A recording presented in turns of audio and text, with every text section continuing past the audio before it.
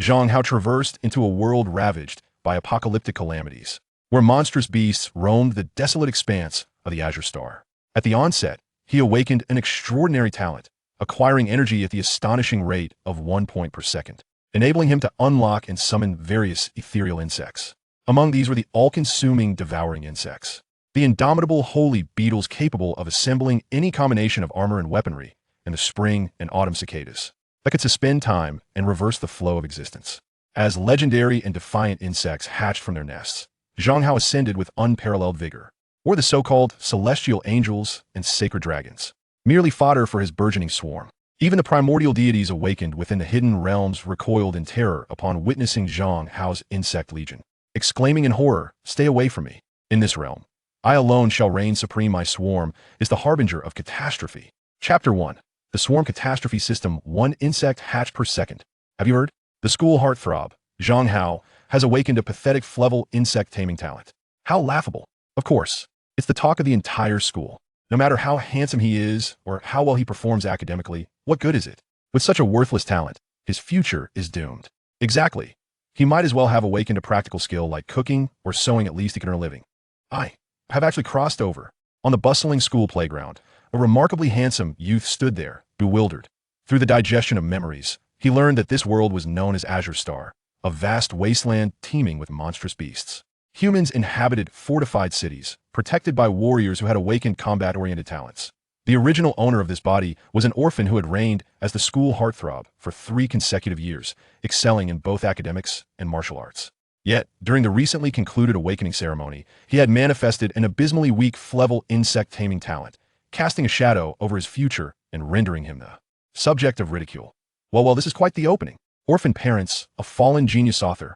Are you stacking buffs here? Why not add a broken engagement to the mix? Zhang Hao muttered to himself. Just as he finished speaking, a melodious female voice rang out before him. Zhang Hao, let us break up. Your talent is far too subpar. We are destined for different worlds. Zhang Hao was momentarily speechless, lifting his gaze to see a beautiful girl in a floral dress regarding him with disdain. Ding! Host identity verification successful. Congratulations, host. You have obtained the Swarm Catastrophe System. Swarm Catastrophe System. Gain 1 energy per second. Energy can be used to hatch insects and nest. Accumulate sufficient energy to unlock new insect types and enhance their bloodlines. Current hatchable insect type. Devouring insect. 1 energy insect. Devouring insect. Rank F level. 0 hatching cost. 1 energy description. An exceedingly weak low-tier ethereal insect capable of converting consumed items into energy to return to the nest. The Swarm Catastrophe System. 1 energy per second. Zhang Hao's spirits soared as he perused the system information in his mind. Acquiring 1 energy point every second meant that, over a day span of 24 hours, or 86,400 seconds, he could hatch over 80,000 devouring insects without lifting a finger. Incredible. This was no less than a legendary SS-level talent, was it not? Zhang Hao's excitement surged. Gazing at the energy value on the system panel, which was steadily increasing, he felt an urge to unleash his potential. At that moment, his ex-girlfriend Lin Weiwei, who had just proposed a breakup, turned around and, taking only a few steps, threw herself into the arms of a flamboyantly dressed young man with a square face. Zhang Hao, how does it feel to awaken and Flevel talent? Must be exhilarating, right? The square-faced youth, Wu Yong, wrapped his arm around Lin Weiwei's slender waist, a smug grin plastered on his face as he laughed heartily at Zhang Hao. I told you long ago that you are unworthy of Weiwei. What good is mere good looks and academic excellence? In this world, talent ultimately prevails, and strength is what matters. Zhang Hao's brow furrowed at these words, his gaze icy as he fixed it on Wu Yong. What insolence! How dare he not only usurp the original owner's affection, but also flaunt his arrogance before him? Who gave him the audacity? Zhang Hao despised nothing more than those who flaunted their superiority before him, and he was straightforward in his demeanor. He would not hesitate to retaliate against anyone who dared to show off. With a chilling glare directed at Wu Yong, he coldly retorted, "Talent, is it? Very well. I shall engage you in this contest of talent today." It was the perfect opportunity to test the might of his swarm. With that, Zhang Hao glanced at the system panel. The energy value had risen to 100 points. He decisively waved his hand, hatching 100 devouring insects in the next moment. A dazzling light flickered around Zhang Hao as 100 devouring insects materialized before him. Though each insect was no larger than a fingernail, the sight of 100 of them coalescing into a small cloud of insects was quite a spectacle. They fluttered their wings and charged toward Wu Yong and Lin Weiwei.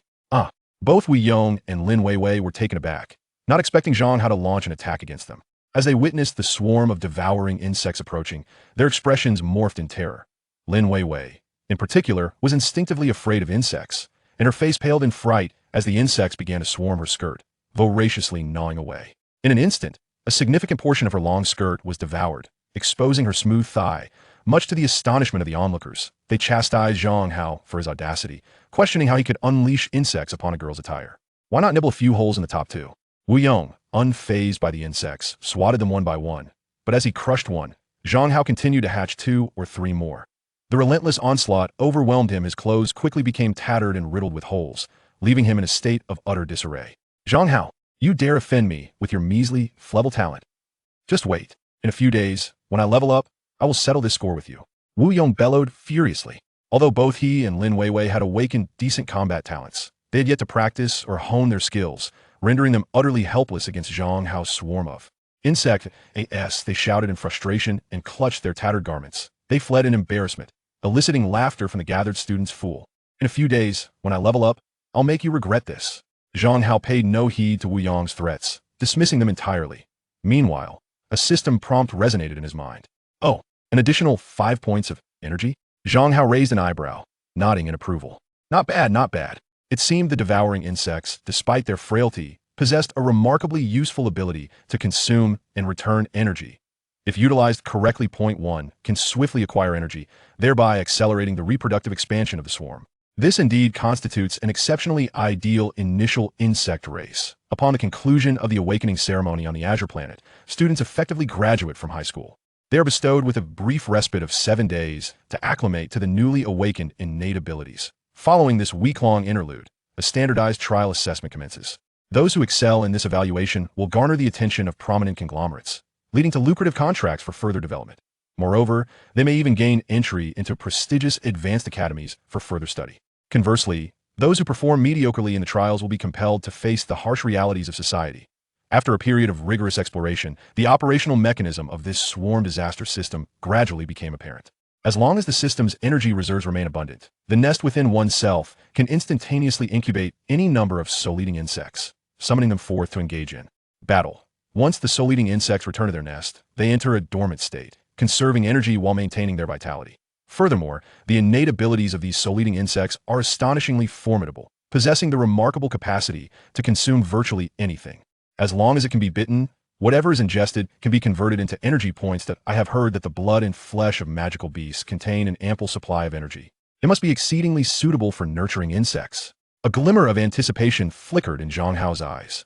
As for the source of these magical beasts, the wilderness beyond the city abounds with them.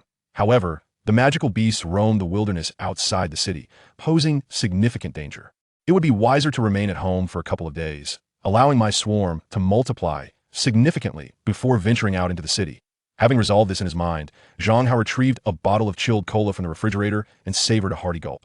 Source God, activate. In the exhilarating game, time slipped away second by second. Concurrently, the energy points displayed on Zhang Hao's system panel incrementally increased. After what felt like an eternity, a sudden system prompt echoed within his mind. Ding! The energy value of the insect nest has reached 10,000 points, meeting the conditions for the evolution of the soul-eating insect bloodline. Would you like to evolve? Chapter 2. The Evolved Spirit Bug, the Great Devouring Bug. Has the condition for evolution been met? Zhang Hao was momentarily taken aback, a touch of surprise washing over him. Without a hint of hesitation, he decisively chose to evolve. Congratulations, host. Consuming 10,000 energy points. The Devouring Bug successfully evolves into the Great Devouring Bug. Great Devouring Bug, rank. Level 1, hatching cost, 5 energy, description, an exceedingly weak low-tier spirit bug, capable of converting consumed items into energy, which is then returned to the mother nest. Upon evolution, the Great Devouring Bug's bloodline rank elevated from its original state to a new tier. Its level also ascended to level 1. It had finally transformed into the most rudimentary and inferior creature of the beast realm, a cause for celebration. Zhang Hao promptly expended 5 energy points to hatch a Great Devouring Bug. Upon meticulous observation, he discerned that the changes were merely a matter of size. It had grown from the size of a fingernail to that of a bottle cap. Nevertheless, with its enlarged form, both the hardness of its shell and its biting ability had significantly improved. It could effortlessly puncture cans that the devouring bug had struggled to breach. Thus, Zhang Hao tossed his 2 emptied cola cans to it. Little one, as my bug, you should revel in your fortune. From this day forth, as long as I have a can of cola, You shall have a can to feast upon. After a day filled with awakening and the monumental event of crossing realms, Zhang Hao's body felt exceedingly fatigued. Consequently, he retired early that night, laying aside his phone by 2 in the morning. The following day, awakened by the sunlight streaming onto his face, Zhang Hao realized a pressing issue. Damn it, I forgot to draw the curtains. Grabbing his phone, he checked the time. 10 a.m. had already arrived. Upon accessing the system panel, he discovered that after accumulating energy throughout the previous afternoon and night, the energy stored in the nest had reached a staggering 76,438 points. Simultaneously, a new notification appeared on the system panel. The energy value of the nest has exceeded 50,000. You may consume 5,000 energy to unlock a brand new spirit bug. Note, the rank of the spirit bug may vary, with probabilities being random. 5,000 energy to unlock a new spirit bug? Zhang Hao's gaze flickered momentarily, a hint of contemplation crossing his mind. The unlocking probabilities were random, akin to the thrill of unboxing a mystery gift. There was a possibility of acquiring a spirit bug with immense potential, yet equally, there was the risk of ending up with a worthless failure. Currently, within his nest, he could only hatch great devouring bugs. While their ability to convert consumed matter into energy was formidable, their shells remained too fragile. A single slap could obliterate them.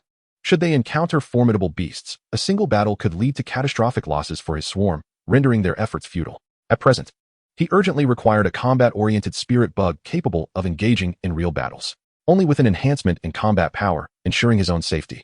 Could he venture into the wilds beyond the city to hunt beasts, thereby accelerating the acquisition of energy? This would facilitate the hatching of a larger swarm, creating a positive feedback loop akin to a snowball effect. The sum of 50,000 energy points is not particularly substantial. Thus, Zhang Hao resolutely chose to unlock the feature. In the next instant, 50,000 energy points were swiftly deducted from the system panel.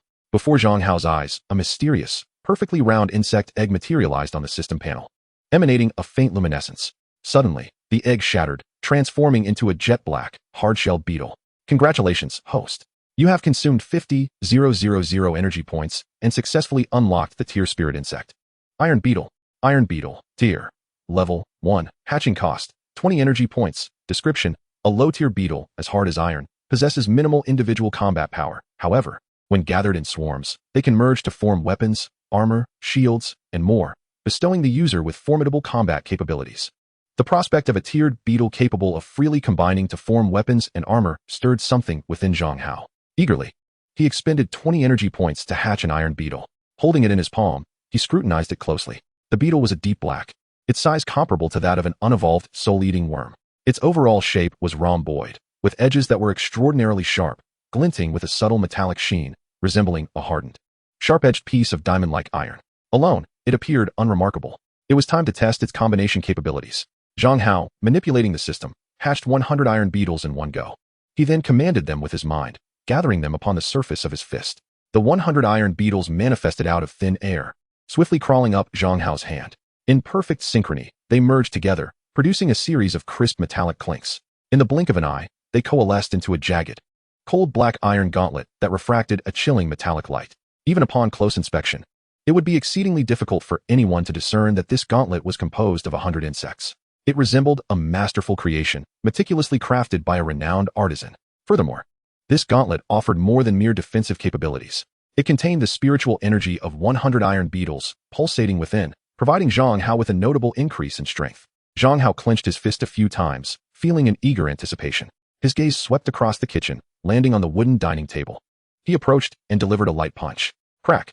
The solid wooden table was unexpectedly penetrated, creating a sizable hole. The sheer force took Zhang Hao completely by surprise. Oh no! I'm going to get scolded. Zhang Hao felt a pang of anxiety, but quickly realized something was amiss. Wait, the original owner was an orphan. Where would a mother come from? Never mind then. A hole in the table is trivial, it can still be used. In comparison to the broken table, the power of the iron beetle gauntlet filled Zhang Hao with delight. Through experimentation, he discovered that this iron beetle could not only form armor to cover the body, enhancing the defense of the covered areas, but the energy contained within the armor significantly amplified his physical capabilities and strength as well. The only drawback was the excessive energy consumption. Hatching a single creature requires a staggering 20 energy points.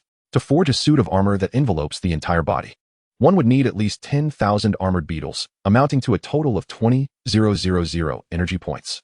If one were to remain at home, passively waiting for the energy to accumulate gradually, it would take a full 3 days to gather the requisite amount.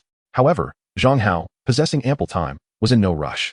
Embracing a philosophy of cautious development and prudent survival, he contentedly stayed at home, sipping soda, enjoying the air conditioning, and indulging in video games for 3 days.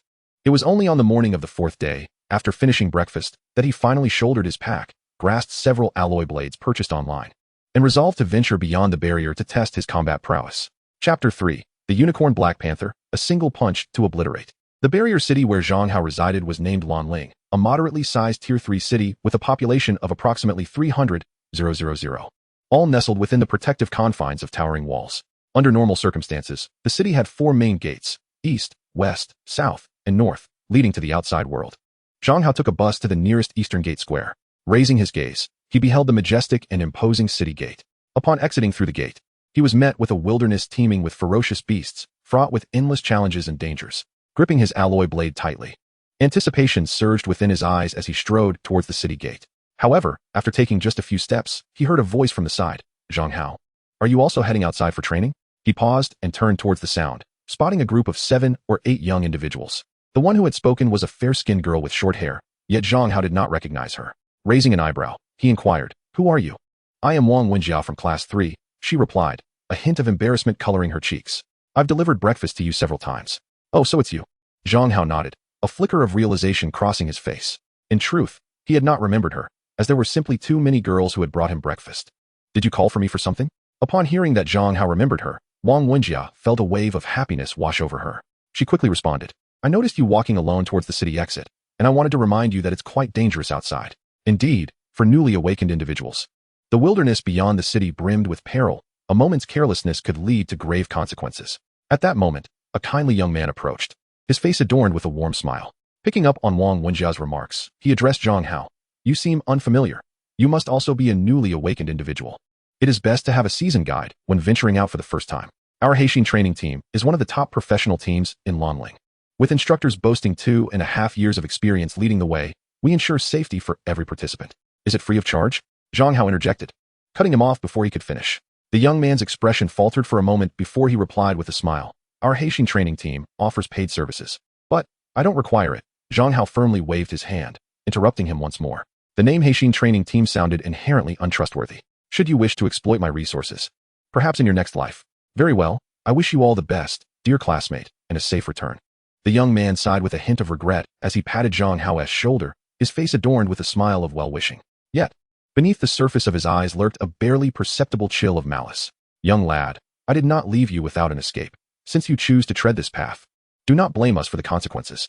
As a promoter dedicated to recruiting trainees for the training teams, the youth prided himself on his keen judgment of character. Generally speaking, individuals like Zhang Hao, youthful and fresh-faced, venturing alone beyond the city limits, were often those who had recently awakened formidable high-level talents. They possessed confidence in their abilities but were usually from less fortunate backgrounds, reluctant to pay the training fees. Such newcomers beyond the barriers made for the prime targets of their hunts. Once captured, they could be easily resold to other barrier cities for a handsome profit. His earlier gesture of lightly tapping Zhang Hao's shoulder was a deliberate act to mark him, facilitating the tracking of the target by his colleagues working outside the barrier. As he watched Zhang Hao's figure recede, the young man let out a cold snort. He swiftly pulled out his phone to message his colleagues outside the city. "Brothers, we have a job. This one should be a big catch," estimating his talent level to be at least AB. Meanwhile, a group of young boys and girls began to speculate about Zhang Hao's retreating silhouette. "Wenjia, was that the unfortunate school hunk from your school who awakened a B-level talent?" One inquired with a laugh. "Indeed, I've heard that his ability is to summon insects. It's utterly worthless." "What? You say his talent level is merely AB?" Upon hearing the students' chatter behind him, the young man's eyes widened in disbelief. "Damn, I misjudged." He cursed inwardly. How dare a mere B-level talent venture out alone? Isn't he just asking for death? Such a waste of my effort. Filled with frustration, he quickly typed another message in the work group. "Latest intel. That lad who just exited should only be AB. However, he is quite handsome. Make sure not to mar his face when capturing him. He could fetch a good price." At that moment, Zhang Hao remained blissfully unaware that he had already been marked as prey in just a few fleeting moments. Upon stepping through the grand city gates, he found himself in an expansive open space. Beyond it lay an endless expanse of untamed wilderness. Towering trees, ancient and formidable, intertwined with creeping vines, filled the air with an essence of primal wildness. The faint scent of blood wafted through the atmosphere, a grim reminder of the lurking dangers within the forest. As he entered the wilderness, Zhang Hao's demeanor shifted to one of seriousness, his expression betraying the weight of his situation. Gripping his alloy knife tightly, He focused his mind, summoning 1,000 iron-armored insects that instantaneously materialized around him. They swiftly spread across his body, intertwining, producing a symphony of crisp clicks. In the blink of an eye, they formed a suit of steel armor that enveloped him entirely. The armor was rugged and imposing, providing Zhang Hao with formidable protection. Even his face was concealed beneath a stark black iron mask, revealing only his mouth, nose, and eyes. With a comprehensive 360-degree protection that instills an overwhelming sense of security. Zhang Hao felt as if he were encased in a suit of armor crafted from a myriad of iron beetles, the pulsating power within surging through him. Brimming with confidence, he wielded his blade and strode purposefully into the forest. After walking for a few minutes, the underbrush ahead rustled violently, and suddenly, a dark figure burst forth. It was a black panther nearly 10 feet in length, adorned with a sharp, singular horn atop its head, a level 3 demon beast, the horned black panther. With its jaws agape, revealing a set of menacing fangs, it lunged ferociously at Zhang Hao. Renowned for his exceptional combat skills, ranking among the top 3 in his school, Zhang Hao's reflexes were astutely sharp. He could have easily evaded the attack with a mere sidestep. However, in a bid to test the prowess of his armor, he opted to confront the beast head-on. With a mighty swing, he delivered a powerful punch directly to the panther's skull. A thunderous crack echoed as the panther's head shattered like a bursting watermelon, blood spraying across the scene while its heavy body thudded to the ground. Although the iron beetle was merely a trivial level 1 spirit insect, its collective strength, when united in thousands, was remarkably formidable. A level 3 demon beast stood no chance against the force of Zhang Hao's punch at that moment. Having dispatched the horned black panther, Zhang Hao waved his hand. And in an instant, thousands of great devouring spirit insects materialized. They swarmed over the carcass, voraciously consuming it at an astonishing pace. Within a mere minute, they had stripped the panther clean, leaving behind nothing but a pristine white skeleton, a spiraled black horn, and a gleaming circular crystal. Chapter 4. Is this truly a heavenly talent? Upon observing the notifications that appeared on his system panel, Zhang Hao's heart soared with delight. Excellent. By slaying a level 3 demon beast, he had garnered nearly 4,000 energy points, equivalent to over an hour's worth of natural growth. If he were to hunt higher-tier demon beasts, the energy yield would surely be even greater. Indeed, it was through combat and hunting that one truly became stronger, allowing the momentum to build exponentially. Regrettably, the current great devouring spirit insects lacked sufficient strength to gnaw through the demon beast's bones. Otherwise, consuming the entire skeletal structure would have yielded even more energy points. What a waste, Zhang Hao mused, bending down to collect the spiraled black horn and the circular crystal from the ground. His eyes sparkled with intrigue, and a smile crept across his face. This black horn was undoubtedly the most valuable part of the horned black panther, which he promptly stowed in his backpack. As for the shimmering circular crystal, it was the energy core of the horned black panther, formed from pure energy. Awakened individuals could absorb such cores to elevate their levels and enhance their capabilities. Zhang Hao grasped the core, channeling his energy to absorb it. As a faint glow emanated from its surface, the pure energy within flowing into his body. In the blink of an eye, it transformed into a dull and unremarkable ordinary rock. Zhang Hao then received a system notification. Congratulations, host. You have absorbed the energy crystal core and gained 3 experience points. Current level, 1, 3,100. A level 3 beast's energy crystal core surprisingly yielded only 3 experience points. While a total of 100 points was required for an upgrade, it seemed that the difficulty of leveling up was greater than I had anticipated. I wonder if my innate abilities will change after the upgrade. Zhang Hao mused quietly to himself as he continued deeper into the wilderness. Over the next several minutes, he hunted 2 more beasts, one of level 4 and one of level 2, gaining over 10,000 energy points and 6 experience points. However, his alloy combat knife broke during the battle with the level 4 jungle python, prompting Zhang Hao to curse under his breath.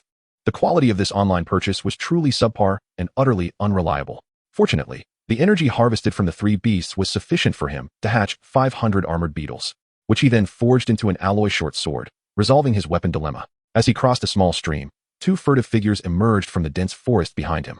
Is this the kid? The intel said he was a waste with a low-level talent, but that armor he wears seems rather formidable. Could the information be mistaken? The tracking signal indicated he was indeed the target, so the intel should be accurate. Perhaps it was merely an impressive FAAD. Regardless, what could a newly awakened talent, even if it were top tier, truly achieve? Indeed, the higher the talent, the more valuable it could be. As was customary, one would approach from the front while the other flanked from behind to take him down. The 2 shadowy figures separated stealthily. Just as Zhang Hao had crossed the ravine, he suddenly heard a rush of wind behind him. In an instant, a powerful hand seized his wrist. A burly bald man had appeared behind him, eyes gleaming with malice.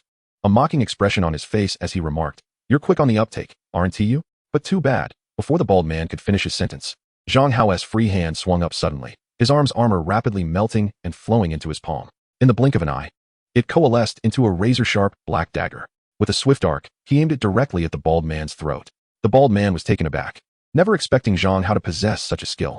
He exclaimed in shock, hastily releasing his grip on Zhang Hao and leaning back to evade.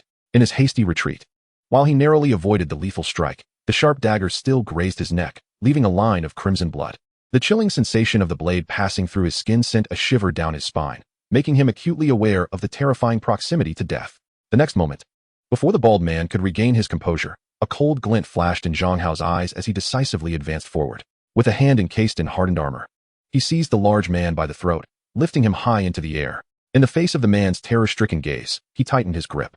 A crisp snap resounded as the man's neck contorted grotesquely, his head hanging limply, lifeless. Like a discarded sack, Zhang Hao casually tossed him aside onto the ground. At that moment, another companion of the bald giant rushed out from the woods, poised to strike. Yet, he could only watch in horror as his comrade was swiftly dispatched.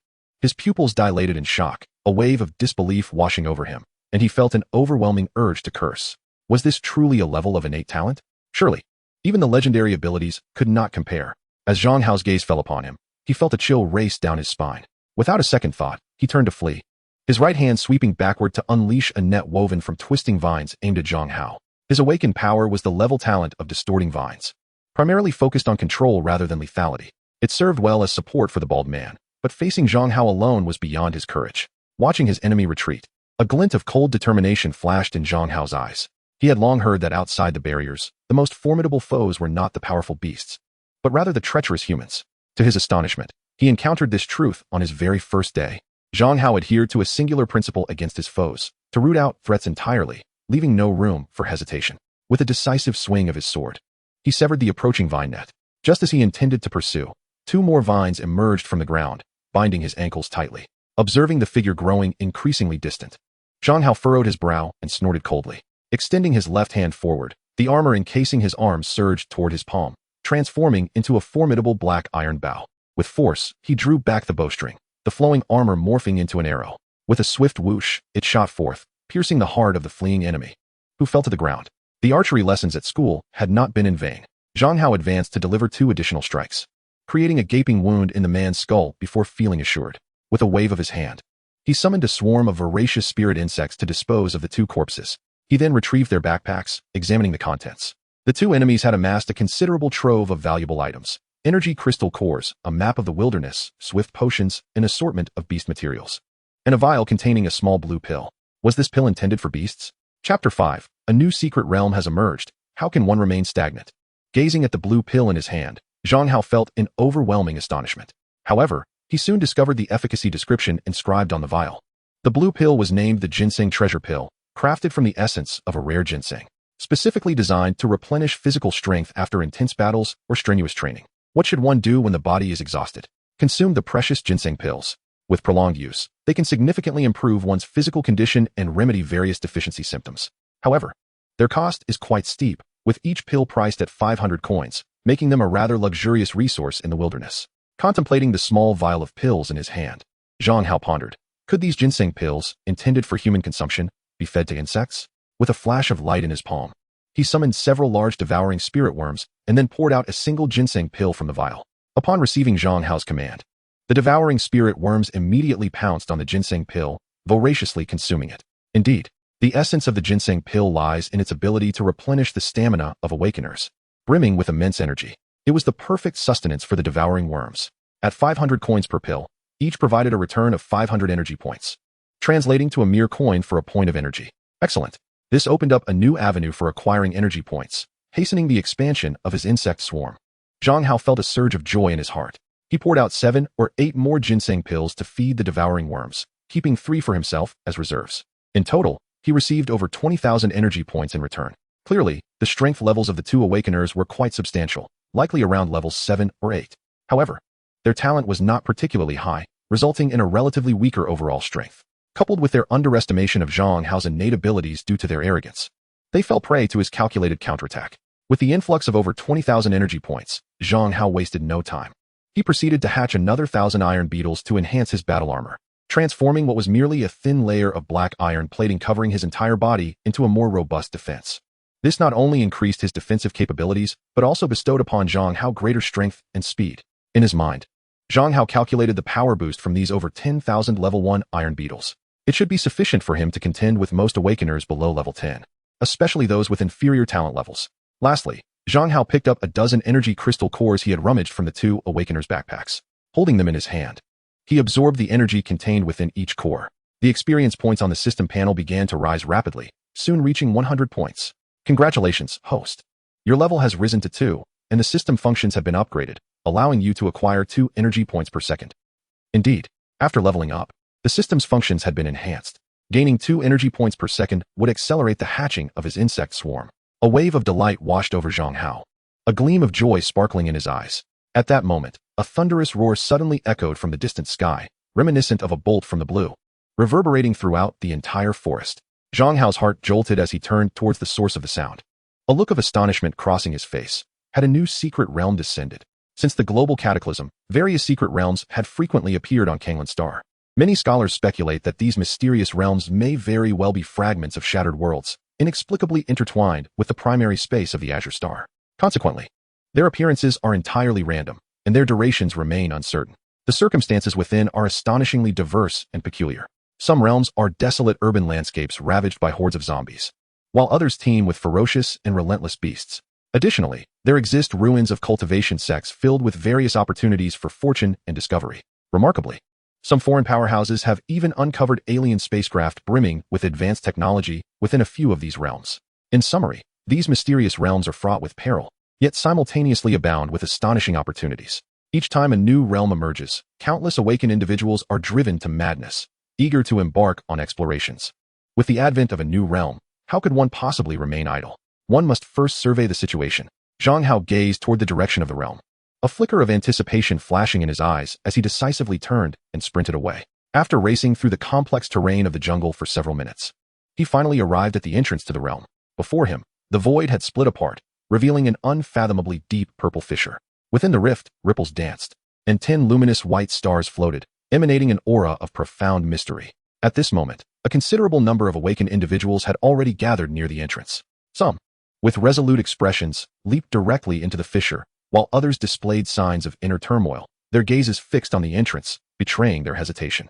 Based on the knowledge acquired in school, it quickly became apparent that this was a common type of realm with level restrictions, accessible only to those below level 10. A level 10 realm should present a danger within an acceptable threshold for me. Zhang Hao's eyes reflected contemplation as he hesitated on whether to enter when he suddenly sensed a malevolent gaze directed at him from the side. The cold stare bore into him, its hostility laid bare, accompanied by a threatening gesture resembling a decapitating motion.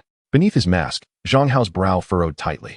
He was certain he had never encountered these 4 individuals before, let alone harbored any enmity against them. Where, then, did their animosity stem from?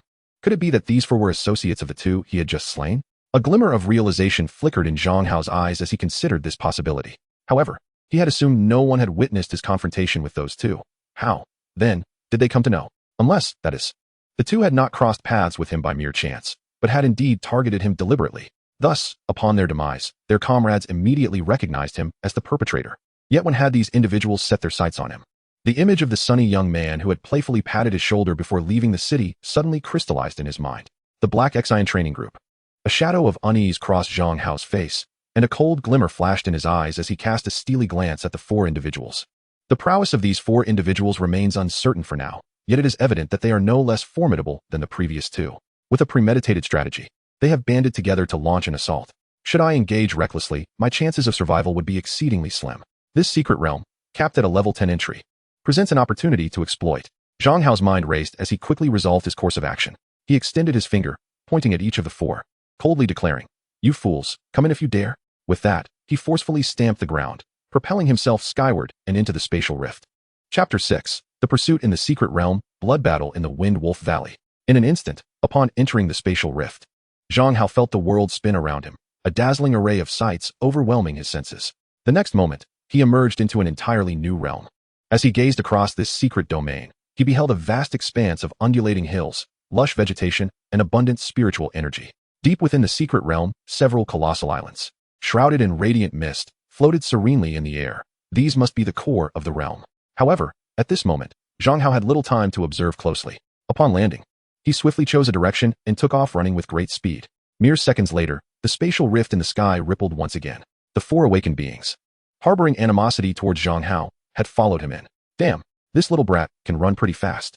If it weren't for the crowd outside, I would have sliced him in two, growled the scarred-faced man, glaring at Zhang Hao's rapidly retreating figure with disdain. The other three, also fixated on Zhang Hao's silhouette, casually remarked, given his speed, he is definitely not the level of talent reported. No wonder Zhang Lao San and the others fell to this kid. Heh, high talent is indeed valuable. The stronger the talent, the better the price when captured. Enough chit-chat, let's hurry up and chase him. The marking effect will last less than 2 hours. We can't let this kid escape. As they spoke, the four took flight, pursuing Zhang Hao's path. Each possessed unique talents, not all excelling in speed.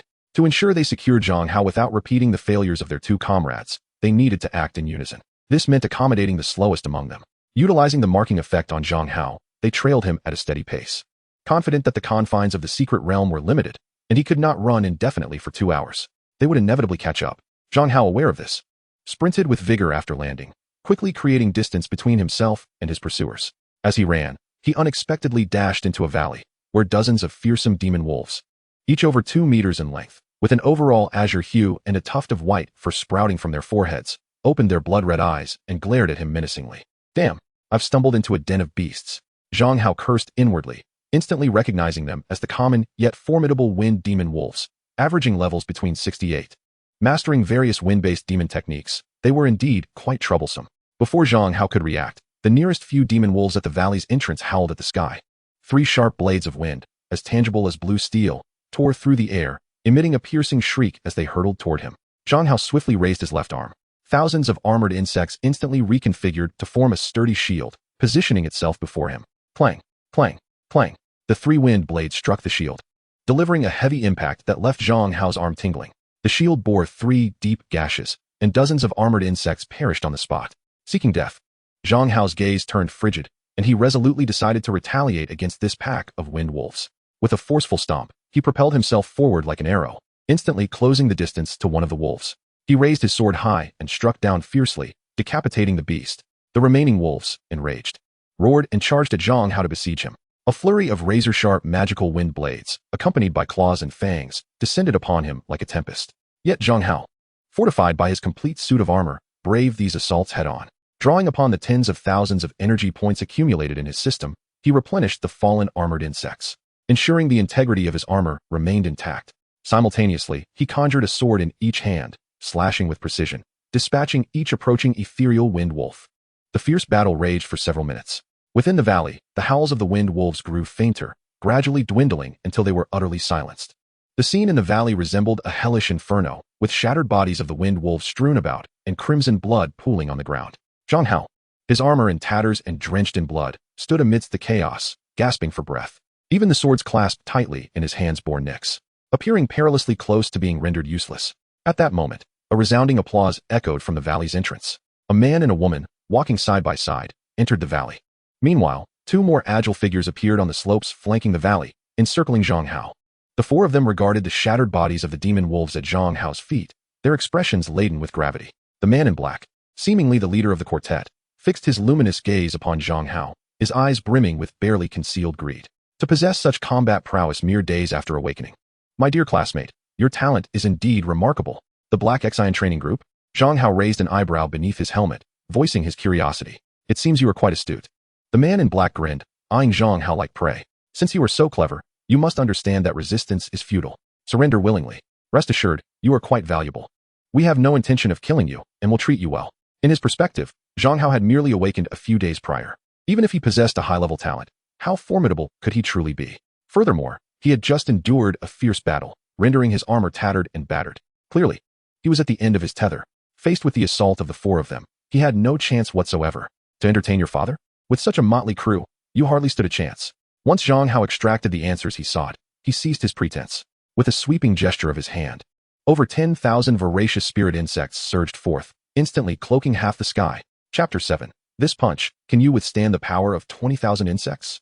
My goodness.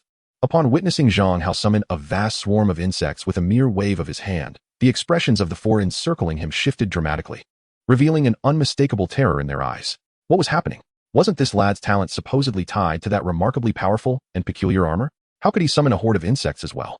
Could it be that he had awakened 2 abilities simultaneously? As the 4 were momentarily stunned, their expressions grave and tense as if facing a formidable foe. The swarm summoned by Zhang Hao unexpectedly dove down, descending upon the littered corpses of the demon wolves. The four, taken aback, exchanged bewildered glances. What was going on? This fearsome swarm was not aimed at them, but rather at feasting upon the carcasses strewn across the ground. However, it soon became apparent to the leading figure clad in black. After a brief moment of gnawing on the demon wolf corpses, the swarm began to fly toward him in waves. When they were but a foot away from Zhang Hao, they vanished without a trace. Simultaneously, Zhang Hao's once battered and nearly shattered steel armor began to mend at an astonishing speed, quickly restoring itself to pristine condition. Moreover, as the armor plates shifted, they became even thicker and sturdier. His expression shifted instantly, and he bellowed, "Stop watching. Act quickly." This lad had been merely performing all along. He could utilize the swarm to devour corpses, thereby repairing his armor. What? The other three felt a jolt of dread in their hearts, their faces paling. In truth, when Zhang Hao was battling the wolf pack, they had already arrived.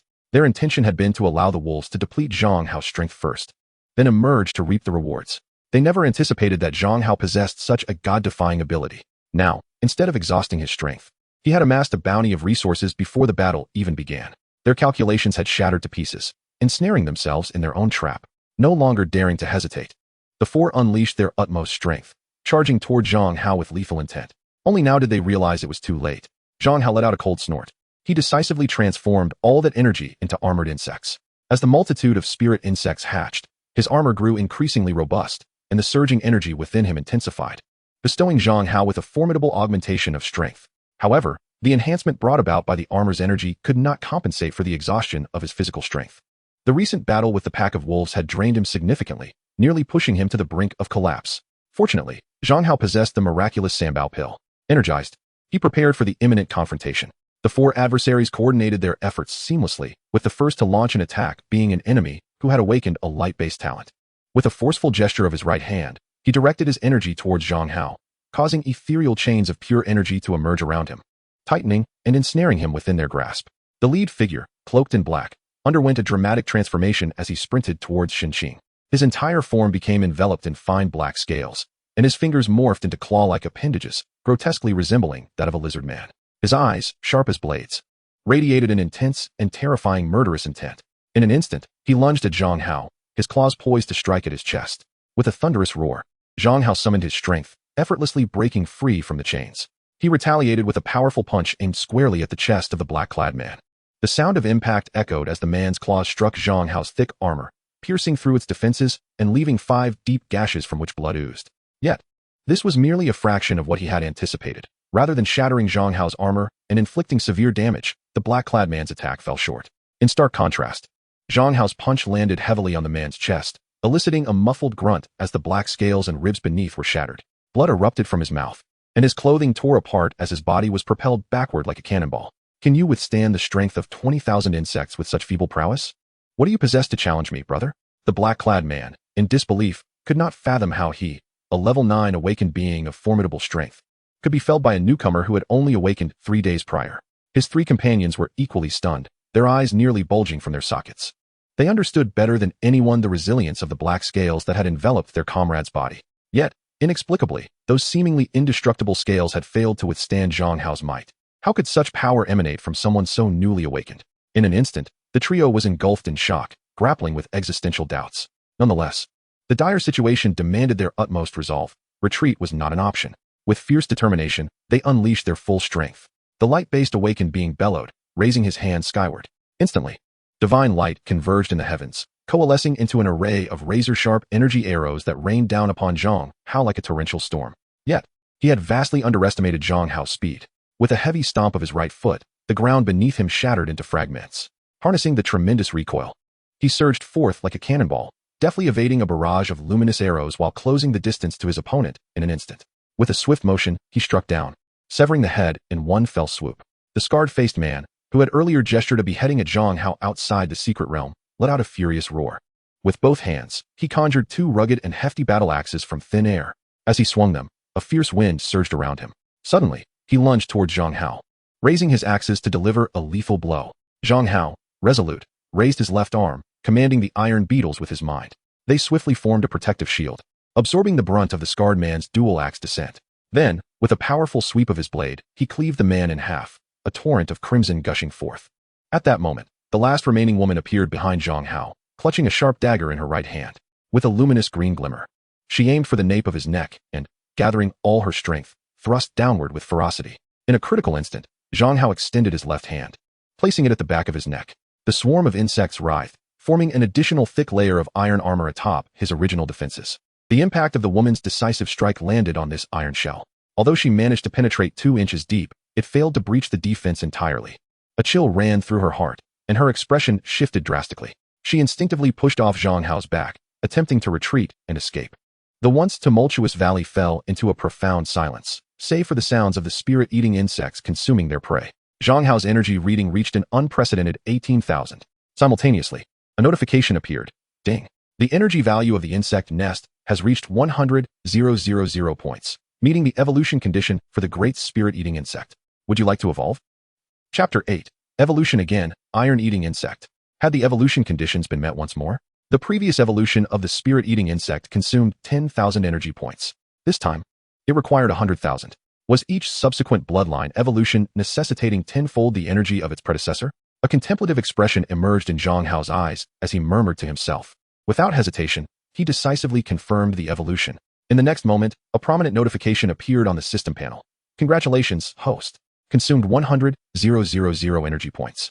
The great spirit-eating insect has successfully evolved into the iron-eating insect. Iron-eating insect, grade, level 1, hatching cost, 50 energy points, description, a rare low-tier spiritual insect. With a hard shell and sharp mandibles, capable of easily biting through gold and iron, converting consumed items into energy, and returning it to the mother nest.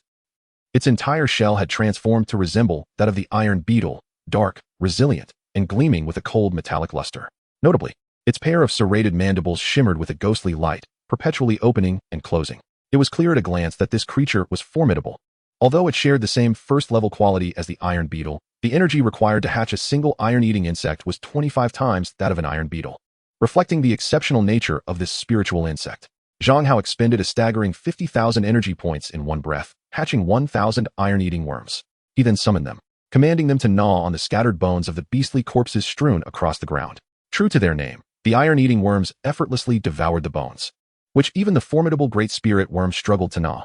The crisp and melodious sounds of their feasting resonated in the air. Even the corpses of iron-armored beetles that had fallen during the recent battle were not spared, as they quickly crunched away at them with zeal, embodying the spirit of General Yuan, leaving no waste behind. While the iron-eating worms busily consumed the demon bones, Zhang Hao gathered the backpacks of the 4 enemies, settling down on the ground to rummage through them. The sheer number of energy crystals, both large and small, was astonishing, dozens in total. Additionally, there was an assortment of beast materials and various special potions and pills. As he beheld the pile before him, Zhang Hao's eyes widened in astonishment. This was tangible wealth. It was conservatively estimated to be worth several tens of thousands. No wonder the ancients spoke of the swift acquisition of wealth through violence and chaos. The only dilemma Zhang Hao faced was the sheer volume of items. His single backpack could hardly contain it all. Alas, if only he had a storage artifact. He couldn't help but sigh. Yet he understood that the materials required to craft such artifacts were exceedingly rare, rendering them incredibly scarce and exorbitantly priced. Without the right channels, even possessing wealth would not suffice to procure one. It was not something easily obtained. With no other option, he selected a few small yet valuable and easily portable materials to stow in his backpack. The remainder, he allowed the iron-eating worms to consume on the spot. As for burying the excess in a pit for some fortunate soul in the future, that was not Zhang Hao's style. His creed was clear: wherever he tread, he would leave nothing behind for posterity. After absorbing the energy crystals he had scavenged from the backpacks, and those from the spirit wind demon wolves, Zhang Hao gained a considerable amount of experience, successfully leveling up to level 3. Congratulations, host. Level raised to 3. System functions upgraded. Energy acquisition increased to 3 points per second. Indeed, with each level gained, the energy points accrued per second would increase by 1. A wave of joy washed over Zhang Hao as he clenched his fists in determination. Excellent. If he worked diligently in the secret realm today, he could lounge comfortably at home tomorrow, reaping the rewards of his efforts. 3 energy points per second were still insufficient. He aimed for at least 10. Zhang Hao lifted his gaze toward the depths of the secret realm, where several ethereal floating islands shimmered with radiant light. The most valuable treasures of this secret realm must lie there, wouldn't they? As one of the first awakeners to enter the secret realm, he possessed a temporal advantage. Coupled with the burgeoning numbers of iron-eating worms and iron-armored beetles, he felt confident that, apart from the inherent dangers of the realm, few among the external awakeners could stand against him. The opportunities presented by those celestial islands are still worth vying for. A glimmer of determination sparked in Zhang Hao's eyes as he made his decision. Once the iron-eating worms had devoured all the demon bones in the valley, he set forth, racing toward the direction of the Celestial Islands. On his journey, he unexpectedly encountered a vividly striped tiger. With a thunderous roar, it lunged at Zhang Hao from several meters away. A flash of brilliance ignited in Zhang Hao's gaze. Without waiting for the tiger to close the distance, he commanded the swarm of iron-eating worms and great devouring spirit worms to charge forward. Countless insects ravenously consumed the massive striped tiger, reducing it to nothing in mere seconds. Despite the tiger's roaring, which echoed like thunder and claimed the lives of many great devouring spirit worms, not a single iron-eating worm was harmed. Zhang Hao grasped the energy crystal core, absorbing the energy contained within. While manipulating the control panel, he hashed all the energy obtained from devouring the tiger into iron-eating worms, thereby further enlarging their ranks.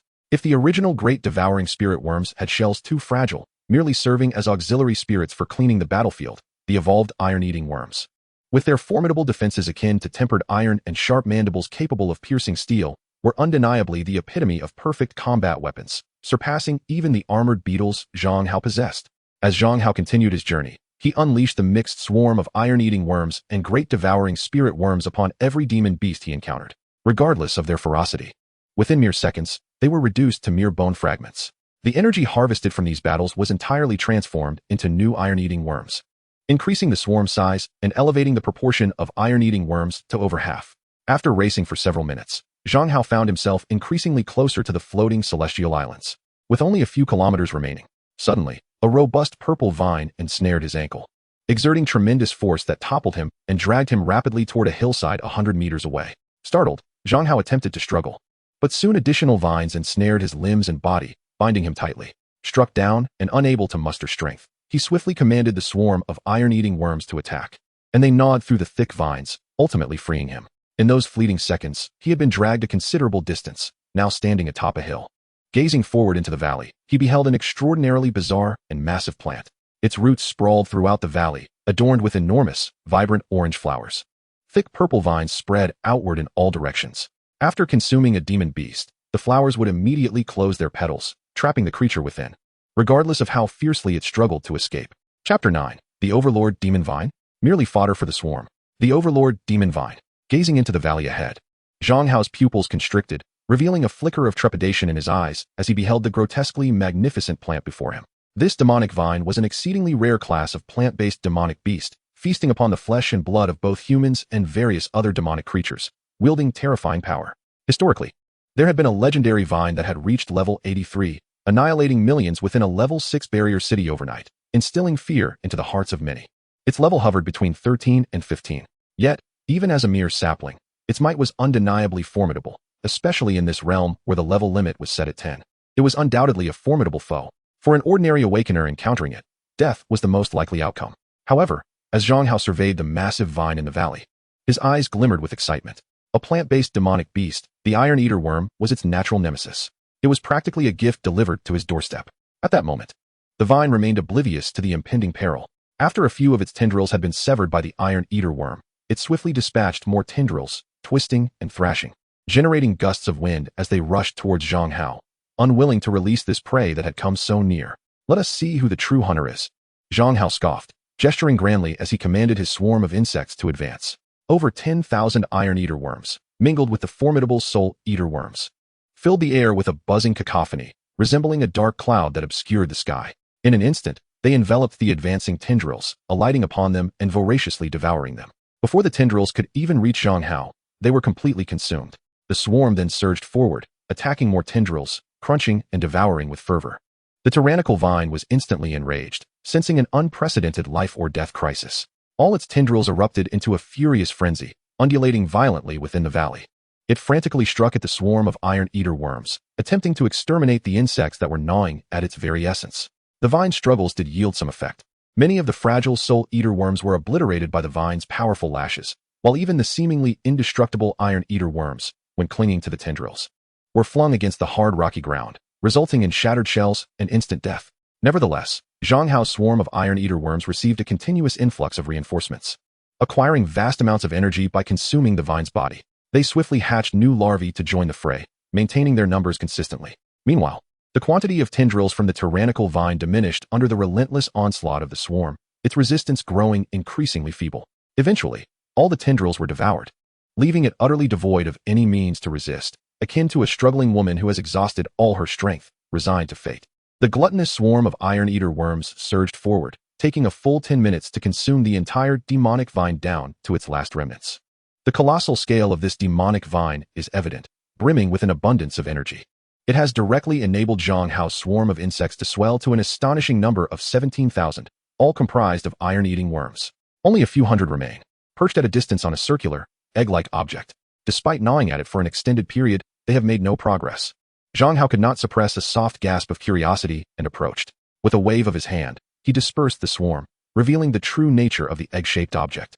To his astonishment, it was an oval energy shield emanating a faint glow. Inside the shield lay a girl of exquisite beauty, her skin as pale as snow. The comatose maiden urgently required rescue from valiant heroes. Her garments were tattered, and her tender, white skin bore numerous bloodstains etched by the vine's tendrils. It appeared she had been captured by the tyrannical demonic vine, and before being devoured by its flower core, she activated this energy shield for protection. However, the corrosive slime within the flower posed a significant threat. This shield had likely been eroded for some time, and just moments ago, it had been besieged by hundreds of iron-eating worms. The glow had dimmed considerably, as if on the verge of shattering. Zhang Hao raised his iron fist, covered in jagged armor, and struck the shield with force. Crack! The shield splintered into countless fragments, shattering like glass. Immediately, hundreds of iron-eating worms eagerly fluttered down, descending upon the girl. Begone! This one is mine. Zhang Hao waved the swarm away and placed his hand on the girl, feeling her warmth. Ah, still warm. He then pressed his ear against her chest to listen. Yes, a heartbeat. At that moment, Zhang Hao noticed a tear in the fabric over her chest, revealing glimpses of her alabaster curves. Nestled within the deep crevice was a lustrous piece of white jade, emanating a captivating glow. Ah! Zhang Hao's gaze sharpened, and he reached out towards the jade. Yet, just as his hand extended halfway, the girl's long eyelashes fluttered, and she suddenly opened her eyes. Upon awakening, she beheld a mysterious figure entirely clad in armor, even the face obscured by a stern iron mask, squatting beside her, reaching out a large hand towards her chest. A shiver coursed through her heart as she quickly covered her bosom, eyeing Zhang Hao warily, and in a delicate voice, she demanded, "Who are you? What do you want?" "Do not misunderstand. I am merely a handsome passerby who just saved you," Zhang Hao explained. The girl immediately recalled the events preceding her fainting spell and abruptly turned her head to survey her surroundings. To her astonishment, she found herself still in that valley. However, the once sprawling tyrannical demonic vine, with its extensive root system and lush leaves that covered the entire valley, had vanished without a trace, leaving behind only the remnants of battle. She gazed incredulously at Zhang Hao, unable to believe what she saw, and could not help but inquire. "What happened to the tyrannical demonic vine?" "Of course, I vanquished it. Otherwise, how could you still be alive?" Zhang Hao shrugged, looking at the girl with a soft smile. "You owe me your life. Surely you have a token of gratitude to offer?" As Zhang Hao spoke, his gaze gradually descended, once again fixating on the young girl's chest. "What do you intend to do?" she exclaimed, her voice trembling with alarm as she clutched her clothing tightly, her heart racing in fear. Had she just escaped from one peril only to fall into another? Was it destined that she would not evade the clutches of danger today? "Do not misunderstand. I am merely interested in that piece of jade," Zhang Hao replied, his expression benign as he proposed in a voice radiating warmth. "If I am not mistaken, it should be a storage artifact. Hand it over, and we shall consider our accounts settled. Otherwise, I shall be compelled to eliminate you first and then take it myself." Chapter 10. The Arrival at the Celestial Island. All shall be mine. While what? The girl's expression momentarily dulled. She had not anticipated that this enigmatic figure, clad entirely in armor, would fixate so intently on her chest, only to be interested in the jade piece. "What do you mean? Did you think I was negotiating with you? Just give it to me." Zhang Hao scoffed, observing the girl's bewildered demeanor. He surmised that her intellect might have been compromised, possibly by the corrupting influence of the tyrant demon vine. With no desire to engage in further conversation, he swiftly seized her hands that shielded her chest, grasping the jade pendant with ease. A sweep of his senses confirmed that it was indeed a storage artifact. His eyes gleamed with satisfaction as he rose to his feet. "Next time, you may not be so fortunate to encounter someone like me to rescue you." The girl stood, watching the direction in which Zhang Hao departed, unable to suppress the puffing of her cheeks. Who claimed she was weak? After all, she had awakened a high-level talent and was accompanied by 3 level 10 bodyguards. In this realm, where the maximum entry level was 10, she should have been able to protect herself without issue. Who could have anticipated encountering a level 15 tyrant demon vine? Yet who was this man? How could he, not exceeding level 10, vanquish a level 15 foe? It was reasonable to estimate that his talent must be at least at a level above. However, in all of Lonling City, she believed she was aware of all the experts above level 10. How had she never heard of such a figure? Was he perhaps a recent prodigy from elsewhere? The girl's eyes sparkled with curiosity as she contemplated Zhang Hao's identity. However, she was abruptly struck by a realization. Oh no, that storage artifact, I can't face anyone. Covering her face with her hands, her complexion flushed scarlet, resembling a steamed shrimp, nearly ready to emit steam. Meanwhile, Zhang Hao hurriedly traversed the path, inspecting the newly acquired storage artifact. He discovered the interior was surprisingly spacious, measuring a considerable 10 cubic units. Inside lay a chaotic assortment of monster materials and enhancement potions. However, the most abundant items were various styles of young women's clothing, particularly underwear and stockings. Black silk, white silk, leopard print, fishnet, lace, every conceivable pattern was present. With a soft click of the tongue, Zhang Hao mused that the seemingly innocent and sweet exterior of the young girl belied a wild spirit within. After much contemplation, he finally settled on an appropriate descriptor. However, he held little interest in the girl's inner attire and quickly dismissed such thoughts from his mind. His gaze turned eagerly towards the floating celestial island that loomed just ahead, a flicker of uncontainable anticipation glimmering in his eyes. In the brief span of time, as the strength of the insect swarm continuously escalated, his mindset underwent a profound transformation. Initially, upon entering the secret realm, Zhang Hao sought merely to escape the relentless pursuit of his 4 adversaries, hoping to seize a few advantages along the way. Yet, after successfully dealing with his foes in the valley and evolving the devouring spirit insect into the iron devouring insect, he believed that with his current power, he should venture into the core of the secret realm to contend for the resources residing upon the celestial islands. At this moment, having consumed an entire overlord demon vine and cultivated the swarm of iron devouring insects to a staggering 17,000, Zhang Hao felt a sense of ownership over the treasures of those floating islands. Anyone daring to covet his possessions would meet with dire consequences. With a determined sprint, he soon arrived beneath the first floating celestial island. The island took on a slightly circular form, boasting a diameter of over 100 zhang, suspended roughly 10 meters above the ground. The air was thick with spiritual energy, enveloped in a dazzling array of colorful light. Robust green vines hung down from the edges of the island, providing a means to ascend. However, Zhang Hao had no need for such a pedestrian approach. With a firm stomp upon the ground, thousands of armored insects swiftly assembled, forming a circular platform beneath his feet. They flapped their wings in unison, lifting him skyward. Upon reaching the altitude of the celestial island, the swarm reconfigured into a protective armor. The island itself was not particularly vast. As Zhang Hao landed gracefully, he surveyed his surroundings and fully absorbed the scene before him. At the heart of the island lay a lush medicinal garden teeming with a variety of rare herbs, exuding a rich fragrance that invigorated the senses and hinted at their immense value. However, at that moment, 2 factions stood in confrontation before the garden, each comprising 7 or 8 individuals, engaged in a heated debate over the distribution of the precious herbs. On the ground lay 3 or 4 mangled corpses, a grim testament to the intensity of the dispute. As Zhang Hao touched down, a dozen pairs of eyes turned toward him in unison. Upon realizing he was alone, a collective sigh of relief swept through the crowd. A burly, bald man, exuding an aura of bloody ferocity, stepped forward and bellowed at Zhang Hao, "Kid, there's nothing here for you. Best be on your way." Yet, Zhang Hao paid no heed to the man's admonition. He stepped forward with calm assurance and said, "I see you've been arguing fruitlessly for quite some time. Allow me to propose a solution that guarantees satisfaction for all." Seeking death, the bald brute, witnessing Zhang Hao's audacity to disregard him, was instantly consumed by rage. With a thunderous roar, he charged forward with the weight of a tank, closing the distance to Zhang Hao in a heartbeat. Raising his spiked club high, he aimed a crushing blow at Zhang Hao's head. However, Zhang Hao merely lifted his hand, encased in jagged armor, and with a resounding thud, effortlessly caught the descending weapon. Then, to the astonishment of the onlookers, he unleashed a powerful punch, tearing through flesh and creating a gaping hole in the brute's chest. This singular act of might instantly silenced the crowd, awakening them to the realization that this enigmatic figure, cloaked in iron, though solitary, possessed formidable strength. A middle-aged man, seemingly their leader, narrowed his gaze at Zhang Hao and inquired in a grave tone, "What is the proposal you mentioned?" "It's rather simple," Zhang Hao replied with a slight smile, gesturing towards the dozens of spiritual herbs in the garden and then pointing at himself. "All these herbs belong to me. You may leave, and I will spare your lives." Who is in favor, and who is opposed? Chapter 11. The Level 1 Demon Insect, the Jade Mantis. Upon hearing Zhang Hao's proposal, the atmosphere fell into an eerie silence. The 2 factions in front of the herb garden, consisting of a dozen individuals, were rendered speechless. While they had anticipated that Zhang Hao's so-called distribution plan might lack merit, they never expected such audacity, his intention to hoard everything for himself. How brazen. After a brief pause, the crowd erupted in indignation, hurling insults. "Damn, I've seen arrogance. But never this level. Who do you think you are? Do you possess an appetite large enough to consume it all? You ought to be wary of choking on your own hubris."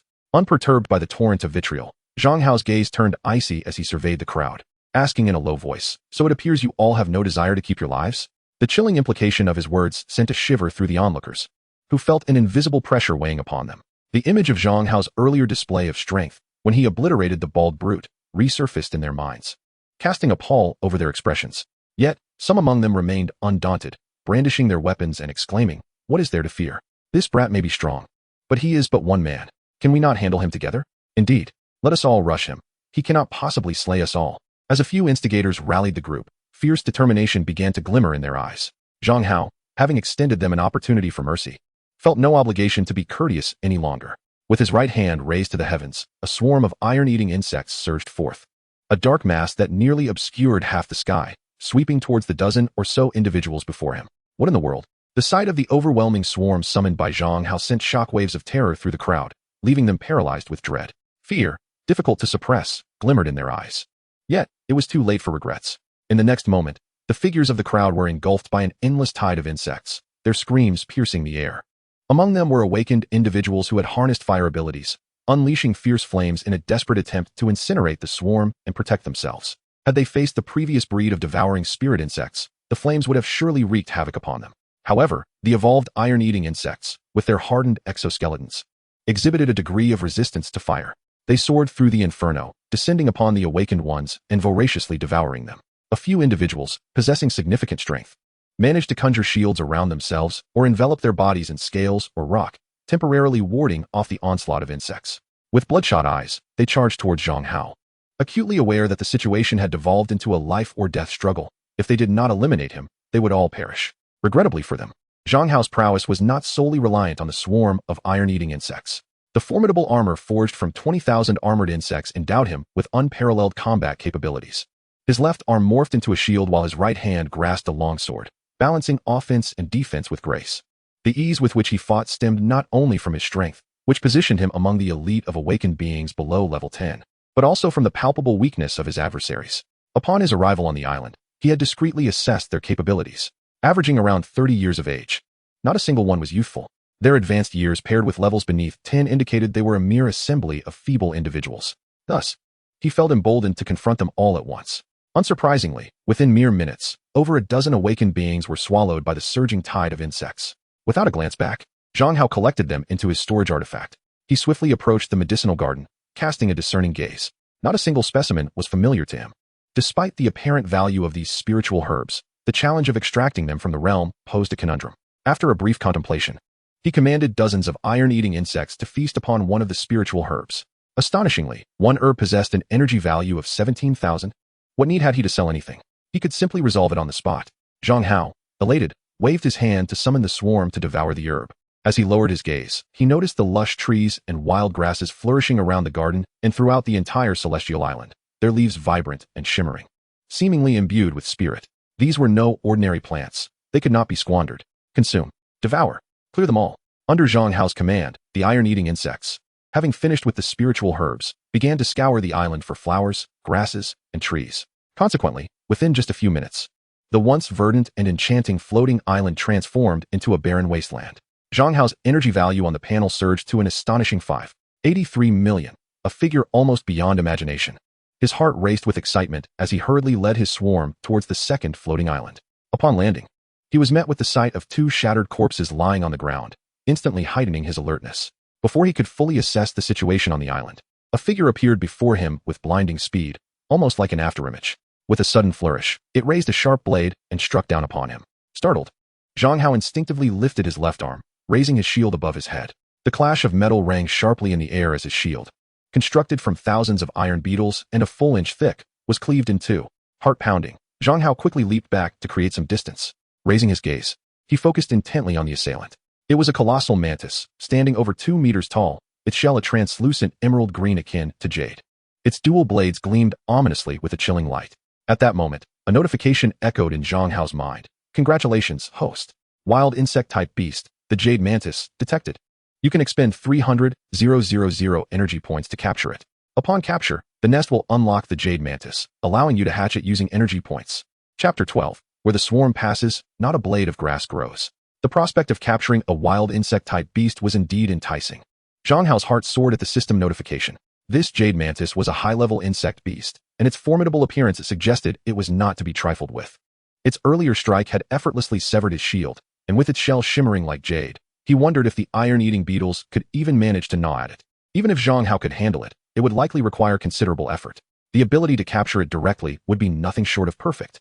Having just devoured spiritual herbs for several million energy points on the previous island, he was now in an ideal position to act. As the jade mantis brandished its blades and assumed an aggressive stance, charging towards him once more, Zhang Hao decisively chose to capture. In the next moment, 300,000 energy points vanished from his system panel. A complex and resplendent array materialized beneath the jade mantis, enveloping it in a brilliant white light. The array then rapidly contracted, transforming it into a point of white light that merged into Zhang Hao's body. Simultaneously, he received another notification. The nest can now hatch an additional spirit insect, jade mantis. Grade: Level 15. Hatching cost: 100,000 energy. Description: an elegantly formed insect-type beast. Its shell is translucent as jade, with razor-sharp blades. A natural bloodthirsty hunter possessing formidable combat prowess. Zhang Hao swiftly expended 100,000 units of energy to hatch a jade mantis, summoning it forth. A brilliant emerald light flickered, and a jade mantis, nearly identical to the one he had just captured, materialized out of thin air. Its two razor-sharp blade arms were adorned with serrations, gleaming with a chilling, frosty radiance. Communicating with the mantis through his thoughts, Zhang Hao issued a command. In an instant, it swung one of its blades, effortlessly cleaving a boulder the size of a grinding stone in half. Observing this, Zhang Hao's eyes lit up with satisfaction. Although the iron-eating bug swarm possessed immense power, overwhelming in its consumption of everything, its summons were notoriously conspicuous. In contrast, this jade mantis, with its agility and sharp blades, exhibited commendable strength in individual combat. It proved to be an excellent enforcer against ordinary foes. Elated with the acquisition of this new spirit insect, Zhang Hao strode purposefully toward the center of the celestial island, where he discovered a small medicinal garden. Within it grew 7 remarkable spiritual herbs, each extraordinary in its own right. Divine mist swirled around, and celestial light cascaded down, emitting an enticing fragrance far more potent than that of the herbs on the previous island. At the rear of the garden, a massive stone bore a sword and a knife crossed and embedded within it. The knife was robust, while the sword exuded elegance, radiating a captivating sharpness. With a sweeping motion of his hand, Zhang Hao directed the swarm to scour the celestial island for spiritual herbs and flora. He then leaped onto the colossal stone, extracting the sword and knife. With a casual flick of the long knife, it shimmered with light, sending forth a golden blade of energy that struck the ground, carving a deep chasm half a foot into the solid rock. Indeed, it was a rare and precious treasure. Zhang Hao surmised that any awakened individual below level 30 would find their defenses utterly flimsy against the might of these weapons. A true gem, he thought, stowing it away. With these divine implements at his disposal, he felt confident against any adversary with impenetrable defenses. As Zhang Hao secured the 2 weapons, the iron-eating bug swarm efficiently cleared the entire celestial island, leaving nothing edible behind except for stones and soil. The 7 spiritual herbs in the garden contained vast amounts of energy, each providing him with over 100,000 energy units, causing his system panel to surge dramatically to a staggering 13 million. Truly, it was a coveted treasure of the secret realm, living up to its reputation. No wonder so many were willing to risk their lives in pursuit of it. With a fervent heart, Zhang Hao continued to lead the iron-eating bug swarm towards the final celestial island. However, this island lacked the medicinal garden he had hoped for, presenting only an imposing grand hall adorned with intricate eaves. Surrounding the hall was a mysterious force field, enveloping it in a heavy pressure felt by anyone who approached. Even before Zhang Hao's arrival, several awakened individuals had already ascended to this celestial island. Several individuals lay prostrate upon the ground, leaving only a man and a woman, 2 awakened beings, who were gritting their teeth, struggling against the overwhelming pressure as they made their way toward the palace. Upon sensing Zhang Hao's arrival, a glimmer of icy malevolence flashed in their eyes, swiftly replaced by a pallor of fear. They hastily changed their demeanor. Addressing Zhang Hao, "Brother, the treasures within are yours. We take our leave." With that, they attempted to flee. However, Zhang Hao had clearly observed the murderous intent in their eyes and would not allow them to escape. With a cold snort, he prepared to command his swarm of insects to eliminate them. Yet, before the swarm could reach them, they were affected by the oppressive force surrounding the palace. Crashing to the ground, immobile, the iron-eating insect swarm relied primarily on sheer numbers for victory. Any single insect was merely a trivial level 1 spirit bug, easily countered by such a field-type skill. Seeing the formidable army of insects behind Zhang Hao, as soon as they entered the palace's gravitational range, they promptly fell to the ground.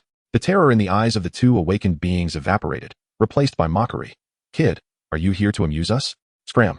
Step forward, and we'll kill you. With a dull thud, two heads rolled away as soon as their words fell. Zhang Hao casually flicked his wrist, shaking drops of blood from his blade, and remarked, "Fools, what are you boasting about? Do you think I can't kill you without the swarm?" With that, he harnessed the immense energy circulating within the carapace formed by over 20,000 armored insects, bravely withstanding the powerful pressure emanating from the palace as he advanced step by step into the hall. Inside the grand hall, it was eerily empty, save for a jade treasure box, half a foot square, quietly suspended in midair, radiating a gentle glow. Zhang Hao approached, grasping the treasure box in his hands, and the mysterious force enveloping the entire hall dissipated instantaneously. In this realm of secrets, Zhang Hao refrained from opening the box for a closer inspection. He directly stored it in his spatial artifact and turned to exit the hall. This time, without his explicit command, the iron-eating insect swarm instinctively surged forth, swarming over the palace, swiftly consuming it, leaving the pillars and windows utterly devoured. Minutes later, as Zhang Hao departed, the entire island lay barren, as if the palace had never existed. Moments later, several awakened beings arrived, agilely climbing the vines and leaping onto the celestial island, brimming with anticipation as they lifted their gazes to behold the wonders of this secret realm's floating isle. However, upon glimpsing the scene before them, they froze, rooted in disbelief.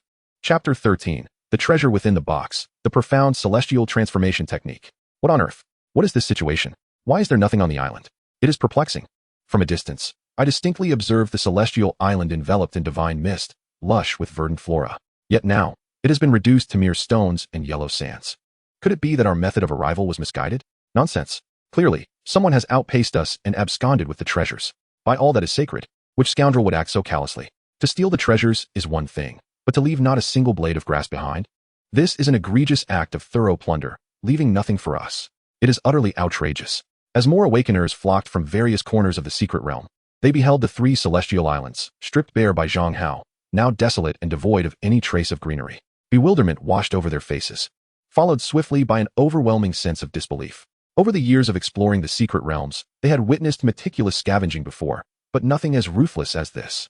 3 entire celestial islands, completely ravaged, with not even a single blade of grass remaining. It perfectly illustrated the notion that where one treads, not a blade of grass survives. Amidst their astonishment and lamentations, a colossal question arose in the hearts of all present. Who could be responsible for this? It is worth noting that Lanling City is but a modest third-tier walled city with a permanent population of just over 300,000. The number of awakeners below the 10th tier is limited, and even fewer are adept. Everyone was acutely aware of this reality. Yet, despite their efforts to ponder this mystery, they could not fathom who could have orchestrated such an act. Either they lacked the capability, or their temperament simply did not align, or they had not even entered the secret realm. Ultimately, after much deliberation, many reached the conclusion that this enigmatic figure, who left no trace, must either be a newly awakened novice or a recent arrival to Lanling City. However, the awakening ceremony is held annually, and it had only been 3 days since the last one. How could these freshly awakened individuals possess the audacity to snatch opportunities from the grasp of seasoned veterans? It was utterly inconceivable.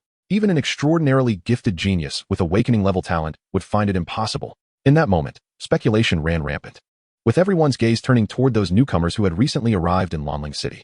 They were all eager to uncover the identity of the individual responsible for such a heartless act, and more curiously, what treasures had been extracted from the 3 celestial islands. As the crowd buzzed with conjecture, Zhang Hao emerged from the lengthy passage of the city gate and entered the square. There, a young man, clutching a flyer and sporting a sunlit smile, was searching for individuals to promote a training class. The young man's smile abruptly froze, his eyes widening in disbelief as he stared at Zhang Hao. How could this be possible? Hadn't 4 formidable individuals been dispatched to hunt him down? In an instant, the youth's complexion turned pale as he considered a chilling possibility, feeling utterly incredulous, even questioning his own existence. Zhang Hao, noticing the young man, approached him with a subtle smile and gently patted him on the shoulder. Then, amidst the pallor of the young man's face, he forcefully patted his shoulder several times before turning and striding away. Watching Zhang Hao's receding figure, the young man was drenched in cold sweat. He promptly retrieved his phone and dialed a number. Meanwhile, within the Lord's mansion of Lanling City, Lord Lu Tianxiong sat upon his lofty throne, listening to his kneeling subordinates report the situation. The mysterious individual had executed his actions with precision, leaving no trace after pillaging the 3 celestial islands. And no one had seen his visage. Based on the circumstances at the scene, it was highly probable that he was a master who had awakened the talent of insect manipulation, commanding a unique swarm to consume everything on the 3 celestial islands. This enigmatic insect master had eluded all witnesses. A glimmer of light flickered in Lu Tianxiong's eyes as he murmured, "It can be said that all who have seen him are now dead." He ordered his subordinates to continue discreet investigations into the identity of this individual, emphasizing the necessity to ascertain the truth swiftly. They must be cautious not to alert the enemy and avoid recklessly offending him. The emergence of an unknown, ruthless master within Lonling City was far from good news for him as the city lord. Simultaneously, in a bathroom separated by mere walls, water cascaded from the shower, washing over skin as smooth and white as ivory, rising in billowing clouds of mist. The maiden's curvaceous figure flickered in and out of visibility through the ethereal haze. Lu Xueqing's hair clung damply to her face as one delicate hand slowly traced the red marks on her skin. The news of a mysterious powerhouse in the secret realm who had thoroughly ravaged the 3 celestial islands, leaving not even a blade of grass behind, stirred something within her heart, making her think of the enigmatic figure who had saved her. After rescuing her, that enormous overlord demon vine in the valley had also vanished without a trace. If all went as expected, that mysterious person must be him, right? However, for reasons shrouded in complex emotions, she refrained from sharing this information with her father. Instead, her curiosity about the armored stranger intensified, yearning to unveil the true identity hidden behind the mask. Judging by his voice, he couldn't be too old, could he? As Lu Xueqing applied shower gel to her body, her hands caressed her curves, gliding down her abdomen to create bubbles, while secretly pondering, could he be handsome? At that very moment, Zhang Hao, the object of countless speculations about his identity, reclined on a plush sofa, savoring a large can of ice-cold cola. The refreshing chill invigorated him, filling him with exhilaration. One word, delightful. From hunting in the wilderness to encountering pursuers, entering the secret realm, turning the tables on enemies, and subsequently sweeping through the celestial islands to seize opportunities. This series of events, though it seemed prolonged, had all transpired within a single morning. In just a few hours, he had experienced dramatic highs and lows and life-threatening crises. For Zhang Hao, it was undeniably an unprecedented thrill. Then, a flash of brilliance illuminated his palm. With great care, Zhang Hao retrieved the jade box from the palace and gently placed it upon the tea table. What treasures might it conceal? Eagerly rubbing his hands together, he slowly opened the box, revealing a red-covered tome of martial arts secrets. The cover was adorned with flamboyant characters that boldly proclaimed, Xiantian Zhao Huaju. Chapter 14, Bloodline Evolution, Blood Jade Mantis. It was indeed a manual of martial arts. Zhang Hao's eyes sparkled with delight at the sight. It is well known that even the most formidable innate abilities may possess limitations. Thus, many powerful individuals strive to discover and cultivate techniques that align with their unique talents, compensating for their shortcomings and enhancing their prowess. However, truly advanced martial arts manuals are exceedingly rare, often eluding one's grasp. They are typically found only within secret realms. To his astonishment, during his inaugural venture into such a realm, he had unearthed a precious cultivation technique. Yet, he wondered about the level of this technique and whether it would suit his cultivation needs. With a flutter of excitement, Zhang Hao extracted the manual from the box and lifted the cover, turning the pages one by one. He soon discovered that the Xiantian Zhao Huaju was a rare body-refining technique of considerable caliber. According to the text, this method harnesses the practitioner's vital energy, refining the body through a process of cleansing and strengthening. At the onset of cultivation, each advancement in mastery would manifest as a blood mark upon the surface of the skin. Each mark would augment the practitioner's strength by 100 pounds. Once the number of blood marks reached 9, they would automatically coalesce into a singular blood seal. Upon accumulating 9 such seals, they would converge into a blood map. Thus, the practitioner would continue to refine their abilities until they ultimately achieve the unparalleled Xiantian immortal body, impervious to the ravages of time and capable of traversing the cosmos with mere physical might, shattering stars with a single punch. Zhang Hao harbored some skepticism regarding the ultimate realm depicted within the manual. However, even if the final achievement were not as extraordinary as described, this technique was undoubtedly a rare treasure for body refinement. It is important to note that Zhang Hao's awakened swarm calamity system, while immensely powerful, fundamentally belonged to the realm of spirit manipulation, necessitating the summoning of swarms for battle. Yet, regardless of how vast or fearsome the summoned swarms may be, should he encounter unforeseen circumstances, all would be rendered futile. Though Zhang Hao possessed the Iron Beetle, providing comprehensive defense, he could not remain encased in that iron armor at all times. The moment he shed it, he would be vulnerable to his enemies. Thus, a body-refining technique was perfectly suited to his needs. The Xiantian Zhao Huaju arrived at precisely the right moment, capable of addressing his most significant shortcomings. At the conclusion of the manual, several alchemical formulas were also recorded. By following these recipes to concoct elixirs, one could significantly expedite the cultivation process. However, as Zhang Hao cast a glance, he was immediately rendered speechless. The elixirs recorded in the formula were unmistakably those cultivated in the 2 celestial islands' medicinal gardens. How utterly embarrassing. With all the materials devoured by pests, what could he possibly use for alchemy? Fortunately, upon flipping to the end of the tome, He discovered that in addition to the elixirs, there were several other rare materials that could yield similar effects, accelerating the cultivation of his techniques. Among them was a spiritual insect known as the blood aphid. After consuming precious herbs, its body crystallized into a substance called blood aphid crystal. When ingested, it could invigorate one's vital energy, enabling rapid progress in the Xiantian transformation technique. This blood aphid seemed somewhat familiar. He had encountered references to it in literature. And it wasn't exceedingly rare. The Chongqing pharmaceutical store sold blood aphid crystals, so acquiring blood aphids should be feasible. Contemplating the description in the tome, a thoughtful expression crossed Zhang Hao's face as he murmured to himself, "Just right. I still have a plethora of materials in my storage waiting to be utilized. I could sell a batch for some funds to enhance my quality of life." However, there was no need to rush this matter. The pressing concern at hand was to devise a strategy to neutralize the threat posed by the Haixing training squad. Recalling this organization that had repeatedly attempted to harm him, Zhang Hao's expression darkened, his eyes glinting with a chilling intent. Ostensibly, they were a professional training team, guiding newly awakened novices to venture outside the city for experience, earning commissions. Yet, when individuals refused to pay or join their training group, they would send people to hunt them down and abduct them for profit, resulting in a soaring mortality rate among those unwilling to join the squad. Look, the outside world is perilous. Those who hesitate to spend money on a group find that 8 out of 10 meet their demise. Thus, hiring a guide becomes imperative. How infuriating. Why is it that every world harbors such scum? Zhang Hao seethed with rage, utterly disgusted by their vile actions.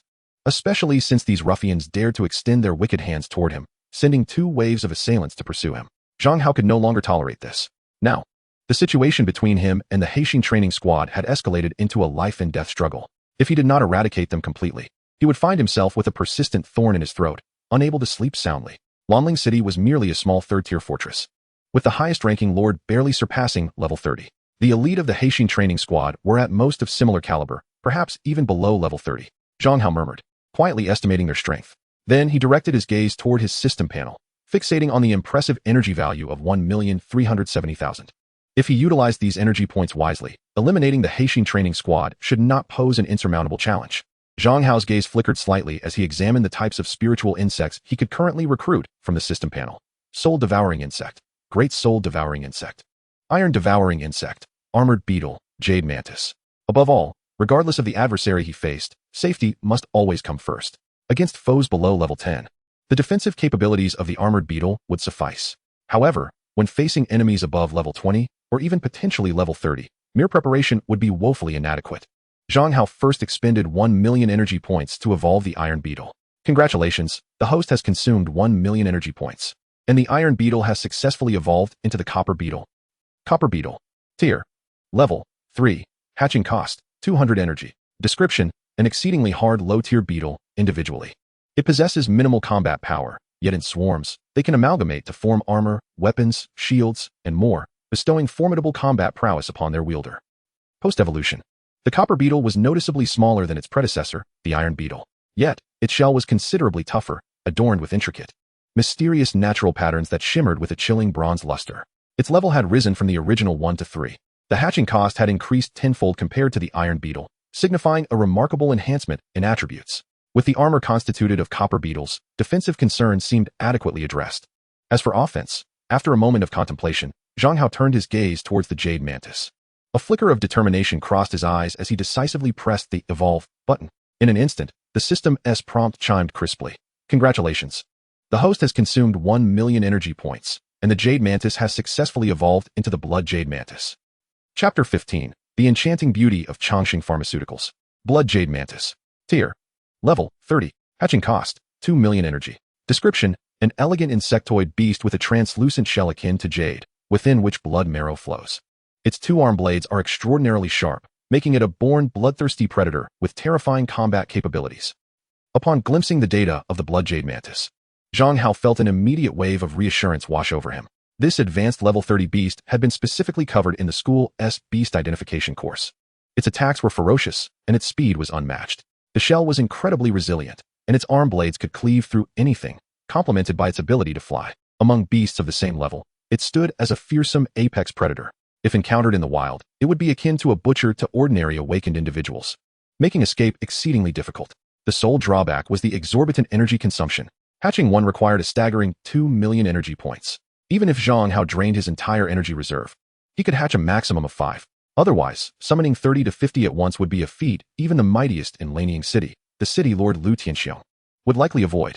Zhang Hao felt a surge of eagerness and promptly consumed 2 million energy points to hatch a blood jade mantis. As a radiant light enveloped the space, a massive mantis, entirely crimson as blood, materialized in Zhang Hao's living room. Its size was considerably smaller than the jade mantis, standing roughly at the height of a person, yet it possessed an elegant form and fluid lines.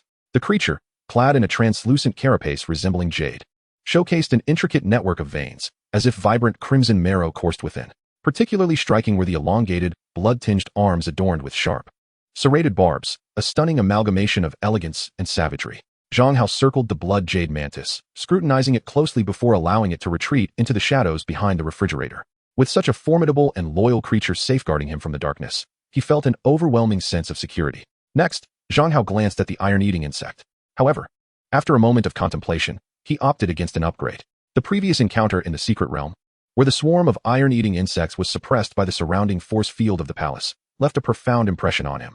Ultimately, the strength of the iron-eating insects relied heavily on their numbers, and their individual power remained too feeble. Unlike the armored beetles, which could consolidate their strength through close formation to tackle weaker foes and clear battlefields with ease, the insect swarm struggled to pose a threat to those of significant prowess, easily falling victim to countermeasures. Additionally, without reaching a certain scale and numbers, their impact was negligible. Although Zhang Hao's system panel boasted over 10 million energy points, which seemed substantial, he recognized the need to be judicious with his expenditure, focusing on pivotal enhancements. With the defensive capabilities of the copper-armored beetle, coupled with the terrifying blood jade mantis, which could be deemed a jungle butcher, he felt confident in addressing a minor training facility within a third-tier city. Now, he awaited the opportune moment to strike. Casting a glance at the time, which had just passed noon, he realized that broad daylight was not the ideal time for action. Having spent the morning battling outside the barrier, his stomach growled with hunger. Thus, he retrieved a substantial collection of beast materials acquired from vanquished foes in the secret realm, selecting a portion to fill a large backpack. After shouldering the load, he ventured out, dined at a nearby restaurant, and then took a bus to Chongqing Pharmaceuticals. Intent on resolving the matter of the blood aphids, Chongqing Pharmaceuticals stood as a vast commercial empire, specializing in the trade of various potions. With stores scattered across major barrier cities, the establishment in Lanling City was located in the bustling city center within an impressive 3-story building. At that moment, shortly after noon, a graceful figure clad in a light purple qipao reclined by the floor-to-ceiling window on the 3rd floor, cradling a snow-white cat in her arms, basking leisurely in the sunlight. The cat nestled its head between the woman's ample bosom, purring contentedly until a sudden tension filled the air. The feline's body trembled, its fur standing on end, as its azure eyes glimmered with a watchful alertness directed towards the ground below. "Oh," the qipao-clad woman exclaimed softly, following the cat's gaze out the window. A strikingly handsome and sunlit youth strode into the lobby on the 1st floor, burdened by a heavy backpack. It was unexpected to encounter such an individual in a modest third-tier barrier city. The woman in the qipao displayed a flicker of intrigue in her gaze. The cat cradled in her arms was no ordinary white feline. It was a rare breed discovered within a secret realm, possessing an exceptionally keen perception of murderous intent and bloodlust, which explained its earlier reaction. This indicated that the young man had undoubtedly taken many lives, be they beasts or humans, in a short span of time. Observing him through the window, it was evident that he was remarkably young, appearing as if he had just graduated. To exude such a potent aura of bloodshed at such a tender age was truly remarkable. Intriguing. The corners of the woman's lips curled slightly as she placed the cat on the table. Rising, she stretched languidly, then turned gracefully on her long legs to descend the staircase. Simultaneously, she placed a fully laden backpack of materials on the counter. The clerk behind the counter quickly and adeptly began to identify, weigh, and assess the various materials. Ultimately, the total was calculated to be 537,843 yuan. Upon hearing this price, Zhang Hao felt a slight surprise. He hadn't anticipated that these beast materials would be so valuable. Just a single backpack's worth could fetch over 50,000 yuan. If he were to extract all the materials from his storage item, he might not be able to sell them for less than 1 million. Indeed, to make quick money, one must venture beyond the barriers. He silently expressed gratitude to the diligent brothers and sisters who had collected these materials and packed them into his backpack for him to acquire.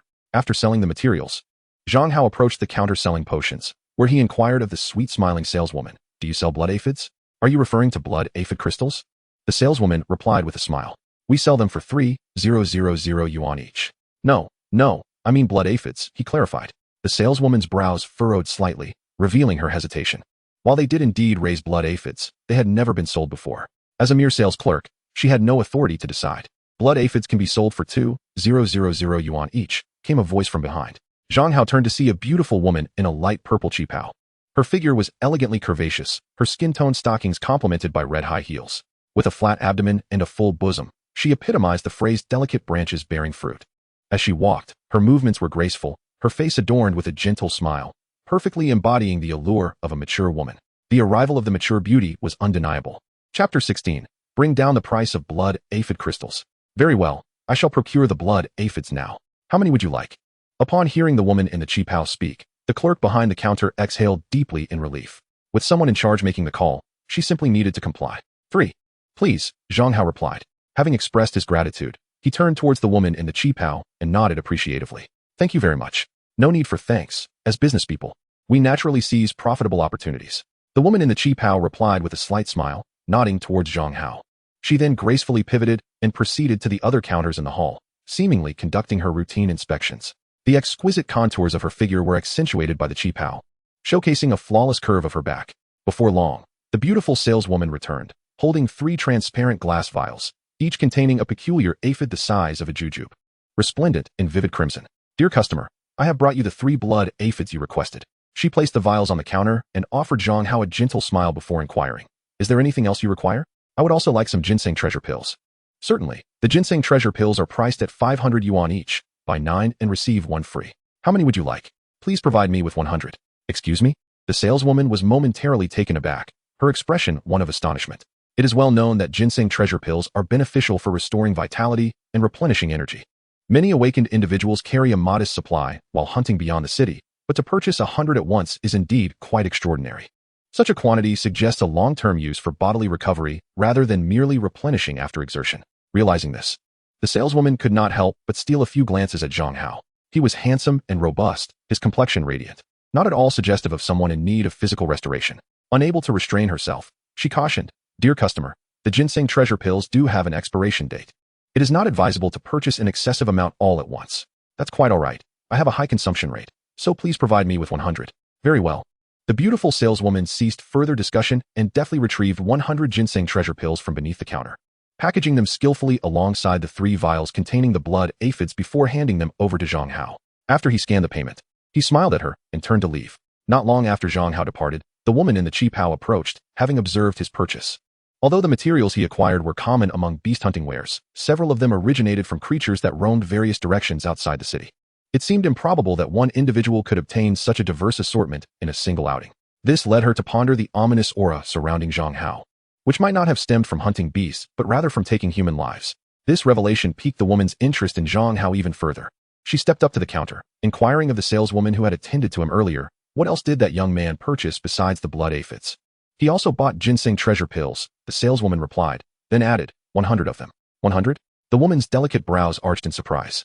At such a young age, does he truly require such medicine? At that moment, Zhang Hao remained blissfully unaware of the scrutiny he had attracted. Having merely procured a batch of goods from Changxing Pharmaceuticals and casually purchased 2 items, he had inadvertently revealed a plethora of information. Catching the attention of the woman in the qipao, upon returning home, he eagerly extracted 3 vials containing blood aphids. As anticipated, a system notification promptly appeared. Congratulations, host. You have discovered wild spiritual insects, blood aphids. You may expend 300,000 energy points to capture them. Upon capture, the insect nest will unlock the tiered blood aphid, which can be hatched using energy points. Capture. In the next instant, 300,000 energy points were swiftly deducted from the system panel. The blood aphids within 1 vial were ensnared by a magical array, contracting into a luminous point and merging into the insect nest within Zhang Hao's body. They transformed into an entry in his system panel. Blood aphid, tier, level 1, hatching cost, 100 energy points. Description, a special spiritual insect with extraordinary innate abilities and stringent survival conditions. Upon maturing and consuming a sufficient quantity of rare resources, its body will harden and crystallize into the precious blood aphid crystal. Zhang Hao hastily expended 100 energy points to hatch a blood aphid. He noted that the hatched aphid bore an almost identical appearance to the 2 blood aphids contained in the other glass vials. Indeed, the system's insect nest was remarkable. All the hatched spiritual insects were fully developed and mature forms, requiring no further nurturing. Otherwise, Zhang Hao feared that his ineptitude could lead to the demise of such delicate blood aphids. The Xiantian transformation technique and the system's manual provided detailed accounts. Once the blood aphids matured, they merely needed to be fed ample rare resources to rapidly crystallize and form blood aphid crystals. The primary ingredient of the rare ginseng pill was a particular spiritual ginseng herb, which was fortuitously suitable as feed. Zhang Hao poured out 3 rare ginseng pills and placed them before the 3 aphids, inviting them to feast. Immediately, the 3 aphids scurried to the ginseng pills, diligently gnawing away. In no time, they devoured each pill entirely and then lay languidly in place, their bodies suffused with a hazy crimson glow, gradually crystallizing and hardening. Witnessing this, Zhang Hao's eyes sparkled with delight as he began to calculate rapidly. Each rare ginseng pill sold for 500 coins. After consumption, they could be converted into 500 energy points. Hatching a single blood aphid required 100 energy points. Thus, the cost of producing 1 blood aphid crystal amounted to 600 coins. Yet, this item was sold for 3,000 coins at Chongqing Pharmaceuticals. Such a lucrative opportunity. He envisioned opening a pharmacy in the future, intending to reduce the price of blood aphid crystals for his family, perhaps selling them for 2,998 coins. However, this ambition hinged on his ability to grow sufficiently powerful, ensuring that Chongqing Pharmaceuticals would not seek to eliminate him. According to the records, the crystallization process of the blood aphids would take 3 hours, equating to 6 hours in total. Zhang Hao once again hatched 97 blood aphids using his insect nest, each receiving a precious shenbao pill. He placed them on a plate, patiently awaiting their gradual crystallization.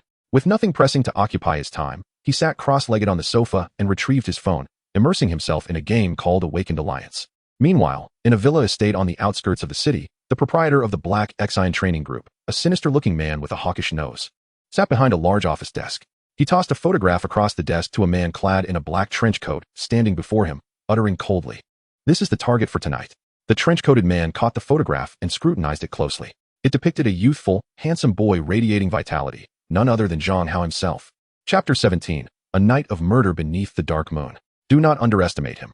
Although he has only recently awakened, his strength is not to be trifled with. When you strike, be decisive and swift. In any case, by tomorrow morning, I want to see either him alive or his corpse. Upon hearing the hawkish man's warning, the trench-coated man nodded, his expression remaining unyieldingly stoic and indifferent. He tucked Zhang Hao's photograph into his coat pocket and turned to leave. Once the trench-coated assassin departed, the hawkish man reclined in his expansive chair, a smirk curling at the corners of his mouth. This assassin was the ace of their Black Exine Training Group. Taking down a boy who had just awakened should be child's play. A talent awakened with the ability to command insects, a formidable warrior clad in armor, and a mysterious figure snatching treasures from the secret realm. Who could fathom that these 3 identities belonged to the same individual? A glint of greed sparkled in the hawkish man's eyes as he mused. Fortune seems to favor me this time.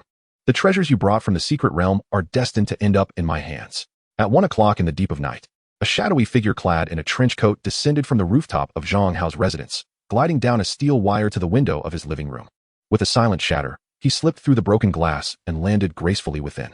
This was a newly acquired ability following his talent upgrade, allowing him to silence sounds within a certain radius, perfect for a killer. The choice of this particular hour was informed by years of professional experience. It was often when people were in the deepest slumber. Many targets, unaware, had met their end in their dreams. Clutching a sharp dagger, he stealthily approached the bedroom. Gently pushing the door open, he peered inside and saw Zhang Hao seated cross-legged on his bed, fervently rubbing his phone while muttering expletives. "Damn it, useless support. Why are you hitting me instead of the enemy?" Raising his gaze to the doorway, he glared at the trench-coated figure with irritation. "Who the hell are you? It's the middle of the night. What do you want in my house? Damn it, I forgot the target is a young man. At this hour. P.S. Still awake. Are you trying to cultivate immortality or something?" The man in the trench coat cursed inwardly, since he had already been discovered. There was no need for pretense. He raised the dagger in his hand, his gaze sharp as he fixed it upon Zhang Hao, coldly declaring, "I have come to escort you on your final journey." Yet, scarcely had the words left his lips when his expression froze. He sensed a chilling aura of death approaching from behind. Before he could react, the world around him began to whirl. His head spun and fell to the ground, revealing the source of his demise, a massive, blood-red mantis that had suddenly appeared behind him. Meanwhile, Zhang Hao remained seated on his bed. After several minutes, he finally completed his game. Cursing the incompetent support player, he tossed his phone heavily onto the bed. With a swift motion, he leaped off the bed and onto the floor. An army of copper beetles surged forth, akin to a raging tide enveloping him. In an instant, they formed a jagged and formidable suit of metallic armor around his body, bathed in the moonlight streaming through the window. The armor gleamed with a chilling brilliance, a perfect fusion of violent aesthetics and metallic texture. To ensure absolute security, Zhang Hao expended a staggering 4 million energy points to hatch a full 20,000 copper beetles, thereby constituting this nearly flawless bronze battle armor. At that moment, he felt an overwhelming power surging within the armor. as if it had reached the pinnacle of strength, an experience entirely different from that of wearing the black iron armor during the day. He had previously tested this armor's defensive capabilities and found that even the razor-sharp blood jade blades of the blood jade mantis could not cleave through it. It was capable of withstanding the physical attacks of the majority of awakeners below level 30. As Zhang Hao donned the armor, the swarm of iron-eating insects had already cleared away the trench-coated assassin's remains. It seemed that the leader of the Black Iron training group truly resonated with him. Their thoughts aligned perfectly. On this dark and windy night, ripe for slaughter, Zhang Hao's lips curled into a cruel smile. Moments later, he grasped the blood jade mantis's foot and soared to a villa estate on the outskirts of the city. During the day, he had utilized the internet to gather extensive information about the Black Iron training group. As one of the largest training factions in Lonling City, there was an abundance of data available online about them, perhaps due to fierce competition, fearing fragmentation or sabotage from rival groups, or for some other reason. The vast majority of their formal members resided within this villa estate, facilitating Zhang Hao's plans. Zhang Hao first released the 20,000 iron-eating insects, dispersing them under the cover of night to encircle the entire estate. Then, utilizing the swarm as his eyes and ears, he effortlessly identified several awakeners on night watch. He dispatched the blood jade mantis, transforming it into a relentless assassin moving through the shadows. With astonishing speed, it silently eliminated the guards one by one. Capturing one of them, Zhang Hao sought to extract the location of the leader's residence, only to learn that there were 3 villas within the estate, all belonging to the boss. No one knows which building he will reside in each night. This old man is quite cautious, Zhang Hao murmured. However, this posed no challenge for him. The blood jade mantis, as a ferocious predator, possesses a keen sensitivity to human scent. Soon, it pinpointed one of the 3 villas. When Zhang Hao burst through the roof of the villa and descended into the target room, he found the boss stark naked, bound to a wooden rack. A voluptuous woman clad in black leather was mercilessly torturing him with a whip. The old fellow certainly knows how to indulge, Zhang Hao thought to himself, and without hesitation, he swung his long knife towards the boss. It's you. The boss's pupils constricted in shock. He swiftly kicked the leather-clad woman in front of him to shield himself from Zhang Hao's strike. With a sudden surge of strength, he broke free from his shackles. Countless ice crystals rapidly coalesced in the air around him, forming sharp ice spikes that shot towards Zhang Hao. At that moment, the wall behind him suddenly crumbled. The blood jade mantis burst into the room, wielding 2 blood-red arm blades. They crossed into an incredibly sharp crimson cross and struck down upon him. Chapter 18, Confusion. Even in death, you belong to me. My goodness. The sudden life-and-death crisis left the boss aghast. Fortunately, his years of experience had honed his reflexes. In the face of imminent danger, he lunged forward just in time to narrowly evade the blood jade mantis's lethal strike. However, this caused him to fall to the ground, where Zhang Hao swiftly caught up and pinned him down with a foot. Only then did he finally see clearly that the creature that had almost decimated him was indeed a blood jade mantis. This fearsome beast, known as the Butcher of the Jungle, would spell near-certain death even if encountered alone. Not to mention the formidable Zhang Hao, clad in mysterious bronze armor, who stood alongside it. At this moment, his heart was filled with immense despair and disbelief. How could a mere boy who had only awakened 3 days ago summon such a terrifying beast and command it, and possess such formidable strength himself? Even the legendary supreme talents could not be this absurd. Oh heavens, why have you forsaken me? How could I possibly encounter such a once-in-a-millennium prodigy? In the next instant, seeing Zhang Hao raise his long knife to strike at his neck, the boss trembled, his soul nearly escaping his body. He hastily cried out, "Do not kill me. Do not kill me." As he shouted, he removed a black ring from his finger and offered it to Zhang Hao, pleading with a face full of desperation. "This storage ring contains all the wealth I have painstakingly amassed over the years. If you spare me, all the treasures within are yours." However, in the face of his pleas, Zhang Hao did not even blink. With a swift motion, he severed the head from its body, calling out to the decapitated corpse, "Fool! Even in death, you belong to me." With a wave of his hand, he summoned the iron-devouring worms to cleanse the battlefield. He bent down to retrieve a storage ring, wiped it clean, and tucked it into his pocket, feeling a mix of emotions. He had initially anticipated a fierce battle that night, yet it had been resolved with such ease.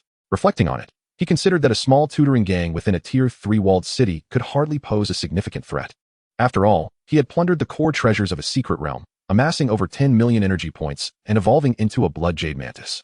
What courage did they possess to challenge him? Was it perhaps bestowed by Liang Jingru? Nonetheless, one must admit, a mere tutoring gang could afford to reside in a villa estate. Tutoring truly is a lucrative endeavor. After eliminating the most formidable boss, the subsequent tasks became even simpler. Zhang Hao took merely a few minutes to thoroughly cleanse the villa estate, leaving no scoundrel behind. He clapped his hands and exited the estate when a melodious and enchanting voice drifted from behind him. Turning, he beheld a stunning figure emerging from the night. Clad in a delicate lavender qipao, her beauty captivating and alluring, akin to a beguiling flower blooming silently in the darkness. "Is it you?" Zhang Hao exclaimed, momentarily taken aback, surprise evident in his eyes. The woman who had unexpectedly appeared behind him was none other than the qipao-clad beauty he had encountered earlier that afternoon at Chongqing Pharmaceuticals. Though astonished, Zhang Hao showed no hesitation in his actions. The blood jade mantis transformed into a blur, swiftly darting behind the woman, raising its arm blade to strike decisively at her graceful, pale neck. "Ah, what a wild little wolf dog you are," she remarked, unperturbed by the sudden assault, even finding the time to jest. Her gaze toward Zhang Hao grew increasingly appreciative. With a subtle gesture of her hand, a radiant blue gourd materialized in the air, emanating an ethereal aura. A fierce wind surged from its opening, unleashing an astonishing force that drew the blood jade mantis into it. "Do not waste your efforts." The qipao woman chuckled softly, addressing Zhang Hao. "Although my awakened talent is not combat-oriented, it is beyond the capabilities of a novice like you, who has only recently awakened." Zhang Hao's heart sank, realizing he had encountered a master. This strikingly beautiful woman likely possessed strength surpassing even that of the city lord of Longling. She was certainly not someone he could contend with at his current level. How unfortunate it was to find such a formidable opponent in a humble city like Longling, and to have crossed paths with her. Gritting his teeth, he asked in a low voice, "What do you want?" "Do not be alarmed. I harbor no ill intentions.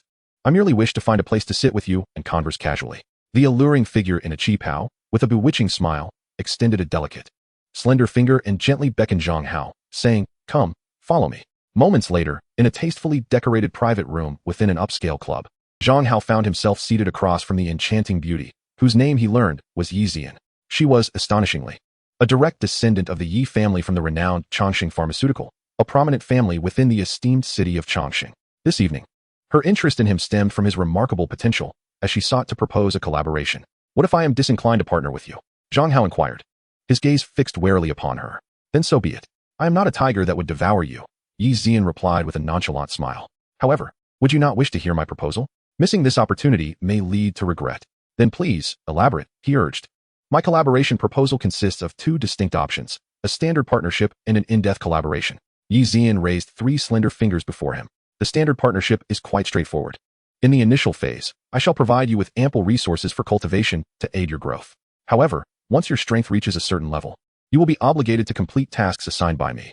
Should there come a day when you fail to meet my expectations, or I am unable to fulfill your needs, we may part ways and dissolve our partnership." "And what of the in-depth collaboration?" Zhang Hao inquired, his interest piqued. "How does that differ?" "In-depth collaboration signifies that we mutually acknowledge and form a vested alliance, supporting one another through thick and thin. I shall unconditionally provide you with any resources necessary for your cultivation, leveraging all my connections to assist you. However, when I require your aid in the future, you must unconditionally assist me within your capacity. Thus, it would not be a loss for me to collaborate with you." Zhang Hao pondered, curiosity glimmering in his eyes as he regarded Yi Zian. "But how can you assure me that I would not agree now only to turn against you in the future once I have grown powerful? After all, the term within your capacity is rather vague, is it not? Ultimately, it is I who would set the terms, correct?" "Ah, dear brother, do you wish to exploit your sister's generosity?" Yi Zian replied with a slight smile, opening her palm. In her hand, a flicker of light revealed 2 emerald green pills the size of longan fruit. These pills were translucent, each containing a peculiar, ant-like creature curled within. These 2 pills harbor a creature known as the oath insect. Once a vow is made and the pill is swallowed, it will reside within the host's body, witnessing the fulfillment of the oath. Should one violate this promise, they will suffer the torment of 1,000 insects gnawing at their heart. Congratulations, host, you have discovered a wild oath insect. You may expend 300,000 energy points to capture it. Upon capture, the insect nest will unlock the advanced oath insect, which can be hatched using energy points. Upon seeing the message displayed on his system panel, a flicker of intrigue ignited within Zhang Hao. Soon, I communicated with the system through my thoughts, silently pondering. If I were to swear an oath with this alliance oath goo and consume it, would I still be able to capture it again?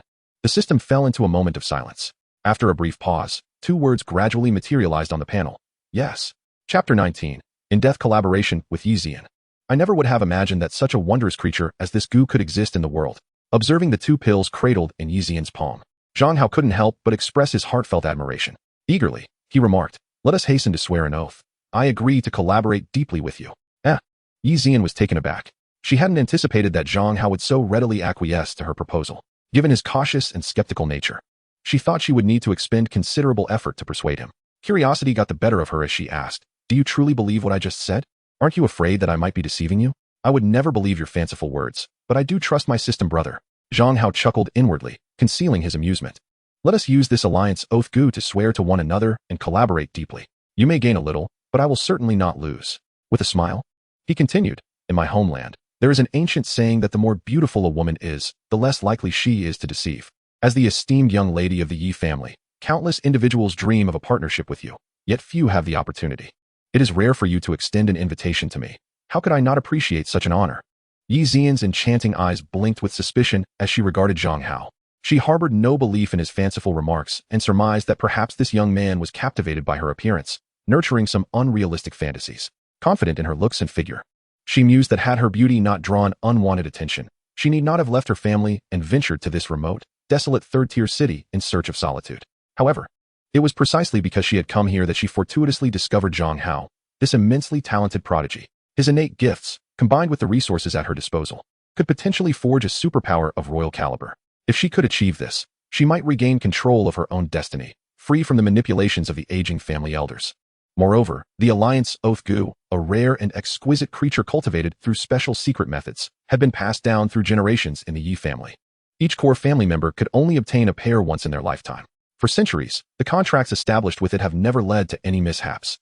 Regardless of Zhang Hao's underlying intentions, as long as they swore their oaths and consumed the Gu, he would be bound to honor his promises, bound to her closely in both fortune and misfortune. With her thoughts swirling, Yi Xian, trusting in the efficacy of the Alliance Oath Gu, set aside all her reservations. She nodded, agreeing to establish a profound cooperative relationship with Zhang Hao. The two individuals each took a pill encased in a vow of allegiance, facing the insect within and loudly proclaiming their respective oaths. Essentially, they pledged to form a closely knit community of shared destinies, vowing to support one another with all their strength in times of joy and sorrow alike. After the solemn vows were made, they ingested the pills, thereby formalizing their partnership. Both were immensely satisfied, their faces alight with joyful smiles. In that moment, the private room was saturated with an atmosphere of collective delight. Yi Xian cheerfully raised her goblet, lightly clinking it with Zhang Hao's. She downed the red wine in her glass in one swift motion, leaving a delicate crimson lip print upon the glistening rim. As the wine warmed her insides, a faint blush graced her cheeks, enhancing her already captivating beauty, making her appear even more alluring and enticing. With a playful smile directed at Zhang Hao, she inquired, now that we are partners, there is no need for us to be overly formal. If you require any resources for your cultivation, feel free to ask. Zhang Hao had been eagerly awaiting this very statement from Yi Xian and, of course, would not hold back. He promptly replied, actually, I do have a request. Please help me acquire a batch of ginseng pills. What? Yi Xian was momentarily taken aback, a peculiar expression crossing her face. She had anticipated that Zhang Hao might request some techniques or weapons for cultivation, but to her astonishment, he instead asked for ginseng pills, disregarding more serious matters entirely. Confusion clouded her features as she arched an eyebrow and asked, didn't you just purchase 100 this afternoon? What do you need more for? A mere 100 is hardly sufficient. My consumption rate is high. I need at least 10 or 18,000, Zhang Hao replied confidently. 18,000. Do you intend to consume them as if they were meals? Yi Xian's exquisite eyes widened in disbelief, and she looked at Zhang Hao incredulously. I understand that your unique talent may require such pills for assistance in your cultivation, but allow me to caution you. Many things cannot be rushed, especially at your young age. It would be wise to exercise restraint and not become overly dependent on these pills. Zhang Hao felt a twinge of exasperation at her misunderstanding. He knew Yi Xian had misinterpreted his intentions. He needed the ginseng pills for his insects, not for his own consumption. However, even though they had established a profound partnership, it did not imply complete trust between them. Many secrets remained necessary to keep. Thus, Zhang Hao was content to let Yi Xian remain in her misconception and confidently assured her, rest assured, I know what I'm doing. Just provide me with the pills. Very well, but my current stock is insufficient. Tomorrow, I will send 5,000 your way, and the remainder will be supplied gradually, Yi Xian agreed, nodding in acceptance of Zhang Hao's request. Then, she added, but you must promise me one thing. Zhang Hao's heart sank. He realized there was no such thing as a free lunch. He raised an eyebrow and asked, what is it? A few days later, during the Awakener's newcomer assessment, I expect you to secure the top position. Yi Xian fixed her enchanting gaze upon Zhang Hao, her demeanor resolute. Achieving first place? That seems rather straightforward. Yet what significance does it hold? Zhang Hao looked at Yi Xian with a hint of confusion. Securing the top rank in a mere awakening assessment in Lanling City is hardly of any consequence. However, only by attaining a position within the top 3 can one qualify to participate in the annual talent championship. Yi Xian regarded Zhang Hao and unveiled her aspirations. My goal is for you to at least achieve a top 3 finish in the championship. This way, you will directly obtain a third-tier barrier city, establishing your own fiefdom. However, I have no interest in becoming a city lord.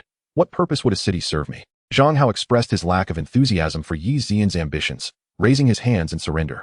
My dream is to traverse the world with a sword in hand, to witness the splendor of existence. I have no desire to be a city lord, idling away my days in a single city. It appears you are entirely misunderstanding the situation. Yet, upon hearing Zhang Hao's words, Yi Zian merely shook her head and smiled, elucidating, who said that becoming a city lord means being tethered to one's fief. In all barrier cities governed by the Four Sacred Alliance, ownership of the fief and administrative power are distinctly separated. Most daily affairs of the city are managed by officials dispatched by the alliance. The city lord simply reaps the rewards, enjoying the benefits of the city's tax revenues. These funds can be utilized to train an army, ensuring the safety of your fief. If you find it too troublesome, you may relinquish the responsibilities to me, and I shall assist in managing it. All tax revenues, aside from necessary expenditures, will be directed to you. In light of this, it seems that being a city lord might indeed have its merits. Zhang Hao felt a flicker of interest, yet his brow furrowed in concern as he asked Yi Zian, but according to your reasoning, if all the benefits accrue to me, what do you stand to gain? I seek nothing for myself. I merely wish to assert my presence and show those old fossils what we are capable of. Yi Zian retorted with a huff, a glimmer of indignation flashing across her exquisite visage. Clenching her teeth, she forcefully struck the table with her delicate fist. The ample curves beneath her qipao quivered, causing Zhang Hao to feel a surge of anxiety, fearing the fabric might tear. Then, Yi Zian continued, moreover, if you are truly able to become a formidable power in the future, the scale of your fief will inevitably expand and flourish. Should it one day evolve into a city of princely stature, the benefits you would reap would transcend mere tax revenues. Zhang Hao nodded, partially comprehending. He understood that the intricacies of the cities and fiefs within the Four Sacred Alliance were deeply entangled, involving numerous interests that could not be easily articulated. However, as long as he need not concern himself with daily trivialities and could still enjoy the benefits, he felt content. Thus, he readily agreed. After departing from the club, Zhang Hao ventured alone into a dim alleyway. Promptly invoking the system panel, I endeavored to capture the oath insect residing within me. As a brilliant light flickered, a notification materialized on the panel. Congratulations, host. Consumed 3 million energy points. Successfully captured the oath insect. Oath insect grade. Hatching cost. 1 million energy description. A peculiar and potent spirit insect that resonates with the path of causality, ensuring the host adheres to their oaths. Should the host violate their vow, they shall endure the torment of countless insects gnawing at their heart. Excellent. With this, the previously mutually beneficial collaboration with Yi Zian has transformed into a one-sided deepening of my influence over her. She will be compelled by the oath to assist me unconditionally in all matters, great and small. Conversely, I am liberated from any such constraints and may choose to assist her at my leisure, or simply depart without a second thought. Moreover, she is bound by this oath and cannot act to my detriment in any form. To summarize, it equates to a most advantageous arrangement, and the one I am benefiting from is none other than the esteemed young lady of the Yi family from the illustrious Chongqing Pharmaceuticals. What a stroke of fortune. Rather than hastening to slumber, I retrieved a multitude of energy crystal cores from my storage artifact, cradling them in my palm and absorbing them one by one. These crystals were gathered from the backpacks of the deceased awakeners I encountered in the secret realm during the day. At that time, I had intended to develop steadily. Reluctant to reveal my strength too soon, I feared that an accelerated rise in power might attract unwanted attention. Thus, I refrained from absorbing them. However, now that I have allied myself with Yi Zian, I need not fear. I consumed all the crystal cores, propelling my level to 8 in one go. My energy accumulation surged to 8 points per second. Regrettably, the Celestial Champion Tournament, which Yi Zian wished for me to enter, imposes a crucial restriction. All participants must be newly awakened, and their level cannot exceed 10. Otherwise, I would have eagerly requested a batch of crystal cores from Yi Zian to elevate my level to 30 or even 50. The prospect of effortlessly amassing energy daily would indeed be a delightful affair.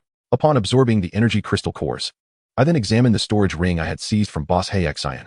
Inside, I discovered a considerable array of treasures. Though they consisted mainly of ordinary valuables and lacked any particularly rare cultivation resources. After a brief inventory, I retired to bed for the night. The following morning, I slumbered until the sun had ascended high in the sky, only to be roused by the sound of the doorbell. Upon opening the door, I was greeted by a staff member from Chongqing Pharmaceuticals, who cradled a large box containing the 5,000 ginseng treasure pills promised by Yi Zian. The pills were promptly scattered across the living room floor. Subsequently, within the insect nest, I hatched 5,000 blood aphids, summoning them to commence their feast. I observed as each of the 5,000 blood aphids consumed a single ginseng treasure pill. The body began to emanate a crimson glow, and upon entering a crystalline state, Zhang Hao nodded with satisfaction. Returning to his bedroom, he seated himself cross-legged on the bed and retrieved the 100 blood aphid crystals he had completed the previous day. He picked one up and tossed it into his mouth. After crushing it with a satisfying crunch, he swallowed it. Instantly, a surging wave of warmth surged from his abdomen. spreading throughout his entire being, causing his vital essence to boil with fervor. He hastily followed the cultivation method recorded in the Xiantian Zhao Huaju, mobilizing the power of his blood and qi, guiding it along fixed meridian pathways as he commenced his circulatory practice. As the technique began to operate, Zhang Hao distinctly felt that every cell within him seemed to awaken, releasing an increasingly formidable force of blood and qi that coursed through every inch of his meridians and flesh, cleansing and refining him. This gradual transformation strengthened him continually. Before long, the energy contained within a single blood aphid crystal was completely expended, causing the operation of the Xiantian Zhao Huaju to slow. Zhang Hao immediately grasped 2 more blood aphid crystals, swallowing them after crushing them between his teeth. Instantly, an even more potent surge of blood and qi erupted, akin to a turbocharged force driving the technique to accelerate. Blood-red spots began to appear on the skin of Zhang Hao's chest, as a serpentine, twisting blood-colored patterns slowly began to coalesce. Immersed in the ecstasy of physical enhancement, he relentlessly practiced the technique, entirely oblivious to the passage of time. Only after consuming all 100 blood aphid crystals and successfully forming the first blood pattern did he reluctantly conclude his session and rise. Upon opening his eyes, he realized that night had fallen. Zhang Hao descended from the bed, slowly clenched his fists, and could distinctly feel a powerful force surging within him, signifying a notable enhancement in his physical strength. He nodded in satisfaction and made his way to the living room. At that moment, the blood aphids in the living room had successfully transformed into blood aphid crystals, resembling a scattering of translucent, pure red diamonds that radiated a fierce crimson glow. With a swift motion of his hand, thousands of iron-eating worms appeared out of thin air, gathering the scattered blood aphid crystals and neatly depositing them into several large bowls, ready for Zhang Hao's use at any moment. After a day of rigorous training, Zhang Hao felt a touch of monotony. Thus, he sank into the sofa, summoned the system panel, and cast his gaze over it. The energy reserves accumulated in the nest had reached 3 million. However, the variety of hatchable insect species remained too limited. Zhang Hao resolved to expend a portion of the energy to unlock additional types of spiritual insects. The greater the variety of spiritual insects at his disposal, the more versatile his capabilities would be in facing various complex situations. Therefore, he accessed the system's insect unlocking function, consuming 50,000 energy points to randomly unlock a new spiritual insect. Before him, an insect egg materialized on the system panel, only to shatter moments later, releasing a mysterious flying insect engulfed in crimson flames. Congratulations to the host for expending 50,000 energy points and successfully unlocking the fiery firefly of the spiritual insect tier. Chapter 21, 3000 Gene of Divine Power. Fiery Firefly, Rank, Level 5, Hatching Cost, 200 Energy, Description, a diminutive flying insect engulfed in searing flames, capable of effortlessly melting steel due to its intensely high temperature. The Fiery Firefly? Quite impressive. Summoning it during combat allows it to function akin to a fireball spell. Moreover, it possesses the remarkable ability to autonomously track its target, which is exceedingly splendid. The first type of spiritual insect unlocked left Zhang Hao exceedingly content. A glimmer of joy reflected in his eyes. He immediately expended another 50,000 energy to continue unlocking new spiritual insects. This time, what emerged from the system panel was a menacing black wasp, adorned with sharp barbs. Toxic Black Wasp, Rank, Level 1, Hatching Cost, 5 Energy, Description, a fearsome wasp, entirely jet black and laden with potent venom, capable of inflicting prolonged suffering upon its adversaries with a single sting. In comparison to the Fiery Firefly, the Toxic Black Wasp appeared rather unremarkable. However, akin to unboxing a mystery gift, the outcomes can be both favorable and unfavorable. No one can guarantee perpetual success. Subsequently, Zhang Hao persistently engaged, unlocking a total of 10 types of spiritual insects in rapid succession. The system panel, suspended in the void, perpetually refreshed its notifications. Congratulations to the host for expending 50,000 energy points and successfully unlocking the Azure Silkworm of the spiritual insect tier.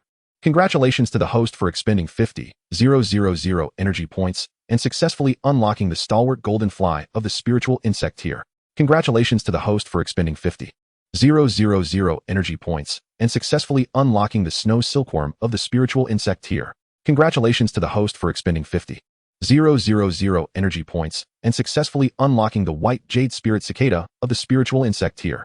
In total, Zhang Hao expended 500,000 energy points to unlock these 10 spiritual insects.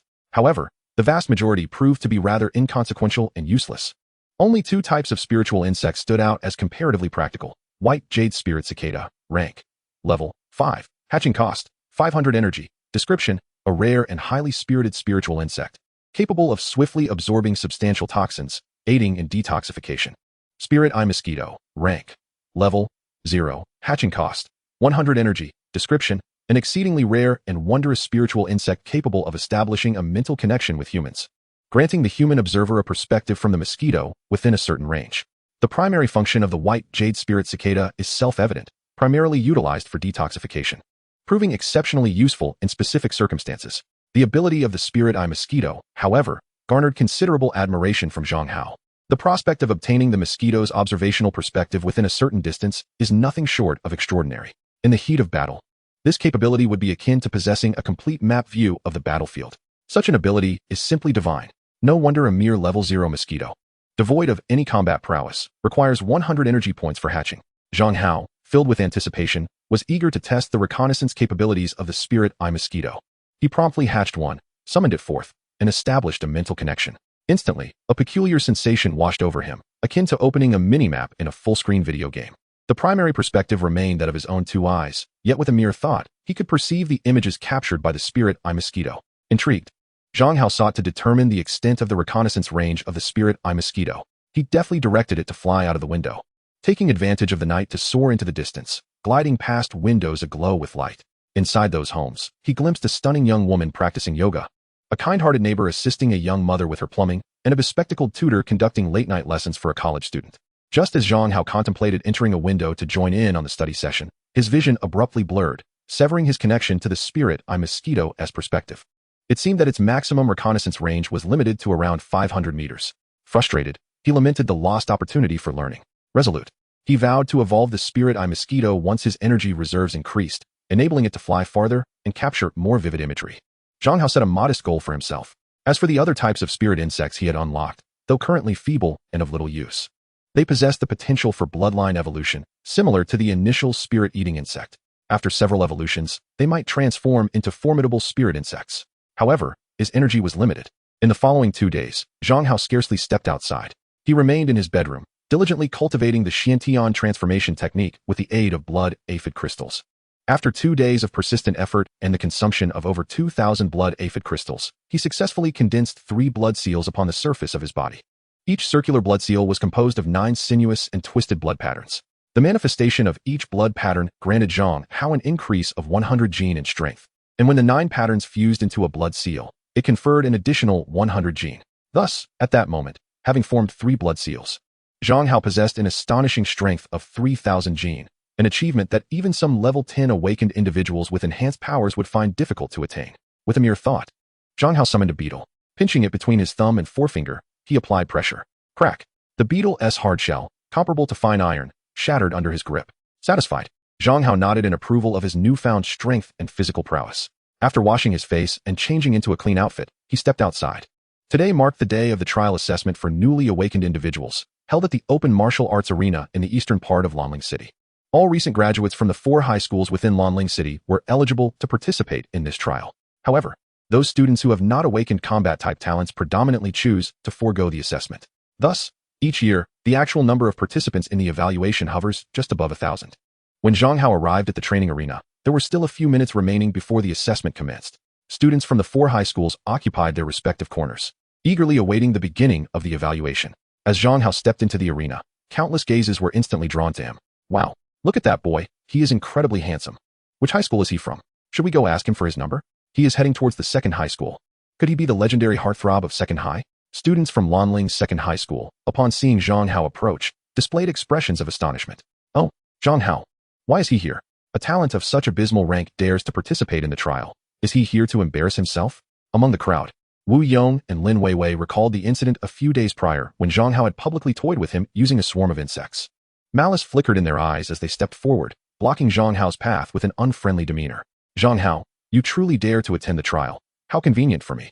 I once have to hunt you down. After days of diligent training, Wu Yong had successfully elevated his rank to level 6. He had mastered his talent ability and was brimming with confidence in his strength. With a menacing glare fixed upon Zhang Hao, he coldly declared, "We ought to settle that score from a few days ago, shall we? And let it not be said that I bullied you. Today, I shall offer you an opportunity." In front of everyone, before Wu Yong could finish, Zhang Hao frowned, impatience washing over him as he raised his right hand and delivered a swift slap. The force was so great that it sent Wu Yong sprawling far away, one side of his face swollen and contorted in pain as he crashed to the ground. Damn it, so much unnecessary chatter. Chapter 22. The assessment begins, the director's goodwill.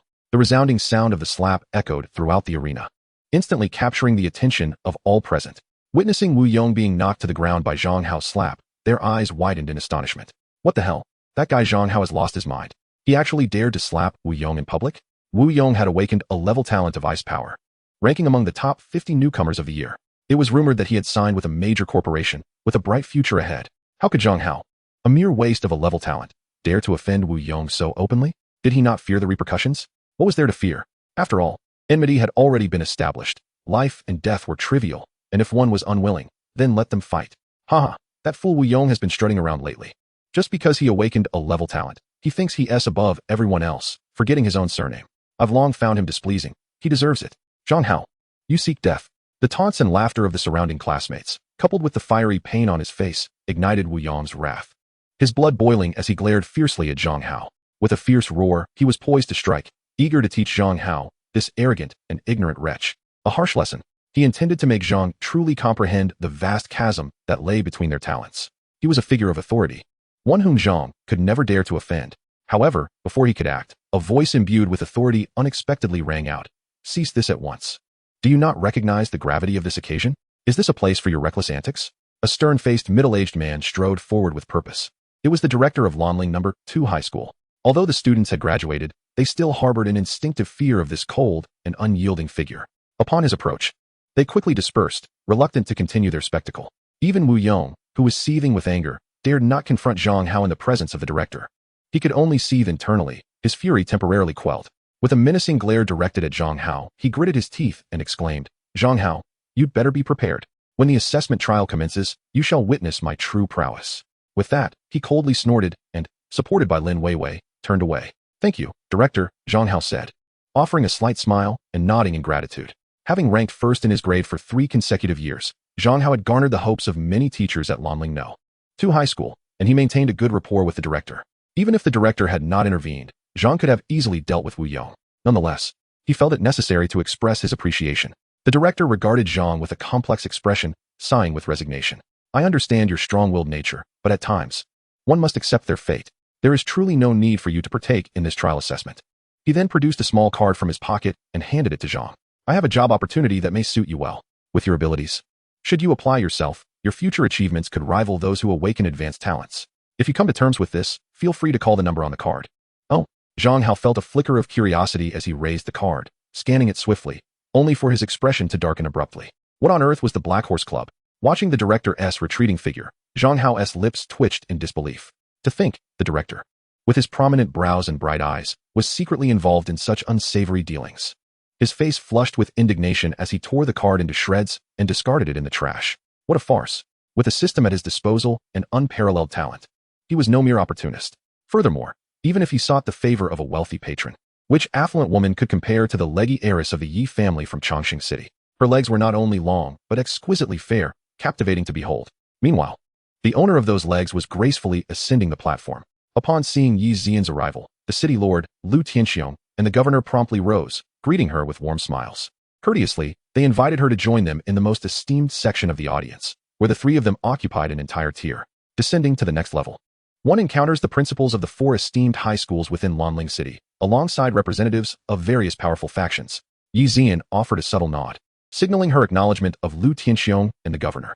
Upon taking her seat, she crossed her legs and allowed her captivating gaze to sweep across the assembly. Soon, her eyes fixated upon a strikingly handsome figure illuminated by the sun, a glimmer of anticipation flickering within her gaze. Although her clandestine investigations had confirmed beyond doubt that Zhang Hao possessed astonishing talent and unparalleled potential for growth, her understanding of him remained limited. She yearned to utilize this assessment to discern the true nature of Zhang Hao's gifts and to ascertain whether her pledge of deep cooperation had been placed in the right hands. Meanwhile, Lu Tianxiong's expression betrayed a hint of concern. This unease stemmed from the sudden emergence of a mysterious insect cultivator a few days prior. Initially, Lu Tianxiong regarded the insect cultivator with mere curiosity and did not give it much weight, considering that the entry level for the secret realm was capped at level 10. If the cultivator could access the realm, it indicated their level did not exceed 10. Even if their abilities were somewhat unique, they were unlikely to cause significant upheaval. However, that very night, one of the 3 major training organizations in Lanling City, the Haixing Training Group, was utterly annihilated. Analysis of the scene suggested that the enigmatic insect cultivator was likely responsible. Upon receiving this information, Lu Tianxiong's composure shattered. It was noteworthy that the leader of the Heixin training group was a level 29 awakened individual, able to be silently eradicated.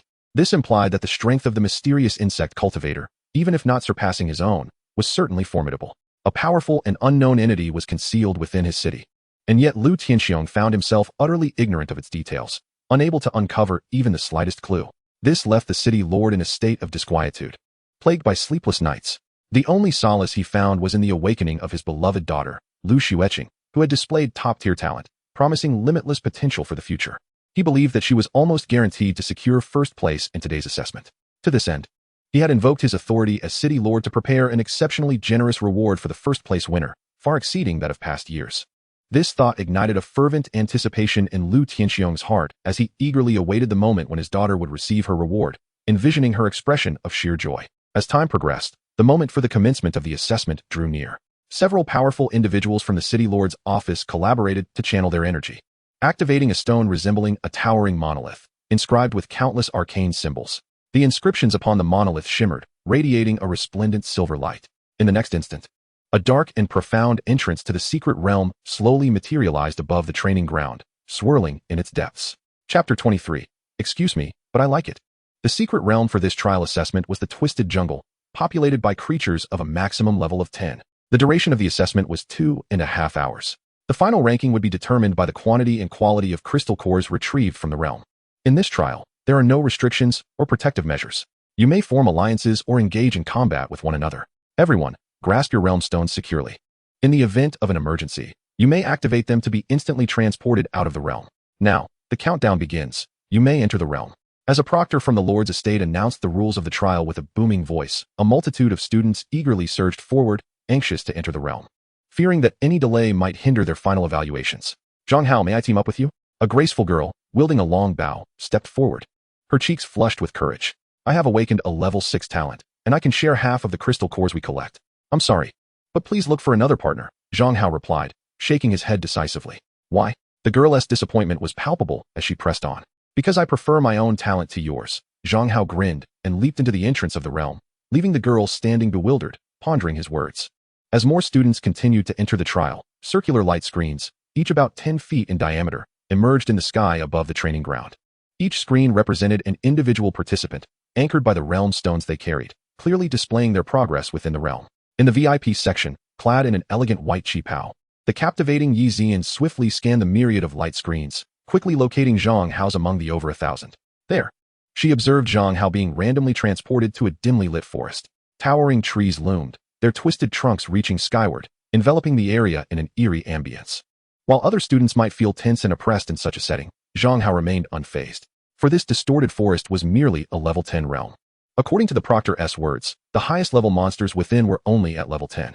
He could even summon a swarm of iron-eating insects to devour the entire realm without issue. However, such thoughts were merely fleeting. He knew that any attempt to act on them would result in immediate expulsion from the realm by the Proctor. Moreover, Zhang Hao had promised Yi Zian that he would assist her in securing a ranking during the upcoming competition. Thus, after careful consideration, he resolved to save his efforts for that occasion. Gazing into the depths of the twisted forest, Zhang Hao did not rush into action. Instead, he used his nest to hatch dozens of spirit-eye mosquitoes, sending them fluttering in all directions. It was as if he had unlocked a panoramic view of the entire landscape. Within a radius of several hundred meters, every rustle and whisper of the wind was captured with keen awareness. Soon, the first hunting target was identified. A glimmer of determination sparkled in his eyes as he strode purposefully in a particular direction. At this very moment, apart from Yi Zian, numerous gazes were fixated on Zhang Hao's every move within the secret realm. Among them were teachers from the second high school, who had once placed high hopes on Zhang Hao, now worried that he might recklessly participate in the trial and encounter peril in the secret realm. Additionally, some elegant ladies, captivated by Zhang Hao's handsome visage, were discreetly inquiring about the origins of this striking young man. Such is the burden of extraordinary beauty. It draws attention wherever one goes. Amidst this scrutiny, Zhang Hao wielded a formidable alloy sword, striding through the thicket with purpose. However, it was not long before a thunderous roar erupted from the dense foliage ahead. A colossal black bear, towering over 2 men and cloaked in glossy ebony fur, suddenly lunged forth from the underbrush. Its massive claws shimmered with a sinister crimson glow as they struck towards Zhang Hao with ferocious intent. This is bad. It's a level 7 beast, the rampaging black bear. Zhang Hao's luck was abysmal. Having just entered the secret realm, he was confronted by such a formidable creature. Among this year's newcomers, perhaps no more than 30 possessed the strength to defeat this beast. With his meager talent, he stood no chance. Fool, do not be reckless. Utilize the secret realm stone to escape. This foolish child, does he intend to throw away his life in the trial simply because his awakened talent is subpar? As the teachers from the second high school witnessed Zhang Hao's first encounter with a level 7 rampaging black bear, their faces paled, their concern for him palpable. Especially as they observed the bear drawing nearer, yet Zhang Hao remained unperturbed, showing no inclination to flee. Their anxiety heightened, their hearts twisted with worry. Some teachers even shut their eyes, turning away in sorrow, unable to bear the thought of witnessing Zhang Hao meet a gruesome fate beneath the bear's terrifying might. However, within the secret realm, Zhang Hao faced the bear's sudden assault with remarkable composure, his expression an epitome of calm. Unhurriedly, he gestured, and in the void surrounding him, crimson light flickered continuously. Dozens of tiny flying insects, the size of fingernails, materialized out of thin air, their bodies engulfed in scorching flames. Like a barrage of fist-sized fireballs, they hurtled towards the rampaging black bear. Upon impact, the searing energy erupted violently, igniting the bear's form. After a harrowing struggle filled with agony, it quickly succumbed, collapsing to the ground as a charred corpse. Chapter 24, Misclassified? Zhang Hao is not what he seems. What just happened? Zhang Hao actually defeated the rampaging bear. Am I seeing things? Did he just use a fireball technique? How is that possible? Wasn't his awakened talent that of insect control? How could he possibly wield fireball magic? Could it be that he is, indeed, the legendary dual talent that occurs once in a century? Observing the scene within the luminous screen, the formidable and menacing raging black bear, which had been so imposing just moments ago, was suddenly transformed into a charred corpse, emitting wisps of black smoke, lying before Zhang Hao. The teachers of Lanling No. 2 High School gaped in disbelief, their eyes wide with astonishment. They were momentarily rendered speechless by this astonishing turn of events. Only one seasoned middle-aged teacher, recalling the earlier spectacle, suddenly fixed his gaze, exclaiming in astonishment, "No, that was not a fireball technique. It was the fiery firefly, a remarkably rare insect-type demon beast. I can hardly believe that Zhang Hao possesses the ability to summon such a creature to fight on his behalf." What? The fiery firefly? The surrounding teachers gasped in astonishment. But when his talent was awakened, did he not claim he could only summon those utterly powerless little beetles? Otherwise, he would not have been rated with the lowest talent level. Who can say? Perhaps he lied that day. Or maybe he has only just acquired this new ability in recent days. Regardless, his true talent level cannot possibly be ranked as low as level 1. It could very well be level 2, 3, or even higher. Huh, I knew it. One teacher exclaimed. How could a student I have diligently nurtured for 3 years be a useless waste? After much analysis, the teachers quickly arrived at a conclusion. The school had misjudged Zhang Hao's talent level. Although his talent for insect manipulation was indeed accurate, the types of insects he could command varied, and thus, his talent level could not be generalized. In an instant, the teachers were filled with joy, their expressions brimming with anticipation for Zhang Hao's true capabilities. They were eager to witness how far he could advance in this trial. Even the noble ladies and wealthy matriarchs gazed at Zhang Hao with increasing intrigue, secretly contemplating their intentions. After all, who wouldn't he desire a handsome and powerful young man? Meanwhile, within the secret realm, Zhang Hao looked at the black bear's carcass, still emitting hot steam, with a hint of sorrow in his eyes. Such a large body, if devoured by the iron-eating worm, could yield thousands of energy units, surely? Alas, what a waste. Zhang Hao sighed, murmuring to himself, I must hold Yi Zian accountable for this loss and demand substantial compensation later.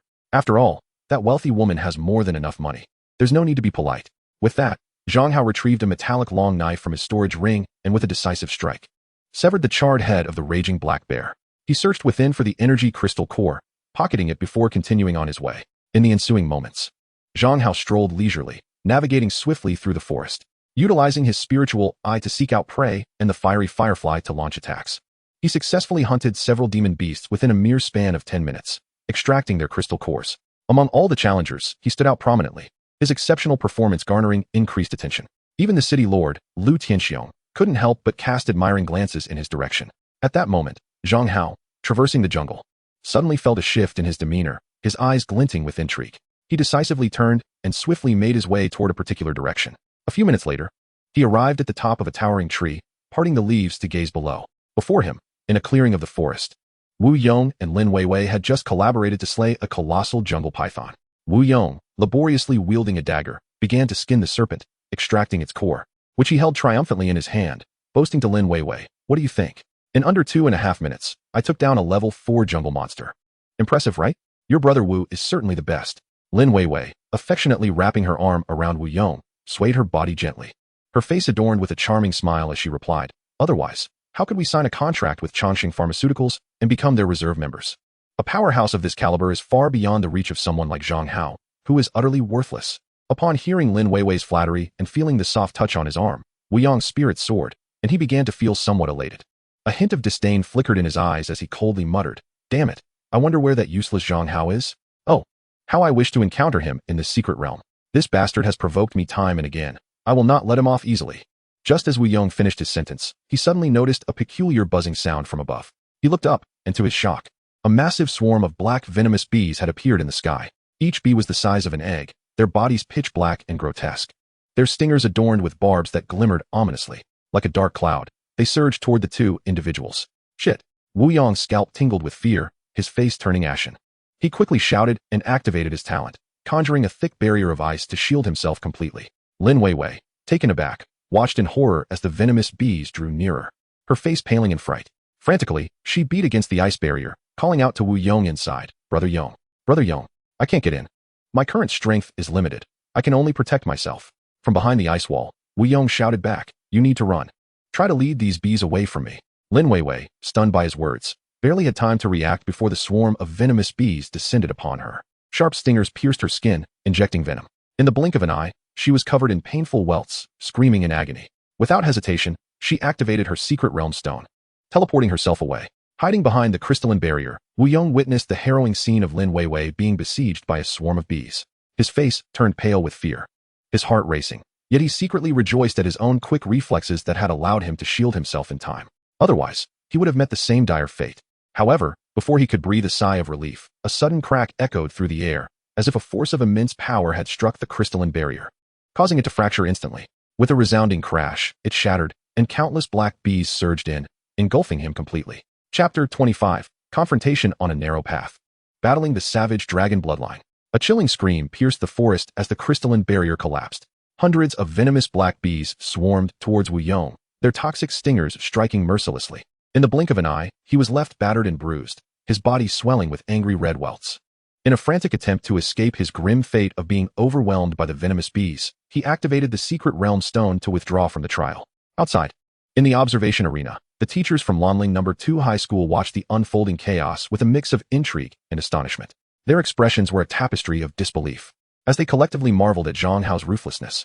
Wu Yong had indeed drawn a short straw by incurring his wrath. Although the individual black bees were relatively weak, their collective force was fearsome. It was astonishing that Zhang Hao could summon such a multitude. This marked the second type of spirit insect he had called forth during today's trial, suggesting that his talent for insect summoning extended beyond the fiery fireflies.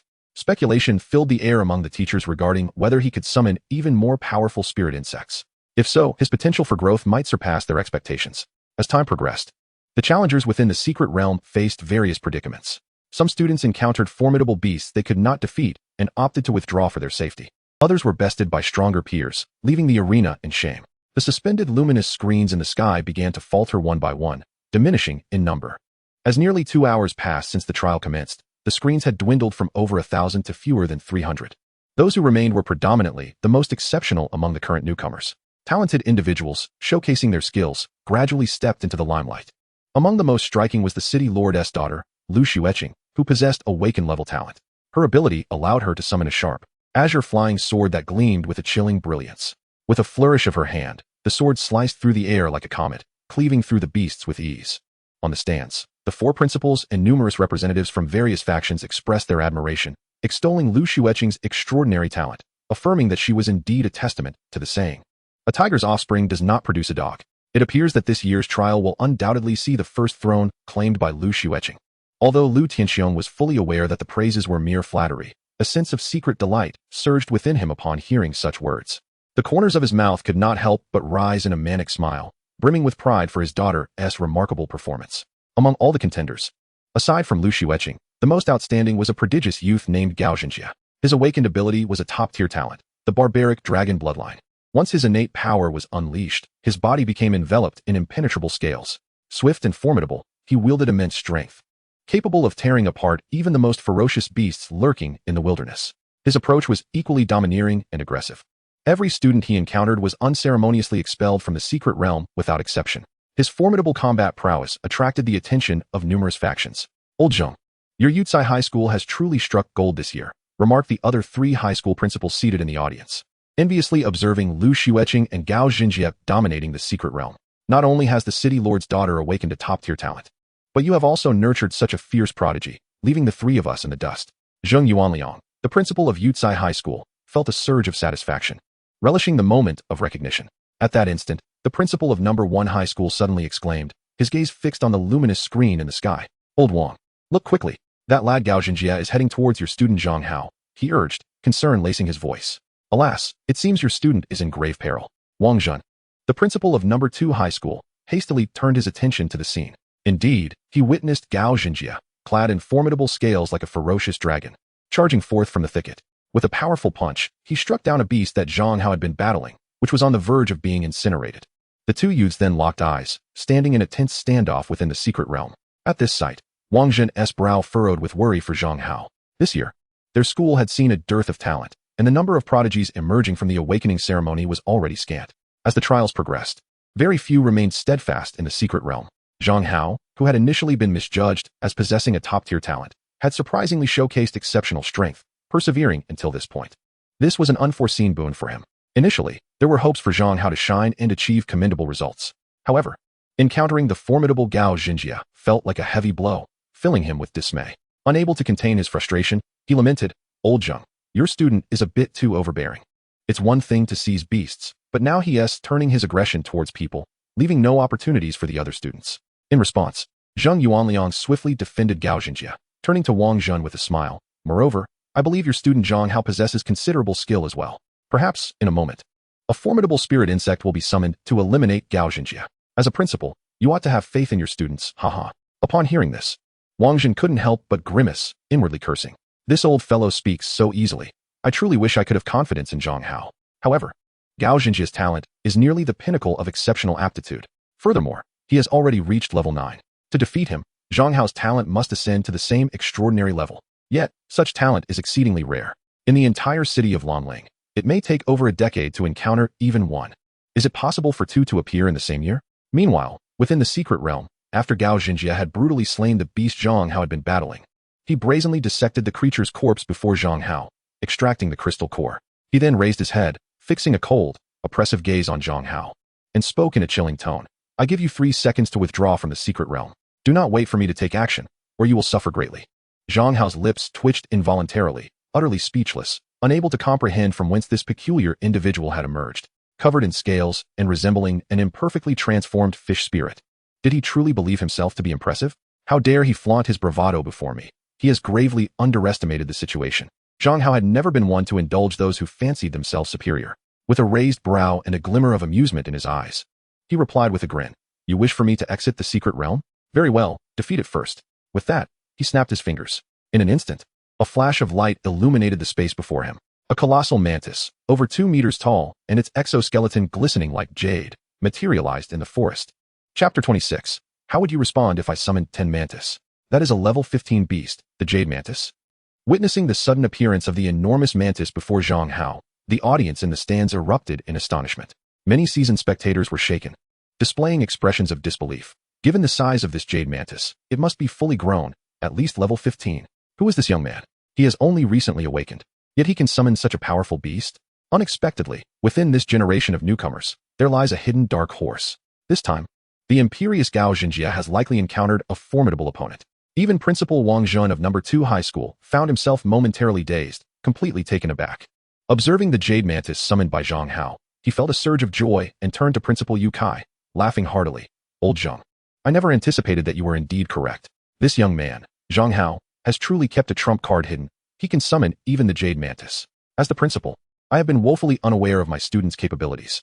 Zheng Yuanliang felt a wave of speechlessness wash over him. The pressure had, unbeknownst to him, shifted to Yu Kai's side. Although he held great confidence in Gao Xinjie's abilities, the summoned jade mantis by Zhang Hao was indeed a remarkable creature among its kind, balanced in offense and defense. And possessing remarkable speed, it was a natural predator of the jungle. The outcome of this battle was truly uncertain. Should Gao Xinjie falter here and fall to Zhang Hao, his aspiration for the students of Yutsai to sweep the top 3 spots in the trials and bask in glory would be utterly dashed. In that moment, Zheng Yuanliang felt an overwhelming tension, his gaze fixated on the luminous screen, silently praying. Even the city lord, Lu Tianxiong, seated at the pinnacle of the viewing platform, could not suppress a soft exclamation, diverting his attention from his beloved daughter to the duel unfolding between Zhang Hao and Gao Xinjie, revealing a hint of concern. As countless eyes observed, the clash between Gao Xinjie and the Jade Mantis commenced with fervor, despite the significant disparity in their levels. Gao Xinjie's awakened innate talent far surpassed the bloodline gifts of the Jade Mantis. Thus, the difference in their strengths was nearly negligible. The Jade Mantis boasted agility and finesse, its razor-sharp blades delivering relentless assaults. Conversely, Gao Xinjie's advantage lay in the ferocity of his dragon bloodline. His scales impenetrable and his strength boundless. Coupled with his exquisite combat skills, he transformed into a fearsome humanoid behemoth. The two figures darted through the jungle with the swiftness of the wind, their movements almost leaving behind mere afterimages as they engaged in a fierce clash. The sound of their armored fists colliding echoed like the ringing of metal striking metal, while flashes of blade light occasionally sliced through towering trees as thick as a man's embrace. A sweeping kick shattered a boulder the size of a grinding stone. The battle was intense and precarious, leaving the surrounding forest in utter ruin. Throughout, Zhang Hao stood to the side, wearing a playful expression, hands casually tucked in his pockets, observing the spectacle with an air of nonchalance. The audience on the platform, unable to discern Zhang Hao's demeanor, assumed that summoning the Jade Mantis had exhausted all of his strength, leaving him no energy to summon additional creatures for assistance. All eyes remained riveted on the fierce confrontation between the Jade Mantis and Gao Xinjie. After several minutes of such fervent combat, a victor finally emerged. A sudden surge of brute force broke through the mantis's shell, eliciting a pained screech as its head twisted grotesquely. With a thunderous crash, it collapsed to the ground, lifeless. The outcome was clear. Gao Xinjie triumphed. Upon witnessing this scene, the spectators outside gasped in astonishment. It was not that Zhang Hao lacked strength. Rather, Gao Xinjie was simply formidable. To engage and defeat a creature of over 10 levels higher, while still below level 10, foretold boundless potential for the future. This exemplified the absolute disparity in power. The youth named Zhang Hao ultimately fell short. Alas, his journey through these trials seemed destined to conclude here. Amidst the murmurs of the crowd, Zheng Yuanliang breathed a sigh of relief, his anxious heart finally at ease. He gazed at the scene projected on the screen, where the valiant Gao Xinjie, though battered and bruised, stood tall and unyielding. A glimmer of pride and satisfaction shone in his eyes. With a smug smile, he turned to Principal Wang Zhen of the second high school and chuckled, "Old Wang, it's a pity that this student of yours ultimately falls short in strength. Nevertheless, reaching this stage against Gao Xinjie is indeed commendable." Upon hearing Zheng Yuanliang's boastful remarks, Wang Zhen felt a wave of frustration wash over him. Initially, he had been exhilarated at the sight of Zhang Hao summoning the Jade Mantis, hoping that Zhang could defeat Gao Xinjie and bring him some glory. However, he never anticipated that Gao Xinjie would prove to be so formidable, even vanquishing a Jade Mantis of considerable level. Now, all hope had been dashed, and it seemed he would once again be relegated to watching others bask in triumph. Meanwhile, within the secret realm, Gao Xinjie, still recovering from a fierce battle, stood atop the corpse of the Jade Mantis, panting as he turned his gaze toward Zhang Hao. An air of arrogant confidence radiated from him as he proclaimed, "I must admit, your strength is indeed impressive, being able to summon a Jade Mantis to fight for you. But alas, today you have encountered me. My talent surpasses yours." Zhang Hao was momentarily at a loss for words. What was this fellow here for? An assessment or merely to boast? He still bore the marks of battle. Yet here he was, posturing with an air of superiority, looking as if he needed a good reprimanding. Did he truly believe himself to be a paragon like Yan Shuangyi? Determined to deliver a small shock to this arrogant lad, Zhang Hao resolved to demonstrate that boasting without merit was a grave error, especially in his presence. With his hands casually tucked into his pockets, he regarded Gao Xinjie with a nonchalant demeanor and replied in a similarly languid tone, "I concede.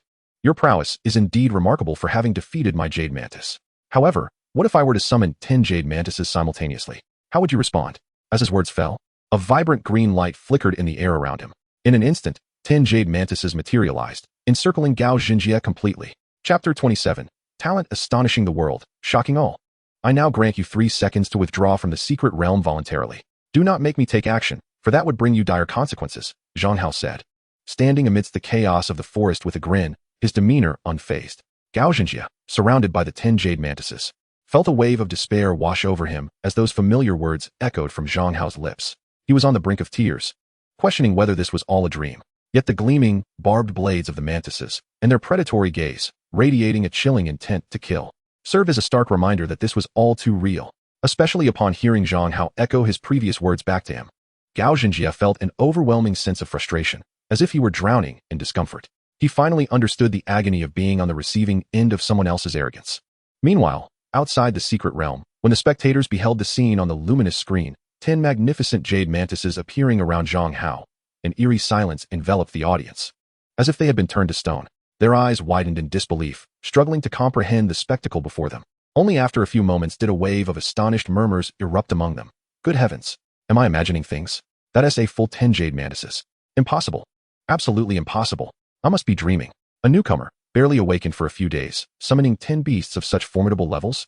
What kind of extraordinary talent is this? Even a top-tier talent couldn't achieve this, could they?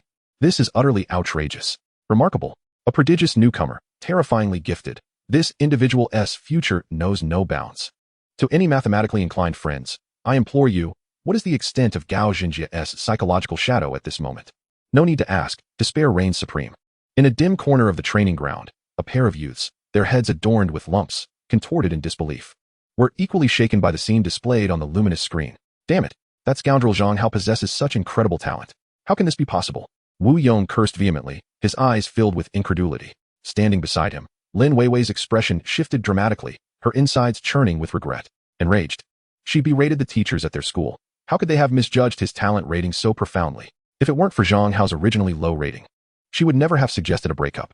And now, she was being told that Zhang Hao's talent wasn't merely average, but possibly of the highest caliber. Was this a joke?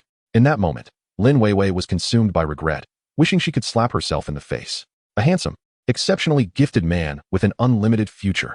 How could she have been so foolish as to propose a separation?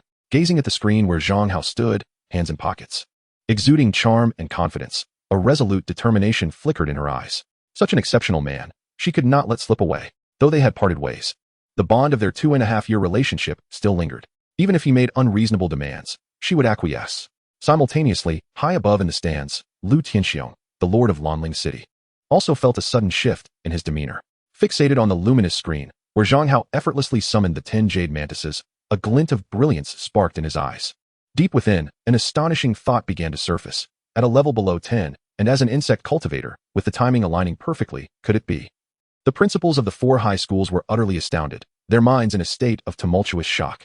Zheng Yuanliang, the principal of Yucai High School, had been in high spirits just moments before, reveling in the triumph of Gao Xinjia over the summoned jade mantis of Zhang Hao. However, to his utter disbelief, the very next second, Zhang Hao, in full view of the crowd, waved his hand decisively and summoned a total of 10 jade mantises. Zheng Yuanliang was left bewildered, feeling as if his entire being had been rendered numb.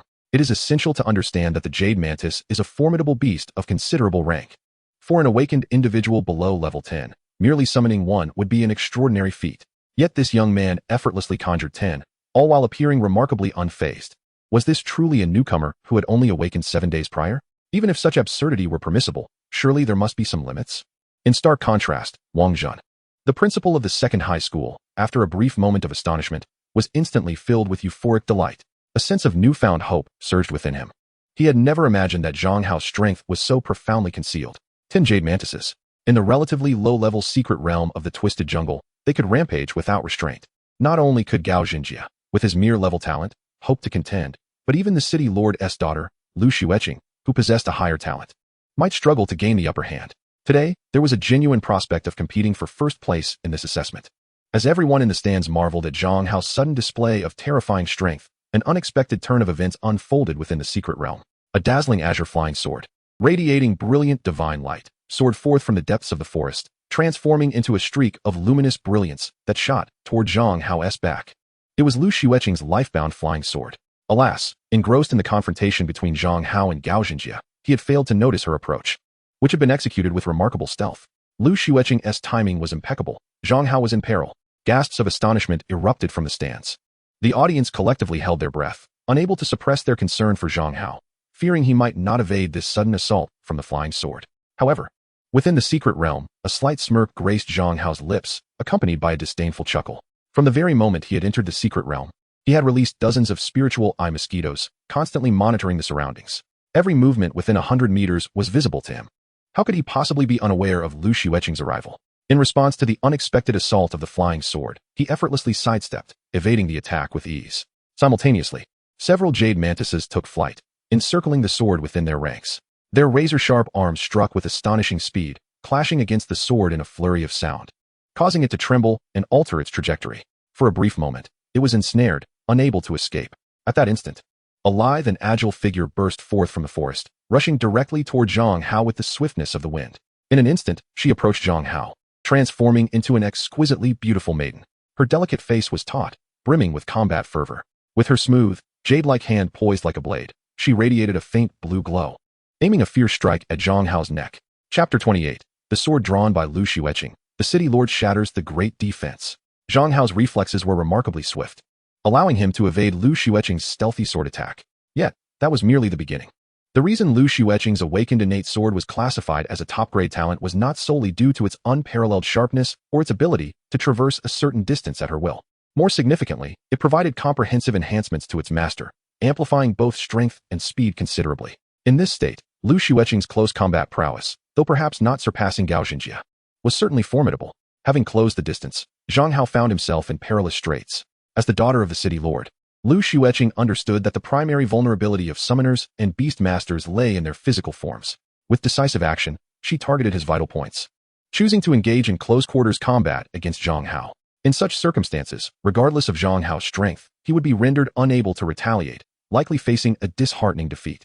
In the audience, numerous spectators gasped in astonishment, marveling at Lu Xueqing's impeccable timing while lamenting Zhang Hao's plight. Zheng Yuanliang, the principal of Yucai High School, suddenly brightened with excitement. Lu Xueqing, a student of the same institution, had unexpectedly launched a fierce assault. Should she manage to defeat Zhang Hao, it would be a remarkable triumph. However, the true dynamics of the battle within the secret realm diverged drastically from everyone's expectations.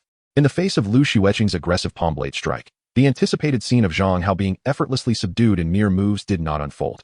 Instead, he let out a cold snort, extending his hand to firmly grasp Lu Xueqing's wrist.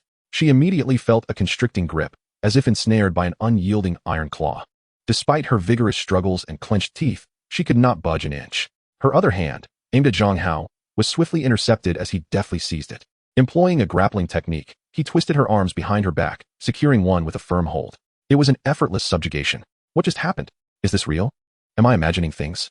The top-grade talent Lu Xueqing was captured by Zhang Hao in just 2 moves?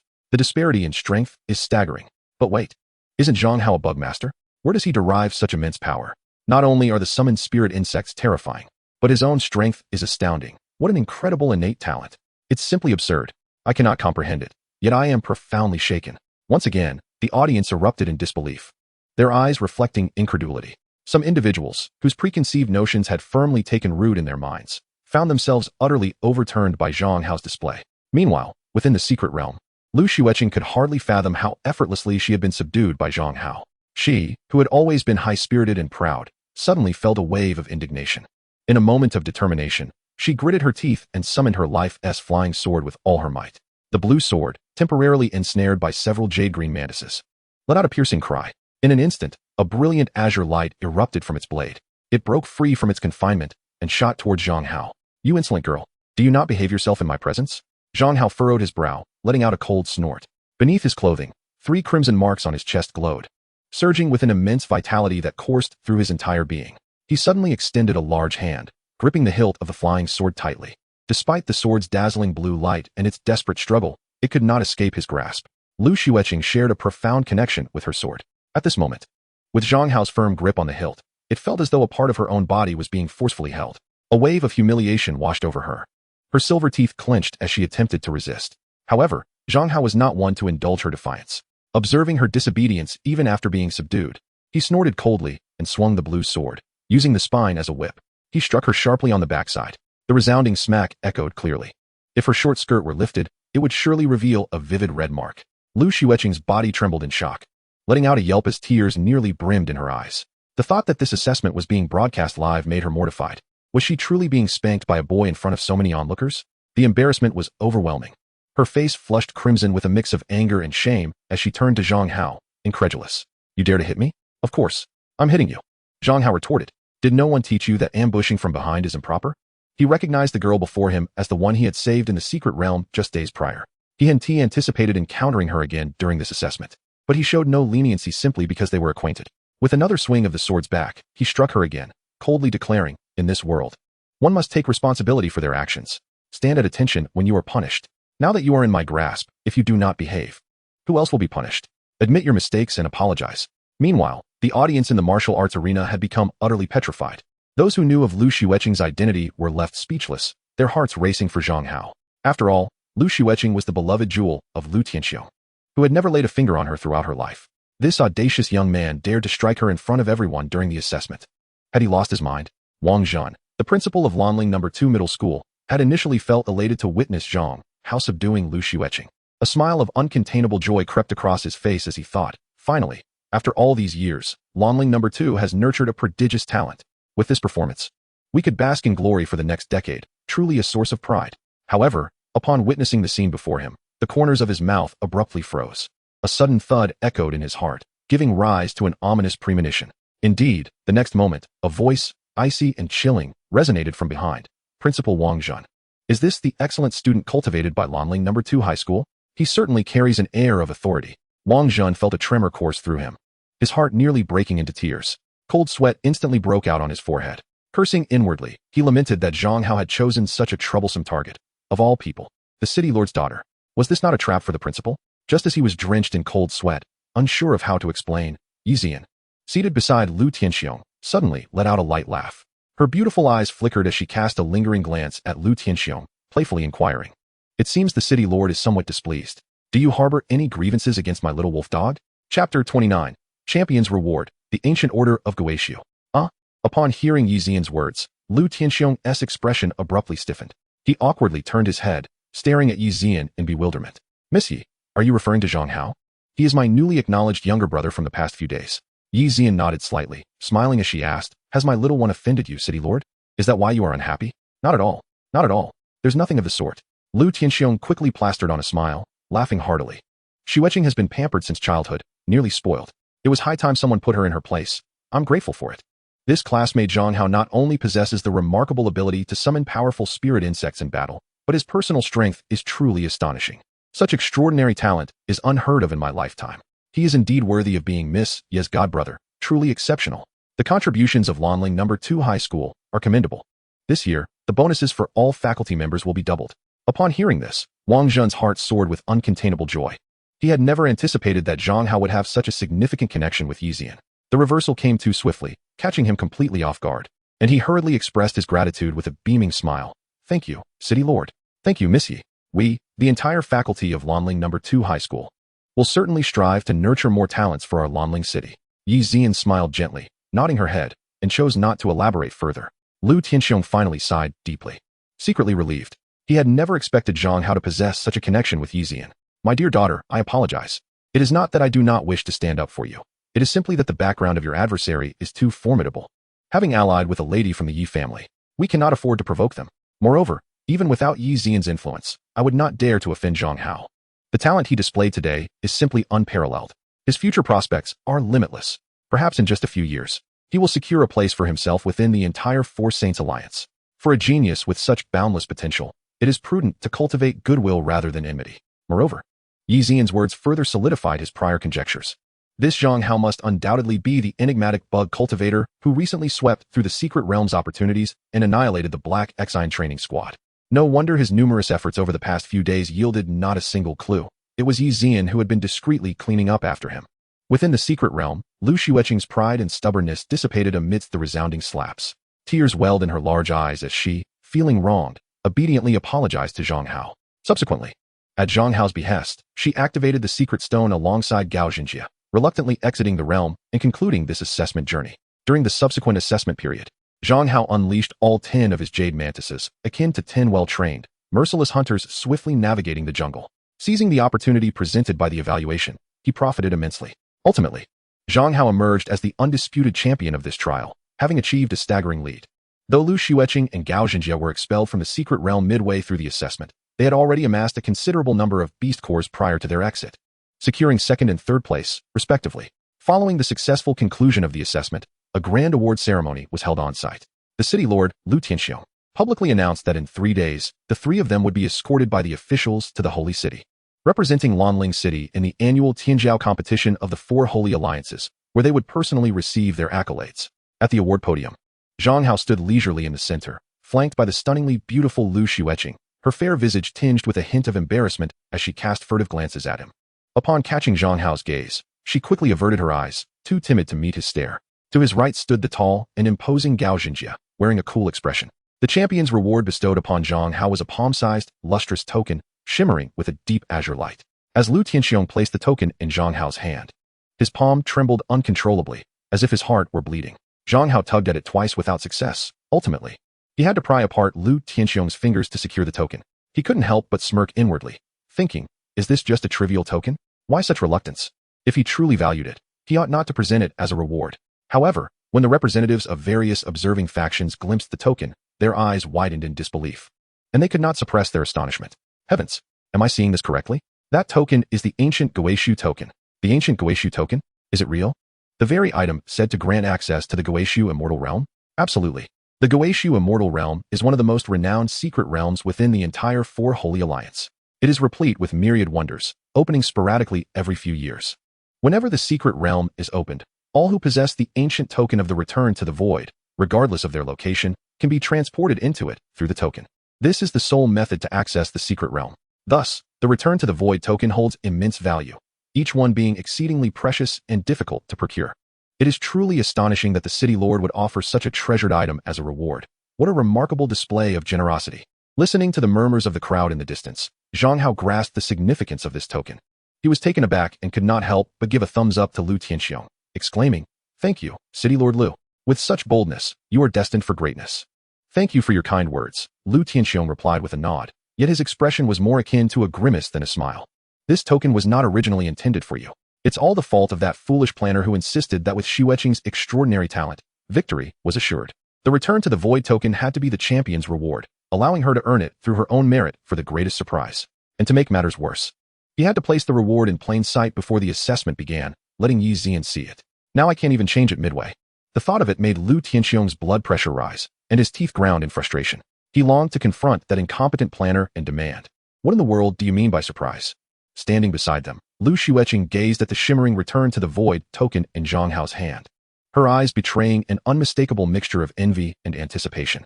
She mused, "Since the reward for first place is so extravagant, surely my reward for second place cannot be lacking?" She wondered what her father had prepared for her.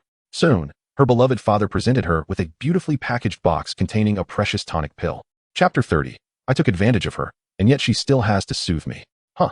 Staring at the exquisite gift box of the tonic pill handed to her by Lu Tianxiong, Lu Xueqing was instantly left dumbfounded. Her eyes revealed an infinite depth of discontent. Ah, so the reward for first place is the return to the void token, and I, as second, am only worthy of this, am I? Unsurprisingly, Lu Xueqing's resentful gaze delivered a significant blow to Lu Tianxiong, who was already feeling the sting in his heart. In a moment of despair, she felt as if she could just die, her mind raging internally. Damn it, where's that foolish planner who authorized a tonic pill gift box for second place? You truly deserve to be cursed. That evening, Zhang Hao and Yi Zian met once more in a private room at the club. They dined together to celebrate Zhang Hao's successful achievement of the champion title and his qualification for the competition among the prodigies. You, my friend, are quite audacious.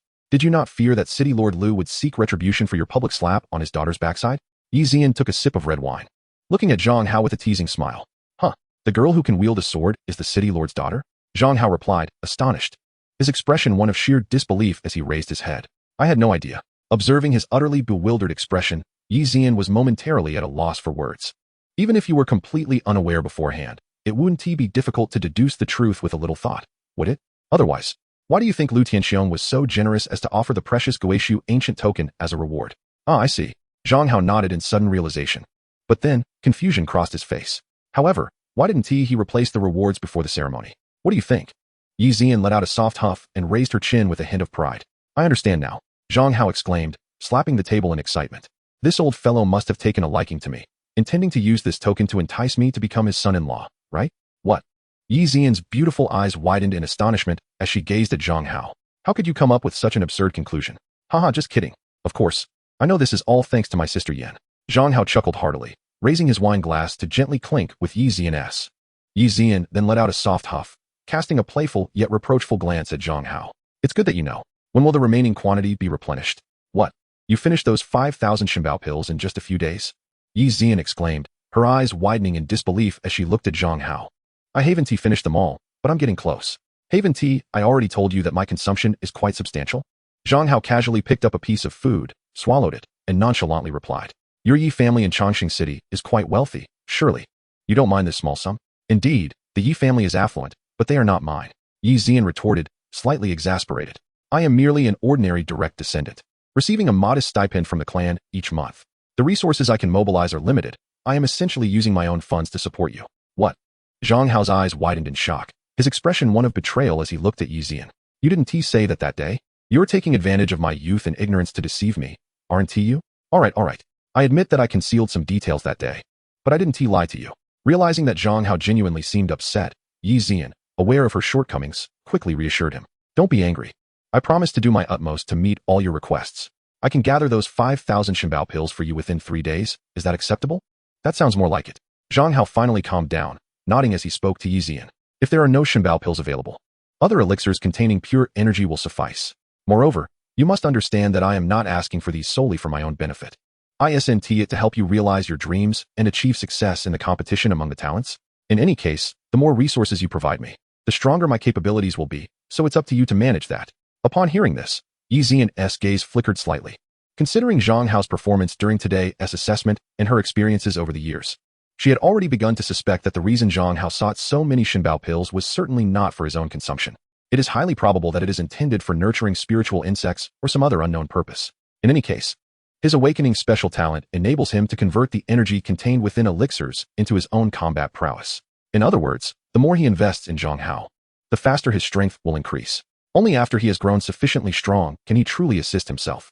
Besides, a bond of oath exists between them, so there is no fear of him being ungrateful after receiving support. With a gentle smile, she obediently said to Zhang Hao, All right, I understand. From now on, all of my money will be spent on you. Look, this piece of beef is particularly tender. Come, have a bite. As she spoke, she picked up a piece of tender beef with her chopsticks and brought it to Zhang Hao's lips. He opened his mouth to devour the meat, feeling a surge of delight within. After all, the oath worm within him had long been captured. Whether or not he would assist Yi Zian depended solely on his mood. The expenses incurred by Yi Zian in enhancing his strength were undeniably real. In a sense, it was akin to receiving something for nothing. He had taken advantage of her, and yet she was still apologizing and soothing him with gentle words. This situation was quite embarrassing, and Zhang Hao felt a twinge of guilt.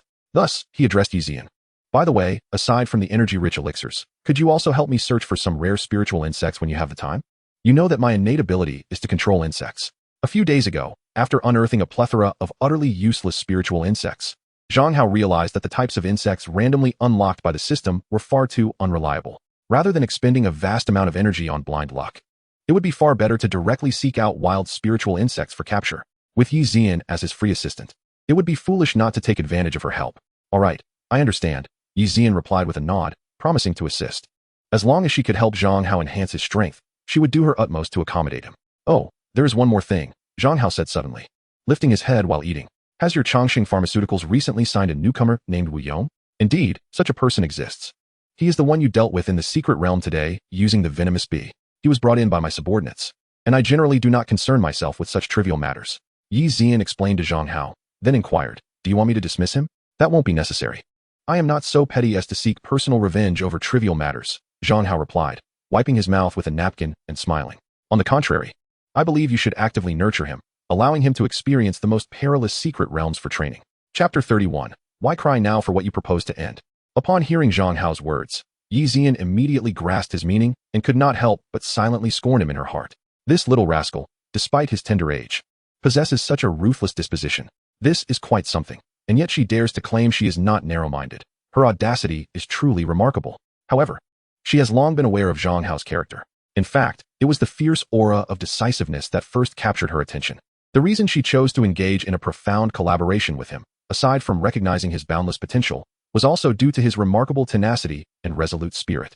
Yi Zian, hailing from a prestigious family, has witnessed her share of deceit and bloodshed since childhood.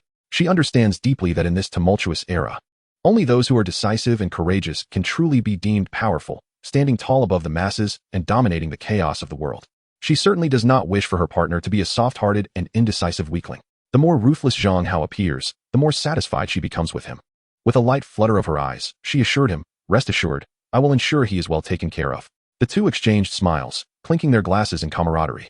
They then delved into a thorough discussion about the competition among the prodigies. After Zhang Hao exited the vehicle, he waved farewell to Yi Zian. Turning around, he spotted a beautiful figure in uniform standing beneath his apartment building. Lin Weiwei. As he observed the elegantly dressed girl, her skirt swirling in the night breeze. A frown creased his brow. What are you doing here? Lin Weiwei, clutching her skirt, stood before Zhang Hao, her face adorned with a delicate makeup. The swelling from the bee sting long healed, and she exuded an alluring fragrance. Gazing at him with a pitiful expression, she implored, Zhang Hao. I was wrong the other day for being swayed by that scoundrel Wu Yong and breaking up with you. I realize my mistake now. Will you forgive me and let us reconcile? Have you lost your mind from the bee sting? What kind of joke is this? Zhang Hao waved his hand impatiently. Get lost, you're being a nuisance. Yet Lin Weiwei was undeterred, continuing to display her sorrowful expression as she sweetly pleaded, Zhang Hao. I know you're just saying that out of anger. You must still have feelings for me. How can 2.5 years of our relationship simply vanish? I truly know I was wrong. Look, I even wore your favorite uniform to apologize. Do you not understand human language? I told you to leave. Zhang Hao's impatience was palpable, his eyes filled with disdain. Damn it, the one who shared 2.5 years with you was the original owner. I feel nauseated just seeing you. His tone turned cold as he threatened, if you don't leave now, I won't hold back. However, Lin Weiwei was resolute, determined to cling to Zhang Hao's leg regardless of the circumstances. With a pitifully forlorn expression, she sweetly implored, if you're truly angry, then just hit me. As long as it helps you vent your frustration, I'm fine with whatever you choose to do. As she spoke, her cheeks flushed, feigning shyness as she lowered her head. 2 hands clutched the hem of a short skirt, slowly lifting it upwards. With a sharp slap, Zhang Hao could no longer contain himself. He swiftly threw a hefty slap, sending Lin Weiwei sprawling a considerable distance away, disgustedly spitting on the ground. Wretched girl. Zhang Hao, his face contorted with irritation, shook his hand and strode into the building. Admittedly, Lin Weiwei possessed a certain allure, otherwise the original owner would not have engaged in a romantic relationship with her. However, Zhang Hao had experienced much and was not one to succumb to such trivial temptations. Moreover, the city lord's daughter, Lu Xueqing, was far more captivating than Lin Weiwei. At this very moment, the delicate Lu Xueqing had just finished her bath and was reclining on her soft bed, carefully applying ointment to the areas that had been struck by Zhang Hao earlier.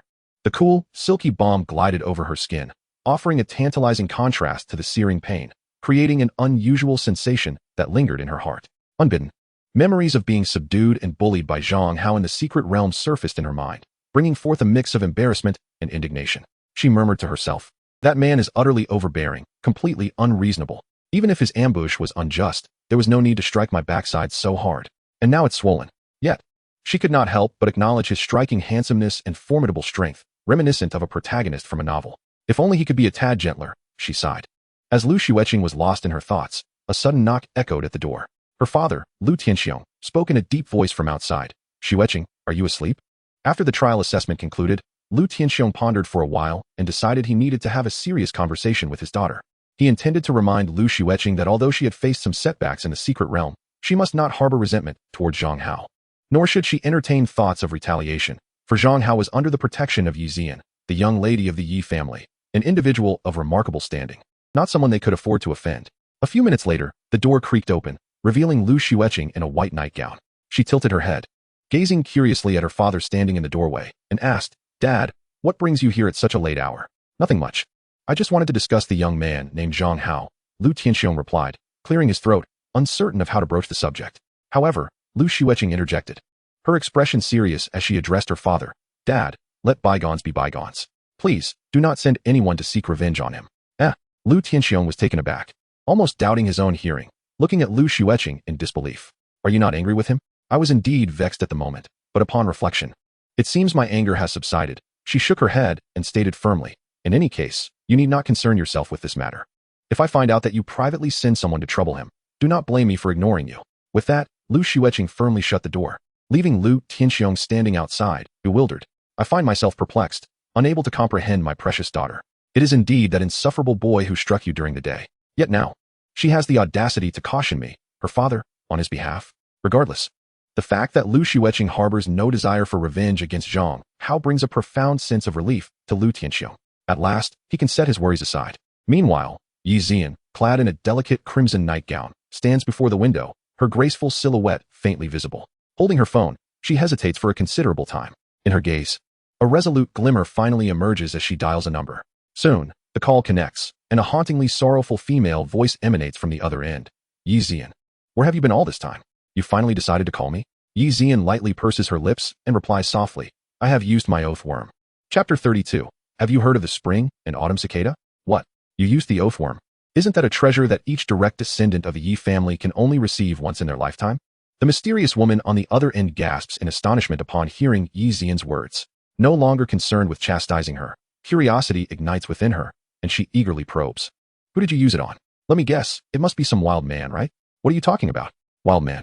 Yi Xian is momentarily speechless, rolling her eyes in exasperation.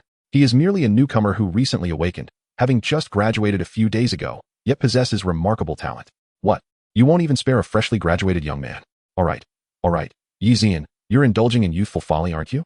You've finally revealed your true colors. The woman on the other end becomes exceedingly animated, her tone laced with teasing inquiry. You say his talent is impressive. In what manner? Yi Xian is at a loss for words, feeling as though she and her friend are not even on the same wavelength. While she is attempting to discuss serious matters, her friend is babbling nonsensically. With a bite of her silver teeth, she retorts, Shaolin, if you continue with this nonsense, I will hang up. Come on, it was just a joke.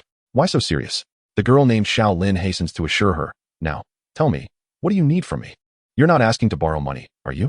Yi Xian's expression turns awkward, her embarrassment palpable as she admits, in a few days. I will take him to the holy city for the talents competition. I need to purchase some resources to help enhance his strength. As you know, I've had a falling out with my family and am currently in a tight spot, so. I knew it, go on. How much do you want to borrow? Let us start with 5 million, and if that is insufficient, I'll ask for more later. What? 5 million? Do you think I'm an ATM? Shaolin's tone shifts to one of indignation. Yi Xian quickly pleads, Dear sister, just help me this once. You are truly my only hope right now. Fine, I truly have no choice. Only you could pull off borrowing money to support a younger man. I can't believe you. Shaolin's voice is filled with melancholy. When you arrive in the holy city, I must meet him. I want to see what exceptional qualities he possesses that merit your affection. 2 days swiftly passed, and before long, the morning of the third day arrived. Zhang Hao, Lu Xueqing, and Gao Xinjia boarded a private plane heading to the holy city, accompanied by the administrative officer from Lanling City and Yi Xian. The distance between Lanling City and the holy city was considerable. Even by air, it would take several hours to reach their destination. Not long after takeoff, Zhang Hao noticed that Lu Xueqing, seated opposite him, was holding a book, feigning interest in its contents. In reality, she frequently cast furtive glances in his direction, only to hastily divert her gaze whenever their eyes met, looking quite guilty for her covert observations. Recalling the secrets he had uncovered within her storage artifact, Zhang Hao mused that this seemingly innocent beauty was far more complex than she appeared, perhaps even rather wild at heart. A daring thought surged through his mind. Could it be that this young girl harbored feelings for him? Being handsome truly had its burdens. With a sigh of exasperation, Zhang Hao, seeking to pass the time, picked up his phone and launched a game titled Awakeners Alliance. After a couple of ranked matches, he was paired with a teammate named Super Fierce, Super Cute. Coincidentally, Zhang Hao's in-game name was very fierce, very violent, and their names seemed to resonate with a certain irony. Once in the game, the two ventured down the bottom lane, with Zhang Hao taking on the role of the main champion and the other as support. However, after a short while, Zhang Hao's frustration began to escalate. The support character, refusing to relinquish the last hits, brazenly snatched minions from him. Don't you dare keep taking my last hits, Zhang Hao exclaimed. Fair competition. Why should I let you have them? Replied Super Fierce, Super Cute. Zhang Hao bit his lip, cursing under his breath as he steeled himself to focus on securing his last hits, determined to deny the support any further opportunities. Soon, he reached level 3, entering a powerful phase for his champion. Seizing the moment, he charged forward with a combination of skills, severely damaging the opponent. Just as he prepared to press his advantage and claim first blood, the support unexpectedly flashed away, leaving him vulnerable. The outcome was inevitable. Zhang Hao, overwhelmed by the odds, was swiftly eliminated. Where were your skills? Why did you run? He lamented. Better one death than two, Super Fierce, Super Cute retorted. Seriously, why play a tank if you're so afraid? Just practice more if you're not good enough. Frustrated, Zhang Hao lost his composure, and cracks appeared on his screen. His expression darkened as he cursed and exited the game. Using his shattered phone, he messaged Yi Xian, who was comfortably seated across the aisle, leisurely flipping through a fashion magazine. Rich girl, my screen is broken. Give me a new one. Yi Xian's expression soured immediately. You expect me to buy you a new phone too? Come on, what kind of relationship do we have? Your money is essentially my money. Zhang Hao sent a sheepish emoji and continued typing. By the way, have you made any progress on finding the rare spirit insects I asked you to look for a few days ago? I've located a dozen or so. I'll show you when we reach the holy city. That is fantastic. Zhang Hao felt a surge of joy and continued. By the way, I have heard of a high-level goo worm known as the Spring-Autumn Cicada. A few question marks instantly appeared on Yi Xian's smooth forehead. Is there really such a goo worm in existence? I have never heard of it. What about the 9 transformations divine silkworm? It's a remarkable creature that undergoes 9 metamorphoses, each time transforming into a different form, ultimately attaining the divine path and defying the heavens to become an emperor. I have never heard of that either. Zhang Hao sighed silently, wearing a disappointed expression. Observing his look of disappointment, Yi Xian's temples pulsed with irritation. What does this brat mean? Does he think that as the eldest daughter of the Yi family, my knowledge is too limited to meet his expectations? Furthermore, those spiritual insects you mentioned sound extraordinarily powerful. Even if they truly exist, where am I supposed to find them? Does he genuinely believe I am omnipotent? Yi Xian puffed her cheeks in frustration and continued to gaze at the magazine in her hands, though she found herself unable to concentrate. Finally, unable to resist, she picked up her phone and messaged Xiao Lin. Lin, have you ever heard of the spring and autumn cicada? After several hours of flight, a grand city finally came into view outside the airplane's window. As the power center of the Four Saints Alliance, the Holy City is located at the heart of the Alliance, surrounded by countless fortified cities, thus eliminating any concerns about beast tides. Unlike ordinary walled cities, it is not encircled by imposing walls. Looking out the window, one could see numerous skyscrapers towering majestically below. In the sky, ethereal floating islands appeared, adorned with palatial structures that exemplified a perfect fusion of modern urbanity and classical aesthetics. The private planes circled the city before finally landing at an airport in the eastern part of the city. As the group exited the airport and had taken only a few steps, a formidable military green off-road vehicle sped towards them. The door swung open, and a striking figure clad in military uniform emerged, calling out to the group loudly. Chapter 33, Captain, Military Flower Shaolin. The beauty stepping out of the vehicle was a uniformed officer from the Holy City's garrison, tall and exceptionally attractive, with short hair and a commanding presence. Her already impressive figure was accentuated by the uniform. Particularly, her long, slender legs carried her swiftly towards Yi Xian, where she enveloped her in a warm embrace. The sight of the two stunning women together was breathtaking, their beauty overwhelming. Zhang Hao skillfully retrieved his phone and captured the enchanting moment with a click. The uniformed beauty turned at the sound, her gaze landing on Zhang Hao's handsome, sunlit visage. Upon recognizing his striking appearance, her eyes sparkled with intrigue as she shot a glance at Yi Xian and remarked, "So, this is the little boyfriend you've been deeply collaborating with? He is indeed quite handsome. No wonder you couldn't resist giving him something so precious that one only offers once in a lifetime." Hearing the uniformed beauty's words, the other companions traveling with them felt a collective jolt of surprise. The administrator felt a sudden jolt, silently astonished. It had long been suspected that the relationship between Yi Xian and the young man named Zhang Hao was far from simple. Now it seemed even more explosive than initially imagined. The significant gift of a once-in-a-lifetime experience had been bestowed upon Zhang Hao. Could it be? Lu Xueqing could not help but widen her beautiful eyes, her mind racing with countless vivid images, her fair face flushing with color. Even Zhang Hao, upon hearing this, couldn't help but twitch his lips, a dark cloud of confusion settling over him as he gazed at Yi Xian. What is this once-in-a-lifetime thing? Did you give it to me? Don't listen to her nonsense. She loves to joke. Yi Xian's face turned crimson as she shot an annoyed glare at Xiao Lin. She knew her friend was deliberately teasing her for suddenly disappearing and not contacting her for months, making a point to utter such ambiguous words in public to embarrass her. In retaliation, she pinched Xiao Lin firmly on her shapely backside while introducing Zhang Hao. "This is my best friend, Xiao Lin, the captain of the Sacred City Defense Corps." To become a captain at such a young age? Zhang Hao was slightly surprised, but upon recalling Xiao Lin's surname, it all became clear. The descendant of the Xiao family from the Divine Fire City? It was no wonder she held such a high rank.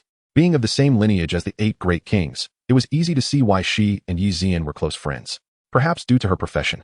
Xiao Lin's personality was exceptionally straightforward.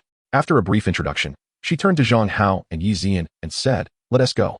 The restaurant has been booked for you two to enjoy a warm welcome." With that, she led the two into a rugged vehicle, driving off with confidence. As for the accompanying officials from Lanling City, including the governor and Gao Xinjia, they were completely disregarded, given no opportunity to speak. The disparity in their identities and status left no room for interaction. After a brief journey, Zhang Hao and his companions arrived at an upscale restaurant located on the top floor of a high-rise building. The establishment was not crowded, adorned with exquisite decor and an elegant ambience. It was clearly a place of extravagant taste and exorbitant prices. Xiao Lin pushed the menu towards Zhang Hao with a smile, saying, "Order whatever you like, it's on me." Given her generous offer, Zhang Hao felt it would be impolite not to take her up on it. He thus seized the menu and began to peruse the lavishly priced dishes. Initially, Xiao Lin's smile was warm and inviting.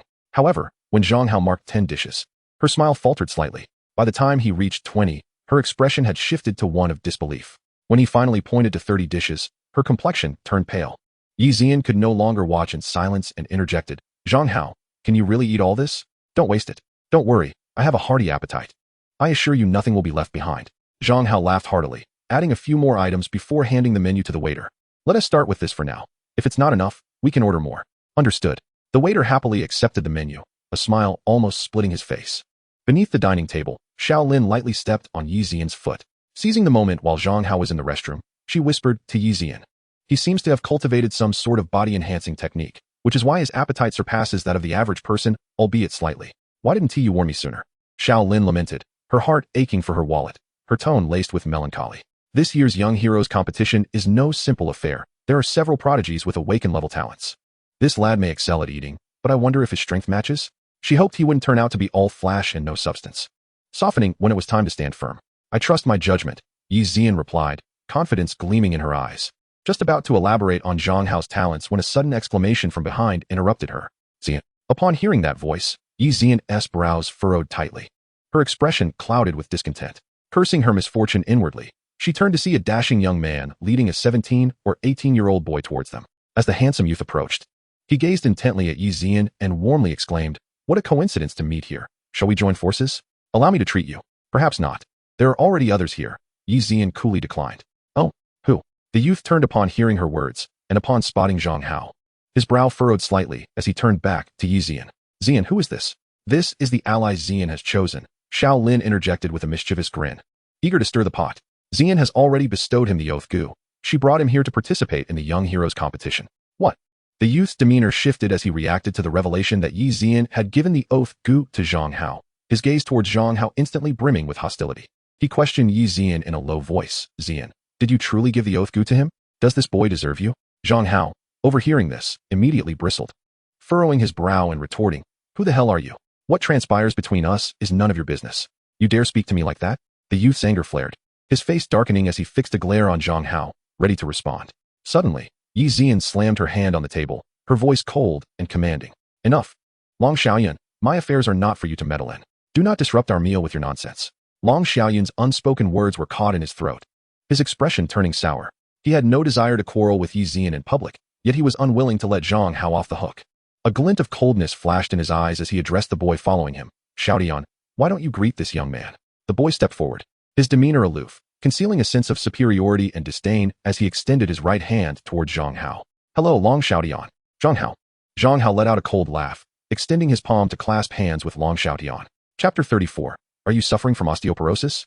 The moment Zhang Hao's hand met Long Xiaoyan's, he felt an immediate tightening, a tremendous force emanating from his opponent's grasp. Internally, he scoffed, knowing that this young man harbored ill intentions. However, after 2 days of diligent training and with ample supply of blood aphid crystals, he had cultivated the Xiantian creation technique to the point of condensing 6 blood seals. At this moment, he possessed an astonishing strength of 6,000 pounds. To him, this level of force was utterly trivial. A slight smirk graced his lips, revealing a hint of disdain as he silently mocked Long Xiaoyan with his gaze. "Fool. Did you skip breakfast this morning? Lacking even the strength to shake hands. Is this all you've got?" Upon sensing the derision in Zhang Hao's eyes, Long Xiaoyan felt deeply humiliated. With a cold huff, he suddenly intensified his grip. Meanwhile, Yi Zian and Xiao Lin, observing the scene, grew tense, their eyes fixated on the clasped hands. Long Xiaoyan, however, remained composed, secretly reveling in confidence. He knew all too well that Long Xiaoyan had awakened the supreme talent of the Azure Dragon bloodline, even without activating his bloodline or entering the Azure Dragon transformation. His physical prowess far surpassed that of ordinary individuals.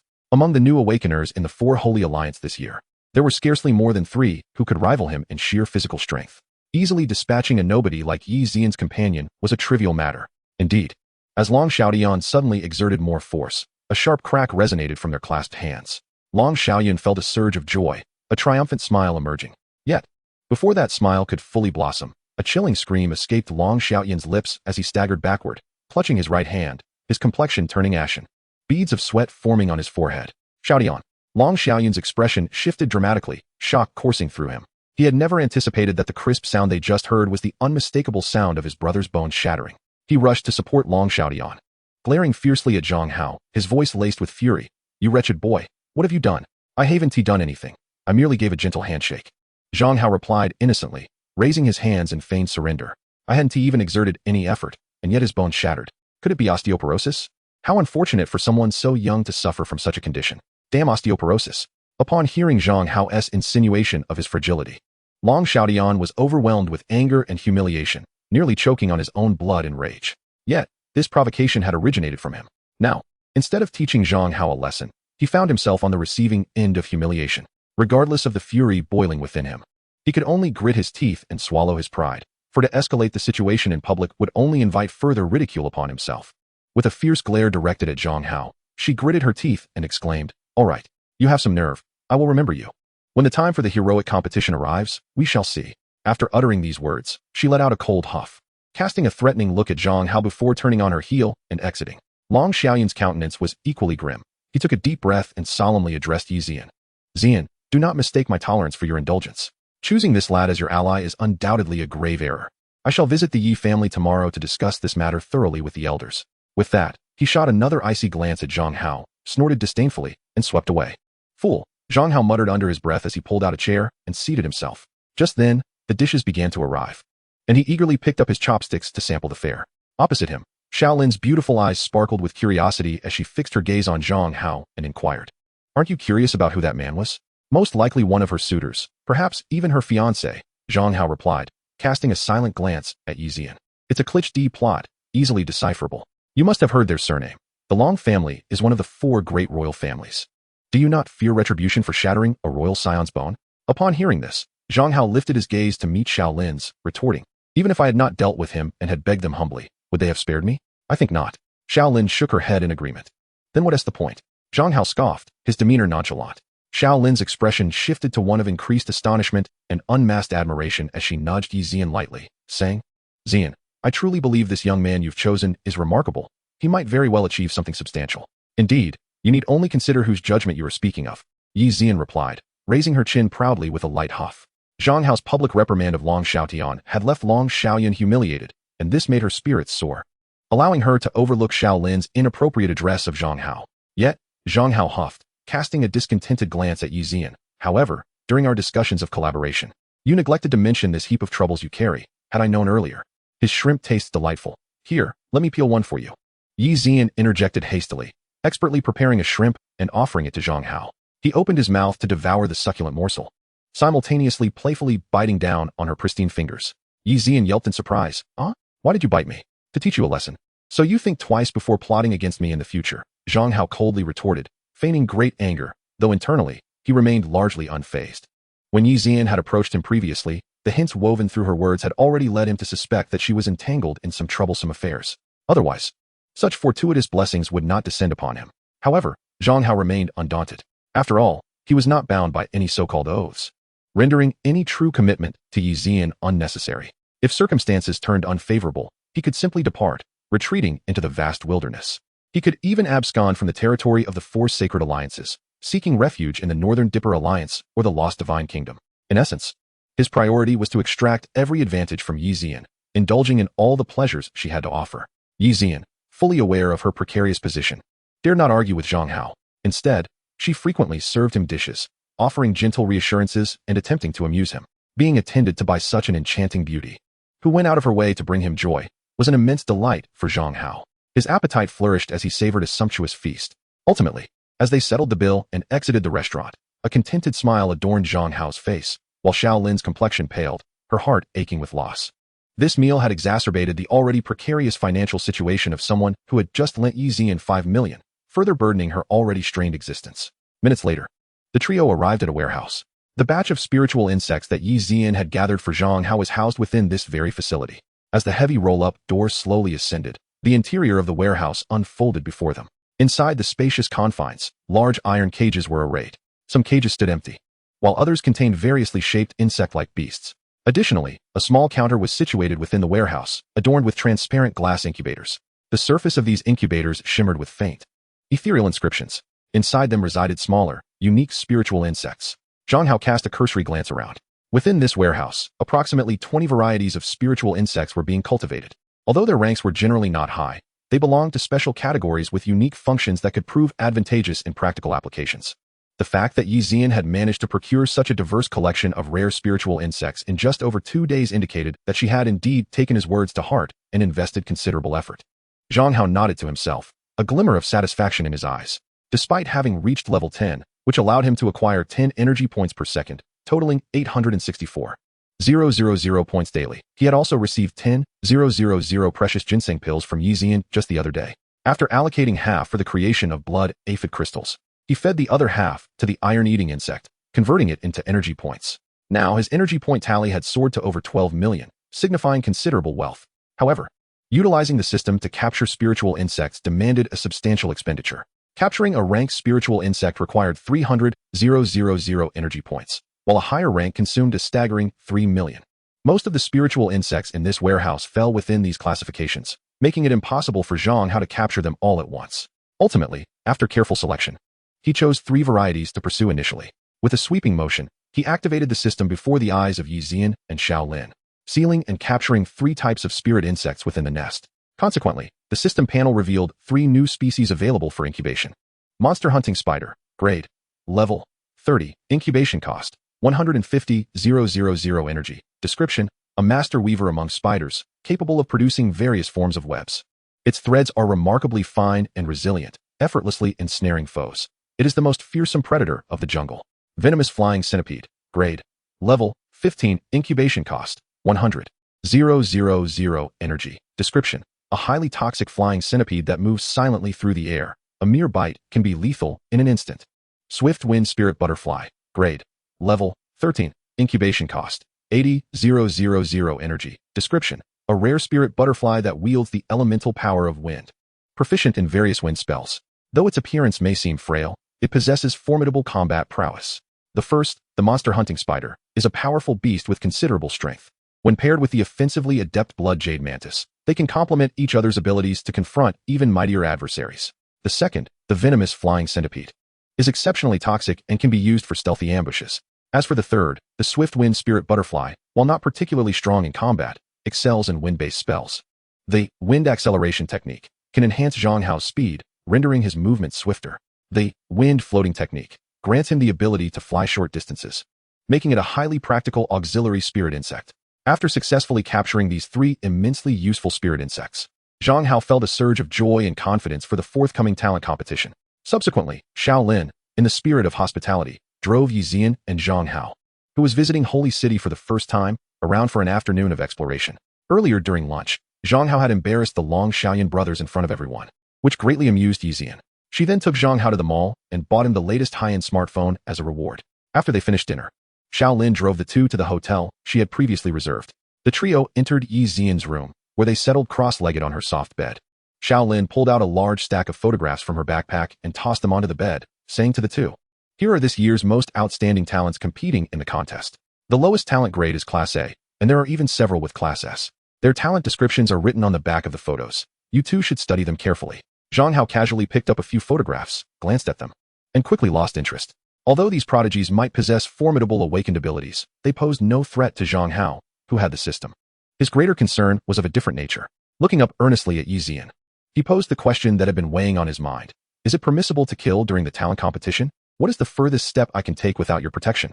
Upon hearing this, Yi Zian's expression became grave. After a moment of contemplation, she replied to Zhang Hao, "You may act freely, as long as you do not kill the direct descendants of the 4 great royal families. There will be no repercussions." "Oh." Zhang Hao raised an eyebrow and inquired further, "What about injuring them severely?" "Severe injury is permissible," Yi Zian assured him, her teeth clenched. Zhang Hao nodded and began to sift through the photographs on the bed, determined to memorize the appearances of the direct descendants of the 4 royal families. He could only afford to incapacitate them. He must not accidentally kill anyone. Otherwise, he would have no choice but to flee. Meanwhile, in another lavishly decorated room in the Holy City, the brothers Long Xiaodian and Long Xiaoyan sat across from each other at a table. In the center lay a photograph of Zhang Hao. Their investigations had revealed that this young man had awakened the talent of insect control, though his exact level remained unknown. He was likely at the advanced tier. Just days prior, during the trial assessment, he had summoned 10 advanced-level jade mantises simultaneously. Moreover, it appeared he had cultivated a certain unique body-refining technique, endowing him with considerable physical strength. This explained why he had suffered losses when competing against him in a conventional state. How dare a mere insect cultivator challenge me? Fury surged within him, as a chilling killing intent flickered in his eyes. Rest assured, brother, in 2 days during the talent competition, that young man's demise is assured. Simultaneously, Zhang Hao's photograph also appeared in the Yi family's conference hall. An elder snorted disdainfully, slamming his hand on the table with palpable anger. Zian has truly become increasingly outrageous. The son of the Long family is her rightful match, both for her and for our entire family. It was one thing when she was merely throwing a tantrum, but now she has summoned some unknown youth without even a greeting, using the oath gu as if disregarding us elders entirely. I believe this may not be such a bad thing. Another elder interjected suddenly, a cold smile gracing his lips. Is she not placing her hopes on this young man? If so, let us personally shatter that hope. She must learn that the family's will is not to be defied. She must accept her fate obediently. The other elders, upon hearing this, exchanged glances filled with approval. Indeed, it should have been done long ago. Leave this matter to me. I will ensure that Brat cannot survive the battlefield of the talent competition. Our Yi family's precious daughter is not someone a lowly wretch like him is worthy of associating with. Chapter 36. Testing the cadres with this? In the deep of night, Zhang Hao, Yi Zian, and Xiao Lin engaged in profound discussions on Yi Zian's large bed, meticulously analyzing the myriad scenarios that might arise during the talent competition. Zhang Hao stifled a yawn, glancing at Xiao Lin with a hint of urgency in his voice. It's quite late. Why haven't you left yet? We need to sleep. Xiao Lin's eyes widened in surprise as she darted glances between the two. You two are going to sleep together? Yi Zian shot Zhang Hao an exasperated look and retorted softly, what nonsense are you spouting? Who would want to sleep with you? Who is being nonsensical here? Zhang Hao replied, boldly defending himself. During the day, I offended those two young masters from the Long family. What if they come back tonight in a fit of rage to eliminate me? The danger lurks everywhere in this holy city. Sleeping alone is far too perilous. For the sake of safety, I must sleep with you. This is an unavoidable precaution. Surely, you wouldn't want to find me mysteriously gone, would you? Xiao Lin nodded in agreement, turning to Yi Zian. Zian, he has a point. That Long Xiaoyun is ruthless and capable of anything.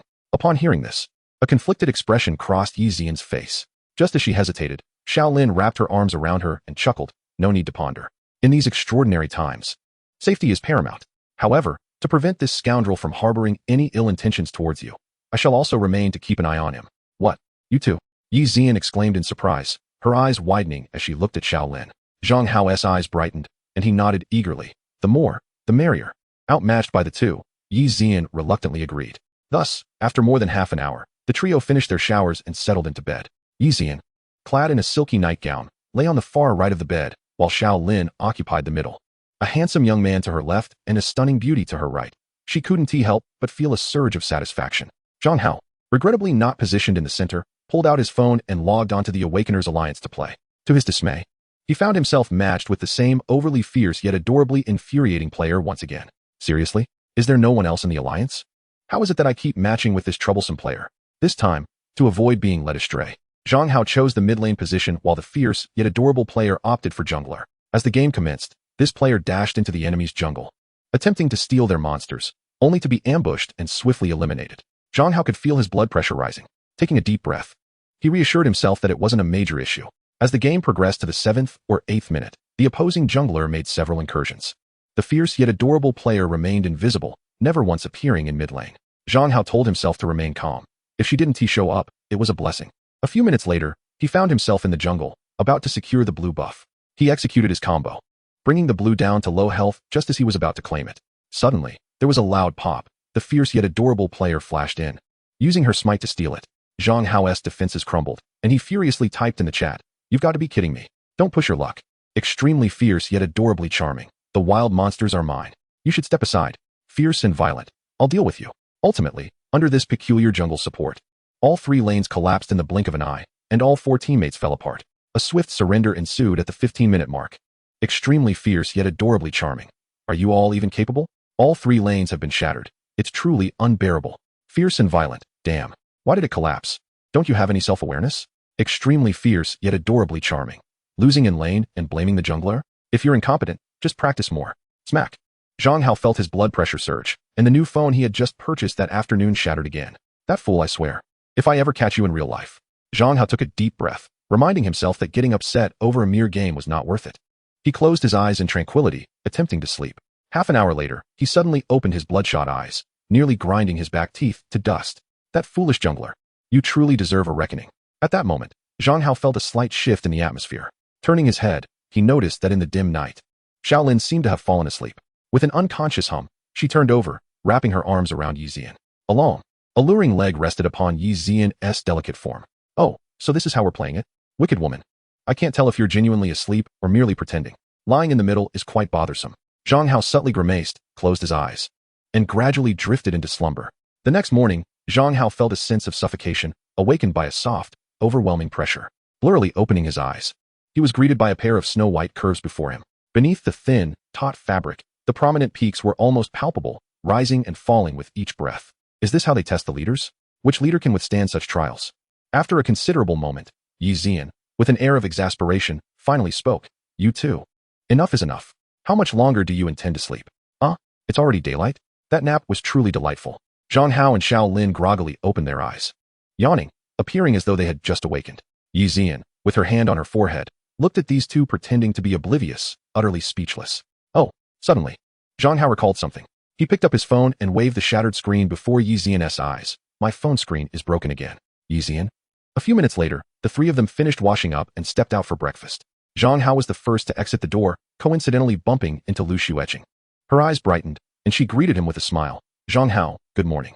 Good morning, Zhang Hao waved back. Behind him, Xiao Lin and Yi Zian walked out, arm in arm. Upon witnessing this, Lu Xueqing's pupils widened in shock, frozen in place, her heart overwhelmed by an unparalleled sensation. Three people. Countless images swirled violently in her mind. The grand competition of the outstanding talents will officially commence tomorrow, leaving today devoid of significant activities. Zhang Hao, disinterested in wandering about, chose instead to dedicate the day to practicing the mysterious heavenly transformation technique, steadily enhancing his own strength. He recalled Xiao Lin's actions from the previous night, turning quietly towards Yi Zian in the middle of the night. If Xiao Lin can, why can't I? How frustrating. When will men be able to rise and possess the same rights as women? Such indignation. Zhang Hao, feeling disheartened, rubbed his lower back and sighed at the injustice of it all. Nevertheless, with time on his side, there was no need for haste, and he tucked away his thoughts, surrendering to sleep and replenishing his energy for the night. The following morning, he arose early and made his way to the venue of the grand competition. Chapter 37, The Eerie Hospital Room and the Silk-Clad Nurse. The annual competition of the outstanding talents is a grand event in the Holy City. The venue is located at the Four Saints Martial Arena, situated in the very heart of the city. Surrounding the expansive arena stand four towering statues, each 100 feet high, representing the Azure Dragon, White Tiger, Vermilion Bird, and Black Tortoise. Majestic and lifelike, these sculptures symbolize the four prominent families that founded the Four Saints Alliance, now revered as the four royal families within the alliance.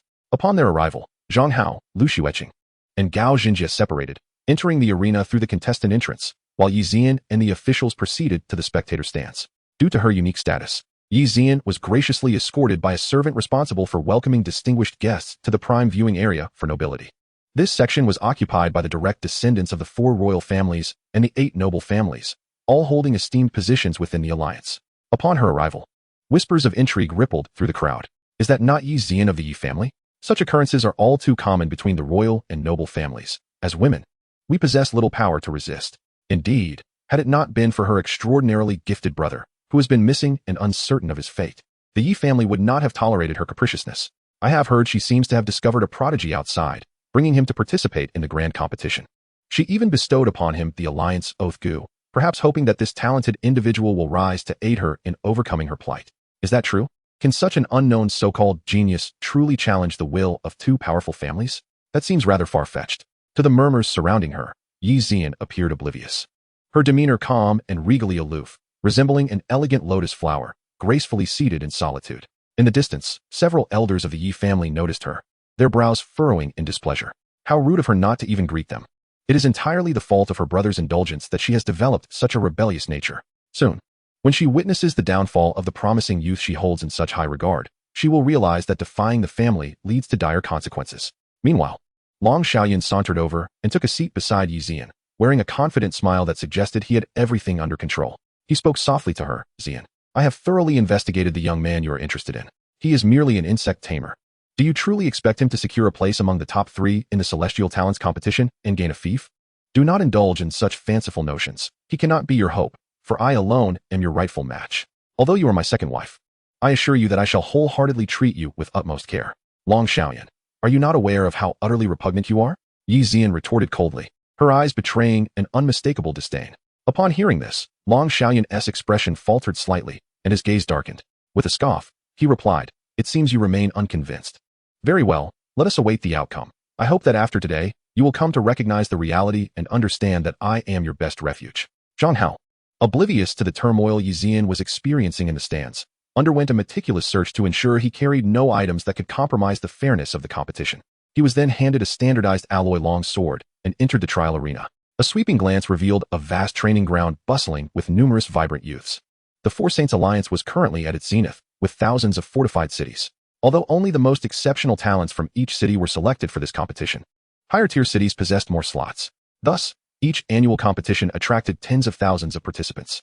In the prestigious fortified cities, the rare awakened individuals were regarded with envy and admiration.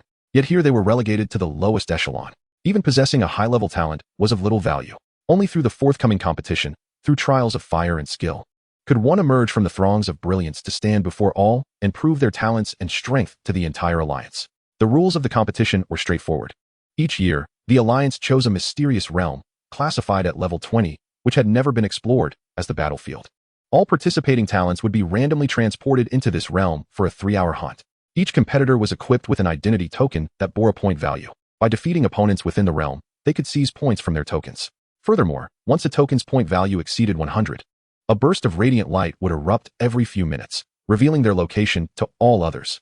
At the conclusion of the 3 hours, the 3 individuals with the highest points on their tokens would be declared the victors, earning the alliance's accolades and the prestigious title of City Lord of a level 3 fortified city, along with numerous privileges. Zhang Hao stood leisurely at the periphery, awaiting the opening of the mysterious realm. Moments later, a sharp sound echoed from behind him, prompting him to turn around. A strikingly beautiful girl with white hair and captivating eyes was absorbed in her phone, inadvertently colliding with the railing. Unfazed, she turned around and walked directly towards Zhang Hao. A few steps later, she bumped into him with considerable force. "Oh, I'm so sorry," the white-haired girl exclaimed, promptly sitting down on the spot to resume her phone activities. Zhang Hao's lips twitched slightly. Was this a contest of prodigies or a gathering of oddities? Truly, there was a diverse array of competitors. Notably, this girl was someone he recognized. She was the prodigious young talent from the Baihu clan, one of the 4 great royal families.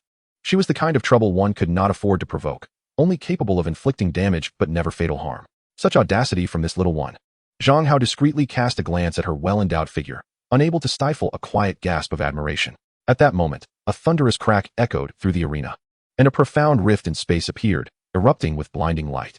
Over 10,000 youths vanished in an instant. The next moment, a flash enveloped Zhang Hao, transporting him to a dimly lit room, laden with an eerie atmosphere. As he curiously surveyed his surroundings, a soft creak interrupted the silence. The door slowly opened to reveal a voluptuous nurse clad in alluring white stockings, entering with an arm-sized syringe filled with an unknown green liquid. Her pallid face bore a disturbingly sinister smile, and blood tears streamed from her eyes as she addressed Zhang Hao with an unsettling grin. "It's time for your injection. Dear patient." Chapter 38. The director's office at the end of the corridor. "I refuse your injection." Zhang Hao scoffed, swinging his blade without hesitation. The weapon struck the nurse's neck, embedding deeply within. Strangely, no blood flowed from the wound. Instead, a chilling smile crept across her face as she gazed at Zhang Hao, declaring, Now, patient, you've been quite naughty. Punishment is in order." "Punishment, you say?" Zhang Hao retorted coldly, unleashing another fierce blow that severed her head entirely. With a swift motion, he summoned a swarm of iron-eating worms that immediately swarmed over the nurse's body. Amidst her horrific struggles and screams, they voraciously consumed her. "Whatever you are, I will sever your head and devour you whole. Let us see what other mischief you can conjure. My swarm transcends all malevolent entities." As the iron-eating worms feasted upon her, Zhang Hao strode to the window and gazed outside. The night sky was dominated by a blood-red moon, and the streets lay deserted, swept by a bizarre crimson whirlwind. In the distance, beneath a dim street lamp, a shadow flickered fleetingly, almost resembling a terrifying creature cloaked in red fur. This was indeed a rare and strange realm. Upon witnessing the scene outside, Zhang Hao raised an eyebrow, his eyes reflecting a hint of astonishment. Since the global cataclysm, countless mystical realms have descended upon the world, each with its own peculiarities. Among them exists a rare type of realm, tainted by an unfathomable dark matter. This realm is filled with various bizarre and ominous phenomena, earning the title of the Strange Realm. It stands as one of the most sinister types of all mystical realms, where dangers lurk beyond the grasp of conventional understanding. Anything could transpire, instilling fear in the hearts of many awakened beings.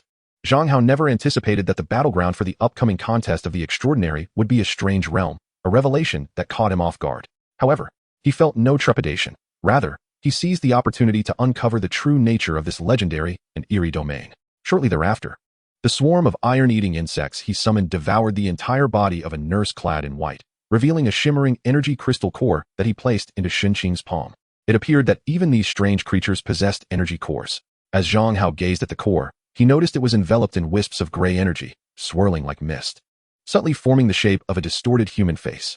It exuded an unsettling aura, and Zhang Hao was reluctant to absorb such energy into his own body. Instead, he stored it away in a spatial item for safekeeping.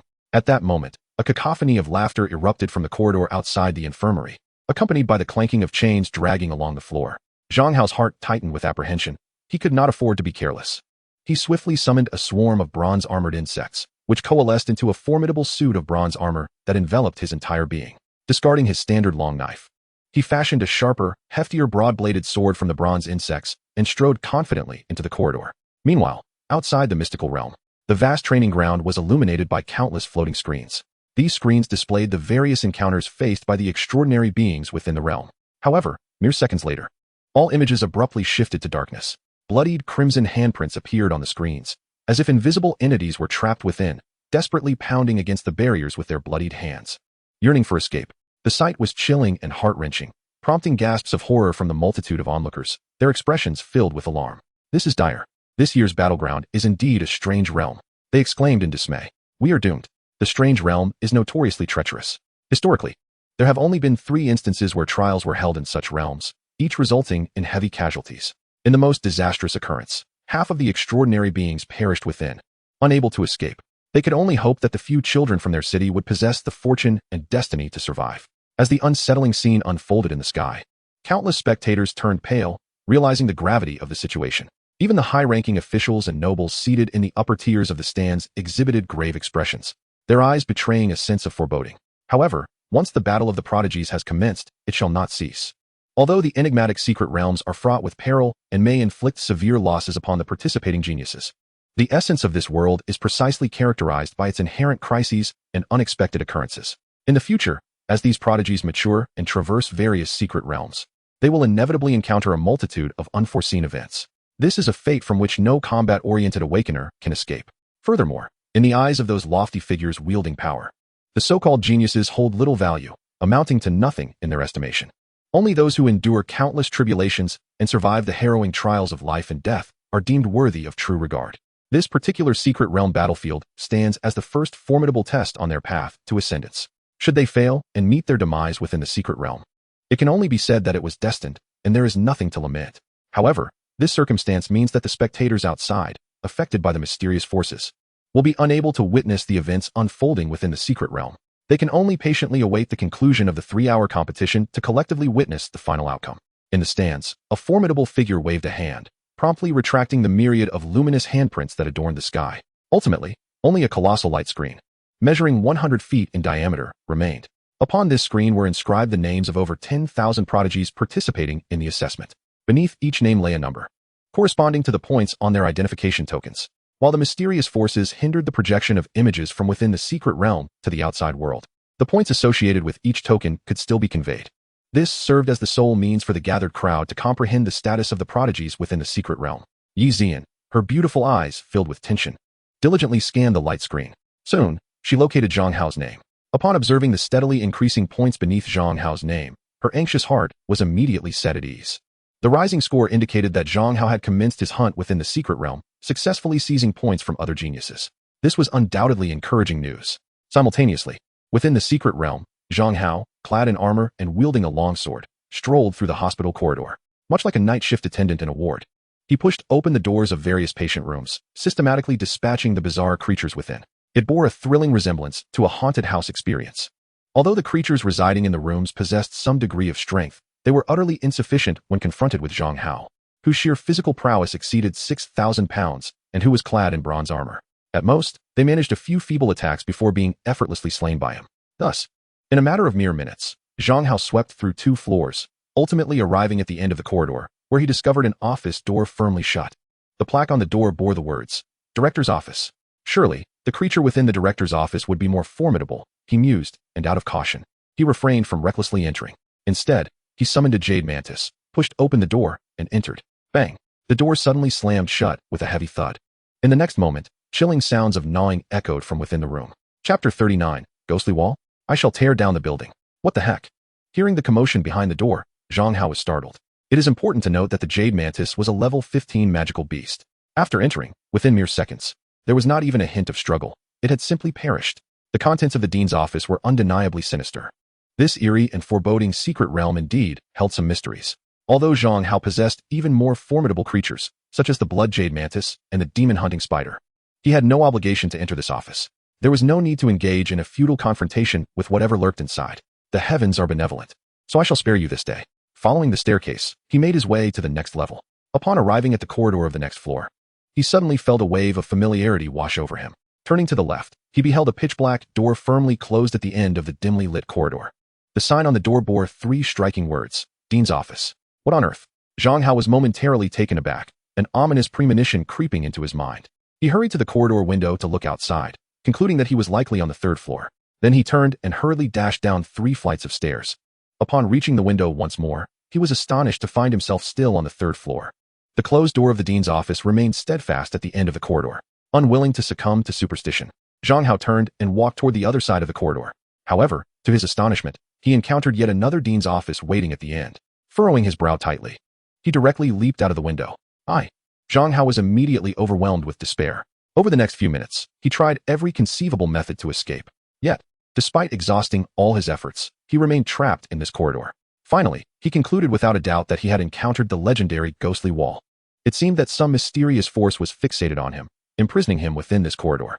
No matter what, it compelled him to approach the end and open the door to the dean's office. The more he felt this compulsion, the more trepidation and resistance he experienced towards that office. He was utterly unwilling to enter.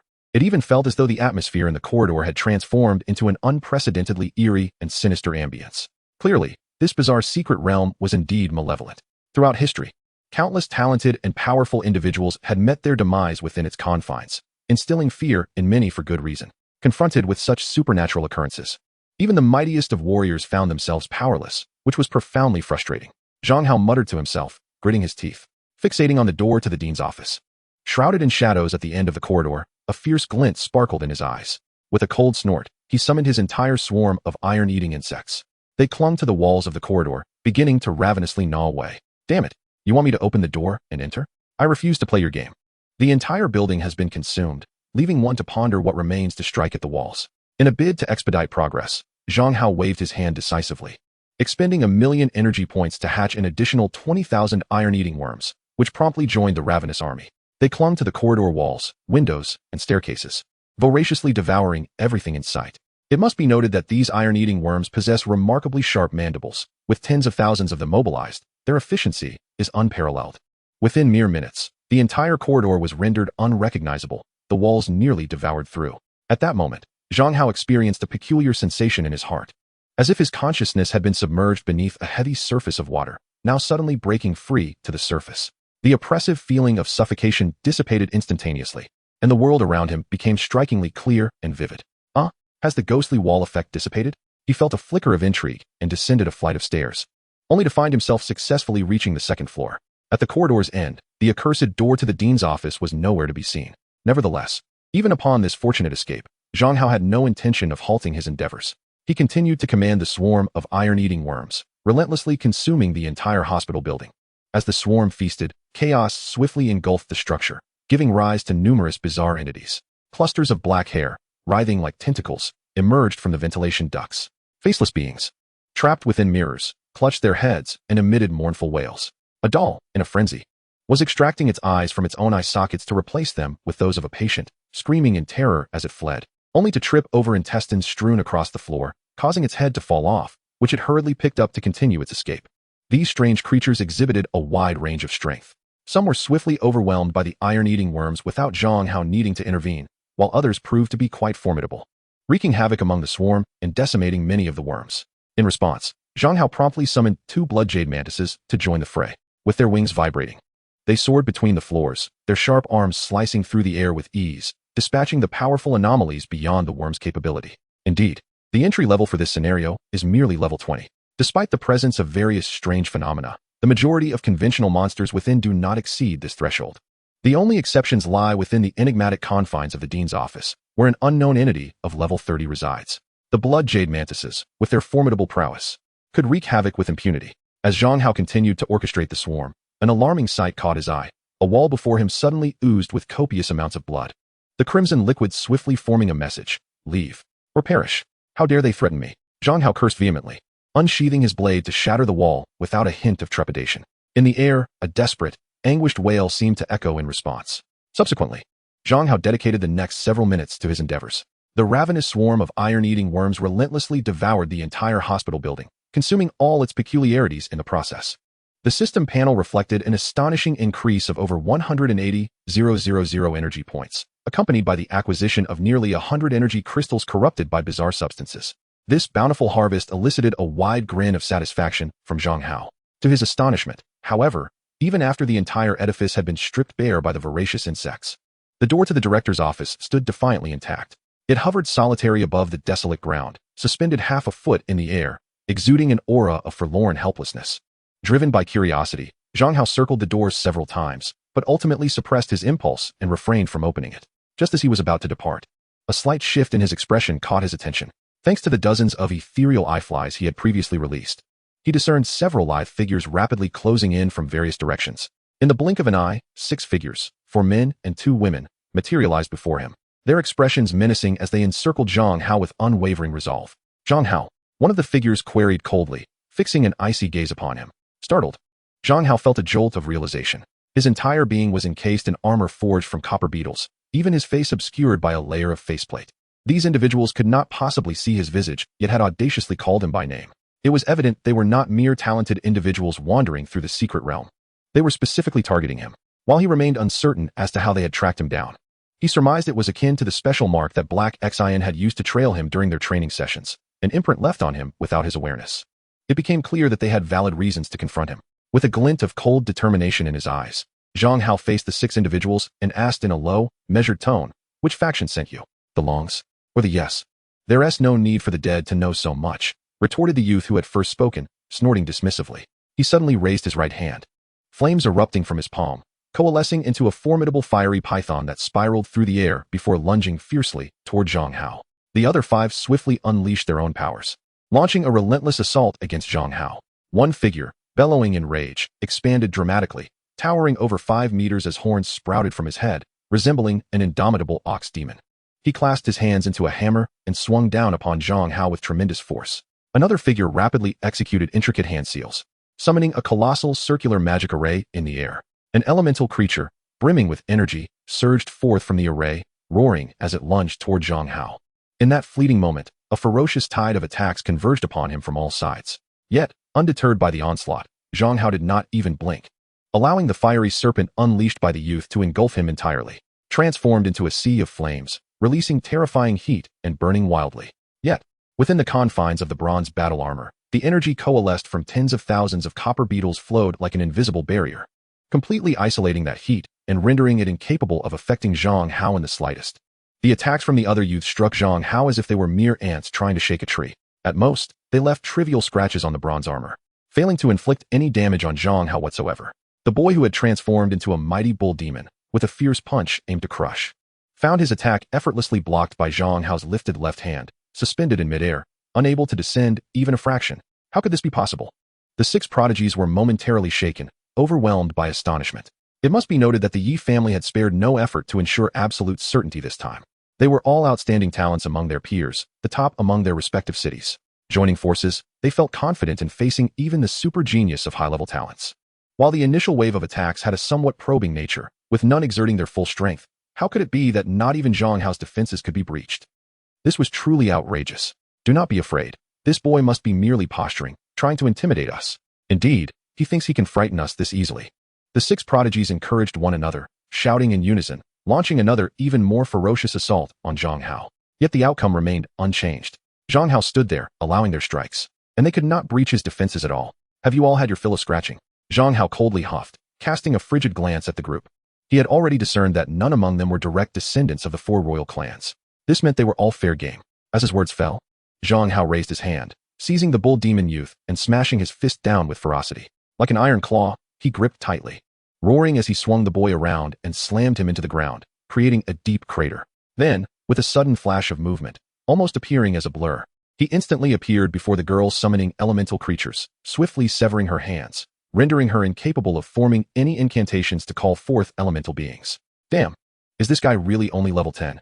Could he possibly be a legendary dual talent? Even a legendary high-level talent wouldn't be this formidable, right? Damn, where did the old hound of the Yi family get such trash intelligence? Sending us to kill him? I curse your Yi family. The prodigies were utterly stunned. Instantly subdued by Zhang Hao's display, their hearts filled with dread. They erupted in furious curses, denouncing the information provided by the Yi family as utterly ridiculous. Without hesitation, they turned to flee. In their panic, some even hastily pulled out their secret realm stones, preparing to activate them to exit the realm. However, activating the secret realm stones required time, at least a second to guide. Yet, that 1 second became a matter of life and death. Before they could activate it and make a successful escape, a swift and blood-red shadow darted beside them, its crimson blade slicing cleanly through the air. In an instant, their hands were severed at the wrists, falling to the ground with a thud. The next moment, a white web whistled through the air, binding them tightly. In the blink of an eye, the 6 prodigies found themselves ensnared by the web, collapsing to the ground in a desperate struggle. It was only at this moment that they finally discerned the nature of the shadow that had so abruptly severed their hands. The blood jade mantis. The demon spider. Wasn't this a beast of level 30? How could this individual summon such a creature? In that fleeting moment, disbelief washed over the 6 of them. Their minds reeling. Zhang Hao let out a cold scoff and strode towards one of the youths. He first removed the identity token from the boy's person. Then, he pressed the blade against the boy's neck. Pointing towards the door of the headmaster's office, which hovered ominously in midair, he commanded, "Go. Open that door and see what lies within. I may spare your life." The boy trembled, gazing at the door that floated without support, his eyes betraying an unmistakable fear. Within this strange and eerie realm, too many sinister and bizarre elements lurked. Who knew what lay behind that door? Entering could very well mean a fate worse than death. He would not sacrifice himself to pave the way for Zhang Hao. A flicker of resolve ignited within him as he glared at Zhang Hao, gritting his teeth and declaring, "If you wish to kill me, then do so. I will never enter." "Oh, how unexpected. You possess quite the spirit," Zhang Hao remarked, raising an eyebrow. He playfully tapped the blade against the boy's face and coldly replied, "But that is not for you to decide." With that, he summoned a swift wind spirit butterfly and cast the spell levitation, conjuring a gentle breeze that lifted the boy, tightly bound in the web, and placed him before the headmaster's office door. He then summoned several iron-eating worms, which slowly pried open the door, ushering the boy inside. Chapter 41. Everyone must die? Including myself. No, I refuse to go in. Zhang Hao, may you meet a wretched fate. The boy, ensnared by the unyielding web, screamed in terror, struggling futilely. The headmaster's office door, which stood silently in the air, suddenly swung open, revealing an abyss of profound darkness beyond. As the boy's body crossed the threshold, he did not appear on the other side. Instead, he was engulfed by the infinite blackness, as if swallowed by a merciless maw. With a resounding thud, the door to the headmaster's office slammed shut, silencing the boy's terrified curses. In the next moment, the room echoed with the dulcet sounds of a woman's pleasure and heavy, labored breaths. The boy's laughter erupted from within, exclaiming his delight. The expressions of those outside shifted dramatically, their eyes revealing a strange mixture of bewilderment and intrigue. Yet, in the span of just a few minutes, the sounds of joyous ecstasy from within grew increasingly fervent, enchanting and captivating all who listened. The laughter of the youth grew increasingly hollow, gradually diminishing until it vanished entirely, leaving no trace of sound. Thud! A few boys outside the door swallowed hard, their eyes betraying a look of fear. In Zhang Hao's gaze, a trace of contemplation emerged. The sounds emanating from behind the door this time were markedly different from those when the jade mantis had entered. Could it be that each time the door opened, the circumstances encountered on the other side varied? Zhang Hao felt a surge of astonishment and turned once more to one of the boys. "You go in." "I don't want to. Please, spare me. My family has been a single line for 3 generations. If I die here, my old mother." "To hell with that." Zhang Hao kicked the boy in the face. "Did you think of your family's legacy when you took the money to kill me? If you refuse to go in, I'll send you in myself." With that, he repeated his actions, commanding the swift wind spirit butterfly to employ its levitation technique, binding the boy in spider silk and delivering him through the door. Upon entering, the boy encountered no misfortune. It seemed he was merely trapped in a small room. He pounded desperately on the walls, shouting to escape. Initially, his voice remained relatively stable, but within minutes, it began to exhibit signs of madness, transforming into frenzied screams. Ultimately, a cacophony of maniacal laughter erupted from within, chillingly proclaiming, "Everyone must die, including myself." Then, a gunshot rang out, as if he had taken his own life within. Where did he get a gun? Zhang Hao's curiosity about the mysterious entities behind the door intensified, and he directed his gaze toward the next individual. Meanwhile, outside the secret realm, Yi Xian's beautiful eyes were fixed anxiously on Zhang Hao's name, filled with concern. Upon entering the realm, the points beneath Zhang Hao's name had fluctuated momentarily. However, after reaching 5 points, there had been no further movement. Now, over half an hour had passed in the competition. Yet there was still no sign of change, causing Yi Xian's heart to flutter with unease. Though she held absolute confidence in Zhang Hao's abilities, convinced that he could easily triumph over any prodigy and could handle multiple attackers with composure, this year's battlefield was exceptionally peculiar and filled with unknowns. The myriad of possibilities within the realm could lead to any number of sinister occurrences. Should Zhang Hao encounter those elusive and ominous entities, the situation could become dire. The only source of solace for Yixian was that Zhang Hao's points had not yet dwindled to 0, indicating that at the very least, his identity token had not fallen into the hands of other geniuses. This provided a glimmer of hope. Seated beside Yixian, Long Xiaoyun keenly noticed her anxiety and concern. A smirk of schadenfreude crept onto his lips as he languidly remarked to her, "Ziyan, it appears that the young man you have chosen is currently in a dire predicament. It is quite possible that he has already fallen victim to the peculiarities of the secret realm, with his body yet to be discovered. Close your ominous mouth." Yi Ziyan retorted coldly, her expression dark and her anger barely contained. Long Xiaoyun, unperturbed, shook his head and said nonchalantly, "It seems you are still unwilling to give up. Let us wait and see when this young man's score reaches 0. Meanwhile, on the other side of the viewing platform, several elders from the Yi family observed Zhang Hao's score of 5 points with considerable disdain. One elder, his brow furrowed, inquired in a grave tone, "Are those individuals capable? They have been inside for quite some time. Why have they not resolved this yet? Rest assured, those 6 prodigies were meticulously selected by me. They are utterly reliable. Perhaps the oddities of the secret realm have caused some delays. Let us exercise a bit more patience," replied an elder, stroking his beard with confidence. However, scarcely had he finished speaking when, to their astonishment, the large luminous screen in the sky displayed that the scores of the 6 chosen to eliminate Zhang Hao suddenly plummeted to 0. Simultaneously, Zhang Hao's score surged dramatically to 97 points. "What on earth?" exclaimed the once confident elder, his heart sinking as his complexion shifted drastically. In a fit of agitation, he inadvertently yanked a tuft of his beard, staring incredulously at the screen and shouting, "Impossible. Absolutely impossible. The 6 individuals I dispatched are the best of the best. How could they have been bested by that little brat?" The evidence was undeniable, yet the elders of the Yi family exchanged glances, their expressions darkening in unison. "It seems that this insufferable little brat possesses more skill than we anticipated. He is far more formidable than we had imagined, even if he has narrowly escaped this ordeal. So what? I refuse to believe that a mere insect crawling from the gutter can achieve anything of significance. Indeed, if he manages to place in the top 3, I shall eat a Qingmian worm dipped in sauce." On the other hand, upon witnessing Zhang Hao's stagnant score suddenly leap to over 90 points, Yi Ziyan's eyes sparkled with surprise and delight. Her chest heaved with relief as the anxiety that had weighed upon her heart dissipated. She inwardly chastised, "What has that insufferable younger brother been doing all this time? He has caused me unnecessary worry." Beside her, Long Xiaoyun's expression darkened slightly, his displeasure evident as he scoffed. "It seems that the lad is indeed fortunate. However, the competition has been underway for over half an hour, and his score has yet to surpass 100. He is unlikely to amount to anything noteworthy." As the moments passed in the competition, many prodigies faced elimination, either meeting their demise within the secret realm or managing to activate the realm stone for a timely escape. The names remaining on the luminous screen dwindled, and as scores increased, corresponding names grew ever larger. The position on the luminous screen grew ever higher. At this very moment, the name occupying the top spot was none other than Long Xiaotian, with an astonishing score of 312 points. This was over 100 points more than the second-place contender, leaving him in a commanding lead.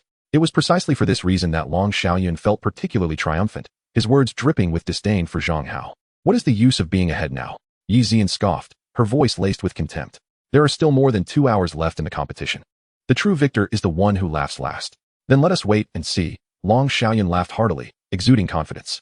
"The one who will laugh last is undoubtedly my brother, and not that lowly wretch of a boy." Yi Ziyan's lovely face darkened, a chill crossing her features as she ground her silver teeth together, silently urging, "Zhang Hao, give it your all. You must redeem your honor." Chapter 42. The enigmatic spirit insects devour the mysterious moths. "Achoo! Who is uttering my name behind my back?" Within the secret realm, Zhang Hao sneezed loudly, rubbing his nose as he murmured to himself. Moments ago, he had escorted the 6 youths who attempted to ambush him into the headmaster's office. As anticipated, his suspicions were confirmed. Each individual who entered the room experienced a vastly different commotion. It was as though the door concealed countless unknown spaces, with each entry leading to a completely random destination. The mysterious presence behind the door seemed capable of conjuring diverse scenarios based on the inner thoughts of each person. However, one fact was consistent. Every individual who crossed the threshold faced overwhelming terror. Not a single one managed to endure for 3 minutes. It was utterly horrifying. Zhang Hao silently shook his head, ultimately abandoning his intention to open the door and investigate further. After all, he had but one life to live, and it was not something to be trifled with. He turned and strode purposefully into the distance. Yet, having barely taken a few steps, he suddenly sensed something amiss. Turning back, his pupils constricted in shock. Before him, the headmaster's office door, floating in midair, had silently followed him, hovering about 3 meters away. Indeed, the door had come after him. Damn it! Is this thing truly fixated on me? Does it insist that I enter? Zhang Hao felt a wave of exasperation wash over him as he glared at the door, coldly exclaiming, "Do not push your luck. It was merely a matter of dismantling your building, yet you refuse to let this go? If you keep following me, I will unleash my insects and gnaw through your door." With that, Zhang Hao took several steps back. The door ominously moved forward a few steps in response. Zhang Hao's lips twitched, rendered momentarily speechless. Based on the current circumstances, he surmised that while the enigmatic presence behind the door was formidable, it also appeared to be bound by certain constraints. As long as he refrained from opening the door or stepping inside, it could do him no harm. However, having such an entity trailing behind him was unnerving, leaving anyone feeling quite disturbed. As Zhang Hao furrowed his brow, contemplating a strategy, a sudden surge of blood seeped through the door, forming four ominous characters. 100 people. What could this possibly mean?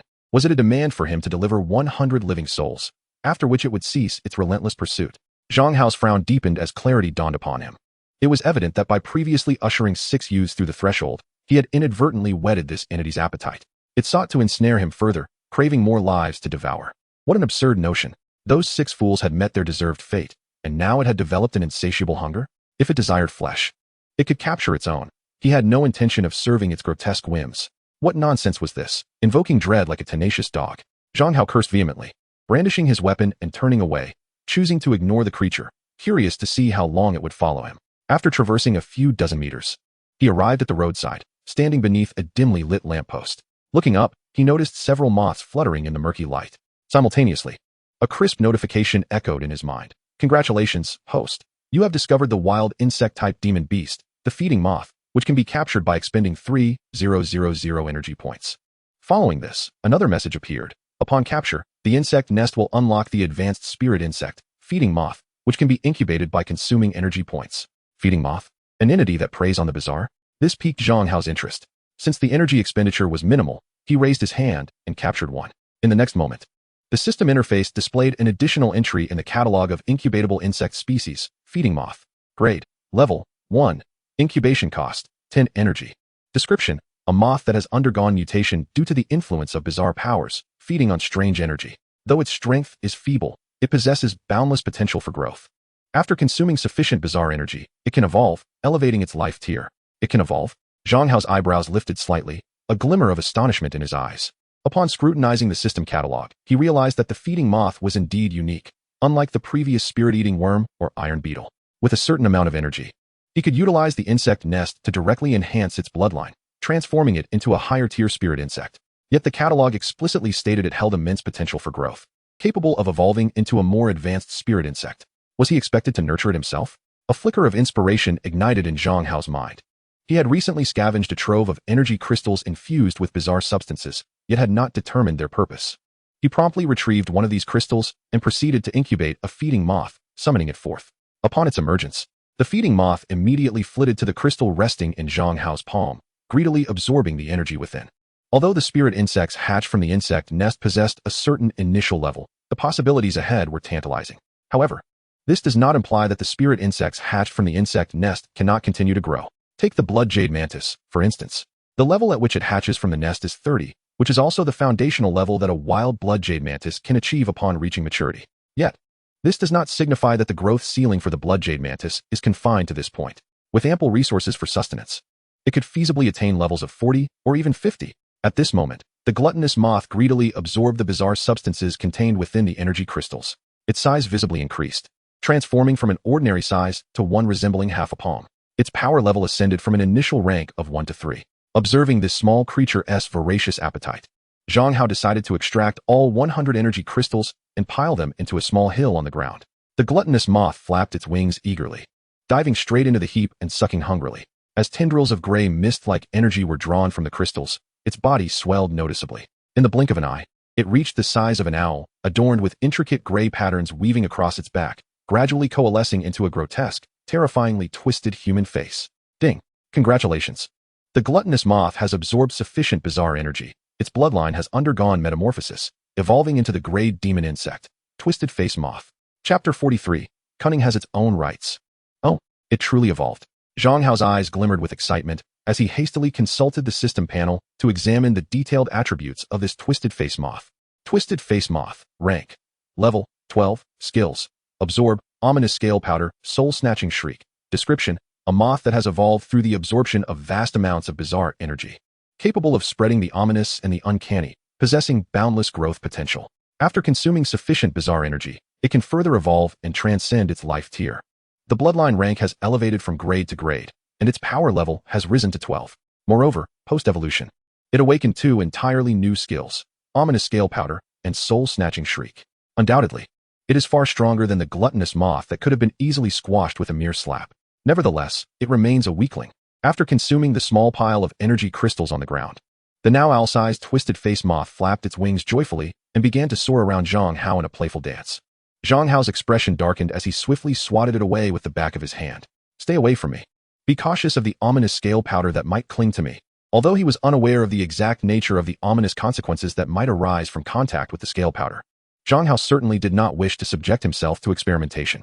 Nevertheless, the creature's ability to evolve through the consumption of bizarre energy is quite intriguing. At the very least, it could serve as a useful receptacle. Soon, I shall acquire an energy crystal core infused with enigmatic substances, rendering any fears of wastage unnecessary. Furthermore, Zhang Hao is eager to explore the extent of this peculiar entity's growth potential. Is it possible for him to nurture a behemoth? When that time comes, he can effortlessly draw forth whatever lurks behind the grand door at his back, compelling this creature to cease its incessant pursuit. Can it truly withstand his power? Zhang Hao snorted coldly within, casting a frosty glance towards the entrance of the dean's office behind him. He then turned away, striding purposefully through the bizarre city shrouded in the blood-red glow of the moonlight, seeking other strange creatures to hunt, to provide sustenance for his large moth. As for vanquishing other prodigies to seize their points, Zhang Hao felt no urgency. The rules of the competition dictate that victory is determined by who possesses the most points on their token at the conclusion of the assessment. With merely half an hour remaining, he could eliminate the top contenders and pilfer their points, securing his rightful place at the pinnacle. True titans do not descend to the fray to engage in menial tasks. They allow the lesser beings to toil, indulging in a game of predator and prey until the most opulent prize appears, at which point they will strike. At this very moment, beneath the veil of night in this city, a cascade of brilliant golden lights soared into the heavens, marking the positions of prodigies whose token points had exceeded 100.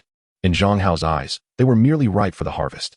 For the next several minutes, he led a bloodjade mantis on a nocturnal hunt, dispatching dozens of formidable aberrant creatures. After absorbing the peculiar energies contained within numerous crystal cores, the strength of the uncanny-faced moth had ascended to level 19. Its size expanding significantly, resembling a small aircraft careening through the night sky with its gray wings flapping. It was now capable of initiating its own hunts against weaker aberrant beings. During this time, although Zhang Hao did not actively seek out the other talented individuals participating in the trials, he was not averse to encounters should they arise. For those who were wise enough to relinquish their token points and collected energy cores, he would allow them to depart unscathed. Yet, some dared to defy him, refusing to surrender and even launching an attack against him. Zhang Hao showed no mercy, swiftly eliminating them without hesitation, demonstrating a modicum of compassion. He even summoned the iron-eating insect swarm to dispose of their remains, preventing any lingering corpses from succumbing to the corruptive forces of the secret realm, which could transform them into ominous entities. What are you staring at? It would be wise to abandon all hope. Even if I were to feed them to the insects, you would receive nothing. Your efforts would be in vain, no matter how long you pursued. Zhang Hao scoffed, casting a glare at the entrance of the dean's office behind him before continuing his exploration. Soon, he arrived at a residential complex where every window of the building ahead lay cloaked in darkness. A solitary window emitted a bright, striking light, creating a stark contrast in the surroundings. The eerie-faced moth became suddenly animated, circling around Zhang Hao in excitement. Through the ethereal mental connection, it conveyed to him that there was a sizable entity within that room, yearning to be absorbed. Intrigued, Zhang Hao slightly shifted his focus, raising his gaze towards the illuminated window. Exercising caution, he refrained from rushing in directly. Instead, he dispatched a spirit-eye mosquito, its wings vibrating as it flew into the window to investigate the situation. Zhang Hao's expression suddenly contorted in bewilderment as he beheld the chaotic living room, where 2 figures, one large and one small, sat cross-legged before a massive television screen, intensely engaged in a video game, their hands fervently manipulating the controllers. To the left was a petite, yet curvaceous young lady with striking white hair and enchanting eyes. To the right sat a pale-faced apparition in white, her long hair cascading down, reminiscent of a ghostly figure.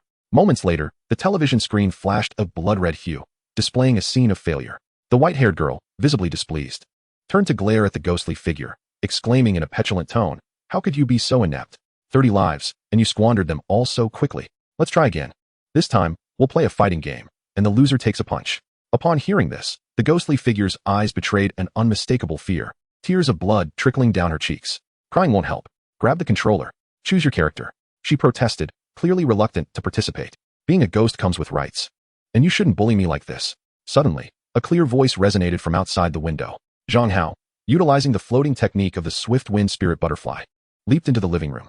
Both the white-haired girl and the ghostly figure turned to face him. The apparition, upon hearing Zhang Hao's words, appeared profoundly moved, nodding in agreement. Zhang Hao then brandished his long knife, laughing heartily. Allow me to assist her. Let us expedite her passage to the afterlife. The white-clad ghost, filled with dread, turned to flee into the television, seemingly attempting to escape. However, before she could vanish, the eerie-faced moth surged in from outside, its wings trembling rapidly. The distorted faces on its wings came to life, emitting a piercing, shrill cry. The ghostly figure, caught in her flight, froze momentarily, immobilized by fear.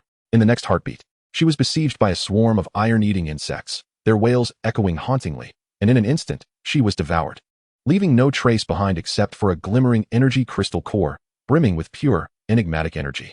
The eerie-faced moth swooped down, clutching the core and greedily absorbing its essence. Throughout this unfolding drama, the white-haired girl observed with an inscrutable expression, her curiosity piqued as she turned her gaze towards Zhang Hao. A hint of interest flickering in her eyes. Raising a game controller, she addressed him. I have eliminated my playmate, so come and entertain me instead. Chapter 44, Zhang Hao. Move quickly.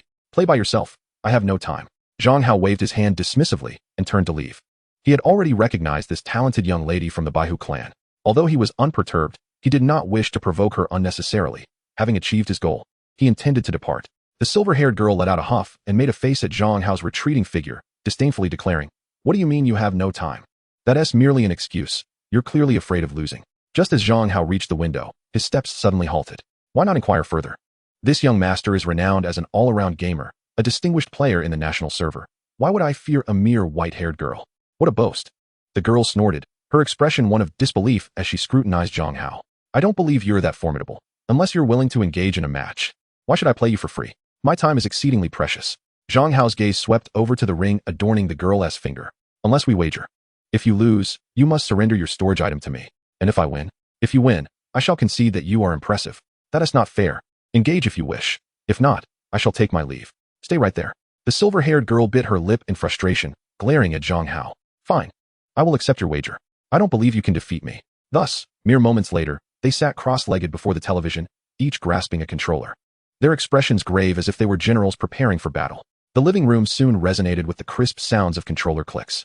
2 minutes later, you've lost. Zhang Hao exclaimed with delight. This round doesn't count.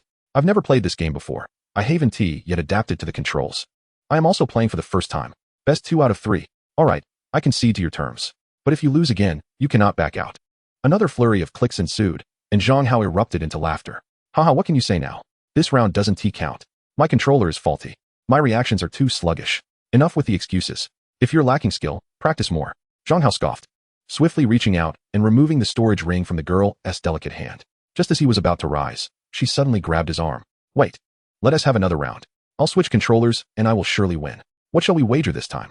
I'll bet my pocket money for a week. If you win, I'll give you 100,000. Goodness, as expected of a direct descendant of one of the 4 great royal families. A week's allowance amounting to 100,000. Money that comes so easily should not be left unearned.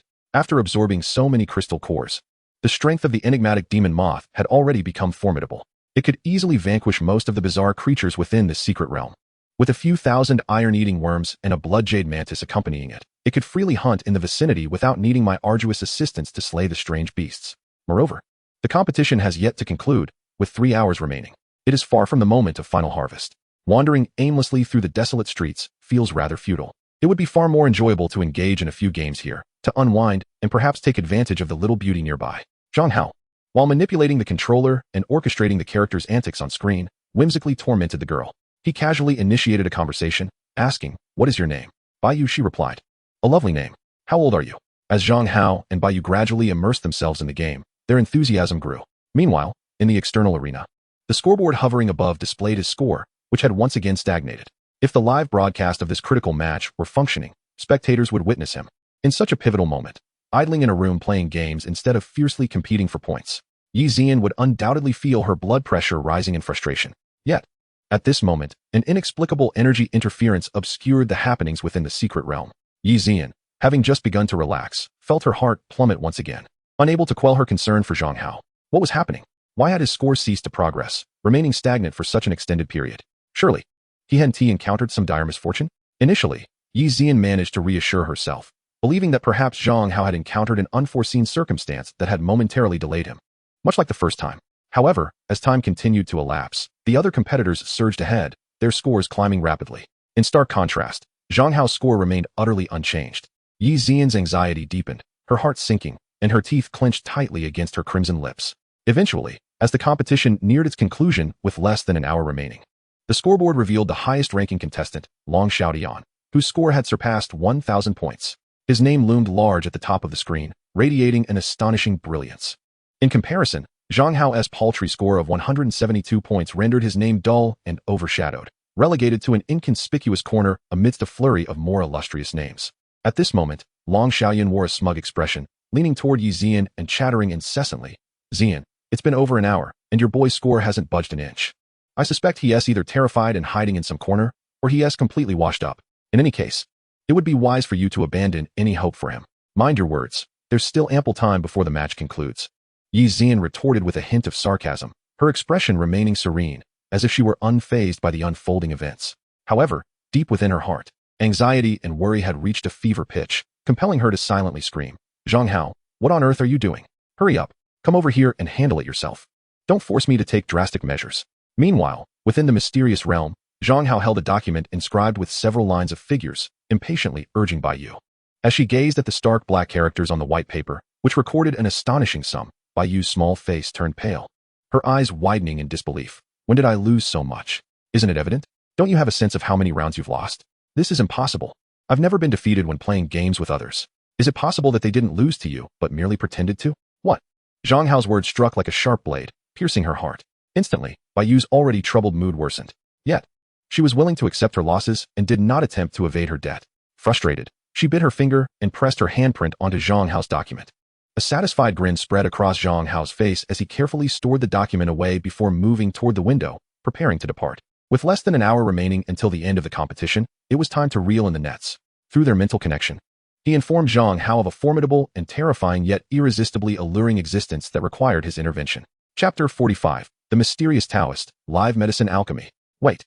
As Zhang Hao was about to leave, Bai Yu hurriedly called out, stopping him. "What is it? Are you still unconvinced and wish to wager more? I lost to you only because the games were not suited to my strengths. Once we are outside, I will play my best games. And I will surely not lose to you," Bai Yu declared defiantly, hands on her hips. "Then let us discuss it outside. But I have important matters to attend to now and cannot spare the time." "Wait." Bai Yu rushed forward, grabbing Zhang Hao's sleeve earnestly. "I want to compete with you once more. Let's see who can score higher in today's match." "All right," Zhang Hao replied readily, a smile playing on his lips as he asked, "What will you wager this time? You've already won all my pocket money from the past 6 months. Bai Yu paused, her expression momentarily faltering as she pondered deeply. Finally, a glimmer of determination sparkled in her eyes as she addressed Zhang Hao. "I possess a trial realm sealing stone, which is limited to level 30 entrance. I initially intended to explore it alone. If you can win, I will take you in with me to explore together." Upon hearing this, Zhang Hao's eyes brightened with interest. The trial realm sealing stone referred to a gateway that could be summoned after certain conditions were met in a realm. By activating the artifact, one could invoke the entrance to the realm. On that day, the Twisted Jungle in Lanling City served as a trial assessment, and today, this enigmatic realm hosted the elite competition. These realms are all artificially sealed secret domains. As for the so-called trial secret realms, they are merely one type among many. Within them lie meticulously designed trial stages. Generally speaking, the level of danger in trial secret realms is relatively low. Moreover, upon successfully completing the trials, one can reap substantial rewards. This makes them an enticing type of secret realm that many awakened individuals eagerly pursue. However, the number of trial secret realms is exceedingly scarce.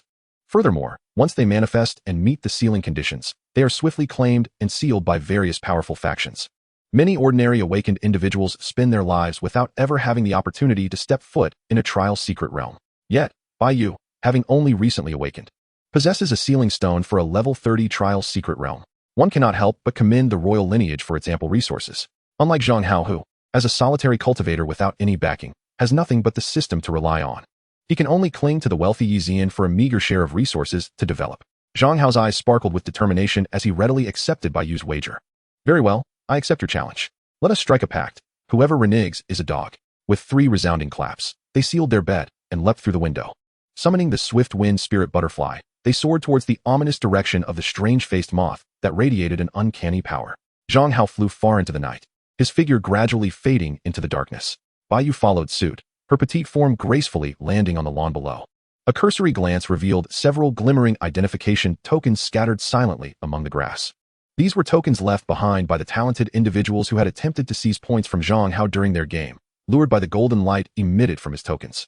They had either been dealt with by the blood jade mantis that Zhang Hao had placed outside, or had decisively retreated from the secret realm, leaving their tokens behind after meeting their demise beneath the mantis's blade. Did he not want these tokens? Was he intentionally leaving them for me? This fellow isn't so bad after all. A faint smile graced Bai Yu's lips as she surveyed the tokens on the ground. However, her expression swiftly shifted as realization struck her. Damn, that scoundrel. He never mentioned what I would receive if he lost to me. No wonder he fled so quickly. Oh, it's infuriating. Bai Yu stomped her foot in frustration, her voice rising in indignation as she activated her bloodline talent. From her voluminous, soft white hair sprouted 2 fluffy ears. Her hands transformed into tiger claws, and a long white tiger tail emerged, swaying gracefully behind her. In an instant, she morphed into a white tiger maiden. With a swift motion of her claws, she snatched up several tokens and vanished into the night like a fleeting shadow. Meanwhile, Zhang Hao continued to follow the strange-faced moth, heading towards a secluded corner of the city. At this moment, the moth, after over an hour of hunting, had undoubtedly consumed countless bizarre creatures. The strength level has ascended to level 25, with wings spanning an astonishing width of over 2 meters. It resembles a small aircraft recklessly darting through the skies. However, despite having absorbed a considerable amount of peculiar energy, its bloodline rank has not advanced further. It remains at its current tier. Zhang Hao speculates that this stagnation may not stem from an inadequate quantity of absorbed energy, but rather from the low purity of the bizarre energies contained within the energy cores. These energies do not meet the necessary standards to elevate its bloodline. Much like an awakener, once the level exceeds 10, absorbing energy cores from beasts below level 10 significantly diminishes the efficacy. This pattern continues with each subsequent 10 levels. One must assimilate energy cores that correspond to their own level to facilitate advancement.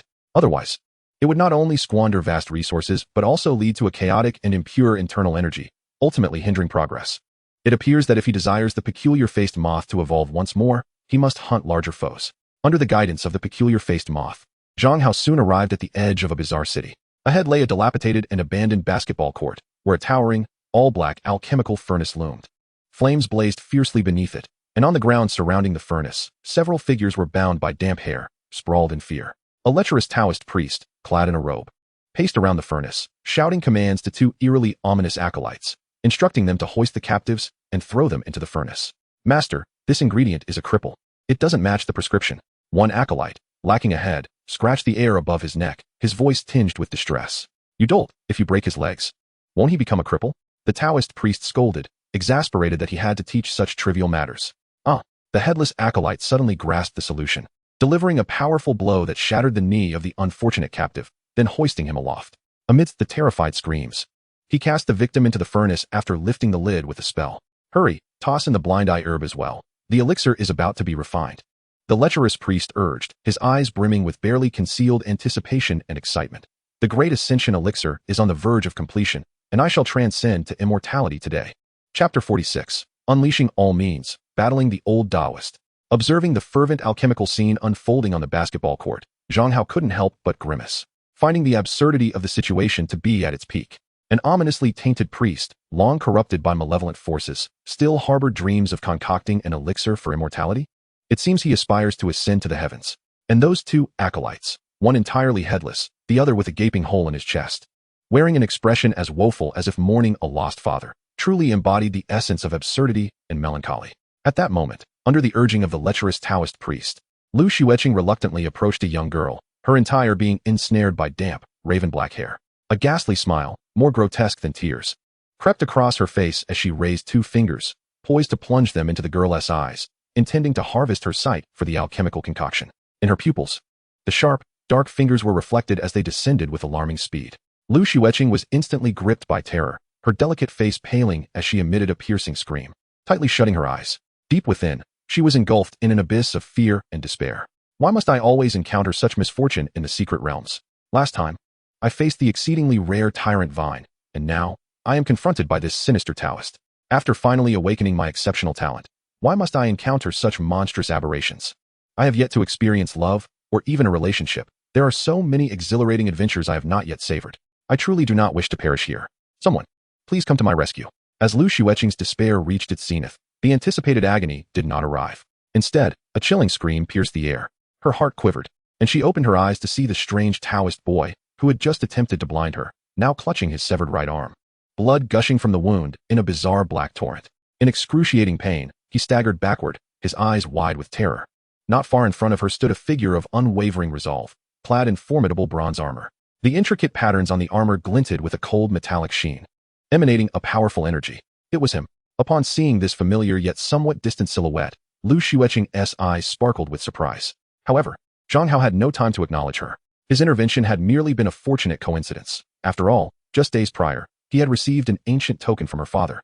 A favor neither too significant nor trivial. Now, saving her life could be seen as a repayment of that debt. Meanwhile, the lecherous Taoist, donning tattered robes, was seething with rage upon witnessing Zhang Hao's sudden appearance. Who is this insolent brat daring to interfere with my affairs? He bellowed, exasperated. Very well. Today I shall capture you for my alchemy.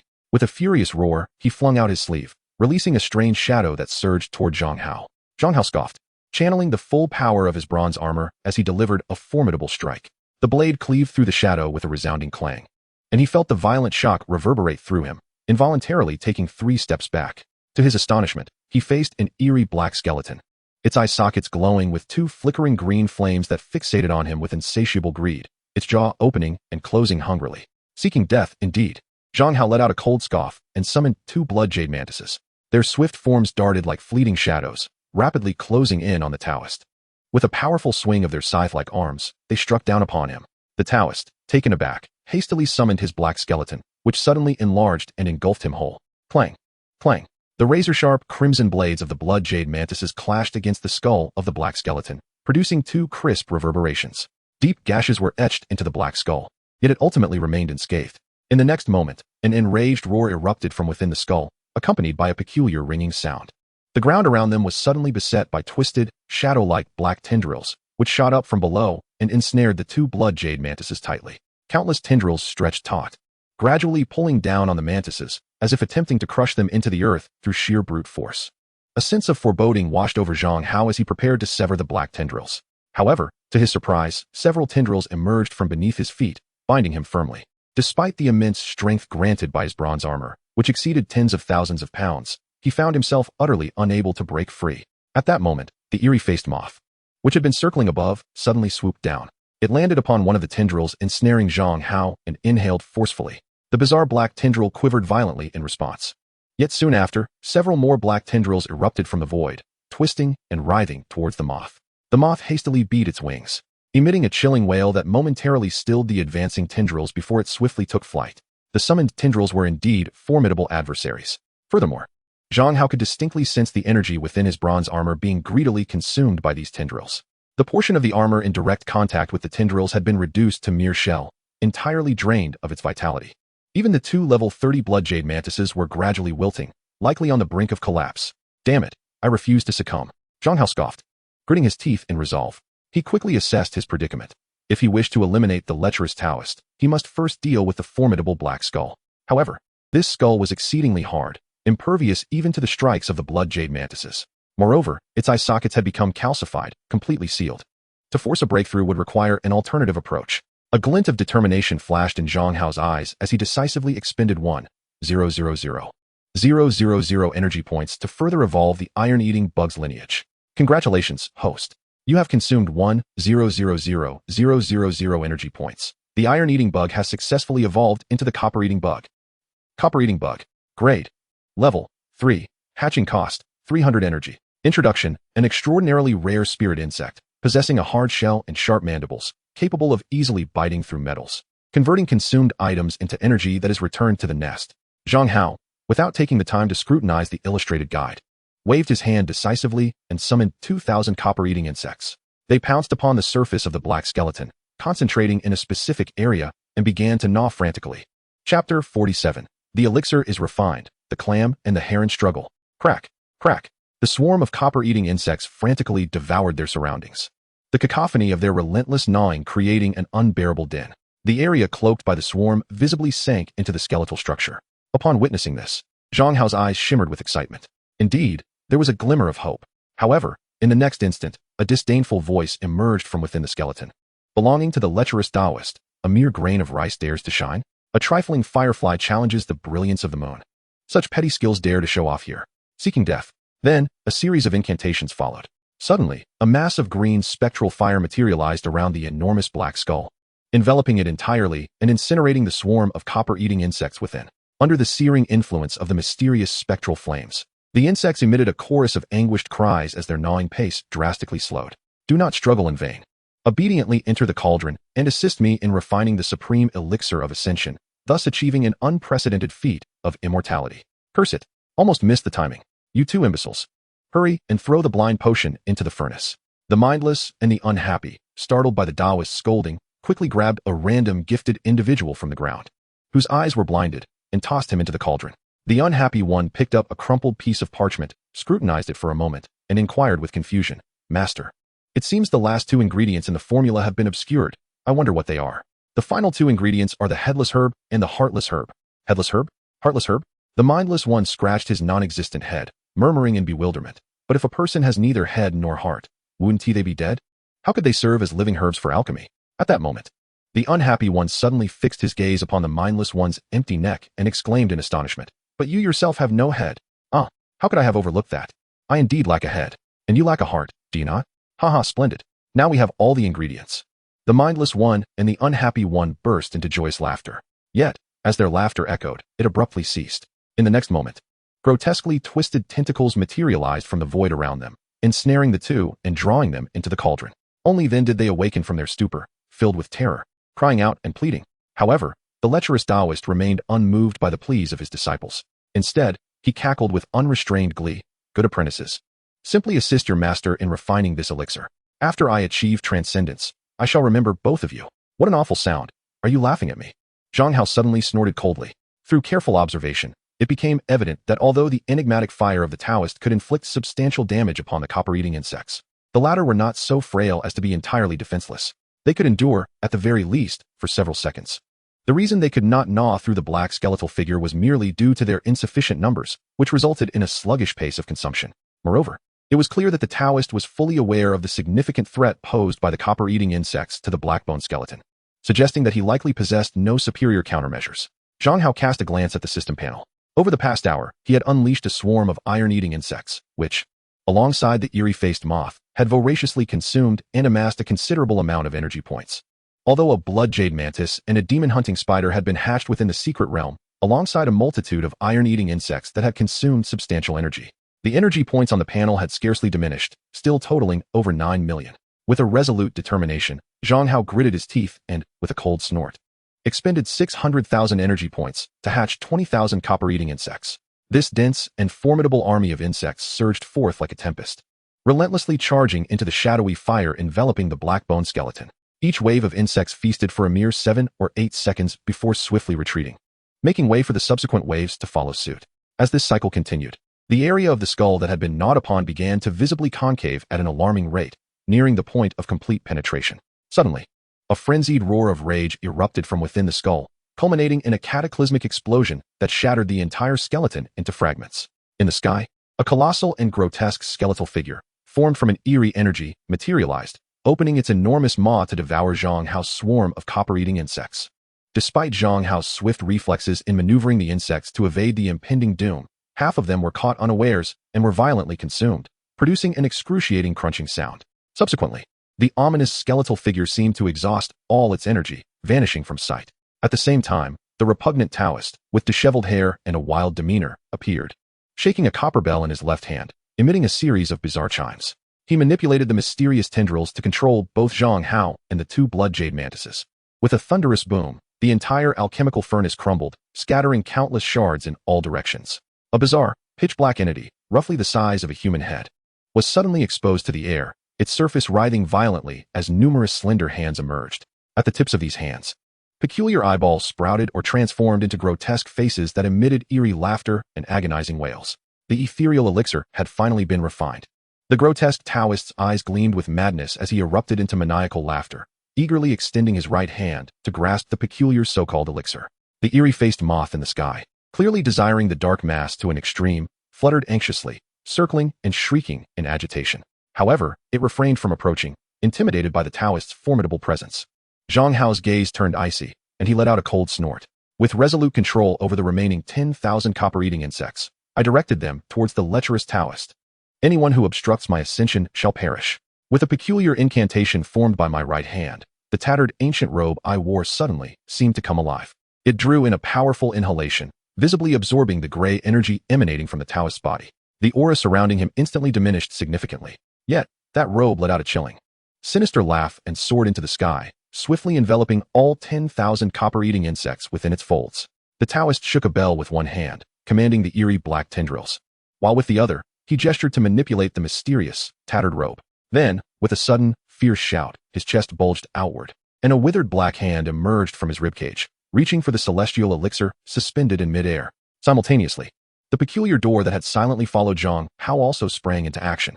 In an instant, it flew towards the scene. The door cracked open, from which a strand of mysterious gray energy extended, intertwining with the celestial elixir in a bid for possession. Chapter 48. The Elixir Consumes. What insolent wretch dares to impede my grand ascension? The lecherous Taoist was consumed by rage, utterly unprepared for this bizarre door competing with him. His eyes turned crimson with fury, and he descended into madness. Abruptly, he bit his tongue, spitting forth a stream of black essence. As this essence left his body, his already feeble aura weakened further. Yet, the black essence twisted and coiled in the air, rapidly forming an incredibly complex sigil, which was forcefully imprinted upon the door. A chilling, indescribable wail erupted from behind the door, in the unknown realm beyond. The door, which had barely been ajar, slammed shut with a resounding thud. The Taoist erupted into raucous laughter. The great hand that had emerged from his chest seized the celestial elixir and thrust it toward his mouth. Zhang Hao's gaze sharpened as he prepared to summon the demon hunting spider, attempting to snatch the so-called elixir with its web. At that moment, an unforeseen twist occurred. The celestial elixir, mere inches from the Taoist's lips, let out a piercing shriek. Twisted tendrils sprouted from its surface, burrowing into the Taoist's 7 orifices. His body stiffened immediately. An explosion of eerie energy surged forth, and he began to struggle violently. However, the 7 tendrils from the bizarre elixir, now embedded within his orifices, surged with vigor and forcefully inhaled. The Taoist, already lean, swiftly resembled a deflated dumpling, collapsing into a mere husk of bones. Then, the peculiar elixir transformed into a massive maw, hovering in the air, gradually consuming the Taoist's corpse, crunching and devouring with ferocious intensity. The bizarre and unsettling scene left Zhang Hao's scalp tingling, a chilling sensation creeping down his spine. Good heavens, was it the case that humans consumed the elixir? Or was the elixir consuming humans? What on earth had that lecherous Taoist conjured after toiling for so long? This was utterly sinister. After the Taoist met his demise, the bronze bell he clutched fell to the ground. Freed from the bell's sound, the strange tendrils that had emerged from the void and the earth swiftly vanished from sight. Zhang Hao and the 2 bloodjade mantises regained their freedom. At that moment, the eerie elixir finally devoured the lecherous Taoist's corpse, completely reducing it to nothingness. On the surface, the contorting and extending tendrils and human faces gradually faded away, ultimately resembling a true elixir. A unique and mysterious wave of energy emanated from it, as if signaling to the outside world. A fruit had ripened, awaiting harvest. Even Zhang Hao could not resist the allure, his eyes betraying an unmistakable glimmer of desire as he instinctively stepped forward. Simultaneously, ripples suddenly stirred in the void above the elixir, forming a rapidly spinning gray vortex. It seemed as though some unknown entity was drawn to it, poised across dimensions. Just then, a figure plummeted from the air with a sudden rustle. It was the long envious, impatiently eager grotesque-faced moth, finally seizing the opportunity to dive down and grasp the black elixir. Its fearsome mandibles opened and closed incessantly as it voraciously gnawed and swallowed. With each bite, the strange energy radiating from the grotesque-faced moth surged dramatically. Its form began to transform rapidly. Silken threads appeared in the surrounding void, gradually intertwining to form a colossal chrysalis that enveloped its body completely. At this moment, the vortex in the void had finally taken shape. However, the unknown entity on the other side of the vortex seemed to sense that the elixir had vanished and did not truly cross over. Yet, the vortex slowly twisted and ultimately outlined a detached gray eye. This eye, indifferent and aloof, gazed down upon the myriad beings below, devoid of any emotional fluctuation. It cast a cold glance at Zhang Hao before gradually dissipating. My goodness! Under the gaze of that mysterious gray eye, Zhang Hao felt a jolt in his spirit. His back was instantly drenched in cold sweat, his mind blank, and he gasped for breath violently. He looked at the large cocoon floating silently before him, his eyes reflecting a mixture of astonishment and contemplation. Considering all he had just experienced, a bold conjecture arose within him. He understood now. The Taoist had seduced the 2 young acolytes to assist him in concocting the elixir, treating them as living ingredients. Unbeknownst to him, he himself was the most vital catalyst in the elixir's creation. Once the elixir was fully formed, it would inevitably attract an unknown entity from the depths of the void to reap the harvest. The true master alchemist behind that mysterious gaze has finally revealed himself. In this light, I have inadvertently intercepted his plans today. Will he seek retribution against me in the future? Zhang Hao murmured to himself, a sense of trepidation creeping into his heart. Yet, he quickly dismissed the thought with a cold huff, gritting his teeth. Damn it, what do I have to fear? That being is separated from here by countless realms. If he truly possessed such power, he would not have hesitated to strike me down today. If he cannot touch me now, what can he do in the future? The next time we meet, should he dare to fixate on me with his gaze, I shall crush him entirely. Zhang Hao scoffed disdainfully. At that moment, a sudden whoosh caught his attention. It was the Taoist robe previously summoned by the lecherous practitioner. The robe unfurled dramatically, scattering a multitude of copper-skinned corpses across the ground. Then, like a living bat, it swooped down with ferocity, capturing two bound geniuses and soaring into the night sky. Goodness, these entities are truly sinister, Zhang Hao thought, raising an eyebrow and murmuring. He stepped forward, bending down to retrieve the copper bell used by the enigmatic Taoist to summon those mysterious tendrils. This should, if fortune favors, be an exceedingly rare artifact. Such artifacts, often tainted by ominous forces, are imbued with an irresistible allure yet inspire dread. Their power is immense, frequently surpassing that of conventional tools. However, their usage demands exorbitant costs, often requiring one's lifespan, essence, or even the sacrifice of living beings. A moment's carelessness could result in one being tainted by the artifact's dense, eerie energies, leading to one's own demise. Nonetheless, this is undoubtedly a treasure of great worth. Even if I do not employ it in the future, it can be sold for a handsome sum. For now, I shall secure it. Just as Zhang Hao tucked the copper bell away, the gray cocoon suspended in midair began to writhe. Moments later, it emitted a tearing sound, splitting open with a gash. A wisp of hazy gray light seeped forth. Chapter 49, Bloodline Evolution, the Eerie Monarch Moth. Has the evolution concluded? As he gazed at the fissure in the gray cocoon, Zhang Hao's eyes sparkled with uncontainable anticipation. What transformation might the eerie-faced moth undergo after consuming the so-called elixir painstakingly crafted by that Taoist, who had invested immense effort and even risked his own life? Surely, an upgrade in bloodline would not be too much to hope for. Under Zhang Hao's eager gaze, the crack in the gray cocoon gradually widened, and the light spilling forth grew ever more intense. Moments later, with a resounding rip, the entire cocoon burst open. A gigantic moth, towering as high as a person, emerged before Zhang Hao, enveloped in a shroud of ethereal gray light, boasting 3 pairs of delicate, pale gray wings. Upon each pair of wings lies an intricate tapestry woven with countless enigmatic patterns. The once bulky form has transformed into a slender and elongated silhouette. Although it is merely a moth, the fluttering of its wings exudes an unparalleled nobility and elegance, reminiscent of a sovereign perched high above. Simultaneously, Zhang Hao received a notification from the system. Congratulations! The enigmatic-faced moth has absorbed an extraordinarily pure and bizarre energy, resulting in a transcendent evolution of its bloodline, successfully transforming into the Grade A enigmatic monarch moth. What an astonishing stroke of luck! It has ascended directly from a dismal Grade C bloodline, leaping through countless tiers to become an exceedingly rare Grade A creature. This windfall is simply beyond comprehension.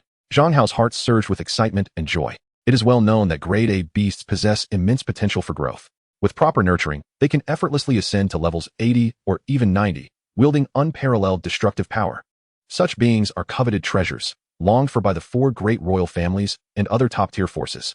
Since acquiring the Swarm Calamity system, the highest tier of spiritual insect Zhang Hao had unlocked thus far was merely the Grade C Blood Jade Mantis. He had not even captured a single one. Following the pattern that each ascension of bloodline requires a 10-fold increase in energy consumption, unlocking a Grade A spiritual insect would necessitate at least 1 billion energy points. Capturing one in the wild would demand a staggering 3 billion energy points. Such a terrifying amount of energy, who knows when it could be amassed? Originally, Zhang Hao thought it might take him a year or 2, or at the very least a few months, to acquire his first Grade A insect beast. He never anticipated that this journey of elite competition would bestow upon him such an unexpected delight. He had directly obtained a Grade A insect. That enigmatic Taoist was indeed no charlatan. The elixir he concocted was truly miraculous. It is merely unfortunate that he himself was not destined to enjoy its benefits. Zhang Hao's excitement was palpable as he eagerly summoned the panel to explore the unique attributes of this Grade A enigmatic monarch moth. Enigmatic monarch moth. Grade A, level 30. Skills: enigmatic grasp, ominous light, soul-capturing melody, crimson gale, 100 enigmas night walk. Description: an ascendant from the weakest feeding enigmatic moth. It is a formidable nemesis to all bizarre creatures, capable of seizing the abilities of others and boasts terrifying growth potential. With sufficient foundation, it can further evolve and transcend, elevating its life tier. From the panel's description, it is evident that the skills Enigmatic Grasp, Ominous Light, and Soul-Capturing Melody are advanced versions of the 3 skills originally possessed by the enigmatic Faced Moth. In addition, it has awakened 2 entirely new innate skills, Crimson Gale and 100 Enigmas Night Walk. Just the names alone resonate with power and promise extraordinary might. Furthermore, the panel elucidates that this enigmatic monarch moth can even seize the skills of other bizarre beings. This ability is indeed remarkable, and its growth potential is astonishingly high. Moreover, with the addition of bizarre creatures, the situation had become exceedingly sinister, far more troublesome than any other beasts of comparable rank. The true potential of the Phantom Emperor Moth was likely to rival that of the most exceptional beasts of its tier. This turn of events was undeniably fortuitous. After its ascension, the Phantom Emperor Moth was filled with exuberance, emitting a series of joyous, affectionate screeches as it lunged towards Zhang Hao. "Do not approach me," Zhang Hao exclaimed, delivering a forceful kick with his right foot, encased in a suit of bronze armor, sending the Phantom Emperor Moth sprawling across the distance. With a vigilant gaze fixed upon it, he sternly warned, "Keep your distance. It is in both our interests." Though the advancement of the Phantom Emperor Moth was indeed a positive development, the ominous energy it now harbored had intensified. Zhang Hao had no desire to draw too close. The last thing he wanted was to risk his own safety for the sake of nurturing a mere insect. That would be an egregious loss. Whimpering, the Phantom Emperor Moth, having been kicked away, emitted several pitiful cries. At that moment, the door to the dean's office, which had been persistently trailing Zhang Hao, silently began to recede. Yet, it had not retreated far when the Phantom Emperor Moth flapped its wings and soared towards it. In an instant, it hovered above the door, inhaling deeply. Immediately, visible wisps of gray energy seeped through the cracks, rapidly consumed by the Phantom Emperor Moth. A chilling, furious roar erupted from behind the door, followed by a violent struggle. In the next moment, the Phantom Emperor Moth flapped its wings, summoning a terrifying whirlwind of crimson fur within several feet of its vicinity, enveloping both itself and the door in a swirling tempest. Witnessing this, Zhang Hao couldn't help but chuckle, reveling in the misfortune of the persistent spirit. "Now you're quiet, aren't you? Huh, little moth, give it your all and vanquish it." Encouraged by Zhang Hao's words, the Phantom Emperor Moth intensified its assault. After observing for a while and seeing the moth gain the upper hand, Zhang Hao's attention shifted. Upon closer inspection, he discovered that the peculiar hair binding Lu Xueqing was indeed a devious creation, employing the standard technique of tortoiseshell binding, accentuating her figure exquisitely. Without further ado, Zhang Hao drew his blade, gliding it along the inner thigh of Lu Xueqing, and with a forceful flick, severed the strands of that strange hair, liberating her from her restraints. Lu Xueqing writhed on the ground, peeling the entangled hair away while lifting her starry eyes, which sparkled with curiosity as they locked onto the cold visage of Zhang Hao. "Are you Zhang Hao?" she inquired. "I am not," Zhang Hao replied coolly, shaking his head. "Impossible," Lu Xueqing exclaimed, rising from the ground, her gaze piercing as she fixed it upon Zhang Hao. There has been no other in Lanling City capable of commanding such formidable spirit insects and participating in the contest of heroes alongside them. "You must be Zhang Hao. Why ask when you already know? Are you trying to showcase your intellect?" Zhang Hao, rendered speechless, removed the mask that concealed his face, revealing his true identity. Indeed, it was he. Upon recognizing the figure clad in bronze armor, Lu Xueqing's beautiful eyes sparkled with joy. "Twice now, you've arrived just in time to save me. Is this destiny?" she exclaimed, her excitement palpable. "You do realize this is the second time, right?" Zhang Hao's lips twitched as he stared at Lu Xueqing in bemusement. "Are you perhaps one of those disaster-prone individuals destined to encounter misfortune the moment you enter a secret realm? If there's essay next time, just call me Daddy. Even your biological father couldn't arrive as swiftly as I do." "Huh, call you Daddy?" Lu Xueqing's delicate visage flushed a deep crimson, her cheeks ablaze as she shyly murmured, "Well, I suppose it's not entirely out of the question, but only in private." Zhang Hao's eyes widened in disbelief as he pointed a finger at her head, exasperated. "What on earth goes through your mind each day?" With that, he turned and walked over to the ground nearby, collecting the identity tokens left behind by the talented individuals who had perished at the hands of the mysterious sorcerer, seizing the points inscribed upon them. Meanwhile, outside the secret realm, with less than half an hour remaining until the competition's conclusion, the scores of the other participants fluctuated fiercely on the luminous screen. In stark contrast, the score beneath Zhang Hao's name remained immovably frozen, as if encased in an eternal frost, devoid of any sign of change. Yi Zian, who had been maintaining a calm demeanor, gradually succumbed to tension. Her hands unconsciously clenched tightly, her nails digging into her palms without her notice. The hope that had once filled her heart now felt like oxygen rapidly depleting, leaving her in a state of impending despair. As time pressed on, the dreadful sensation of hopelessness surged over her like a tide, threatening to drown her completely. Even breathing had become somewhat laborious.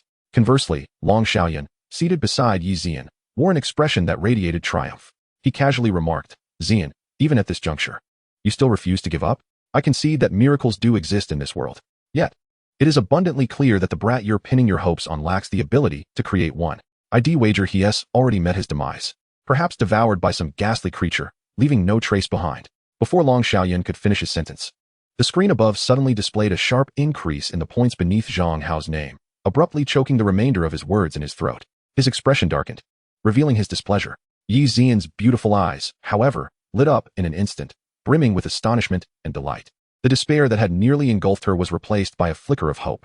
Unable to suppress her thoughts, she bit her teeth in frustration, pondering, what on earth has this fellow been doing all this time? Silence enveloped the surroundings, causing unnecessary anxiety for those waiting outside. With a soft huff, she cast a cold glance at Long Xiaoyan and inquired icily, "Young Master Long, you only shared half of your thoughts earlier.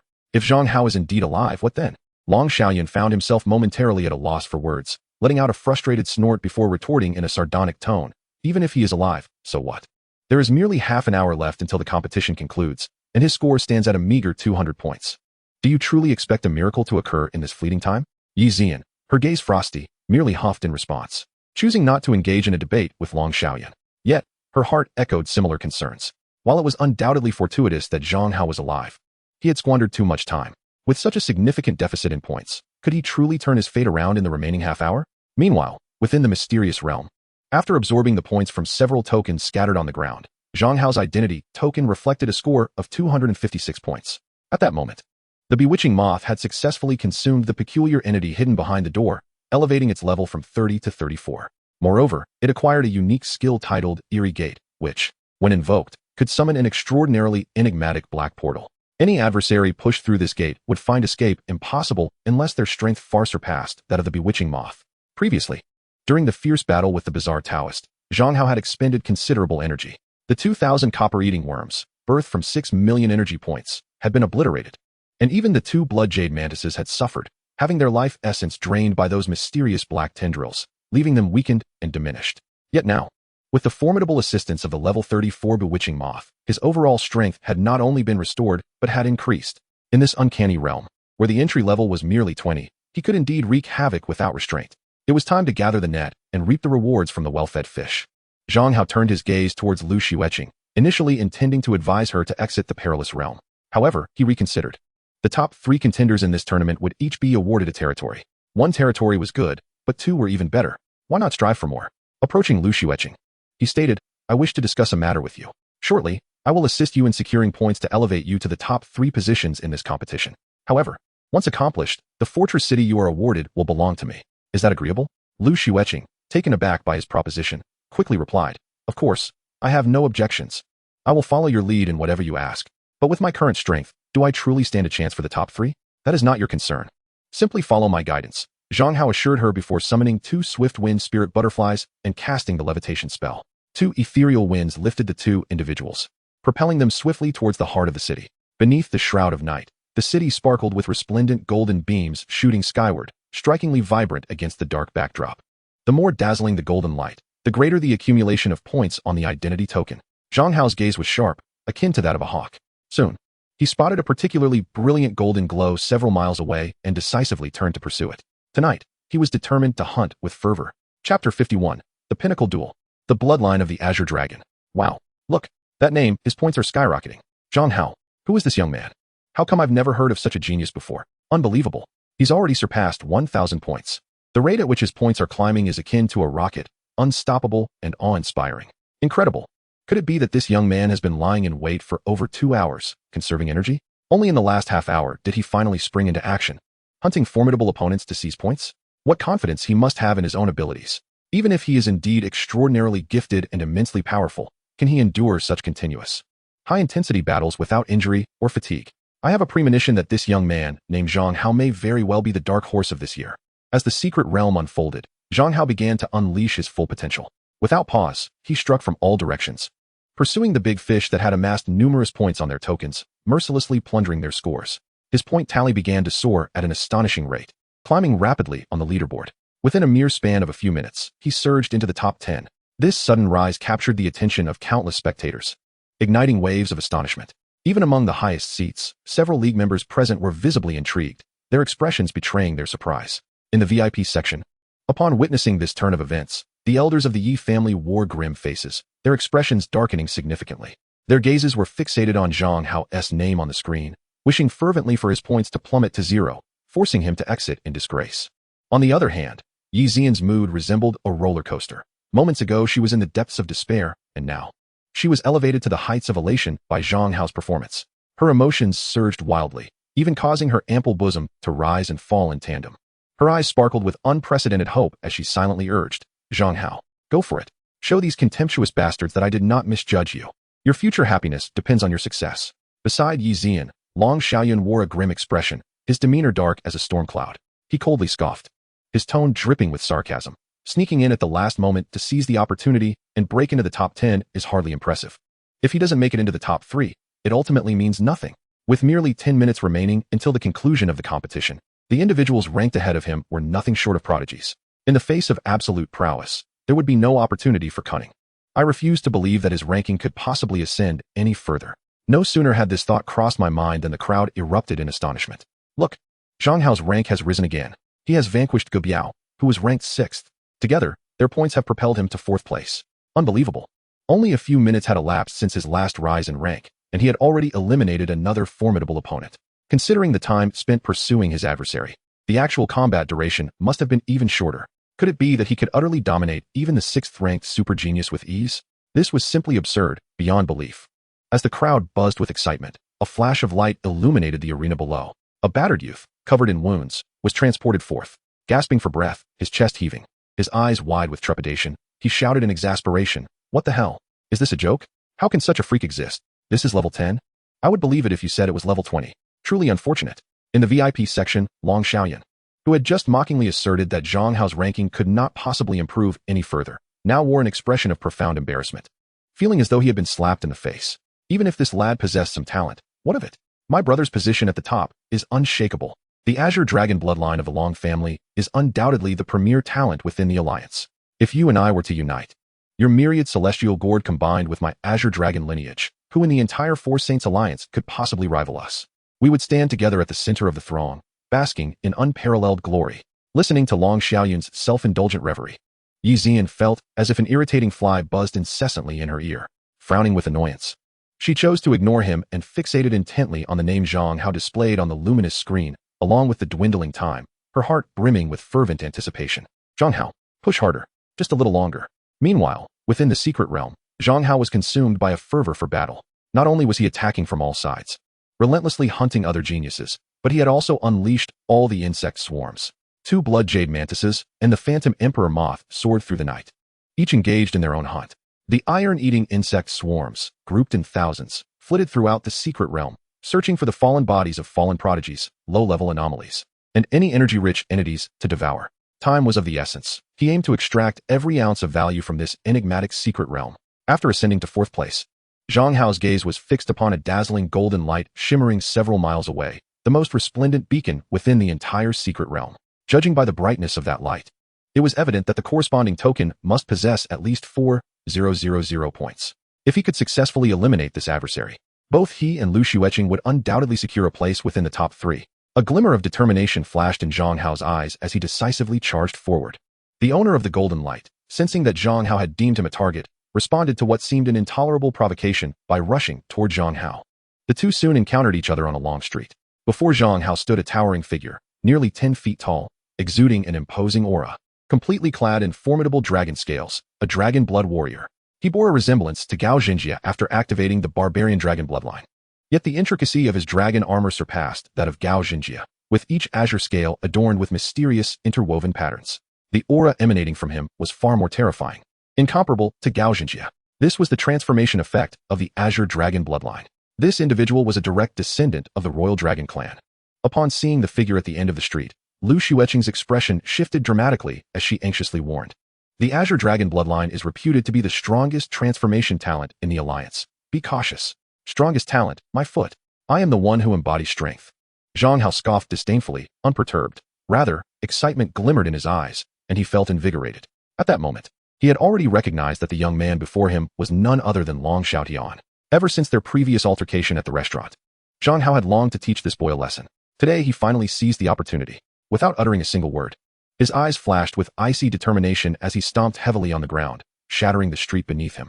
He transformed into a swift, agile shadow, racing toward Long Xiaotian. Chapter 52. I await the swarm. What do you await? Seeking death. Observing Zhang Hao's advancing figure, Long Xiaotian let out a cold snort, a sneer of disdain curling his lips. Although he was unaware of the identity of this armored figure shrouded in bronze, he possessed absolute confidence in his own strength. The Azure Dragon bloodline was universally acknowledged as the strongest transformation talent within the Four Holy Alliance. Apart from the White Tiger bloodline possessed by the Bai family, no other talent could rival it. The audacity of this armored figure to engage him in close combat was nothing short of a death wish. As Zhang Hao's fierce punch barreled toward him with tremendous force, Long Xiaotian dismissed it with a scoff, abruptly extending a dragon claw to seize the incoming fist. You overestimate yourself. Today, I shall demonstrate the might of the dragon. Boom. In the next moment, the menacing dragon claw, enveloped in azure scales, collided with Zhang Hao's iron fist, encased in bronze armor. The clash produced a resounding explosion. The hardened scales of the dragon claw shattered upon impact, while Zhang Hao's bronze armor also crumbled under the overwhelming force. How could this be possible? Long Xiaotian's mind reeled as he widened his eyes in disbelief. Despite being empowered by the Azure Dragon bloodline, he had merely achieved a stalemate in this exchange. What kind of armor does this fellow possess? How could it withstand a direct clash with his dragon scales? Zhang Hao's gaze momentarily deepened, revealing a hint of astonishment. It is important to note that the bronze armor adorning him had consumed an astounding 5 million energy points, crafted from the incubation of 25,000 copper beetles. Such an immense expenditure of energy could even birth 2.5 of the 30-level blood jade mantises. One can only imagine the terrifying potency it bestowed. Coupled with his mastery of the Xiantian transformation technique, which had reached a minor completion, granting him a staggering 6,000 pounds of strength. The combination of these two formidable factors had merely resulted in a stalemate. This underscores the sheer might of the Azure Dragon bloodline, a testament to its status as the pinnacle of transformation-type abilities, truly remarkable. However, Zhang Hao's reaction speed far surpassed that of Long Xiaotian. Seizing the moment while Long Xiaotian was still in shock, he transformed his fist into a claw, gripping Long Xiaotian's wrist with unyielding ferocity and yanking him backward with tremendous force. Simultaneously, his other fist, clenched tightly, struck with all his might against Long Xiaotian's chest. With a resounding crack, the dense, hardened scales on Long Xiaotian's chest shattered instantly, blood gushing forth in torrents. With a pained scream, he was sent flying, crashing heavily onto the cobblestone street. Is this the power of a dragon? Is this all it amounts to? I barely exerted myself, and you have already fallen. Those scales of yours seem rather flimsy, do they not? Zhang Hao mocked mercilessly, as the copper armor around him shifted and flowed, swiftly mending the shattered gauntlet from the previous strike.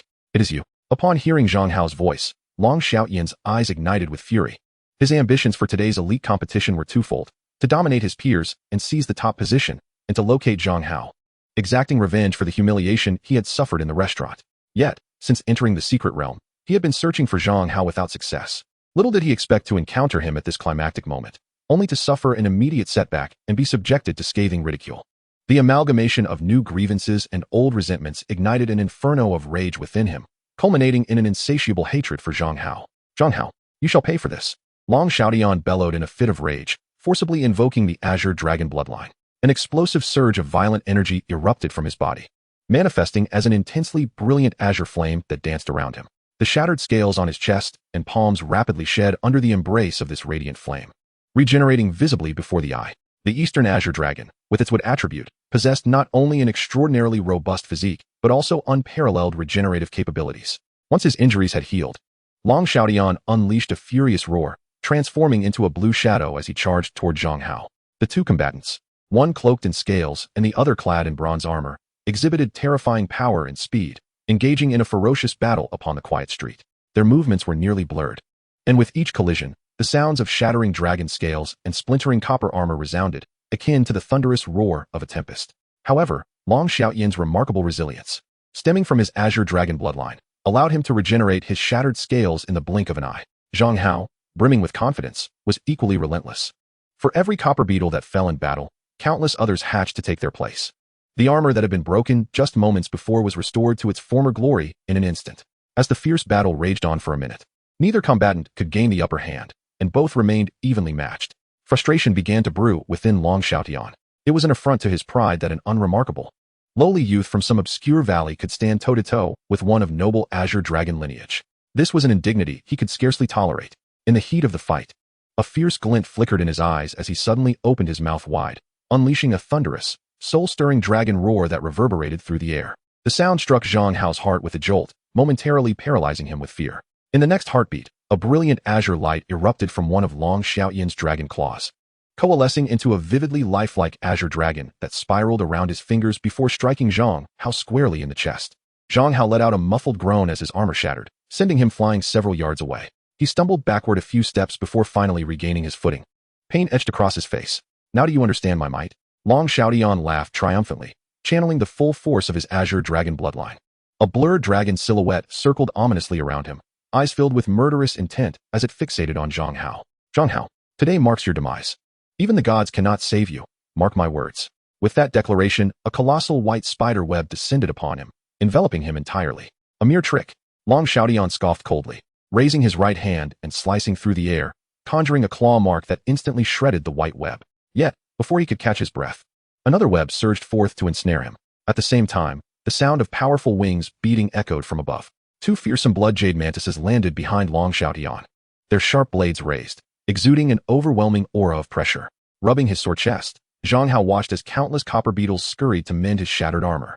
With a cold, piercing gaze fixed on Long Xiaoyan, he wore a mocking smile as he posed a question. Chapter 53, above all, ascending to the pinnacle. As he beheld the massive, grotesque, demon-hunting spider positioned behind him, along with the two imposing blood jade mantises looming behind Long Xiaoyan, a wave of dread washed over him.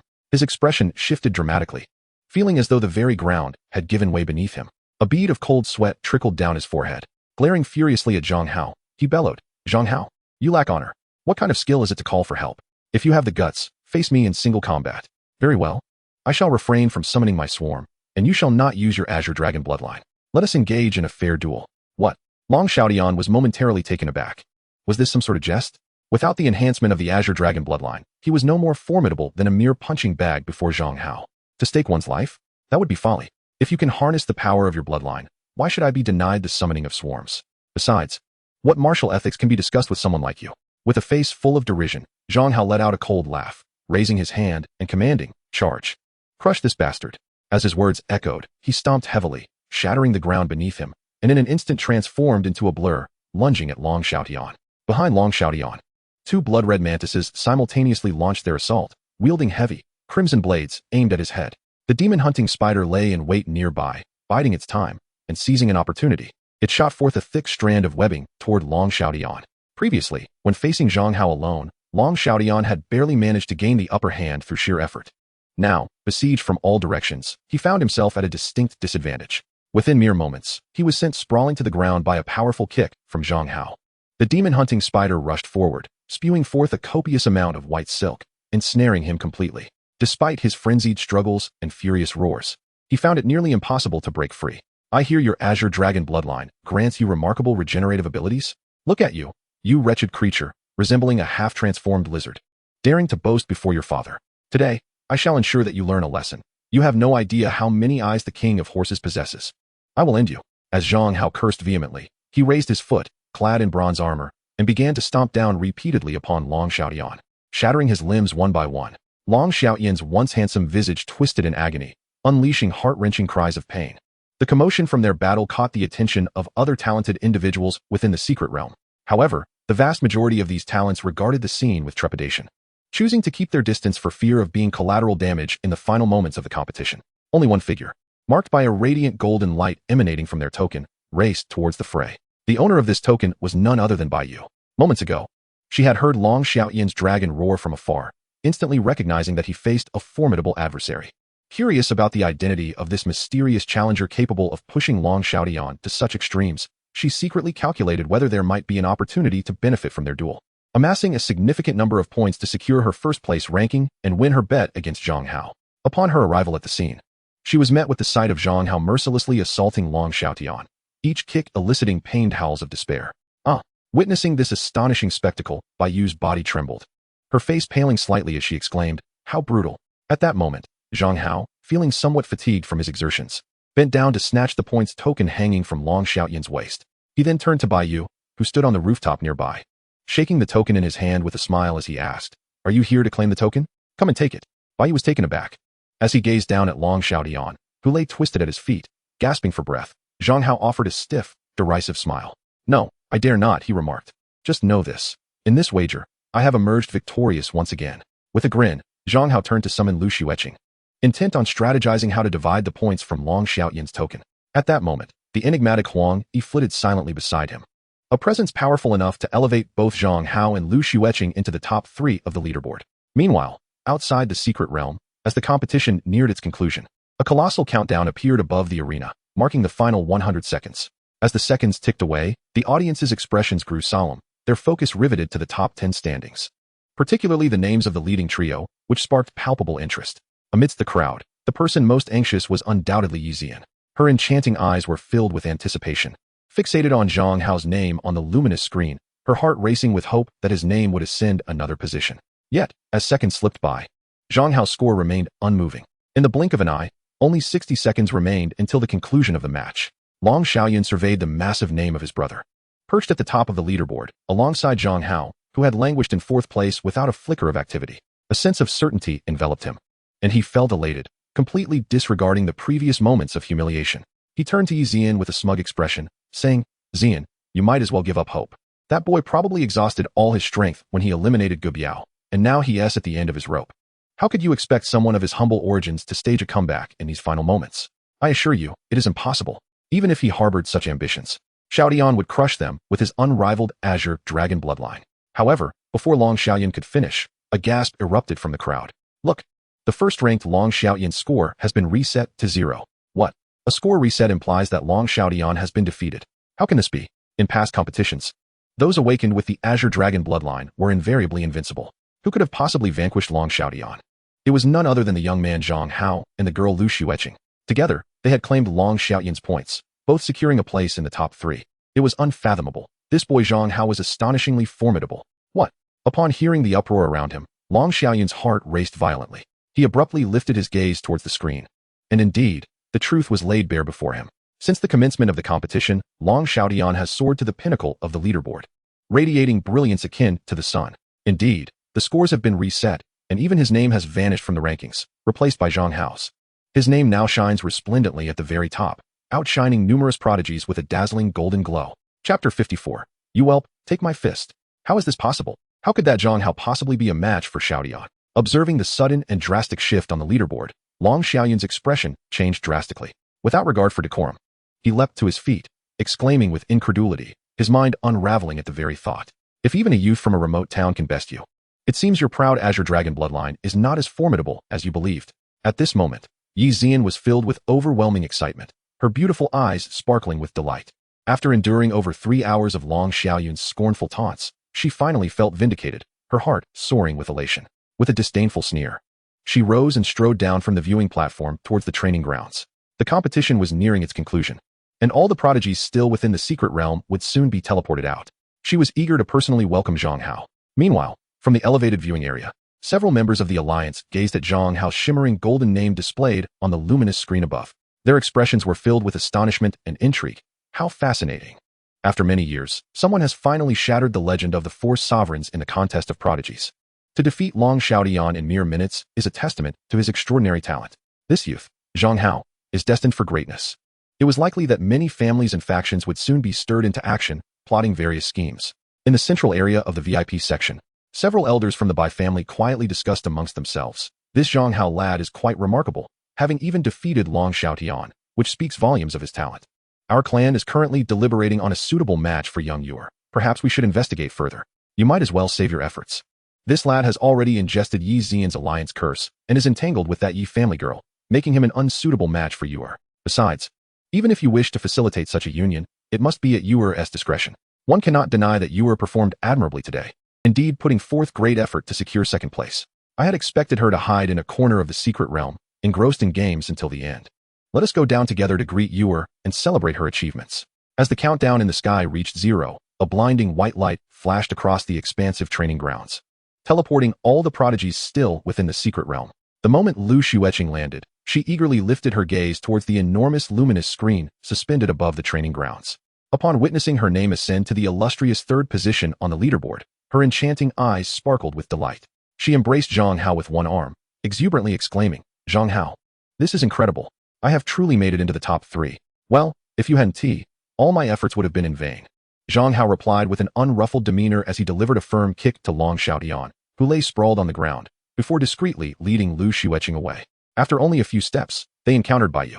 Upon spotting Zhang Hao, Baiyu's eyes lit up, and she approached him, smartphone in hand. You, my friend, are quite intriguing. I was never adept at those games we played in the secret realm. My forte lies in the alliance of awakeners. Care for a match? What is there to fear? My invincible wind boy would never cower before a novice like you. Very well, add me as a friend. My game is called Super Fierce. Super adorable. At this, Zhang Hao's body tensed, and he glared at Baiyu with a fierce countenance. What did you just say your game was called?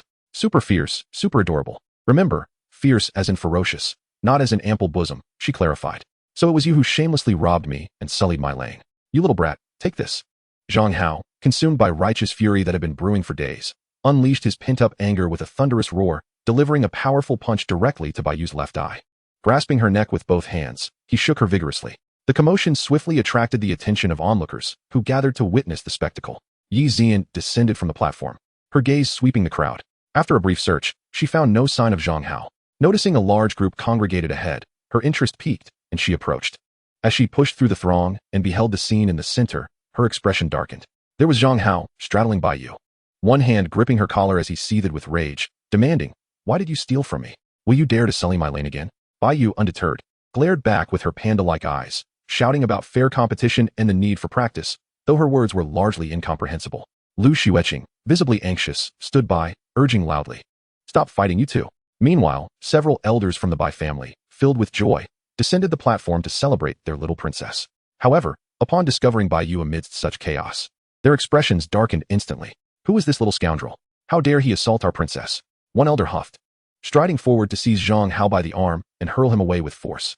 Do you require assistance in avenging this affront? No need. Third grandpa. This matter does not concern you. Baiyu protested, brushing aside the elder's hand, her comical blackened eye and trickling blood from her nose only adding to her defiance. With hands on her hips, she proclaimed proudly, "He struck me out of frustration because he couldn't best me in the game. Nonsense. There's no way I would lose to you." As Zhang Hao's words remained unspoken, he was swiftly silenced by Yi Zian, who covered his mouth with her hand. Her expression was one of profound embarrassment as she repeatedly apologized to the elders of the Bai family. At a loss for words, they could only press their hands to their foreheads, feeling utterly humiliated. Just then, a piercing scream echoed from the outskirts of the crowd. "Xiaotian, what has happened to you? Who has done this to you?" The gathered crowd turned to see Long Xiaoyun kneeling several meters away, cradling a battered figure, whose limbs were twisted and barely recognizable, letting out heart-wrenching wails of despair. Upon realizing Long Xiaotian's tragic state, the onlookers gasped in shock, their faces reflecting disbelief. Some even unable to bear the sight. This brutality was beyond comprehension. Even Yi Zian's expression stiffened slightly, and she cast a strange, silent glance at Zhang Hao. "Is this your doing? Did you not claim that as long as the direct bloodline of the 4 royal families was not killed, they would survive? Surely he has a breath left in him." Chapter 55, Taking Advantage of Me? That will not do. I did mention that as long as he wasn't killed, it would suffice, but I did not intend for you to beat him to such a state. Observing Zhang Hao's innocent demeanor, Yi Zian felt a wave of exasperation wash over her. Nevertheless, the fact that it was Long Xiaotian being struck down was rather gratifying. Yi Zian blinked her beautiful eyes and shot Zhang Hao a look that conveyed her helplessness. Then both of them, in unison, broke into smiles. "Zhang Hao, you scoundrel! Why have you reduced my brother to this state?" Long Xiaoyun shouted, cradling Long Xiaotian, and suddenly roared in anger, glaring furiously at Zhang Hao. In the contest of the prodigies, there were no rules to bind them, and even life and death were left to fate, let alone severe injuries. Yi Zian stepped forward, defending Zhang Hao, saying, "Zhang Hao has shown mercy. The esteemed royal Long family should not be so unable to accept defeat. You dare tell me he has shown mercy when my brother lies in such a state?" Long Xiaoyun was seething with rage, glaring at Zhang Hao as he shouted furiously, "My brother possesses the bloodline of the Azure Dragon. I refuse to believe he could suffer such defeat in a fair contest. You must provide evidence for your claims." Zhang Hao scoffed, his voice low and steady. "You have no proof. How can you accuse me of wrongdoing? Be careful, or I shall sue you for defamation." "You." Long Xiaoyun was left speechless by Zhang Hao's retort. Suddenly, he turned to Baiyu, who stood nearby, and inquired, "Sister Baiyu, you were also in the secret realm earlier. Did you witness the battle between them?" "I'm not sure. When I arrived, I only saw Zhang Hao attacking Long Xiaotian," Baiyu replied innocently, shaking her head. Then, with utmost seriousness, she added, "But I believe that if one is weak, they should simply practice more. It is not shameful to lose to someone stronger." What is truly embarrassing is to cling to excuses after a defeat. Oh, what you said is quite right. I wholeheartedly agree. Zhang Hao nodded in affirmation, giving Bai Yu a thumbs up. He felt that this young girl, despite being somewhat lacking in gaming skills, possessed commendable qualities. The surrounding crowd began to murmur in agreement, nodding and whispering amongst themselves, casting sidelong glances at Long Xiaoyun. Only Long Xiaoyun stood alone, his countenance dark as coal, his heart filled with an unbearable sense of frustration. Ah, you lot, collaborating to humiliate me, are you? He felt an overwhelming urge to erupt in fury and personally teach Zhang Hao a lesson. However, amidst the grand contest of heroes, with countless eyes fixated upon this venue, including several members of the esteemed Council of 10, any attempt to act would surely be futile. Even if he were to strike, he would find himself unable to touch Zhang Hao today, only inviting greater ridicule upon himself and his family, a loss not worth the risk.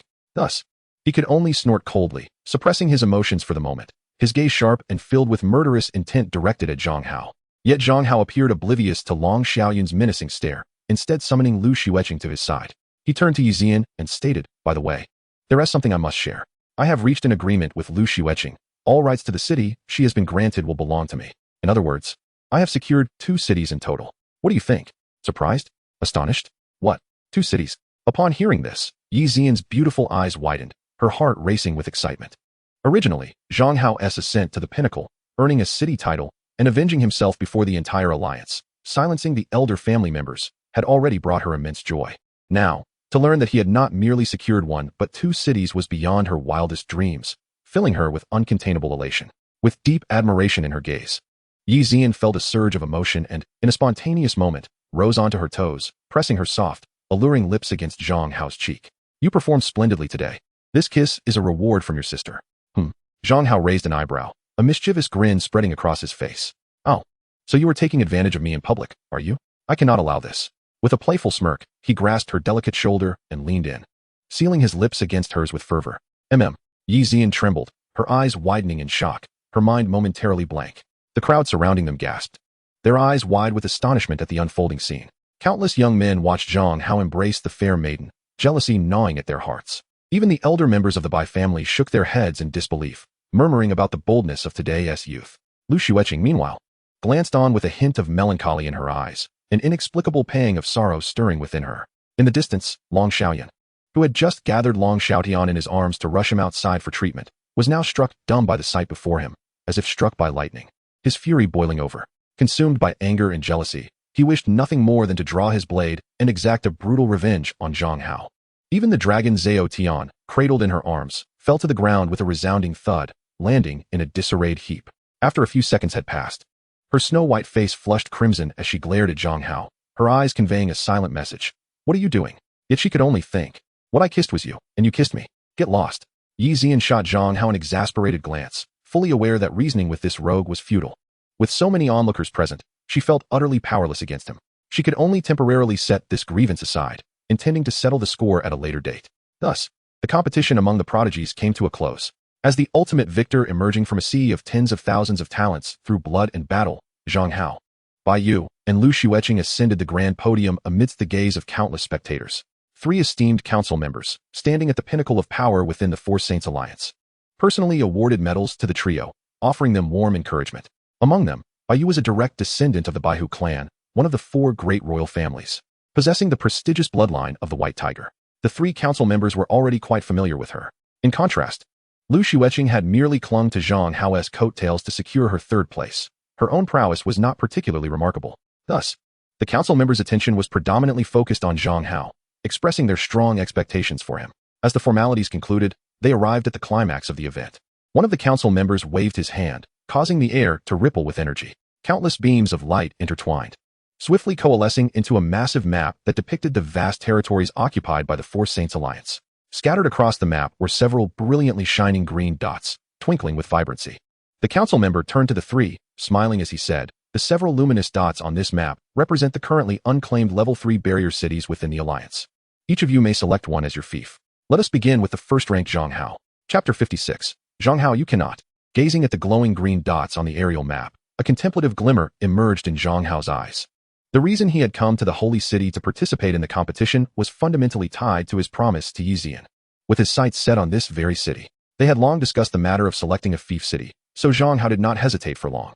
His gaze swept across the map and swiftly focused on several closely clustered city points in the southwest corner. First, that area was at the edge of the Four Saints Alliance, adjacent to the vast wilderness of the Outer Realms. Countless awakened teams would frequently enter and exit, halting for supplies, making the city's tax revenue quite prosperous. Second, it was situated in the southwestern region of the Alliance, where the influence of the Eastern Qinglong clan was significantly limited. Even if Long Xiaoyun sought to leverage his family's power against it, doing so would not be straightforward. Third, and most importantly, it was the closest to the boundless wilderness, distancing itself from the core region of the Four Saints Alliance. Once the opportunity reveals itself, should any hint of danger arise, one must be ready to flee swiftly into the vast wilderness. Among countless principles, the foremost is safety. A glimmer of determination ignited in Zhang Hao's eyes as he raised his hand, pointing towards the edge of the map, where a city lay closest to the boundless expanse of wilderness. I shall choose this city, he declared. He then gestured to another city nearby and addressed Bai Yu, saying, do not select this city, leave it for Lu Xueqing to choose. Bai Yu, taken aback, looked at Zhang Hao incredulously. Why should I heed your words? You wouldn't want your family to learn that you lost 37 consecutive games, including the hidden stash of your father's money tucked away in a vase, would you? How dare you threaten me? Bai Yu huffed, puffing her cheeks in indignation as she glared at Zhang Hao, ultimately deciding to swallow her pride. With a delicate finger, she pointed to another city adjacent to Zhang Hao's chosen two, proclaiming, then I shall select this city. The Alliance member, who had been eavesdropping on their exchange, couldn't help but twitch at the corners of his mouth.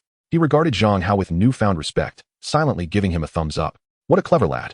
In the midst of this contest of elites, he has managed to outmaneuver even the beloved princess of the Bai family. Subsequently, Lu Xueqing followed Zhang Hao's lead and chose a city as well. The official then waved his hand grandly, marking the 3 cities on the map before the multitude of spectators, solemnly announcing that these cities would henceforth belong to Zhang Hao, Bai Yu, and Lu Xueqing. Thus, the contest of elites, which had persisted throughout the morning, reached its grand conclusion. Having triumphed over his peers and secured the championship along with 2 city territories, Zhang Hao emerged as the undeniable victor. In an instant, his name resonated like thunder, sweeping through the entire holy city like a tempest. Everyone became aware that, in this year's contest, a once obscure genius from a trifling third-tier city had suddenly surged forth at the critical moment, turning the tide of the competition. In mere minutes, he had vanquished a royal prodigy reputed to possess the strongest transformation talent in the Alliance, claiming the championship title with fervor. Whispers circulated that this youth, named Zhang Hao, might indeed possess the legendary supreme talent. However, the peculiar nature of the contest's battlefield, the enigmatic secret realm, had prevented the live footage of the competition from reaching the outside world. As such, the spectators remained oblivious to Zhang Hao's remarkable performance throughout the tournament. The specifics of his talent's effects remained shrouded in mystery, leaving only fragmented accounts from other competitors to fuel speculation and intrigue. As a result, Zhang Hao was enveloped in an aura of enigma, captivating countless individuals' curiosity. That very afternoon, numerous factions from the holy city flocked to pay their respects, eager to meet Zhang Hao in person. Some sought collaboration, others extended an olive branch to Zhang Hao, while some remained silent, opting to present gifts directly. This whirlwind of attention thoroughly immersed Zhang Hao in the experience of becoming an overnight sensation. However, he found the myriad of trivial matters to be utterly tiresome and chose to leave them to Yi Zian to handle. He preferred to remain in his room, reveling in the cool air of the air conditioning, sipping cola, and indulging in video games. Despite the fatigue that was evident upon his face, his eyes sparkled with vitality, clearly indicating his excellent mood. Throughout that afternoon, Yi Zian met several pivotal figures from significant factions within the league. Capitalizing on their interest in Zhang Hao, they reached various agreements and collaborations. Although these endeavors were insufficient to liberate her from the constraints of her family or to disentangle herself from Long Xiaoyun's entanglements, they nonetheless provided considerable convenience and assistance in certain matters. She was no longer subjected to the myriad restrictions that had previously confined her. For the changes Zhang Hao brought into her life, which rekindled a glimmer of hope in what had seemed a nearly desolate existence, Yi Zian felt immense gratitude and relief at having chosen wisely. Upon returning, she promptly procured a bottle of red wine and ordered a few dishes from the hotel to celebrate with Zhang Hao. After a few glasses of wine, a rosy hue blossomed upon Yi Zian's delicate face, enhancing her already breathtaking beauty, rendering her even more alluring. With a smile, Zhang Hao raised his glass and gently clinked it with hers, saying, "It's getting late. After this drink, let us retire for the night." At his words, Yi Zian's heart skipped a beat. Her mind involuntarily recalled the moment from that morning when Zhang Hao had kissed her in the public arena, causing her cheeks to flush and her long lashes to flutter as she stole a glance at him. According to the theory that safety could only be ensured when they were together, it was imperative they share the night. The previous night, she had felt completely at ease lying beside Zhang Hao. Yet today, for reasons unknown, an involuntary tension began to creep in. I will go take a shower first," she stammered, biting her lip lightly before retreating into the bathroom. Soon, the sound of running water filled the air. Half an hour later, they lay in bed as they had the night before, one to the left and one to the right. After a while, Zhang Hao seemed to drift off to sleep, unconsciously rolling towards Yixian. A few minutes later, he attempted to turn again, and after a brief interval, he stretched out his arm, enveloping Yixian's soft form in his embrace. She shivered at his touch, her hands pressing against his chest in a symbolic push before ultimately relinquishing her resistance. A subtle smile graced Zhang Hao's lips as he lowered his head. Searching for Yixian's lips, her breath quickened, and she lightly tapped his chest, murmuring, "Zhang Hao, we can't. You are a woman, and I am a man. Why should that be an obstacle?" Zhang Hao opened his eyes, gazing intently into Yixian's, his fervent stare seemingly capable of melting her. Feeling slightly flustered under his gaze, Yixian lowered her lashes and softly inquired, "Do you know why Long Xiaoyan relentlessly pursues me?" "Why?" Zhang Hao prompted. "Because the talent I awakened is the extraordinary auxiliary ability, the mystical immortal gourd." Chapter 57. Bad Brother, do you dare? The mystical immortal gourd? Zhang Hao was momentarily taken aback, curiosity piqued. What makes it so remarkable? Please elaborate.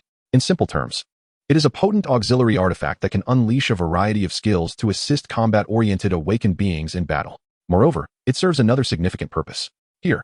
Yixian paused slightly, a blush blooming on her cheeks as if finding it difficult to articulate. If one were to unite with me, they could harness the power of the gourd to help a man shatter his constraints and surpass cultivation bottlenecks.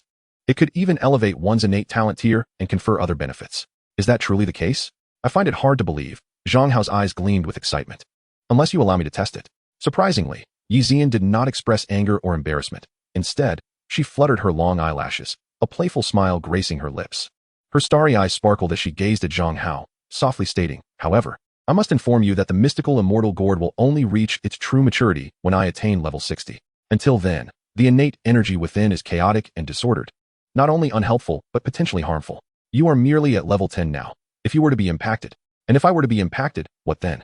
Perhaps it would not be a trivial matter. You might meet a tragic end," she teased, a playful smile dancing on her face as her captivating, expressive eyes held a daring glint. In a voice laced with temptation, she whispered into Zhang Hao's ear, "Bad brother, do you dare?" At that moment, Yixian's stunningly beautiful visage, combined with her alluring gaze, resembled a dangerously enticing flower with thorns, a bewitching temptress displaying her captivating charm to perfection. Faced with such a mesmerizing enchantress, Zhang Hao felt that even a moment's hesitation would be a grave disrespect to creation itself. He gazed upon Yixian's soft, inviting crimson lips and pressed his own firmly against hers. Instantly, Yixian's body quivered, her eyes widening in shock as she became rigid. She gently struck Zhang Hao's chest a few times, her long eyelashes fluttering slightly as her eyes began to close. Even her initially stiff form gradually softened, surrendering to Zhang Hao's embrace. Time seemed to stretch endlessly for Yixian, nearly suffocating her, until Zhang Hao finally lifted his head and playfully tapped her smooth forehead. "Now, will you dare to challenge me again?" Yixian's alluring face flushed a deep crimson, her eyes glistening with moisture as she gazed breathlessly at Zhang Hao, her heart quietly sighing within. Initially, I believed that Zhang Hao was merely a playful pup, one whom I could easily manage with a little finesse. It is only at this moment that I realized the truth. This boy is, in fact, a genuine and formidable wolf, insatiably greedy and wild, intent on devouring me whole. Yet here we are. Even if I wish to retract my steps, it is far too late. Moreover, at this very moment, I feel no inclination for regret. Instead, my heart races tumultuously, overwhelmed by chaotic emotions. After a few deep breaths, I manage to compose myself, gazing intently at Zhang Hao, and earnestly declare, "If you truly desire me, it is not impossible. However, before that, you must possess the strength to protect me. From tomorrow onwards, I shall devote myself to rigorous training." Zhang Hao, maintaining a serious demeanor, replies earnestly, "Nevertheless, to enhance the efficiency of my training and to ensure I can protect you sooner, you will need to assist me in acquiring a batch of medicinal pills and the energy crystals required for upgrades." Yixian is left speechless, unsure of how to respond. "So, I am to tirelessly scour for resources to expedite your cultivation, all in the hopes of winning me over? What, then, is the purpose of all this effort? I might as well just hand myself over to you directly." With a sense of helpless despair, Yixian wonders what misfortune has befallen her to be entangled with Zhang Hao. Ultimately, she can only resign herself to fate with a soft sigh, resting her cheek against Zhang Hao's sturdy chest. Meanwhile, in the brilliantly lit living room of the Long family, after several hours of treatment, Long Xiaoyan's injuries have significantly improved, though he still requires ample rest. Wrapped in bandages from head to toe, he reclines on the sofa, resembling a white rice dumpling. Long Xiaoyan, having labored throughout the afternoon, finally finds a moment to sit down and eat. The dining table is laden with an array of dishes, green bamboo shoots, cucumbers, spinach, and chives, all radiating a vibrant healthfulness. As he eats, Long Xiaoyan suddenly erupts in a fit of rage. With a thunderous crash, he slams a bowl of rice onto the table, shouting furiously, "That scoundrel Zhang Hao! I will ensure he meets a fate worse than death." Upon hearing Zhang Hao's name, Long Xiaoyan, who had been resting comfortably on the sofa, is seized by a palpable terror. His entire body begins to tremble uncontrollably, and with a thud, he collapses to the floor. His eyes, filled with an undeniable and deep-seated hatred, glare as he grits his teeth and exclaims, "Rest assured, he will only enjoy his triumph for a fleeting moment. I have already begun to make arrangements." Long Xiaoyan lets out a cold snort, his gaze revealing a ruthless resolve. And that vile woman Yi Zian. She thinks that by enlisting the help of that wretched boy and securing 2 territories, she can escape my grasp. Such delusions are utterly foolish. The very way in which she obtained those lands, I shall ensure they are destroyed. I will extinguish every one of her aspirations, forcing that wretched girl to experience the consequences of provoking me. The miraculous immortal gourd shall belong solely to me. Upon hearing this, Long Xiaoyan's eyes glimmer with a new intensity. Brother, are you suggesting? The 2 barrier cities they selected, adjacent to the vast wasteland, were suddenly besieged by a few secret realms, triggering a surge of beasts. Is it not entirely normal for cities to be destroyed and lives to be lost? Long Xiaoyan snorted coldly, a glint of malevolence flashing in his eyes. The 2 brothers exchanged glances and then burst into laughter. As if they could already envision the scene of Zhang Hao and Yi Zian witnessing the hard-won cities they cherished shatter and perish amidst the relentless beast tide. Just the thought of Zhang Hao and Yi Zian watching their painstaking efforts wash away would surely fill their hearts with despair and resentment. The brothers felt a sense of exhilaration and anticipation, completely disregarding the lives of the hundreds of thousands within those cities. To them, those lives were nothing more than a pitiful and insignificant swarm of ants. Chapter 58. He demanded it, so you gave in? Early the next morning, Xiaolin rushed to the hotel in a flurry. Upon seeing the indentations left on the bed where she and Yi Zian had slept in each other's embrace, she immediately exploded with fury. Her beautiful eyes widened as she vigorously shook Yi Zian's shoulders, exclaiming in distress, "Yi Zian, have you lost your mind?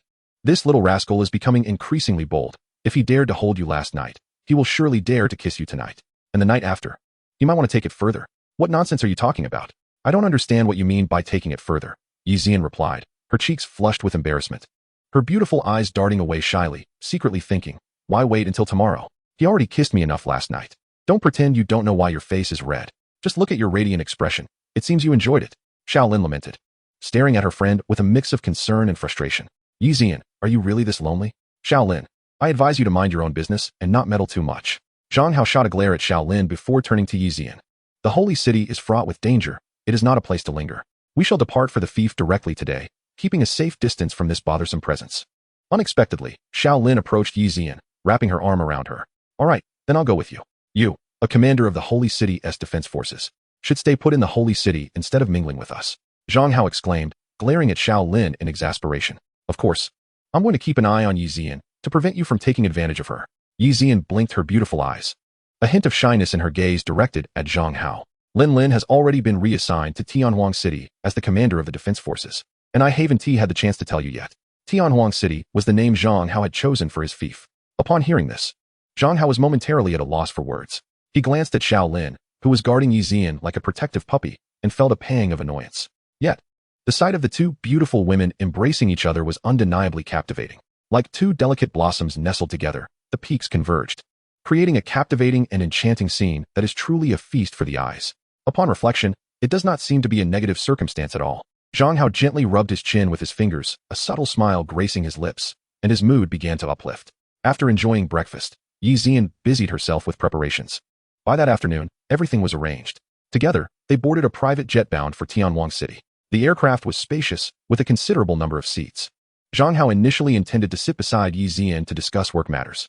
However, Xiaolin, the unwelcome third wheel, insisted on placing herself between them. Left with no recourse, Zhang Hao retrieved the energy crystal cores Yi Zian had procured for him earlier that morning from his storage items.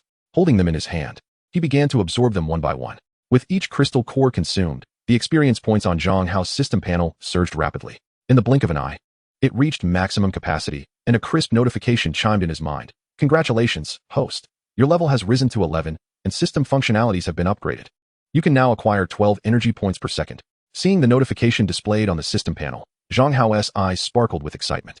Indeed, as his level increased, the enhancement of system functionalities became progressively more significant.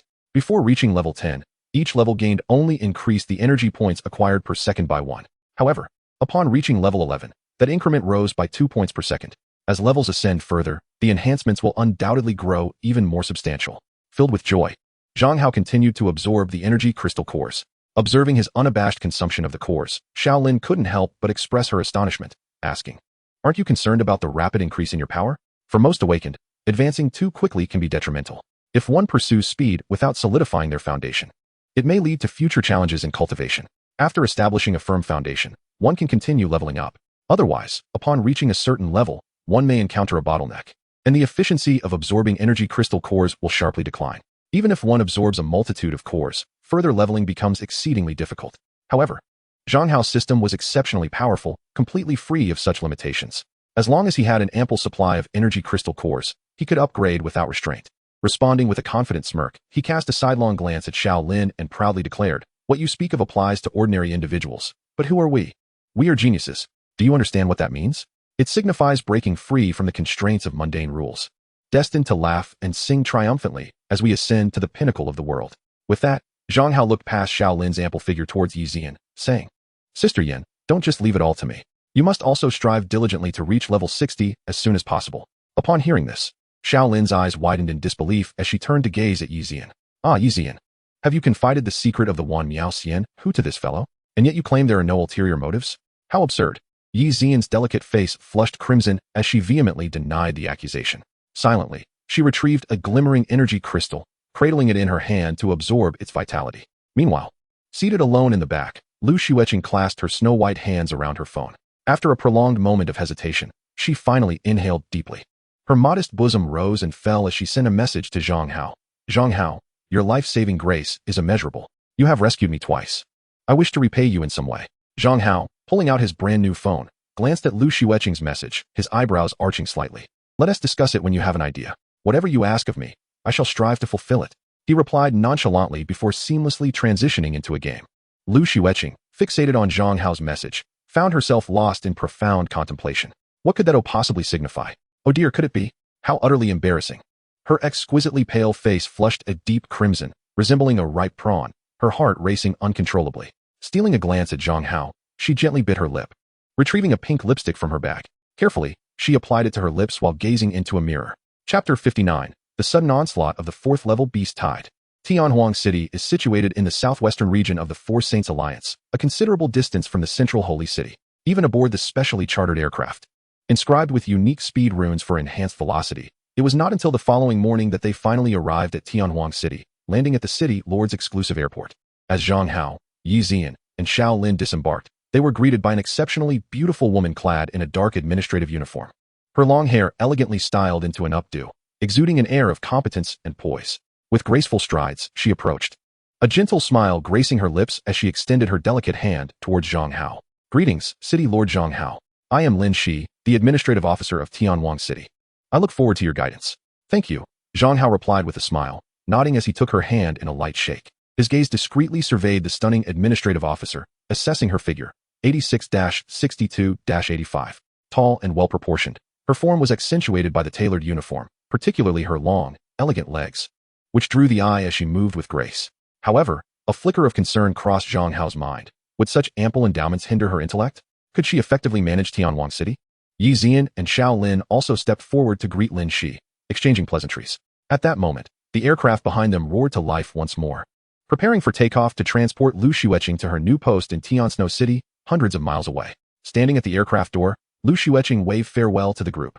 Glimpses cast towards Zhang Hao bore an air of melancholy, his lips pouting like a forsaken bride. This left Zhang Hao utterly bewildered, unable to comprehend the situation. However, he did not dwell on it for long. After bidding farewell to Lu Xueqing, Lin Shi beckoned the three to join her in the car. At the table, alongside the few of them, were several key officials responsible for various affairs within Tianhuang City, taking advantage of the banquet to become acquainted with the newly appointed city lord, Zhang Hao, while also reporting on the current state of affairs in Tianhuang City. Zhang Hao, however, held little interest in these matters, delegating the discussions to Yi Zian and Lin Shi. Following a satisfying meal, he withdrew to a corner, contemplating his own aspirations. For Zhang Hao, the paramount concern was undoubtedly the enhancement of his strength. After all, during the visit to the holy city, he had undeniably offended one of the four royal families, the Long family, Given the vindictive nature of the brothers Long Xiaotian and Long Xiaoyun, it was clear that they would not let the matter rest. The specter of retaliation loomed, and he must bolster his power sufficiently to face any unforeseen eventualities. With the aid of a system at his disposal, augmenting his strength became a straightforward endeavor. Long before arriving at Tianhuang City, he had already devised a plan. Later that afternoon, he intended to release all the insect swarms outside the city, issuing commands for them to hunt in the boundless wilderness, thus amassing more energy points to expedite the evolution of stronger spiritual insects. Yet, the wilderness was fraught with perils, teeming with formidable predators. Zhang Hao harbored concerns that the released swarms might fall prey to these beasts. For instance, the loss of a level 30 bloodjade mantis would cost him a staggering 2 million energy points. Nevertheless, as the saying goes, one cannot reap rewards without taking risks. To swiftly accrue energy points, he must embrace these necessary dangers. It would be ideal to discover a realm populated solely by low-level monsters. With an inexhaustible supply, just a single wave of extermination would be exhilarating. Zhang Hao sighed inwardly, unable to suppress his murmurs. Yet, such realms were not easily found. If they did exist, they would likely be swiftly claimed by powerful factions, leaving little to no opportunity for him to benefit. While Zhang Hao was lost in this reverie, a piercing alarm suddenly echoed through the sky. The jovial atmosphere at the dining table shifted dramatically as the guests' expressions turned grave. As the rulers of this bastion city, they were all acutely aware of what the alarm signified. It was a signal from the patrolling sentinels on the city walls, indicating that a large horde of beasts was approaching, posing a threat to the city. Fear not. For Tianhuang City is adjacent to the wilderness and frequently encounters minor beast incursions. The defense corps can handle it with ease, reassured a middle-aged man in military garb, chuckling to comfort the assembly. However, 2 alarms meant that the approaching beast horde was substantial enough to pose a legitimate threat to the city. The atmosphere at the dining table instantly grew somber, as the countenances of the attendees darkened with gravity. However, the second alarm was not the end of the ordeal. Subsequent alarms rang out, one after another, culminating in a chilling wail that echoed above the city of Tianhuang 4 times before finally ceasing. 4 alarms. A level 4 beast tide. Even for a city fortified by a robust level 4 barrier, this was a harrowing catastrophe. For Tianhuang, a newly established level 3 city with relatively feeble defenses, it was nothing short of a calamitous disaster. In an instant, the faces of those seated at the table turned pale, revealing an overwhelming sense of terror. Even the previously indifferent officer trembled, beads of cold sweat forming on his brow. He struggled to swallow, unable to utter a single word. What is there to fear? Soldiers shall resist, and waters shall be contained.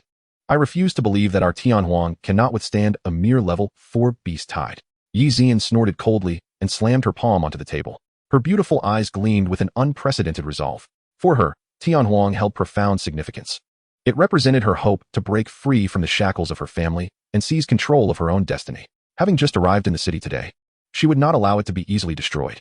Shaolin, too, wore a serious expression as she abruptly rose and commanded, "Notify all garrison troops to ascend the walls immediately and prepare for battle."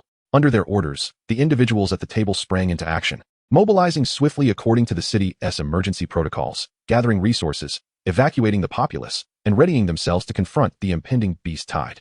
Zhang Hao, Yixian, Shaolin, and Lin Shi hastened to the city's edge, ascending the walls to gaze outward. As they looked beyond the ramparts, their pupils constricted in unison, their expressions revealing sheer horror. Chapter 60, The Calamity Secret Realm, Zombie Frenzy. Zhang Hao and the others ascended the western wall of Tianhuang City. Lifting their gazes towards the outside, they were struck with a profound shock as a terrifying sight unfolded before them. A monstrous rift in the fabric of space, gaping like a sinister maw, had torn open several miles away. From this chasm, a relentless tide of horrifying zombies surged forth, forming an endless wave of terror, shambling toward Tianhuang City with an insatiable fervor. This was indeed a calamitous manifestation of a zombie-type secret realm. Gazing into the dark expanse of the sky, where the immense rift loomed, and witnessing the boundless horde of zombies, now only a few miles from the city walls, Yi Zian, Shaolin, and Lin Shi felt their already tense expressions grow even more ashen. Their hearts sank heavily. The so-called Calamity Secret Realm is a unique type of dimensional rift. Upon its emergence, it unleashes an unending torrent of horrific creatures. It is the most perilous of all secret realms, posing the gravest threat to humanity throughout history, especially to populous barrier cities. In a single night, the city fell prey to an unforeseen calamity emerging from the depths of a mysterious disaster realm. Long before Zhang Hao and his companions arrived, the defensive legion of Tianhuang City had already dispatched scouts to assess the strength of the horde of corpses. The majority of the zombies surging forth from the abyss were of levels ranging from 10 to 20, with some formidable corpse kings exceeding level 30. While their individual prowess might not appear particularly daunting, the crux of the matter lay in the sheer number of the undead. an inexhaustible army of zombies. Once they reached the foot of Tianhuang City, could ravage the city walls with their decaying claws, reducing everything to rubble. In a matter of hours, the entire Tianhuang City could be reduced to a desolate wasteland. At this very moment, chaos reigned within Tianhuang City. Countless residents, gripped by terror, screamed in panic, gathering at various refuge points under the guidance of law enforcement officers. Even the soldiers stationed on the city walls, gazing at the distant ground where the hordes surged like a relentless tide, displayed wide-eyed fear, their bodies trembling, struggling to maintain their grip on their weapons. Utterly devoid of any fighting spirit, a palpable atmosphere of despair enveloped the entire city. Only a handful of awakened outsiders with the ability to fly and escape remained unfazed, reveling in the unfolding drama. Some even ascended into the skies, producing equipment to broadcast the harrowing scene live. The overwhelming sight of the encroaching wave of corpses quickly drew immense attention to the streaming channel, propelling it to the forefront of the website and attracting countless onlookers. Goodness, another disaster realm has descended? Which city is unfortunate enough to face this calamity? A third-tier barrier city, Tianhuang City. A third-tier city? This spells doom.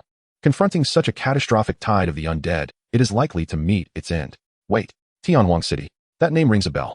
If I recall correctly, isn't this the city that emerged in this year's heroic competition, led by that grassroots genius? Indeed, it is Tianhuang City.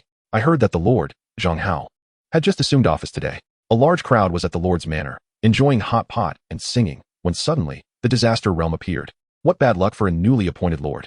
You have no idea. This fellow recently humiliated the young master of the dragon family in the heroic competition.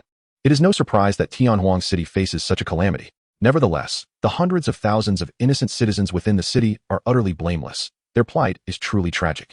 In the streaming room, comments cascaded like a waterfall as countless netizens engaged in fervent discussions. As the news spread across the web, it quickly reached the ears of influential figures. Upon learning of the situation, their reactions varied. Some erupted in outrage, slamming the table and denouncing the dragon family for their egregious actions.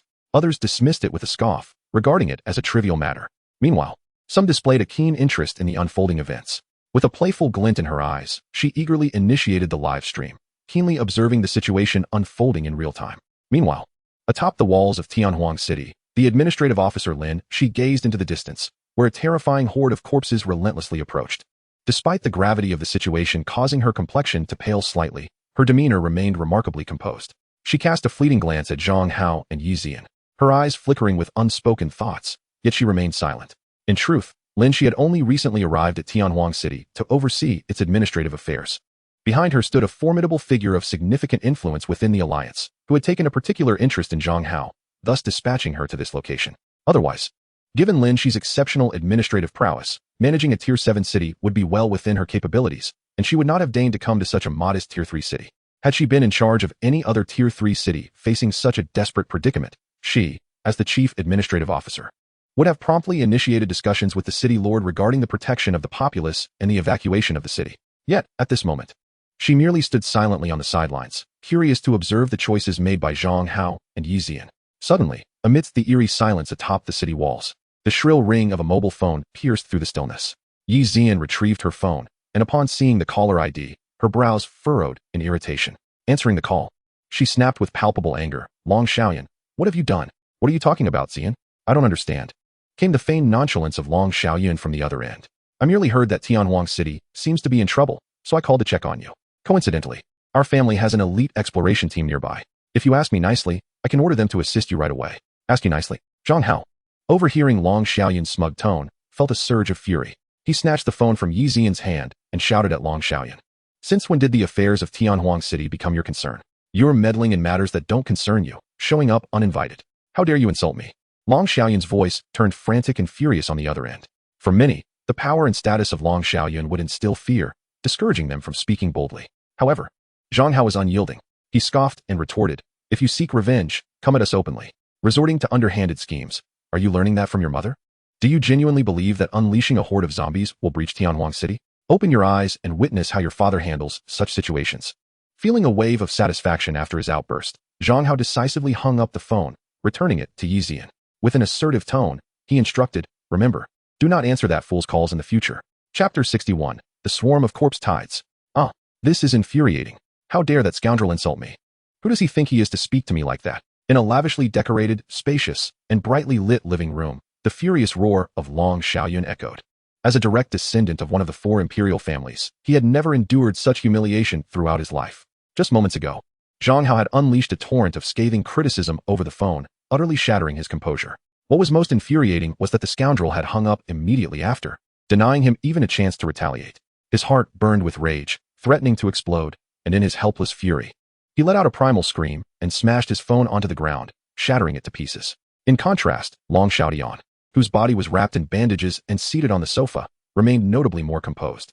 After all, he had once suffered the indignity of having all his limbs broken at the hands of Zhang Hao. Compared to that, a mere verbal assault was trivial. Observing Long Xiaoyun's chest heaving with anger, as if he were on the verge of bursting, he attempted to console him. Brother, do not let anger consume you. That insolent brat is merely a loudmouth. I refuse to believe he possesses the strength to withstand a calamity of the magnitude of a level 4 beast tide. Once the city of Tianhuang is overrun by the tide of corpses and reduced to ruins, all of their efforts and hopes will dissolve into nothingness, leaving him with no place to lament his fate. Indeed, a cold smirk graced his lips as he gazed at the live broadcast on the large screen in the living room.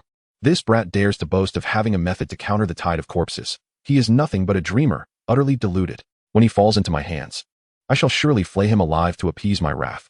Meanwhile, atop the walls of Tianhuang City, although Zhang Hao's earlier tirade against Long Xiaoyan had been quite crude, it was undeniably satisfying. Each word echoed the sentiments she had long harbored but never dared to voice, providing her with immense relief. With a gentle flutter of her beautiful eyes, she nodded obediently, taking the phone from Zhang Hao's hand and promptly blocking and deleting Long Xiaoyan's number. Standing nearby, the administrative officer Lin, she couldn't help but regard Zhang Hao with newfound respect, her eyes reflecting a hint of surprise. It seemed that this suddenly emerging prodigy, in addition to his exceptional cultivation talent, possessed a spirited and fearless personality, setting him apart from the ordinary. No wonder he had piqued the interest of the powerful figure behind her. Xiao Lin burst into laughter, appreciatively patting Zhang Hao's shoulder. Well done, young man. I find you increasingly agreeable. Now, let's save the rest of the conversation for a later time. As Yi Zian stowed away her phone and gazed at the approaching horde of zombies outside the city, a look of concern once again clouded her features. She turned to Xiao Lin and asked, Lin, do you have any means to help Tianhuang City through this crisis? Upon hearing this, Xiao Lin's expression immediately turned grave, and she shook her head helplessly.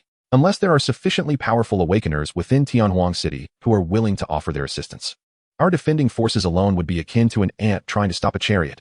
We simply cannot withstand a tide of this magnitude. Upon hearing Xiao Lin's words, Yi Zian's gaze immediately dimmed, and a profound bitterness surged within her heart. She had originally believed that by securing a fief, she could gradually cultivate and expand her power, ultimately liberating herself from the shackles of fate that bound her. However, she never anticipated that on the very first day of arriving at the fief, she would encounter such a dire predicament. In this moment, she finally comprehended the harsh reality. In the face of absolute power and strength, all her efforts and struggles were utterly futile. With just a slight display of ferocity from the adversary, everything could be effortlessly annihilated. Was it truly the case that there was no hope left in her life? Just as despair enveloped Yi Zian and the future appeared bleak and devoid of light, she was suddenly seized by a large hand, gripping her face. Startled, she looked toward Zhang Hao and inquired, "What are you doing?" Zhang Hao, pinching Yi Zian's delicate, porcelain-like face, gently tugged at it and remarked, "Did you not hear me earlier? I am personally stepping in to deal with this horde of zombies. What are you still worrying about? Do you lack faith in me? What? You truly have a way to contend with the zombie tide?" Yi Zian's eyes brightened with disbelief as she gazed at Zhang Hao. Moments ago, when Zhang Hao had vehemently berated Long Xiaoyan over the phone, he had commanded him to keep his eyes wide open and witness how he would handle the horde. Though Yi Zian had heard it, she had dismissed it, thinking that Zhang Hao was merely venting his frustration. But now, did it truly mean he had a solution? Standing nearby, Xiao Lin's eyes widened in disbelief as she regarded Zhang Hao. "Kid, this is not the time for bravado. The scale of this horde conservatively exceeds 1,000,000. Although the average level is not high, the sheer numbers are overwhelming. You are not even level 20. What can you possibly do to resist? Do you doubt my capabilities? Would you dare to wager?"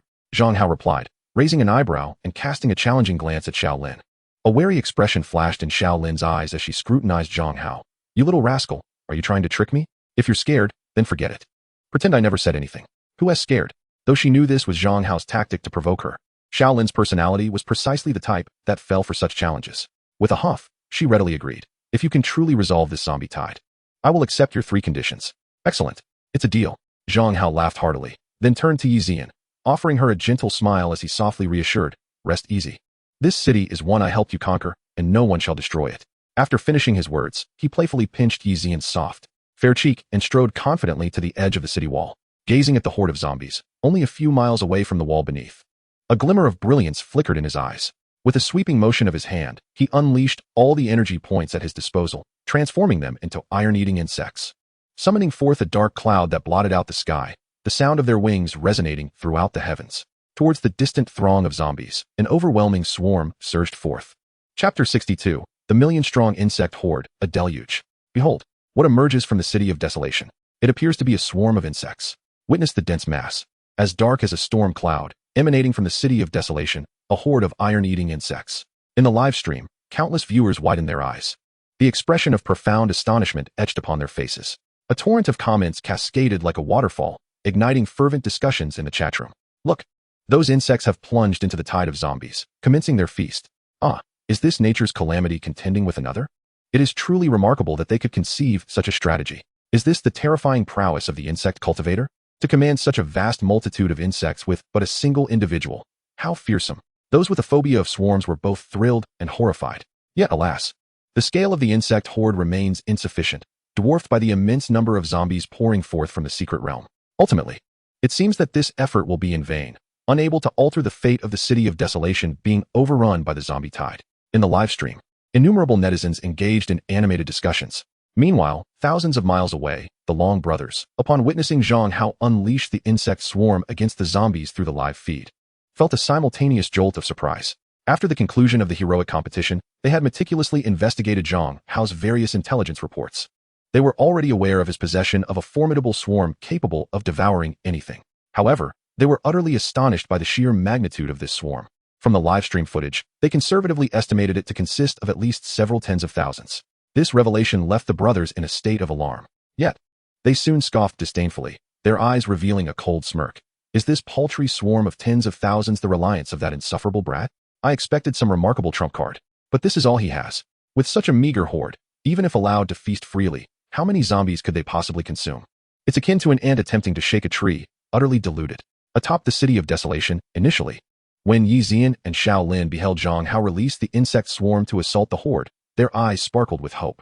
However, it was not long before the glimmer of hope in their gazes began to fade, their brows knitting in concern. Firstly, while the number of insects Zhang Hao unleashed was considerable, it paled in comparison to the seemingly boundless horde of zombies surging forth from the calamity-ridden secret realm. The speed at which the insects devoured the zombies was far outstripped by the rate at which the zombies poured forth from the secret realm, completely unable to impede the advance of the undead army. Secondly, these zombies, averaging above level 10, were no pushovers. They would not simply stand idly by, offering no resistance as the insects feasted upon them. With swipes of their claws and the release of skills, they could inflict significant casualties upon the swarm. In the blink of an eye, nearly a tenth of the insects Zhang Hao had dispatched were annihilated. Xiao Lin furrowed her delicate brows, turning to Zhang Hao, her voice low as she inquired, "Is this your so-called solution? It seems rather ineffective. Are you truly capable? If it is not feasible, do not force it. Let us hasten the evacuation of the residents. Allow the swarm to feast for a while. You will soon discover my capabilities." With a light snort, Zhang Hao waved his hand. As he ascended into the void nearby, it was as if he traversed through space, vanishing from sight. Simultaneously, a striking notification emerged on Zhang Hao's system panel. Excellent. Upon seeing the message on the panel, Zhang Hao's eyes sparkled with excitement. The individual strength of the iron-eating worm was remarkably feeble, thus the cost of hatching was exceedingly low. With merely 50 energy, one could hatch a single worm. With over 1.3 million energy points at his disposal, he could hatch more than 20,000 of them. Without a trace of hesitation, Zhang Hao initiated the hatching process en masse, promptly releasing the newly hatched swarm. 10,000 returned to their nests, while 30,000 ventured forth. In an instant, the number of worms tripled. Over the next few minutes, Zhang Hao incessantly repeated this process. Utilizing the feedback energy, he rapidly incubated new swarms, releasing them to devour more of the undead army. This cycle continued unabated. The scale of the iron-eating worm swarm began to expand at an astonishingly rapid pace. Within mere minutes, their numbers surged from several 100,000 to over 1 million, and the ascent showed no signs of abating. Observing the swiftly escalating swarm count on his system panel, Zhang Hao's heart soared with joy, his gaze fixed on the distant rift, from which the undead army continuously poured forth. His eyes gleamed with anticipation. To others, these zombies might signify a catastrophic disaster poised to devastate the city. Yet, to Zhang Hao, they represented boundless energy awaiting harvest. They were the finest sustenance for his swarms. Here, one must express particular gratitude to the brothers Long Xiaoyun and Long Xiaotian. Their generous gift of the undead horde was laden with camaraderie. Just as one begins to doze off, a pillow is provided, truly thoughtful to the utmost degree. As the swarm size increased, their consumption rate of the undead escalated correspondingly. It was only when the horde approached within a few hundred meters of the walls of Tianhuang City that a balance was nearly achieved. An endless tide of zombies surged forth from the rift, staggering with reckless abandon, advancing toward the city. They soon became the sustenance for the iron-eating worm swarm, devoured to the point that not even a remnant was left. This astonishing spectacle left all witnesses in a state of awe. On the city walls, countless soldiers watched in disbelief as the grotesque, decaying zombies writhed and screamed under the relentless onslaught of the swarm, swiftly reduced to nothingness, no bones or scraps remaining. A shiver ran down their spines, their throats dry with astonishment, their gazes filled with profound shock. Even the well-versed Lin Shi, Xiao Lin, and Yi Zian were left shaken. Their innermost thoughts stirred into a tempestuous upheaval, their chests heaving with rapid breaths. Their rosy lips parted involuntarily, wide enough to fit an egg. Yet amidst the vast horde, some higher-tier special zombies remained, impervious to the iron-eating worms. For instance, some zombies above level 30 emit a terrifying roar imbued with unimaginable horror. The iron-eating insects within a certain proximity are instantly shattered into fragments. Additionally, there are some advanced zombies whose flesh glimmers with a chilling metallic sheen, rendering the iron-eating insects utterly ineffective. Even though Zhang Hao's swarm of iron-eating insects can withstand most ordinary zombies, these numerous advanced corpse kings pose an immeasurable threat to Tianhuang City. As she gazed at the approaching advanced corpse kings, a resolute glint flashed in Xiao Lin's captivating eyes. A searing crimson flame surged in her palm. Just as she prepared to leap off the city wall to contribute her strength, she was abruptly seized by Zhang Hao. Her delicate brows arched in surprise as she looked at him, baffled. "Why are you pulling me? Isn't it obvious? The energy contained within the flesh of these advanced corpse kings is the most potent. If you incinerate them, what will happen to my insects? Can you handle these advanced corpse kings?" "Of course. Otherwise, how could I earn your respect?" Zhang Hao replied with a grin, pushing Xiao Lin aside before turning and waving his hand dramatically. Suddenly, a burst of light filled the air above. 10 blood-red mantises, their bodies glistening like exquisite jade, materialized out of thin air, a perfect amalgamation of brutality and elegance. Wielding their razor-sharp crimson blades, they flapped their wings and soared downwards. Chapter 63, Bloodline Evolution, Tyrant Mantis. "Look, that Zhang Hao, he has summoned new spiritual insects again. They appear to be level beasts, the Blood Jade Mantis. Indeed, it's the Blood Jade Mantis. He summoned them during the Tianjiao competition, but back then, he only had 2. Now, he has summoned 10 all at once. It's utterly astonishing. Is this even real? It's beyond belief. Have you all noticed? It seems Zhang Hao possesses the ability to convert the consumed insects into special energy to hatch even more insects. Thanks to this ability, he has expanded his swarm from an initial count of hundreds of thousands to millions in such a short time. Could this be the ultimate secret of his unknown level talent? Indeed, his supreme talent is terrifying. If that's the case, this calamity of zombie tides is not a misfortune for him, but rather a fortuitous opportunity. Absolutely. Did you see the close-up shot of him earlier? That smirk on his face is barely containable. He's likely viewing this wave of zombies as mere fodder for nurturing his swarm. In the live broadcast, countless viewers engaged in animated discussions. Among them were some astute and discerning individuals who quickly pieced together elements of Zhang Hao's insect swarm catastrophe systems functionality. This revelation sparked an uproar in the live chat, with viewers marveling at the extraordinary strength of Zhang Hao's talent, which seemed almost inconceivable. Even many influential figures observing silently displayed expressions of interest, their minds racing with excitement. Gazing at the image of Zhang Hao, the expressions of many formidable individuals grew increasingly solemn and contemplative. The emergence of such an extraordinary genius promised to instigate profound transformations within the Force-Sacred Alliance. Meanwhile, atop the towering walls of Tianhuang City, Zhang Hao remained blissfully unaware of the stir his slight display of power had ignited across the Alliance. Even if he did know, it would not have concerned him. Observing the frenzied surge of swarm numbers and energy points on his system panel, he was enveloped in an unprecedented exhilaration. His spirits soaring to euphoric heights. 10 formidable blood jade mantises soared through the sky with a resounding roar, wielding their razor-sharp crimson blades to decapitate formidable zombies one after another. In swift succession, the iron-eating swarm surged forward, voraciously consuming the flesh and bones of those zombie kings brimming with energy. At this moment, the swarm, numbering in the millions, was sufficient to thwart the zombie horde, rendering them incapable of threatening Tianhuang City. Consequently, Zhang Hao opted not to expand the swarm any further. He merely expended some energy to replenish the losses incurred during the battle, maintaining the swarm's size. The surplus energy was diligently accumulated. In a mere span of minutes, the energy points on the panel had surpassed 40 million, continuing to rise at an astonishing and terrifying pace. Zhang Hao surveyed the vast, unending tide of zombies below, his eyes gleaming with anticipation as he calculated silently. Should he devour this entire horde, even accounting for the losses of his fallen swarm during battle, conservatively estimating. He could net a minimum of several 100 million energy points. This opportunity was nothing short of a bonanza. However, within the colossal horde of zombies, a few exceptionally powerful zombie kings remained, possessing strength beyond that which even the bloodjade mantises could contend with. Among them was a gigantic zombie, towering several meters high, its form ensnared by heavy chains. With a thunderous roar, it extended its massive hands and seized one of the bloodjade mantises mid-flight. The sheer force exerted by its colossal hands tore the mantis asunder, resulting in a staggering loss of 2 million energy points for Zhang Hao, causing his brow to furrow in dismay. Nevertheless, with the system's energy reserves brimming, these few zombie kings were not sufficient to trouble Zhang Hao. If the bloodjade mantises could not vanquish them, then he would summon forth even stronger spirit insects. A glint of determination flashed in his eyes as he promptly accessed the spirit insect compendium for the bloodjade mantis and decisively clicked the evolution button. In the next moment, 10 million energy points were instantly deducted, accompanied by a crisp system notification echoing in his ears. Congratulations, host.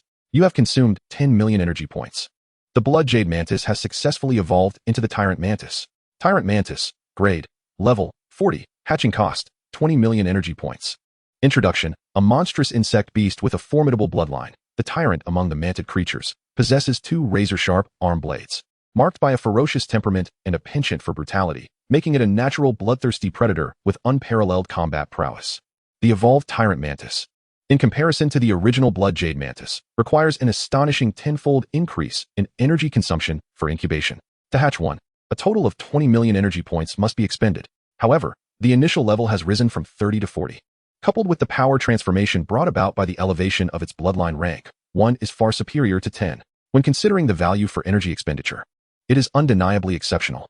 A glimmer of anticipation flickered in Zhang Hao's eyes.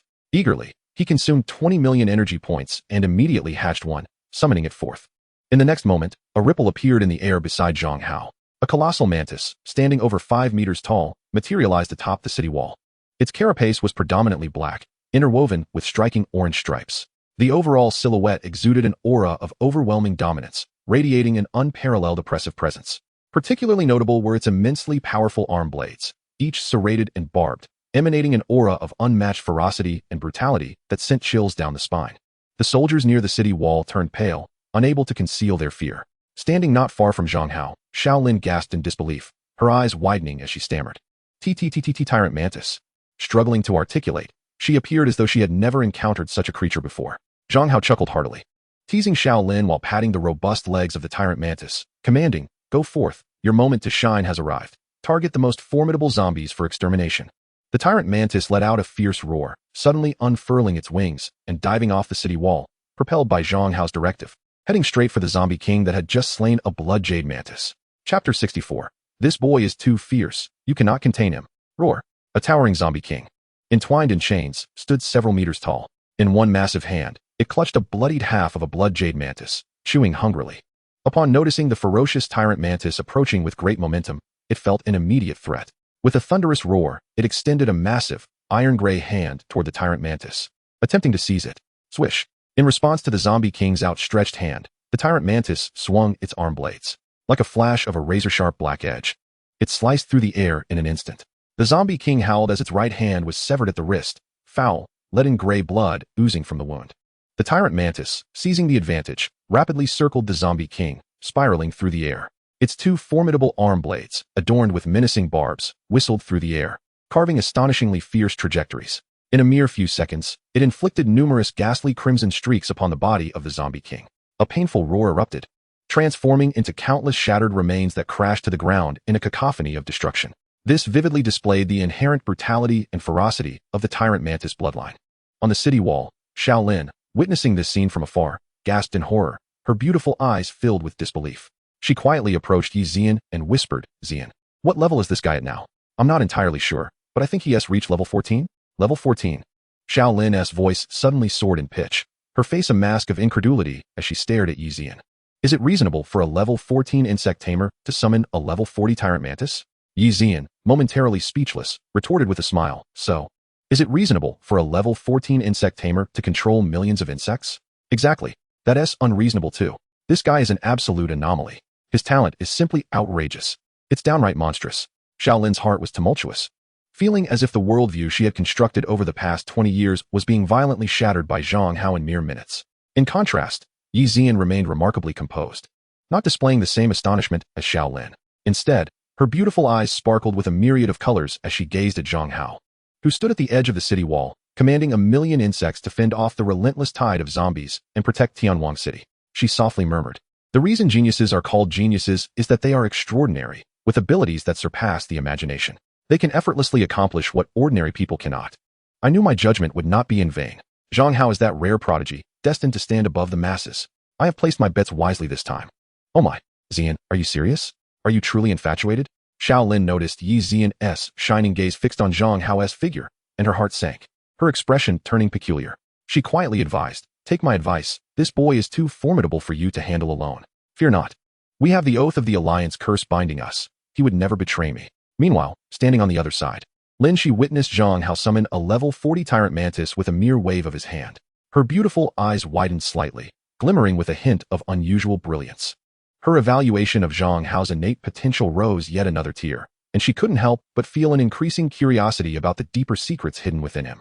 Simultaneously, the live stream exploded with excitement as viewers watched the tyrant mantis, summoned by Zhang Hao, soar above the horde of corpses, wielding its sharp dual blades to brutally slay the formidable zombie kings. Countless netizens were left agape, their hearts stirred by a tempest of astonishment.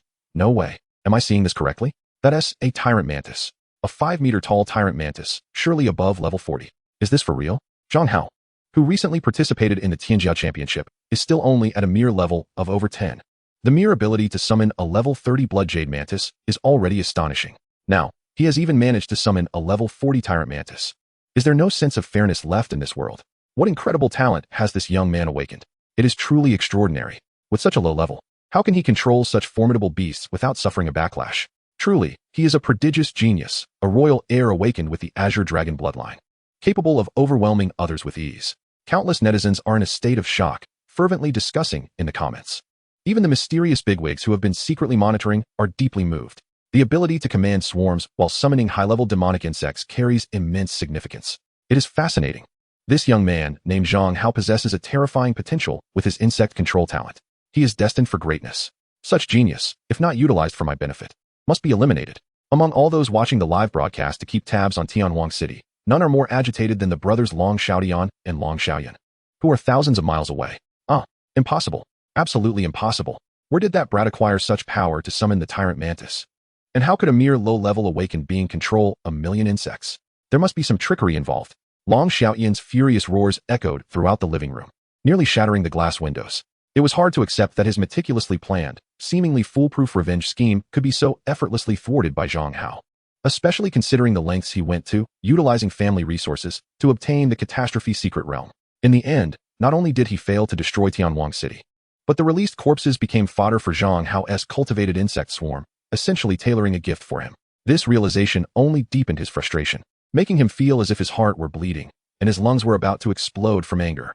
At that moment, wrapped in bandages and seated on the sofa, Long Xiaodian suddenly had a thought. His expression changed, and he asked gravely, "Brother, hold your anger. The secret realm set to erupt in Tianxue City should not have activated yet, right?" Hearing Long Xiaoyan's words, Long Xiaoyan's heart sank, revealing a look of concern in his eyes. In order to annihilate Yi Zian's hopes once and for all, Long Xiaoyan had resolutely invested heavily to acquire 2 catastrophe dungeons. One was set to explode in Tianwang City, while the other was arranged for Tianxue City. The plan was to simultaneously raise these bastions of hope that Yi Zian clung to, forcing her to confront reality and surrender to his embrace. Yet now, the pressing question is, after much effort, he managed to acquire these 2 disaster secret realms, but the monsters within were of alarmingly low levels. For Zhang Hao, who could effortlessly command 1,000,000 swarms of insects, they posed no threat whatsoever, merely serving as a boon to him. Presently, with just one secret realm erupting, the ensuing tide of zombies had allowed Zhang Hao to cultivate a 1,000,000-strong swarm. Moreover, he had summoned high-level spiritual insects akin to the tyrant mantis. Such losses had caused Long Xiaoyan immense distress, his heart bleeding, and his fury nearly overwhelming him. If the other secret realm were also detonated, it would further benefit Zhang Hao, granting him even more advantages. Long Xiaoyan felt as if despair was creeping upon him. "Rest assured, I am well aware of that rascal Sun Lalu. He is notoriously sluggish and indecisive. He certainly wouldn't activate the second secret realm in such haste." Long Xiaoyan took a deep breath, murmuring reassurances to himself. He began to fumble for his phone to inquire about the situation, only to recall after a lengthy search that his own device had just been shattered. He hastily reached for Long Xiaotian's phone to call Sun Laolu. As soon as the call connected, he eagerly pressed, "Sun Laolu, have you activated the secret realm in Tianxue City?" "Huh, young Master Yun, do you doubt my capabilities?" Sun Laolu chuckled, his tone obsequious as he preened. "I've just activated the secret realm and was about to report to you when your call came through. I followed your instructions to the letter without a moment's delay. Shouldn't you reward me generously? I'll reward you with a beating." Hearing Sun Laolu's words, Long Xiaotian's blood pressure surged, and darkness clouded his vision as he nearly lost consciousness. In a fit of impotent rage, he bellowed and hurled the phone to the ground, shattering it into pieces. Meanwhile, atop Tianhuang City, Zhang Hao gazed into the distance. In the sky, a gaping rift had ceased to spew forth zombies, indicating that the majority of the undead from the secret realm had emerged. This zombie onslaught was gradually drawing to a close. A glance at the system panel revealed that after such extensive accumulation and the insatiable consumption of countless zombies by the iron-eating swarm, the energy points amassed within the nest had reached an astounding 70 million. If he were to consume all the remaining undead yet to reach the city, this figure could surpass 400 million. "Thank you, Mother Nature, for your generous gifts." Zhang Hao's heart brimmed with joy as he murmured to himself, "If only another secret realm like this could manifest." No sooner had he uttered these words than his phone suddenly rang. Extracting it from his pocket, he glanced at the screen to find it was a call from Lu Xueqing. His brow arched in surprise as he answered. Before he could speak, a panicked voice erupted from the other end, filled with fear. "Zhang Hao, something terrible has happened. A disaster secret realm has suddenly appeared outside Tianxue City, and a multitude of goblins are charging towards us. I am currently engulfed in fear, uncertain of what to do." "What? A calamity secret realm has also emerged in Tianxue City?" Upon hearing this, Zhang Hao's eyes sparkled with uncontainable excitement. A new secret realm has materialized. How could one remain idle? He promptly reassured Lu Xueqing, saying, "Do not be afraid. Goblins are not formidable creatures. Hold them off for a few minutes, and I shall arrive post-haste." Having concluded the call, Zhang Hao turned to Yi Zian and Xiao Lin, declaring, "A calamity secret realm has arisen in Tianxue City, and I must rush there to lend my support. This place is entrusted to you." The two women exchanged solemn glances upon hearing his words. Xiao Lin waved her hand dismissively and urged Zhang Hao, "Go without concern. The number of zombies outside the city walls has significantly diminished. Even in your absence, the defense forces of Tianhuang City can withstand the onslaught." Yi Zian gazed at Zhang Hao with concern, stating, "Do take great care. Even if Tianxue City falls, your safety is paramount." "Understood," Zhang Hao replied with a hearty laugh, warmed by Yi Zian's words of concern. Yet, with Tianxue City on the brink of disaster, threatened by the impending goblin horde from the secret realm, there was no time for lengthy farewells. With a sweeping gesture, he left behind millions of insects to continue consuming the corpses, preventing waste. He instructed Xiao Lin and Yi Zian to safeguard his swarm as best as they could, minimizing casualties. Then, he expended 20 million energy points to summon a tyrant mantis. Leaping onto its back, he transformed into a swift shadow, racing towards Tianxue City, hundreds of miles away, at breakneck speed. Meanwhile, within Tianxue City, after concluding the call with Zhang Hao, Lu Xueqing's eyes glimmered with resolute determination. Ascending the city walls, she personally commanded the defense against the goblin invasion. Though individual goblins were weak, their numbers were overwhelming, seemingly inexhaustible, pouring forth from the secret realm. Among the massive horde were formidable elite goblins and magic-wielding shaman goblins, posing a significant threat to the defending forces. After a fierce battle lasting half an hour, the base of Tianxue City's towering walls was strewn with countless goblin corpses. However, the defenders paid a heavy price, with even the city gates shattered. Countless diminutive goblins, wielding rudimentary weapons, let out ecstatic, frenzied howls as they surged into Tianxue City, engaging in a brutal life-and-death struggle with the defending forces.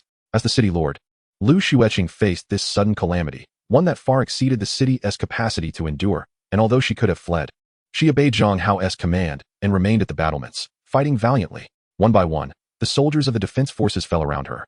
Until the very end, she found herself utterly alone, encircled by dozens of goblins. Exhausted, the spirit-infused sword in her grasp dimmed in brilliance. Suddenly, a lecherous goblin launched a sneak attack from behind, sending her crashing to the ground. A cacophony of excited screeches erupted from the ravenous green-skinned goblins as they eagerly lunged toward her. Lu Xueqing's delicate visage turned ashen with terror, her beauty marred by fear. It is well known that goblins are infamously wicked and cruel. Any human female who falls into their clutches faces a fate most dreadful. Though driven by curiosity, she occasionally indulged in manga of a similar theme, finding it thrilling. Yet, she had no desire to become the protagonist of such a tale. "Zhang Hao, where are you? I implore you, come save me." Lu Xueqing despaired, shutting her eyes tightly as she cried out. In the next moment, several fleeting shadows swept down from the sky, swift as lightning, encircling her in a flurry of movement. Sharp blades sliced through the air, emitting a piercing howl. The diminutive green-skinned goblins let out chilling cries, only to be swiftly reduced to countless shattered remnants scattered upon the ground. Chapter 66. The enormous winged dragonfly of spiritual insects. Hearing the anguished cries of the goblins as they met their demise, Lu Xueqing felt a surge of elation, a euphoric sense of survival flooding her heart. She suddenly opened her eyes to behold a dozen translucent jade mantises, exquisitely crafted as if from emerald, emerging around her. A familiar, agile figure descended from the heavens, landing gracefully beside her. Zhang Hao. Upon seeing him, Lu Xueqing's beautiful eyes sparkled with joy. She hurriedly clambered to her feet, gazing at Zhang Hao with delight. I knew you would come to rescue me. However, upon witnessing Lu Xueqing's tattered garments, disheveled hair, and blood-stained appearance, Zhang Hao was momentarily rendered speechless. Did you truly believe I am omnipotent? That I can always arrive in time whenever you find yourself in peril? Lu Xueqing's cheeks flushed crimson at his words, and she shyly replied, I merely wanted to help you defend Tiansno City. I expected you to hold the line against the goblin assault, not to put yourself at the forefront of danger. You could have rallied the troops from behind, inspiring the defenders. What if the city is saved, yet you are lost? My efforts would be in vain. Zhang Hao sighed, momentarily at a loss for words. However, seeing Lu Xueqing's downcast expression and understanding that she had acted under his orders to assist him, he refrained from chastising her further. With a gentle sigh, he reached out, ruffling her disheveled hair, and comforted her. All right, remember this for next time. If you find yourself in a perilous situation and your strength is insufficient, do not rush recklessly forward. You need not worry about what follows, simply follow my lead. With that, Zhang Hao lifted his gaze, surveying their surroundings. Observing the surrounding city walls, the sight of countless goblins and the lifeless bodies of the city defense troops strewn across the ground caused his brow to furrow slightly. It appeared that, despite receiving the news and hastily making his way here, he had arrived somewhat late. Although the city of Tianxue had not yet fallen, it was already teetering on the brink of disaster. The city defense forces had suffered heavy casualties, reaching an extremely perilous threshold. Had he not come, within a mere 10 minutes, the fragile line of defense, forged from the blood and flesh of the defenders, would have crumbled entirely. At that moment, the merciless goblins would cruelly slaughter all the men within the city, capturing the women to enslave them as instruments of their desires, leading to the complete annihilation of Tianxue City. This was the horror of the cataclysmic secret realm. Once it descended upon a city with feeble strength, incapable of resistance, it was akin to a cataclysmic disaster. It could transform a prosperous city of hundreds of thousands into a hellish nightmare within just a few hours. Fortunately, Zhang Hao arrived just in time. With his presence, the city of Tianxue would find peace. With his arrival, the goblins would meet their doom. Standing atop the city walls, Zhang Hao waved his hand decisively, expending 100 million energy points to summon an army of 2 million iron-eating bugs. Like a tumultuous storm cloud, they surged forth, overwhelming the invading goblin forces with a torrent of ferocity. With another sweeping gesture, he hatched dozens of jade mantises and several blood jade mantises. Under the leadership of the tyrant mantis, they darted into the city, becoming swift phantoms that unleashed a bloody massacre upon the goblins fiercely battling the city defense troops in the streets. Additionally, Zhang Hao dispatched tens of thousands of iron-eating bugs to consume the goblin corpses piled against the city walls, rapidly replenishing his energy reserves. However, he did not touch any of the bodies of the city defense soldiers, though the flesh of these brave warriors contained ample energy. Capable of providing substantial nourishment for the insect hive, they had valiantly sacrificed their lives to protect the citizens of the city.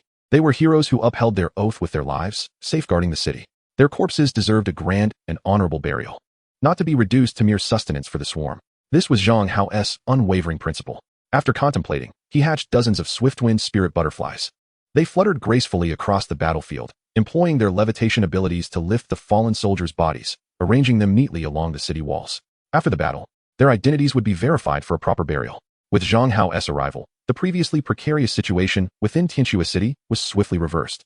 Standing atop the city walls, he gazed down upon the battlefield from his elevated vantage point. Suddenly, he let out a soft exclamation of surprise, his eyes revealing astonishment. Among the goblin forces invading Tianxue City, he spotted a unique breed of soldier, muscular elite goblins wielding long spears, mounted on enormous green dragonflies that measured over 5 meters in length. On the battlefield, a figure dashed through the air with remarkable speed, so swift that even the level 30 blood jade mantis could scarcely keep pace. Even the level 40 tyrant mantis would require a considerable pursuit before successfully slaying one. Zhang Hao's gaze sharpened, revealing a spark of interest as he focused on a grand dragonfly soaring past the city wall. He promptly received a system notification. Congratulations, host. You have discovered the wild insect-type demon beast, the giant winged dragonfly. It can be captured by consuming 3 million energy points. Upon capture, The insect nest will unlock the insect-type demon, the giant winged dragonfly, which can be incubated using energy points. Capture. A gleam of determination flashed in Zhang Hao's eyes as he decisively pressed the capture button. In the next instant, a dazzling burst of sealing light erupted from the sky. The airborne giant winged dragonfly vanished without a trace, causing the elite goblin riding upon its back to let out a terrified shriek as it plummeted to the ground, splattering upon impact. Simultaneously, a new entry appeared on Zhang Hao's system panel, Giant Winged Dragonfly. Grade, Level, 30. Incubation Cost, 1, 5 million energy. Chapter 67, Bloodline Evolution. The Spectral Fire Dragonfly. Excellent. Another immensely practical spirit insect has been secured. Zhang Hao's heart leaped with joy as he perused the information displayed about the giant winged dragonfly on the system panel. As the saying goes, in the world of martial arts, speed is paramount. Zhang Hao had long sought a fast insect-type demon beast to serve as his mount. In numerous circumstances, speed proved to be a tremendous advantage, whether in pursuit or retreat, allowing for significant benefits. For instance, had he received news and arrived at Tianxua City just a few minutes faster today, the city would not have had to endure such grievous losses. However, insect-type demon beasts meeting Zhang Hao's criteria were few and far between, making them challenging to capture. The giant winged dragonfly was indeed one of the finest options available. Thanks to the connections of Yi Zian, he had the opportunity to acquire it. He had not anticipated that the Calamity secret realm descending upon Tianxua City would bring such unexpected delight. Zhang Hao felt a surge of gratitude towards the brothers Long Xiaoyan and Long Xiaodian for their generous gift. Yet, the mere acquisition of the giant winged dragonfly no longer sufficed for Zhang Hao's aspirations. With ample energy within the insect nest, he resolved to evolve the dragonfly. A flicker of brilliance shone in his eyes as he waved his hand grandly, consuming 10 million energy points to facilitate the evolution of the giant winged dragonfly. In the next moment, several clear notifications materialized on the system panel. Congratulations, host. You have consumed 10 million energy points. And the giant winged dragonfly has successfully evolved into the Spectral Fire Dragonfly. Spectral Fire Dragonfly. Grade, Level, 40. Incubation Cost, 20 million energy. Introduction, the colossal giant dragonfly. With its lightweight yet resilient exoskeleton, boasts slender wings wreathed in ghostly flames. It possesses unparalleled speed and terrifyingly potent fiery abilities, reigning supreme as the sovereign beast of the skies. The evolution of the ghostly fire dragonfly has significantly enhanced its speed compared to the original giant winged dragonfly, granting it the power to control flames. Its previously limited combat prowess has been remarkably fortified. The energy required for hatching is comparable to that of the similarly ranked tyrant mantis, underscoring its formidable strength. Zhang Hao felt a surge of joy and, unable to contain his excitement, consumed 2 billion energy points to hatch one. In an instant, a formidable giant dragonfly materialized before him, exuding an imposing aura. Its massive form stretched over 7 meters in length, with smooth and elegant lines. The entire exoskeleton shimmered in black, adorned with crimson flame patterns that imparted a wild and vibrant visual impact. Surrounding its 4 pairs of gossamer wings were flickering strands of red flames, emanating an aura of terrifying might and intense heat. Without a doubt, the strikingly fierce appearance alone filled Zhang Hao with immense satisfaction. Even Lu Xueqing could not help but be captivated, her eyes sparkling with wonder as she reached out to caress it gently. Zhang Hao leaped onto the back of the ghostly fire dragonfly, eager to test its speed and sensation. Just as he prepared to take flight, Lu Xueqing suddenly bit her lip, her gaze resolute as she looked at Zhang Hao and asked with anticipation, "Can I join you in the sky?" Zhang Hao was momentarily taken aback by her unexpected request, yet he did not decline. Nodding, he replied, "Of course, but be cautious not to fall. The ghostly fire dragonfly is exceedingly swift." Lu Xueqing nodded vigorously, her eyes gleaming with delight as she hurriedly climbed onto the dragonfly's back. Taking her place behind Zhang Hao, she extended her arms and gently wrapped them around his sturdy waist, her cheeks slightly flushed as she whispered, "This way. I want to fall." Feeling the soft warmth behind him, Zhang Hao's heart fluttered, igniting a fleeting thought.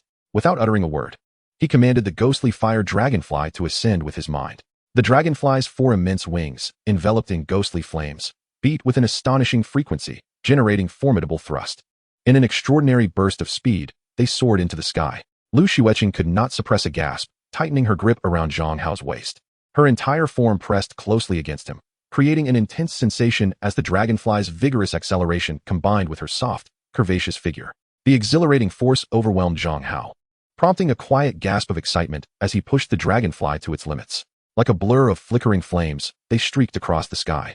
A goblin rider soaring through the air suddenly felt a fierce gust sweep past him. In the next moment, a fervent crimson flame ignited along with the colossal dragonfly beneath him, emitting a heart-wrenching scream as it plummeted from the heavens. Zhang Hao replicated this feat, swiftly dispatching over a dozen goblin riders within mere minutes. Just as he reveled in his triumph, a subtle shift in his demeanor occurred.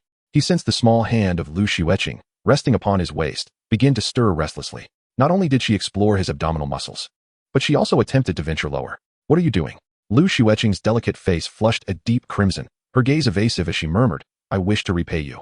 Repay me in the sky? Lu Xueqing's charming visage turned an even deeper shade of red as she whispered softly by Zhang Hao's ear, anytime, anywhere, as long as you desire. Zhang Hao found himself at a loss for words, yearning to peer into Lu Xueqing's mind to discern the chaotic thoughts swirling within. Is this truly the behavior of a pampered noble daughter? Lu Tianxiong, is this how you raised your daughter?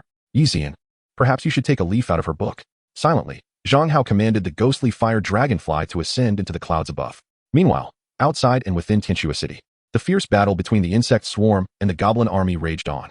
Although the goblin numbers surged endlessly from the secret realm, Zhang Hao's swarm outnumbered them significantly. Moreover, the ability to convert the fallen goblin corpses into sustenance ensured a continuous replenishment. Under the relentless assault of the endless swarm, the once feared goblin army was merely fodder waiting to be devoured. Half an hour later, the battle finally reached its conclusion. Within Tianxua City, jubilation erupted. Countless citizens, having narrowly escaped disaster, flooded the streets in exuberant celebration, expressing their gratitude to Zhang Hao for single-handedly turning the tide and saving the entire city, sparing hundreds of thousands from the gruesome fate of being mercilessly slaughtered by the goblin horde. Conversely, the battles at Tianhuang City concluded even earlier. Upon learning that Tianxua City had been severely damaged following a breach by the goblin army, Yi Zian, feeling unsettled, hastily wrapped up matters in Tianhuang City before rushing to the other side. Upon seeing Lu Xueqing, disheveled and stained with blood, clearly having endured a fierce battle beside Zhang Hao, concern immediately etched itself on Yi Zian's face as she approached, asking, Xueqing, are you all right? Did those goblins harm you? No, I'm fine. Lu Xueqing quickly shook her head, though her voice was slightly hoarse. Yi Zian's brows furrowed in surprise. Why is your voice hoarse? It's nothing. Perhaps I just shouted too much during the battle. My throat feels a bit uncomfortable. Lu Xueqing offered a soft explanation, casting a furtive glance at Zhang Hao. Yi Zian harbored no suspicions, interpreting Lu Xueqing's pale, taut face as a sign of lingering fright from the earlier skirmish. With a hint of regret, she sighed softly, speaking tenderly. I apologize, Xueqing, but I must ask for your assistance in assuming the role of the city lord. Who would have thought that on your very first day in office, you would encounter such a predicament? The battle just now must have been quite fierce, wouldn't you agree? Look at you. Your makeup is completely smudged, and you've lost half of your lipstick. This lipstick is new, and I haven't even used it yet. It's a gift for you. Thank you very much. Lu Xueqing, feeling somewhat embarrassed, accepted the lipstick from Yi Zian's hands, her heart easing slightly. At that moment, Zhang Hao approached and inquired, have matters in Tianhuang City been resolved? All settled, Yi Zian replied with a slight smile. Linlin is currently leading the cleanup of the battlefield. Indeed, we owe you a great debt of gratitude this time. She continued, not to mention the energy crystals dropped by those zombies. They will surely bring us a windfall. Oh, Zhang Hao raised an eyebrow, a playful smile gracing his lips as he gazed at Yi Zian. Given that I've contributed so significantly, what reward do you intend to bestow upon me? What reward do you desire? I'll discuss it with you later this evening. That mention of this evening made Yi Zian's heart flutter, sending ripples through her emotions, and her fair complexion flushed slightly. Pretending not to understand Zhang Hao's insinuation, she linked arms with Lu Xueqing and said, Come, Xueqing, let us seek out the administrative officer of Tianxua City to deliberate on how to wrap up the affairs there. With that, she hurriedly led Lu Xueqing away. Observing the graceful figures of the two women as they departed, Zhang Hao smiled faintly. He found a quiet corner, free from interruptions, and took a seat to review the day's gains after the battle in Tianhuang City. At this moment, the number of iron-eating worms nestled within Zhang Hao's nest had astonishingly swelled to over 4 million. Furthermore, the accumulated energy points on his panel had reached a staggering total of 630 million. Such a vast amount of energy was something Zhang Hao had never dared to dream of before. Akin to suddenly trading a shotgun for a cannon and becoming an overnight millionaire. Long Xiaoyan and Long Xiaodian are truly two remarkable figures. How else could such immense fortune have landed in my lap? Zhang Hao felt a surge of exhilaration and silently expressed his gratitude to the two unwitting benefactors from the Long family. Then, a contemplative look crossed his face as he pondered how to utilize this over 600 million energy points. Those 600 million may seem substantial upon closer inspection.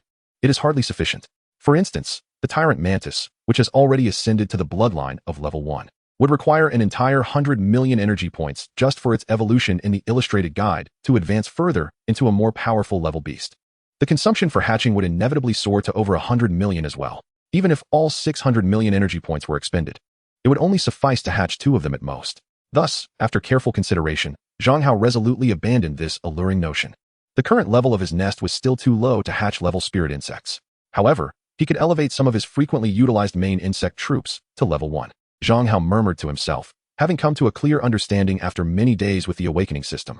There are far too many types of spirit insects in the world. Yet his energy remains limited. It is improbable to encounter a commendable spiritual insect that can be readily captured and extensively nurtured. One must prioritize their efforts and focus on cultivating specific species, directing energy towards the most critical areas.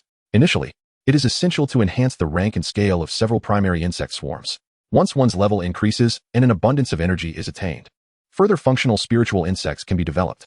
Among the varieties of spiritual insects that Zhang Hao is currently cultivating, the main combat spiritual insect, the tyrant mantis, and the mount-like phantom fire dragonfly have already ascended to the rank of bloodline.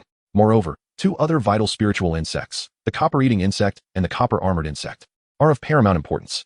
The former can devour all matter, providing an inexhaustible energy source for Zhang Hao's insect nest, while the latter can assume various forms to create armor, thereby offering formidable combat prowess and personal protection. These two insect swarms are currently the most crucial in Zhang Hao's arsenal. Thus, without hesitation, upon accumulating sufficient energy, he promptly initiated their evolution. Congratulations, host. Consuming 10 million energy points, the copper-eating insect has successfully evolved into the silver-eating insect. Congratulations, host. Consuming 10 million energy points, the copper-armored insect has successfully evolved into the silver-armored insect. With the sound of 2 chimes, the system panel before Zhang Hao revealed 2 new spiritual insect illustrations. Silver-eating insect. Rank. Level. 5. Hatching cost. 3,000 energy. Description: a rare spiritual insect with a powerful bloodline, possessing a hard shell and sharp mandibles that can effortlessly pierce through gold and iron, converting consumed items into energy to be returned to the mother nest. Silver-armored insect. Rank. Level. 5. Hatching cost. 2,000 energy. Description: an exceptionally hard low-level beetle. Weak in individual combat, yet capable of combining into various forms such as battle armor, weapons, and shields, bestowing unparalleled combat strength upon its user. In comparison to their previous forms, the descriptions of the evolved silver-eating insect and silver-armored insect have not significantly changed. Their levels have risen from 3 to 5, with hatching costs multiplying tenfold. The shell color has transformed from a bronze hue to a brilliant silver sheen. Despite their individual weakness, they rely on sheer numbers to secure victory. After upgrading these 2 spiritual insects, Zhang Hao perused the existing illustrations in the system, and his gaze finally settled on the oath gu entry. Gu insects represent a particularly unique branch within the insect race, typically not innate. However, to Zhang Hao's astonishment, the evolution button beneath the oath gu illustration was also illuminated, indicating the possibility of evolution through energy expenditure. He pondered what form the insect might take post-evolution and what extraordinary abilities it might possess. Filled with anticipation, Zhang Hao decisively pressed the evolution button. In the next moment, as a flash of light illuminated the screen, a brand new gu insect illustration appeared on Zhang Hao's system panel. Congratulations to the host for consuming 10 million energy points. The oath gu has successfully evolved into the heart-eating gu. Heart-eating gu. Grade. Hatching consumption, 20 million energy. Description: a peculiar and potent spirit insect that, when activated by a unique seal, induces an unbearable itch throughout the host's body, akin to countless insects gnawing at them, subjecting them to the torment of myriad insects devouring the heart. Chapter 69. The Alliance Trembles, the Supreme Sovereign Wielding Natural Disasters. Oh, with the activation of the seal, one can induce an excruciating itch. What a tool of interrogation this is. Zhang Hao momentarily froze as the heart-eating gu's illustration appeared on the system panel, his expression revealing a hint of peculiarity. Why, I wonder, did my perfectly fine oath gu evolve into such a contraption? Yet, as his thoughts turned, Zhang Hao quickly discerned the underlying reason. The oath gu functioned as a form of passive control with overly stringent triggering conditions. As long as the host did not actively violate the oath made when consuming the gu, there was nothing one could do. However, the upgraded heart-eating gu represents a shift to active control. The user of the gu possesses greater initiative. Should the host dare to disobey, immediate punishment can be inflicted, allowing them to experience the torment of myriad insects gnawing at the heart, a torment most unbearable. To speak candidly, this gu is indeed a remarkable tool, quite effective for controlling subordinates. It also proves exceptionally useful for extracting information. Zhang Hao nodded, stroking his chin as he murmured, the only downside is the excessive energy consumption. Hatching one demands a staggering 20 million energy points, enough to nurture a tyrant mantis. Finally, Zhang Hao directed his gaze towards the illustration of the demon hunter spider. After some contemplation, he decided to initiate its bloodline evolution as well. Congratulations to the host for consuming 10 million energy points. The demon hunter spider has successfully evolved into the evil king spider. Evil king spider. Grade. Level 40. Hatching consumption 18 million energy. Description: a master weaver among spiders, capable of producing various forms of webbing. The silk is fine and incredibly resilient. Not only able to easily ensnare foes, but also capable of isolating energy fluctuations, sealing the opponent's cultivation. Once caught in its web, escape becomes an impossible feat. Excellent. The evolved web not only restrains the prey's movements, but also seals their cultivation, making it a formidable control skill. With the evil king spider alongside the tyrant mantis, one serving as control and the other as an assassin, the synergy is akin to wings added to a tiger. As long as the adversary isn't overwhelmingly powerful, they should suffice to handle most encounters. In due time, once conditions permit, I shall also equip them with warriors, mages, and archers, enabling us to engage in collective battles. A wave of joy surged within Zhang Hao's heart. Observing that his frequently utilized spirit insects had all been evolved to their respective bloodlines, he noted that there remained over 500 million energy points on the panel. A smile involuntarily graced his lips as he felt a profound sense of security. There is no rush to expend this energy immediately. After all, the incubation function of the insect nest completes instantaneously. When faced with concrete situations, one can adapt and nurture various swarms to respond accordingly. While Zhang Hao sat atop the city walls, his heart brimming with joy as he busily counted his gains and harnessed the acquired energy to enhance his own strength. The atmosphere within the four holy alliances was anything but tranquil. The internet buzzed with fervor, countless netizens excitedly discussing the events that transpired between Tianwang City and Tianxua City. Those who witnessed the live broadcast were left astounded as they saw Zhang Hao command 1 million insects, repelling the terrifying tide of monsters surging forth from the catastrophe secret realm, devouring them and converting them into nutrients for his swarm. Each viewer was profoundly shaken, realizing the formidable prowess of this super genius who had, just days prior, been but a nameless figure, suddenly emerging in the talent competition to captivate the world. This young man, who had recently awakened and was at most only in his teens, astonishingly managed, through sheer will, to traverse hundreds of miles in a mere few hours. He annihilated all monstrous hordes emerging from 2 catastrophe secret realms, turning the tide of battle and saving tens of thousands within the 2 level 3 cities. Such a feat could only be deemed miraculous, bordering on the unbelievable, were it not for the comprehensive live stream documenting the entire battle, witnessed by countless individuals. Few would have believed it. Yet, following the initial shock, everyone became acutely aware of a terrifying reality. Zhang Hao's insect swarms were indeed formidable. If he possessed the ability to combat disasters, he could just as easily unleash them. At the very least, based on the astounding strength he exhibited during today's battle, he could effortlessly command swarms to obliterate any barrier city below level 4. This is the terrifying nature of insect cultivators. Once unleashed, the destructive power they can wield is utterly staggering, rivaling many level 50 or 60 powerhouses. And this was merely the strength held by Zhang Hao, who had awakened only a few days prior. As his level increases and his latent potential is fully realized, his swarms are destined to grow even more powerful and fearsome. The ultimate extent of his capabilities is simply beyond imagination. Many netizens speculated that if Zhang Hao could successfully mature, achieving a level above 70, he would ascend to become an unparalleled sovereign, wielding dominion over disasters. With a mere wave of his hand, his swarms could darken the skies and easily annihilate countless cities.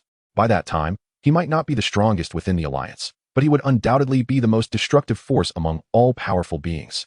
The emergence of such an extraordinary talent, possessing immense potential, could stir even the highest echelons of power.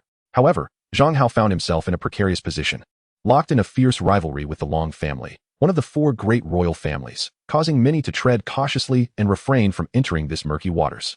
Only a select few, truly standing at the pinnacle of power and qualified to challenge the 4 royal families within the alliance, deliberated carefully before deciding to align themselves with Zhang Hao. That very night, in the desolate city, the beautiful administrative officer Lin, she seized an opportunity to invite Zhang Hao to a secluded corner, away from prying eyes. Gazing deeply into his eyes, she conveyed a message entrusted to her by someone within the alliance. In a forest of towering trees, the wind shall inevitably bring down the most prominent. Your performance today has been exceedingly brilliant, and it will undoubtedly leave the Long family feeling like a thorn in their throat, restless and anxious. They will not passively watch you ascend and become a threat. They will resort to all means necessary to eliminate you before you can rise. However, should you agree to their proposal, there are those who would gladly offer you protection. What say you? Oh, Zhang Hao raised an eyebrow at her words. A playful glint in his eye as he responded with a smile. Please extend my gratitude to that benefactor, but I must decline. Why? Lin Shi's delicate brows furrowed in confusion as she looked at him. Are you not afraid of death? Or do you not comprehend the terrifying might of the 4 great royal families? Of course I am aware, Zhang Hao replied with a grin. The four great royal families have existed since the inception of the Four Sacred Alliance. Their foundation is truly formidable. Yet, I also understand that the alliance is no longer a monolith. Many factions are covertly attempting to undermine the position of the four great royal families. While the saying "the tallest tree catches the wind" holds true, I have already forged enmity with the Long family. Regardless of my actions, they will not let me go. If I conceal my talents, it would be sheer folly. There is a high likelihood that I would be crushed without a sound, raising not even a ripple. Conversely, if I display my brilliance, those lofty figures will recognize my worth and may be compelled to extend their assistance, thereby ensuring my safety. They understand that if the Long family crushes me, they stand to gain nothing. Only my secure and prosperous growth can yield the greatest benefits for them. Chapter 70. The Level 70 Goo Insect, Golden Body Goo. Upon hearing Zhang Hao's words, Lin Shi's beautiful eyes sparkled with unexpected brilliance. She gazed intently at him, astonished that a seemingly ordinary youth, who had only recently awakened, possessed such keen insight into the alliance's dynamics and his own circumstances. The depth of his understanding belied his tender age, revealing a shrewdness akin to that of one seasoned by the trials of life. She regarded him with newfound respect, her lips parting as she continued. Yet, even if a great figure were to intervene and shield you from disaster, it cannot be without risk. The legacy of the four great royal families is so profound that it can only be described as unfathomable. I am indeed afraid of death, Zhang Hao replied with a laugh, but I fear living a life lacking in brilliance even more. Someone from my hometown once said, "A man should strive to ride the swiftest horse, drink the strongest liquor, slay the fiercest foes, and woo the most beautiful women. It is precisely due to a hint of danger that one finds exhilaration. If all adversaries encountered were as easily toppled as a castle made of blocks, how utterly mundane would that be? To ride the swiftest steed, to imbibe the strongest spirits, to vanquish the most formidable foes, such is the allure." Lin Shi murmured Zhang Hao's words, her gaze upon him sparkling with increasing intrigue for this uniquely handsome youth. A slight smile graced her lips as she remarked, "What an intriguing perspective. I comprehend your sentiment." Upon finishing her words, a glimmer of light flickered in her palm as she produced a delicately crafted wooden box. No larger than a hand. She extended it toward Zhang Hao with a gentle smile, adding, "This is a gift from that esteemed individual, a token of our first meeting, and I hope it serves you well." "Thank you," Zhang Hao replied, accepting the box without hesitation. Throughout their interaction, he refrained from inquiring about the identity of the influential person behind Lin Shi, and she, in turn, chose not to disclose it. Their exchange of gifts conveyed goodwill and forged an unspoken understanding between them. After presenting the gift, Lin Shi turned and took her leave, her alluring figure clad in a uniform, her long legs accentuated by black stockings, gradually fading into the misty night. Zhang Hao pondered the contents of the box, wondering at the potential value of a gift from such a prominent figure. With a flicker of anticipation in his heart, he opened the wooden box, and a dazzling light burst forth. Nestled within was a golden pill, perfectly round and about the size of a longan. Simultaneously, a notification appeared on his system panel. "Congratulations, host, you have discovered the wild goo insect, Golden Body Goo. You may expend 30 million energy points to capture it. Upon capture, the insect nest will unlock the Golden Body Goo at level, allowing for incubation with energy points." A Golden Body Goo? How rare. Zhang Hao's eyes brightened with interest, realizing that the coveted Golden Body Goo lay dormant within the golden pill. However, the mysteries surrounding goo insects were profound, and his current understanding was limited, leaving him uncertain of the creature's capabilities. Nevertheless, with ample energy points at his disposal, seizing this rare goo insect was an opportunity too good to pass up. Without hesitation, Zhang Hao decisively pressed the capture button. A radiant flash ensued, and a successful capture notification materialized on the panel. Concurrently, a detailed illustration of the Golden Body Goo appeared. Golden Body Goo. Grade. Incubation cost. 30 million energy. So it enables one to briefly enter a special state, enhancing strength and resilience. How aptly named the Golden Body Goo is. If utilized further, would it not amplify one's power exponentially? Zhang Hao mused, and with determination, he expended 30 million energy points to incubate a Golden Body Goo. After consuming it, he felt no immediate change. Eagerly, he yearned to experience the formidable prowess of the 3,000-man energy Golden Body Goo. Thus, he navigated with ease to Yi Xian's chamber. Upon entering, he beheld the captivating sight of two stunning beauties, Yi Xian and Xiao Lin, clad in delicate nightgowns, playfully tussling on the bed. Xiao Lin, adorned in a black silk nightgown, had Yi Xian, who wore a white lace ensemble, pinned beneath her, engaged in animated conversation. The scene was undeniably enchanting. However, upon noticing Zhang Hao's entrance, Xiao Lin's expression shifted to one of vigilance. With hands on her hips and brows furrowed, she exclaimed indignantly, "You little rascal. It's late at night, and you don't even knock? What on earth are you doing in Xian's room?" "Of course, I'm here to sleep," Zhang Hao replied with unabashed confidence. "What? Do you think I came to watch you two wrestle?" Xiao Lin, momentarily taken aback by his boldness, retorted sharply. This is Tianhuang City, not the Holy City. What justification do you have to sleep in Xian's room? Why, you acknowledge that this is Tianhuang City, don't you? As the city lord, I can sleep wherever I please. Zhang Hao scoffed, gesturing towards the door, his voice firm. And you, as the commander of the city defense, after such an incident during the day, still have the leisure to sleep at night? Shouldn't you be patrolling the city walls? You. What do you mean by you? Have you forgotten that you lost the bet today? Your first task is to leave immediately. Xian, this rascal has ulterior motives. Aren't you going to say something? Seeing she was at a loss for words against Zhang Hao, Xiao Lin turned to Yi Xian for support, who was now the focus of both their gazes. Caught between them, Yi Xian hesitated, her cheeks flushing slightly as she whispered to Xiao Lin, Lin, why don't you go out first? What? Xiao Lin was struck as if by lightning, her eyes wide with disbelief, feeling as though she had been shamefully betrayed. Staring blankly at Yi Xian, she finally raised her hand to her forehead, exhaling a resigned sigh. Yi Xian, you are utterly beyond redemption. With that, she huffed and rose from the bed. Xian, I'll be next door listening. If this rascal dares to lay a hand on you, just scream. I'll rush in to save you. Oh, what are you saying? We would never. Yi Xian's face was a vivid crimson. She believed Zhang Hao merely wished to cuddle with her as he did the previous night, though it was somewhat embarrassing, given his recent monumental achievements. She felt inclined to reward him. Indeed, she mused, this was a small token of gratitude for his efforts. Half an hour later, after their baths, the two lay on the bed. Compared to the previous night, Yi Xian seemed more docile this evening. Zhang Hao embraced her fragrant, soft form, his spirit swaying as if on a swing, gently floating in bliss. Leaning close to Yi Xian's delicate ear, he whispered softly, Sister Yan, I have just acquired a golden body goo, said to significantly enhance physical strength. I wish to test its effects. Oh, how do you intend to test it? She inquired. I merely wish to see if I can withstand the energy surge from the Wanyao immortal gourd. What? Are you referring to Zhang Hao? Absolutely not. Yes. It is indeed possible. Congratulations, host. Level has risen to 15, system functionality upgraded, acquiring 20 energy points per second. Half an hour later, Zhang Hao reclined on the bed, sincerely marveling. The Wanyao immortal gourd is truly extraordinary. Yi Xian, slightly breathless, her fair complexion flushed, playfully struck his chest. With a resigned sigh, she embraced his waist, murmuring softly, Zhang Hao, you little rascal, you naughty boy. Promise me, no matter how many beauties you may encounter in the future, I shall always be the most important. Zhang Hao paused, taken aback, and hesitantly replied, Sister Yan, speaking honestly, while you are indeed remarkable, aspiring to be the foremost may prove somewhat challenging. This remark involuntarily led Zhang Hao to recall Bai Yu, the enchanting girl blessed with the bloodline of the white tiger and the innate sacred body. He still had an outstanding debt to settle with her, and he needed to urge her to guide him into the trial's secret realm limited to level 30. She must not evade her obligations. Upon hearing Zhang Hao's words, Yi Xian's teeth clenched in frustration. This little rascal, having gained an advantage, was now acting coy. How outrageous. She pinched the soft flesh at his waist. Hiss, Sister Yan, have you recovered? Then let us continue. What? No way. Yes, it is indeed possible. Congratulations, host. Level has risen to 16, system functionality upgraded, acquiring 22 energy points per second. Congratulations, host. Level has risen to 17, system functionality upgraded, acquiring 24 energy points per second. The following morning, as the sun reached its zenith, Yi Xian lay asleep, clutching one of Zhang Hao's arms.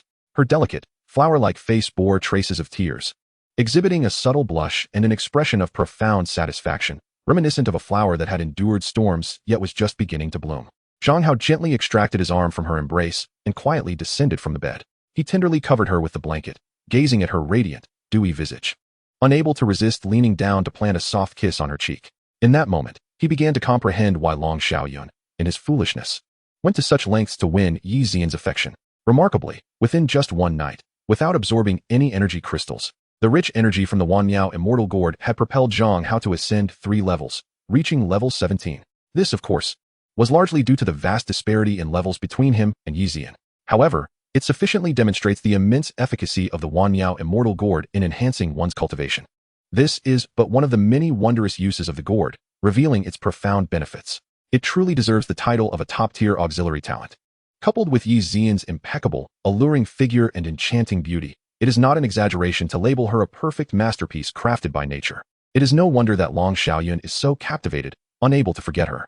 Yet now, this rare treasure completely belongs to me, Zhang Hao, and no one else can even dream of it. Zhang Hao grinned as he stepped out of the room. Meanwhile, in the adjacent room, a sneaky figure pressed their ear against the wall, their expression bizarre and filled with incredulity. This brat is unbelievably powerful. Swallowing hard, they felt profoundly shaken. Just as they attempted to step away from the wall, their brows furrowed slightly, and they couldn't help but let out a soft hiss. Damn it, standing all night has left my legs numb. It's all Zhang Hao's fault, who stays up all night without rest. Can Yin Yin handle this alone?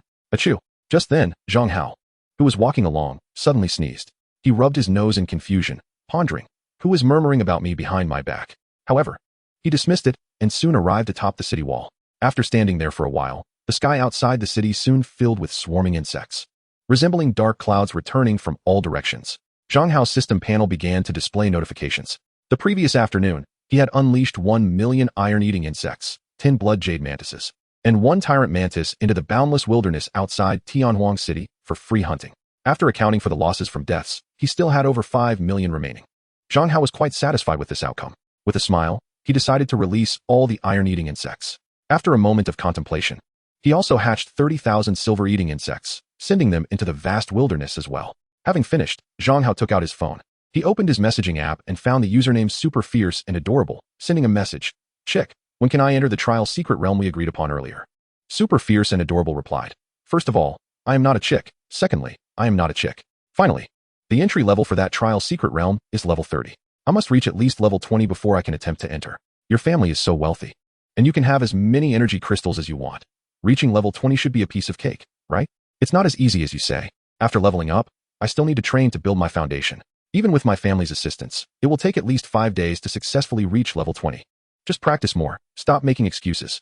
After 5 days, I'll have surpassed level 30, and that secret realm will hold no significance for me. Oh, this jerk dares to call me weak.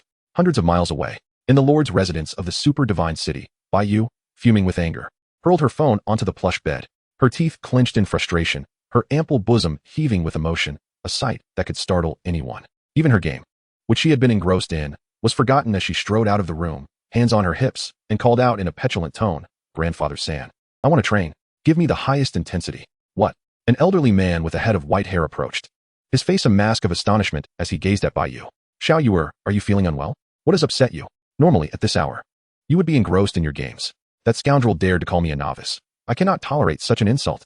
Bai Yu's fair complexion tightened, her eyes ablaze with a fierce determination as she clenched her fists and replied earnestly, This concerns my dignity. Grandfather San, you must help me. Of course, of course.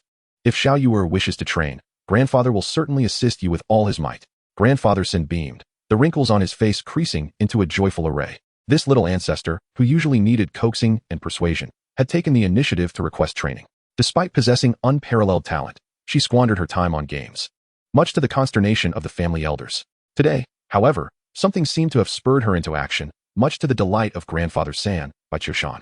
He mused quietly. The he that Xiao Yuer refers to must be that fellow named Zhang Hao. It seems there might be some truth to the discussions held in the clan yesterday. Under Zhang Hao's provocation, Bai Yu had diligently applied herself day and night, and in just 3 short days, she had successfully reached level 20. Eagerly, she picked up her phone to boast to Zhang Hao. Super fierce and super cute. Hey, noob, are you there? I've just reached level 20. Is that all? What is there to be proud of? I'm already at level 25. What? Bai Yu's eyes widened in disbelief, her earlier pride evaporating. Like a deflated balloon, she indignantly inquired, How could you level up so quickly? Of course, it's all thanks to hard work and relentless effort. Zhang Hao replied, tilting his head to glance at Yi Zian, blissfully nestled in his embrace, satisfaction radiating from her expression. A swell of pride surged within him. However, there was a hint of exaggeration in his words. Since reaching level 20, he had noticed a marked decrease in his leveling speed. The primary reason being that the energy cores required for his advancement were exponentially greater, several times more than those needed by ordinary awakened individuals. Furthermore, as his level increased, this multiplier grew even larger. This was a common predicament faced by most high-tier awakened individuals with extraordinary talents. While their exceptional abilities granted them formidable combat prowess, they equally demanded more energy to facilitate their ascension. In the early stages, when levels were low, ample energy cores allowed for rapid progression. But relying solely on cores obtained from battles made swift leveling increasingly challenging. Time must be utilized, bit by bit, slowly refining one's abilities. This is precisely why the majority of exceptionally gifted individuals from humble beginnings choose to align themselves with powerful factions. Only through the ample resources provided by these formidable forces can they experience rapid growth. Zhang Hao's swarm disaster system possesses extraordinary capabilities, particularly after reaching level 20. With each subsequent level gained, the energy points accrued every second increased by 4. Now at level 25, he garners 50 energy points each second. It is only natural that the energy required for leveling up increases. Fortunately, The two disaster secret realms from a couple of days ago have bestowed Zhang Hao and Yi Zian with a substantial fortune. They are now quite affluent, with an abundance of energy cores and the assistance of the Wanyao Xianhu, allowing for remarkable advancement in levels. After conversing with Baiyu for a while, they arranged to enter the secret realm together the next day. Zhang Hao tossed his phone aside and turned to Yi Zian with a cheerful smile. Upon meeting his gaze, Yi Zian instantly understood, her body shivering slightly. Again? Sister Yin, I am eager to progress. But you wouldn't want me to lag behind in strength, would you? How can I protect you then? Humph, naughty boy. The following morning, Zhang Hao and Yi Zian rode the Ghostfire Dragonfly towards the Super God City. Originally, Yi Zian could have chosen to remain behind. However, Tianhuang City lies within the southwestern region of the Four Saints Alliance and is under the influence of the Bai family. Establishing a good rapport with them would secure their protection, making many future endeavors considerably easier. Thus, Yi Zian seized the opportunity to pay a visit. The Bai family also accorded significant attention to the arrival of Yi Zian and Zhang Hao. Bai Qiushan personally led Baiyu to the entrance of the city lord's mansion to welcome them.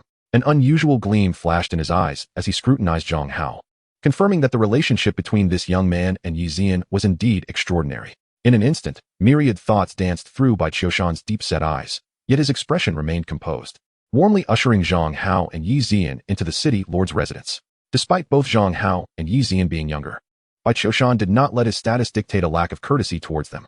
Zhang Hao's unparalleled talent has already garnered acknowledgement from the alliance, promising an illustrious future. Yi Zian's wondrous auxiliary talent, the Wanyao Xianhu, is equally impressive, being the sister of that notable individual. Their identities are far from trivial, warranting the Bai family's earnest consideration.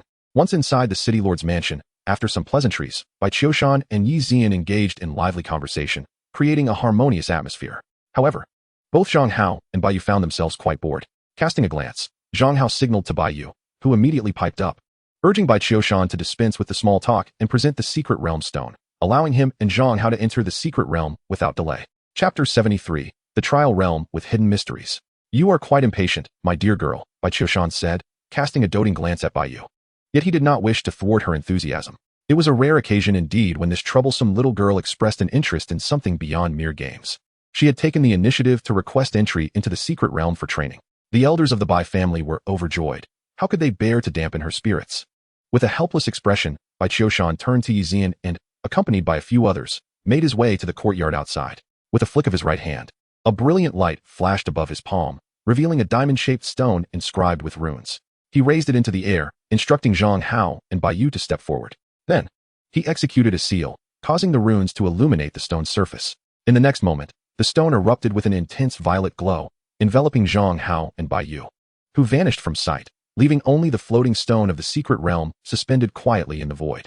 A glimmer of light flickered in Bai Qiushan's eyes as he suddenly turned to Yi Zian with a smile, asking, my dear girl from the Yi family, did you not notice just now how well Zhang Hao and little Yu seem to complement each other? Upon hearing this, Yi Zian felt a subtle stir within her. She acutely sensed that Bai Qiushan was testing her. Clearly, some higher-ups in the Bai family had taken an interest in Zhang Hao. Upon reflection, it was not surprising, for it was a most natural occurrence. Baiyu had awakened the most prestigious lineage of the White Tiger bloodline, an exceptionally rare phenomenon even within the Bai family, which had long been the custodian of this heritage. Should she mature successfully, she would undoubtedly become one of the foremost powers within the alliance. Such a girl of immense potential would not be easily allowed to marry outside the family. The wisest course of action would be to choose a remarkably gifted youth to become a son-in-law. Indeed, since Baiyu's awakening, Zhang Hao's extraordinary talents had proven unparalleled among his peers, and his looks were simply impeccable. He was undeniably the prime candidate. The only concern among the Bai family was the undeniable entanglement between Zhang Hao and Yi Zian, hinting at some hidden, complex relationship. Moreover, he had a contentious rivalry with two prodigies from the Long family. If they wished to recruit him as a son-in-law, they would inevitably wade into murky waters. Hence the dissenting voices within the Bai family. As someone who had watched Baiyu grow up and cherished her dearly, Bai Qiushan felt a twinge of resistance towards this union the moment he perceived the relationship between Zhang Hao and Yi Zian. Yet, duty compelled him to probe Yi Zian's stance. Had this been just days prior, Yi Zian might have felt immense joy at Bai Qiushan's inquiry. If Zhang Hao were truly to become a son-in-law of the Bai family, she could leverage the Bai family's strength to extricate herself from Long Xiaoyan's entanglements. However, the circumstances had changed. Upon recognizing the Bai family's intentions, a sour sensation welled up within Yi Zian's heart. There exists a treasure that belongs solely to oneself, a sensation that invites the covetous gazes of others. However, that little imp may very well revel in it. Yi Zian silently clenched her silver teeth, a wave of melancholy washing over her heart. Calmly, she remarked. Is that so? I certainly do not see it. Upon hearing this, Bai Qiushan's eyes sparkled momentarily, a subtle smile gracing his lips as he chose not to respond. Meanwhile, within the confines of the secret realm, give it to me, Zhang Hao commanded. Looking down upon Bai Yu, her expression was one of deep conflict as she retrieved a black bank card from her petite white wallet. Her fingers gripped it tightly. Despite Zhang Hao's attempts to yank it away, she held firm. Frowning slightly, he exerted a forceful tug, declaring, hand it over. At last, he succeeded in obtaining the card, which contained more than 6 months of Bai Yu's pocket money, along with her father's secret stash. He exhaled contentedly, tucking it into his pocket. Turning to Bai Yu, who pouted with a tense expression, he chuckled. Come now, do not look so glum. Anyone who sees you like this might think I am bullying you. You must learn to see the brighter side. Although you have lost money, I have gained joy. Bai Yu, visibly perplexed, could only respond with silent bewilderment.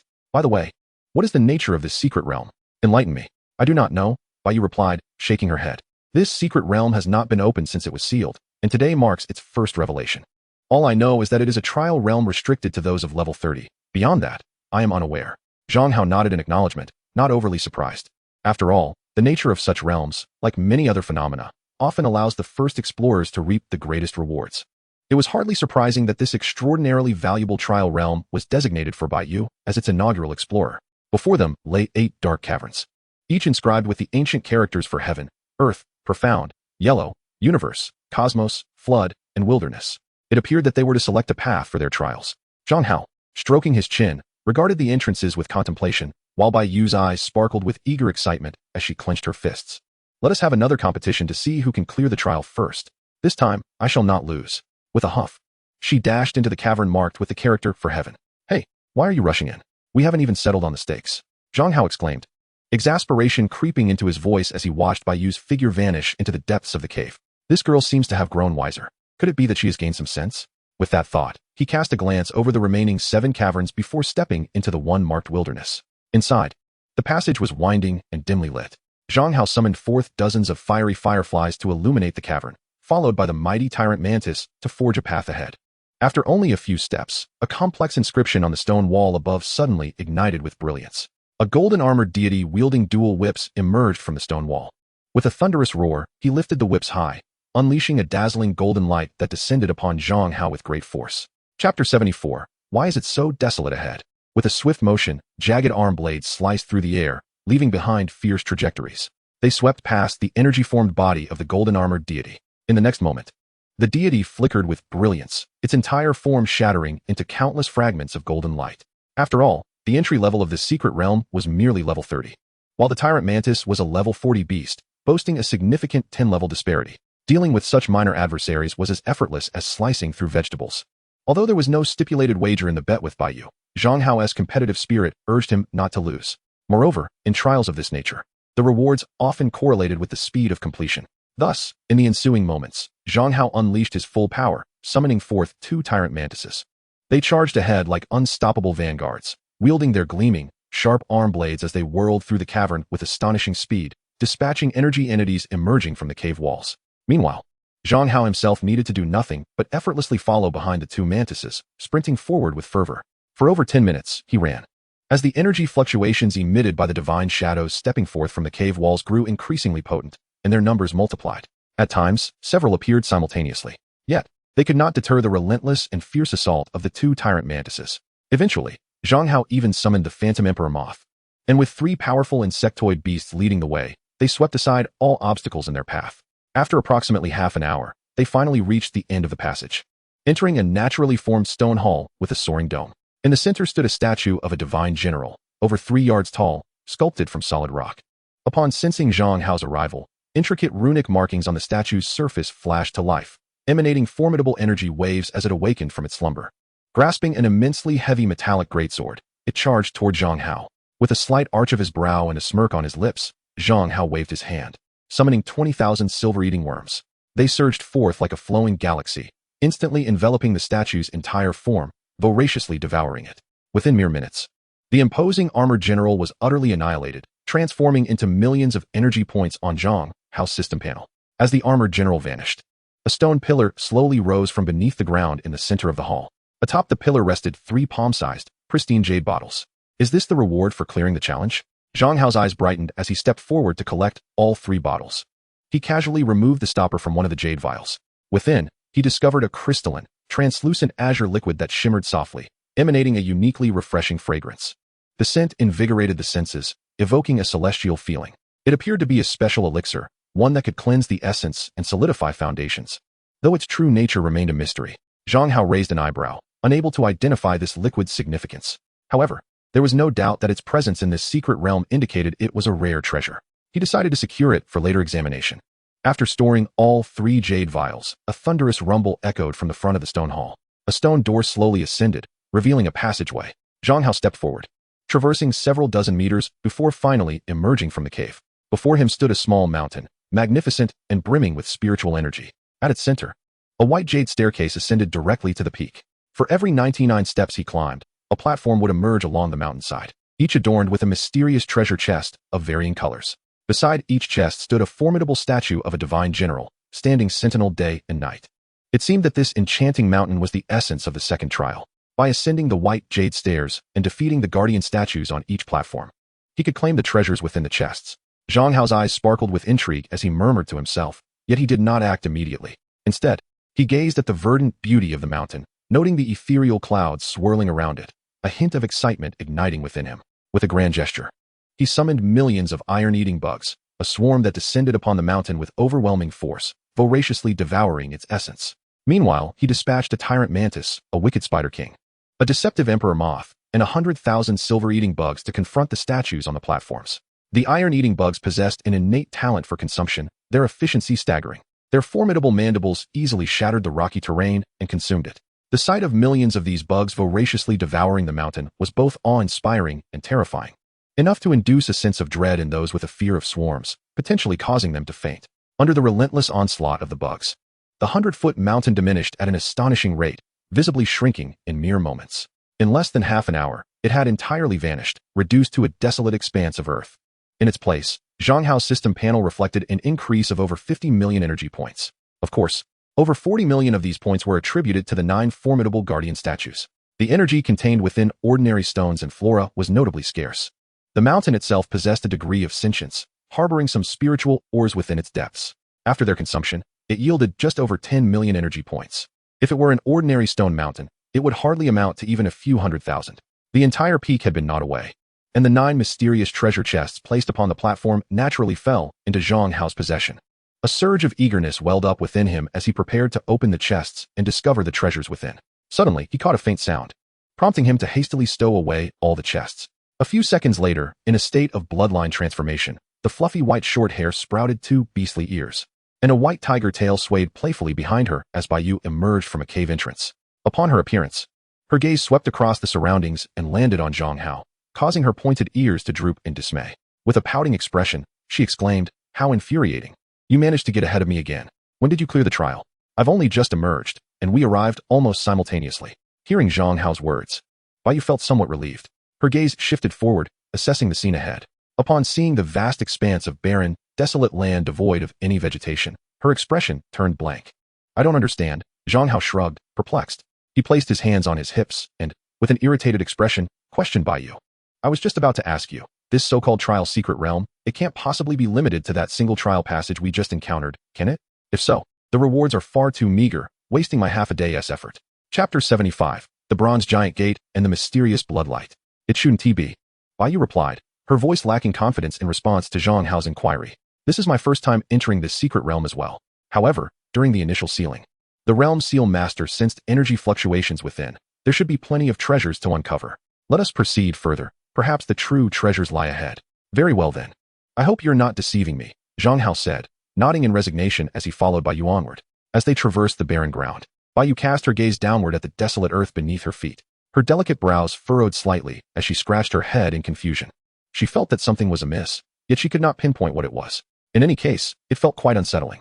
Fortunately, an object ahead soon captured Baiyu's attention, diverting her focus from the awkward desolation. The giant gate loomed approximately 10 zhang high, its surface adorned with countless ancient and intricate mysterious inscriptions, vivid depictions of celestial bodies, epic battles between gods and demons, and images of dragons, phoenixes, and tortoises, alongside scenes of ascendant immortals, were all intricately carved upon it. It stood silently upon the ground, exuding an aura of profound weight and mystery. The two circled the bronze giant gate several times, but could discern no discernible means of entry. Since it was a gate, they would surely need to push it open to unveil its secrets. Ultimately, Bayu clapped her hands together, a note of certainty in her voice as she stepped forward. She placed her palms against the sides of the bronze doors and, with a determined shout, summoned her strength to push the gate open. The bloodline of the White Tiger is on par with that of the Azure Dragon, representing the pinnacle of transformation abilities. In the state activated by the bloodline, it endows the awakened with an unparalleled physique and terrifying brute strength. At this moment, as Bayu exerted her full power, she unleashed the potential of the White Tiger bloodline to its utmost limit.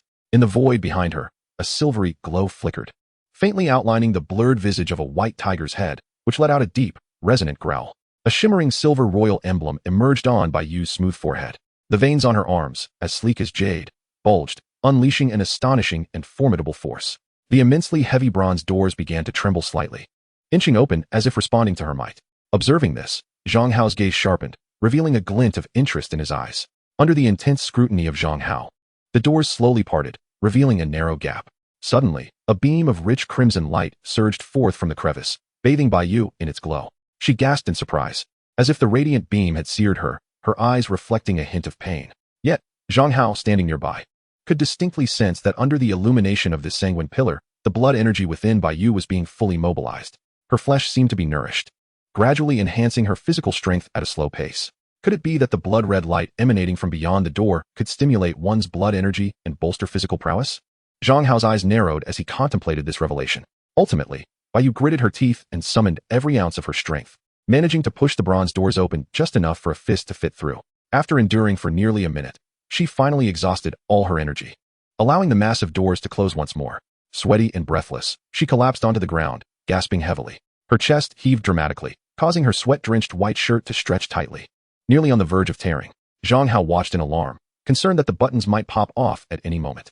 However, despite her exhaustion and the perspiration drenching her, Bayu evidently reaped significant benefits from the crimson light. Her bright eyes sparkled with delight as she addressed Zhang Hao. Push the door open and try to hold it for as long as you can. The light inside is highly beneficial for the body. Is it really necessary to go through all that trouble? Zhang Hao replied with a smile. If the crimson light is advantageous, why not simply push the door open and step inside for a thorough soak? Bragging, Bayu scoffed lightly, utterly unconvinced that Zhang Hao possessed the ability to fully open the heavy bronze doors. After all, the White Tiger bloodline was a top-tier transformation talent. She had already exerted her bloodline's potential to the utmost, and could only manage to create a narrow gap in the immensely heavy bronze doors. What made Zhang Hao, a mere insect master, think he could surpass her prowess? Even if he donned the bronze armor crafted from unique beetles, he would merely be on par with himself, utterly incapable of pushing open the grand door. Yet, just as Bayu contemplated this, her gaze momentarily faltered. To her astonishment, she noticed a faint golden sheen emanating from Zhang Hao's skin, a manifestation of the golden body goose effects. Before she could fully comprehend the situation, in the next heartbeat, silver beetles the size of melon seeds began to materialize and swiftly climbed and assembled around Zhang Hao's body. In the blink of an eye, they coalesced into a formidable and rigid silver armor that enveloped him entirely. An upgrade in equipment. The bronze armor had transformed into silver armor. Bayu's eyes widened in disbelief, her expression betraying an unmistakable astonishment. Through the sharp instincts imparted by her White Tiger bloodline, she could acutely sense the terrifying pressure radiating from Zhang Hao at this very moment, instilling within her a deep sense of fear. Her delicate face tensed as she found herself swallowing hard, her gaze filled with incredulity. How could this be? How could this fellow be so powerful? Meanwhile, Zhang Hao remained oblivious to Bayu's incredulous stare. After activating the golden body goo and donning the silver armor composed of 20,000 silver beetles, he felt an unprecedented surge of strength coursing through him. With a single, mighty strike, he believed he could even fell the tyrant mantis. After savoring the power flowing within his veins, he strode confidently toward the colossal bronze door. His hands, encased in silver armor, pressed firmly against the two massive bronze doors. With a low shout, he exerted his strength. The two heavy doors, which Bayu could barely manage to push open to reveal only a narrow crack, trembled violently.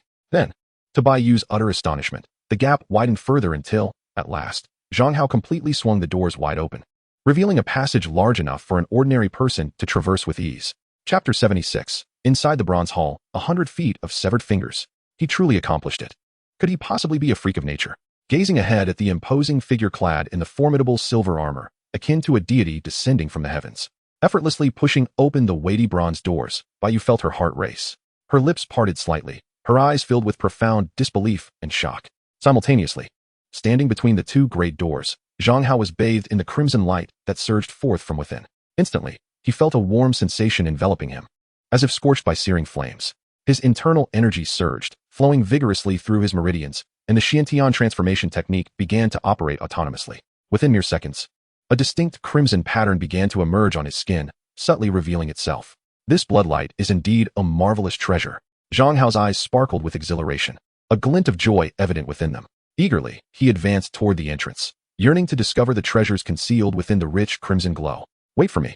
Upon witnessing this, Bai swiftly exclaimed and darted through, closely trailing behind Zhang Hao as they entered the bronze door together.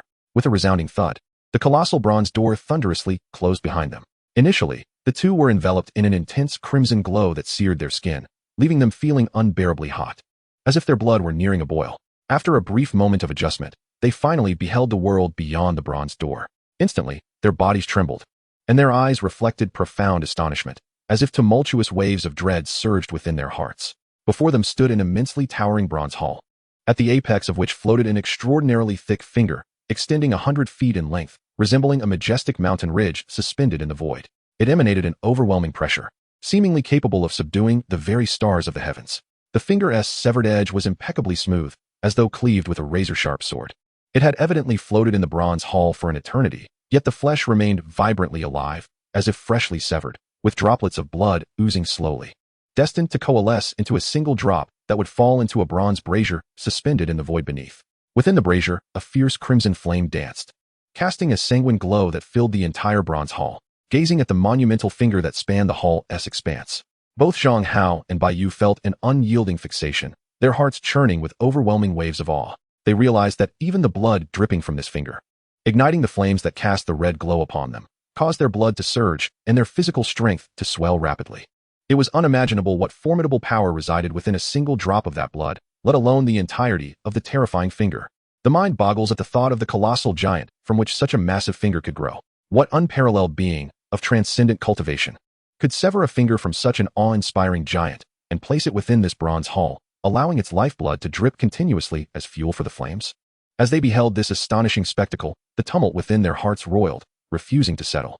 At the center of the hall, where the crimson light was most concentrated, lay dozens of blood jade cushions, indicating that this bronze hall was a meticulously crafted sanctuary for cultivation. It harnessed the blood cascading from the immense finger to ignite divine flames, releasing this red radiance to enhance the physical prowess of the cultivators within. Eagerly, Bai rushed to the center of the hall and seated herself cross-legged on one of the jade cushions, excitedly beckoning Zhang Hao to join her in cultivation. However, Zhang Hao remained oblivious to her enthusiastic call, two piercing eyes fixated upon the vast emptiness of the grand hall, locked onto the colossal finger that stretched 100 feet long. A radiant light flickered in their depths, bursting forth with unparalleled excitement and ecstasy. Such a gigantic digit, with each drop of its blood containing an immense reservoir of life force. Just imagine the boundless energy that could be harnessed by consuming it whole. Zhang Hao swallowed hard, feeling a wave of thirst wash over him. His heart raced with fervor, pounding as if it might leap from his chest. Eagerly, he gestured, summoning a swarm of 100,000 silver-devouring insects to launch themselves toward the towering finger in the sky. However, an awkward predicament soon unfolded. The silver-devouring insects, with their sharp and formidable mandibles, were utterly incapable of piercing the skin of that finger. Even the exposed flesh at the wound's edge proved impervious to their assault. Only a handful of the insects managed to siphon a few drops of blood seeping from the wound. Yet, before Zhang Hao could revel in this small victory, those that had tasted the finger's blood emitted agonized shrieks, bursting apart on the spot. Clearly, it was due to the low rank and feeble strength of the silver-devouring insects. They could not withstand the overwhelming energy contained within the finger's blood. Witnessing this, a heavy dread settled in Zhang Hao's heart, and his brow furrowed in distress. A fierce determination sparked in his eyes as he gritted his teeth and accessed his interface. He located the silver-devouring insect's entry in the compendium and decisively pressed the Evolve button. Congratulations, host. You have consumed 100 million energy points, and the silver-devouring insect has successfully evolved into the gold-devouring insect. Gold-devouring insect. Rank.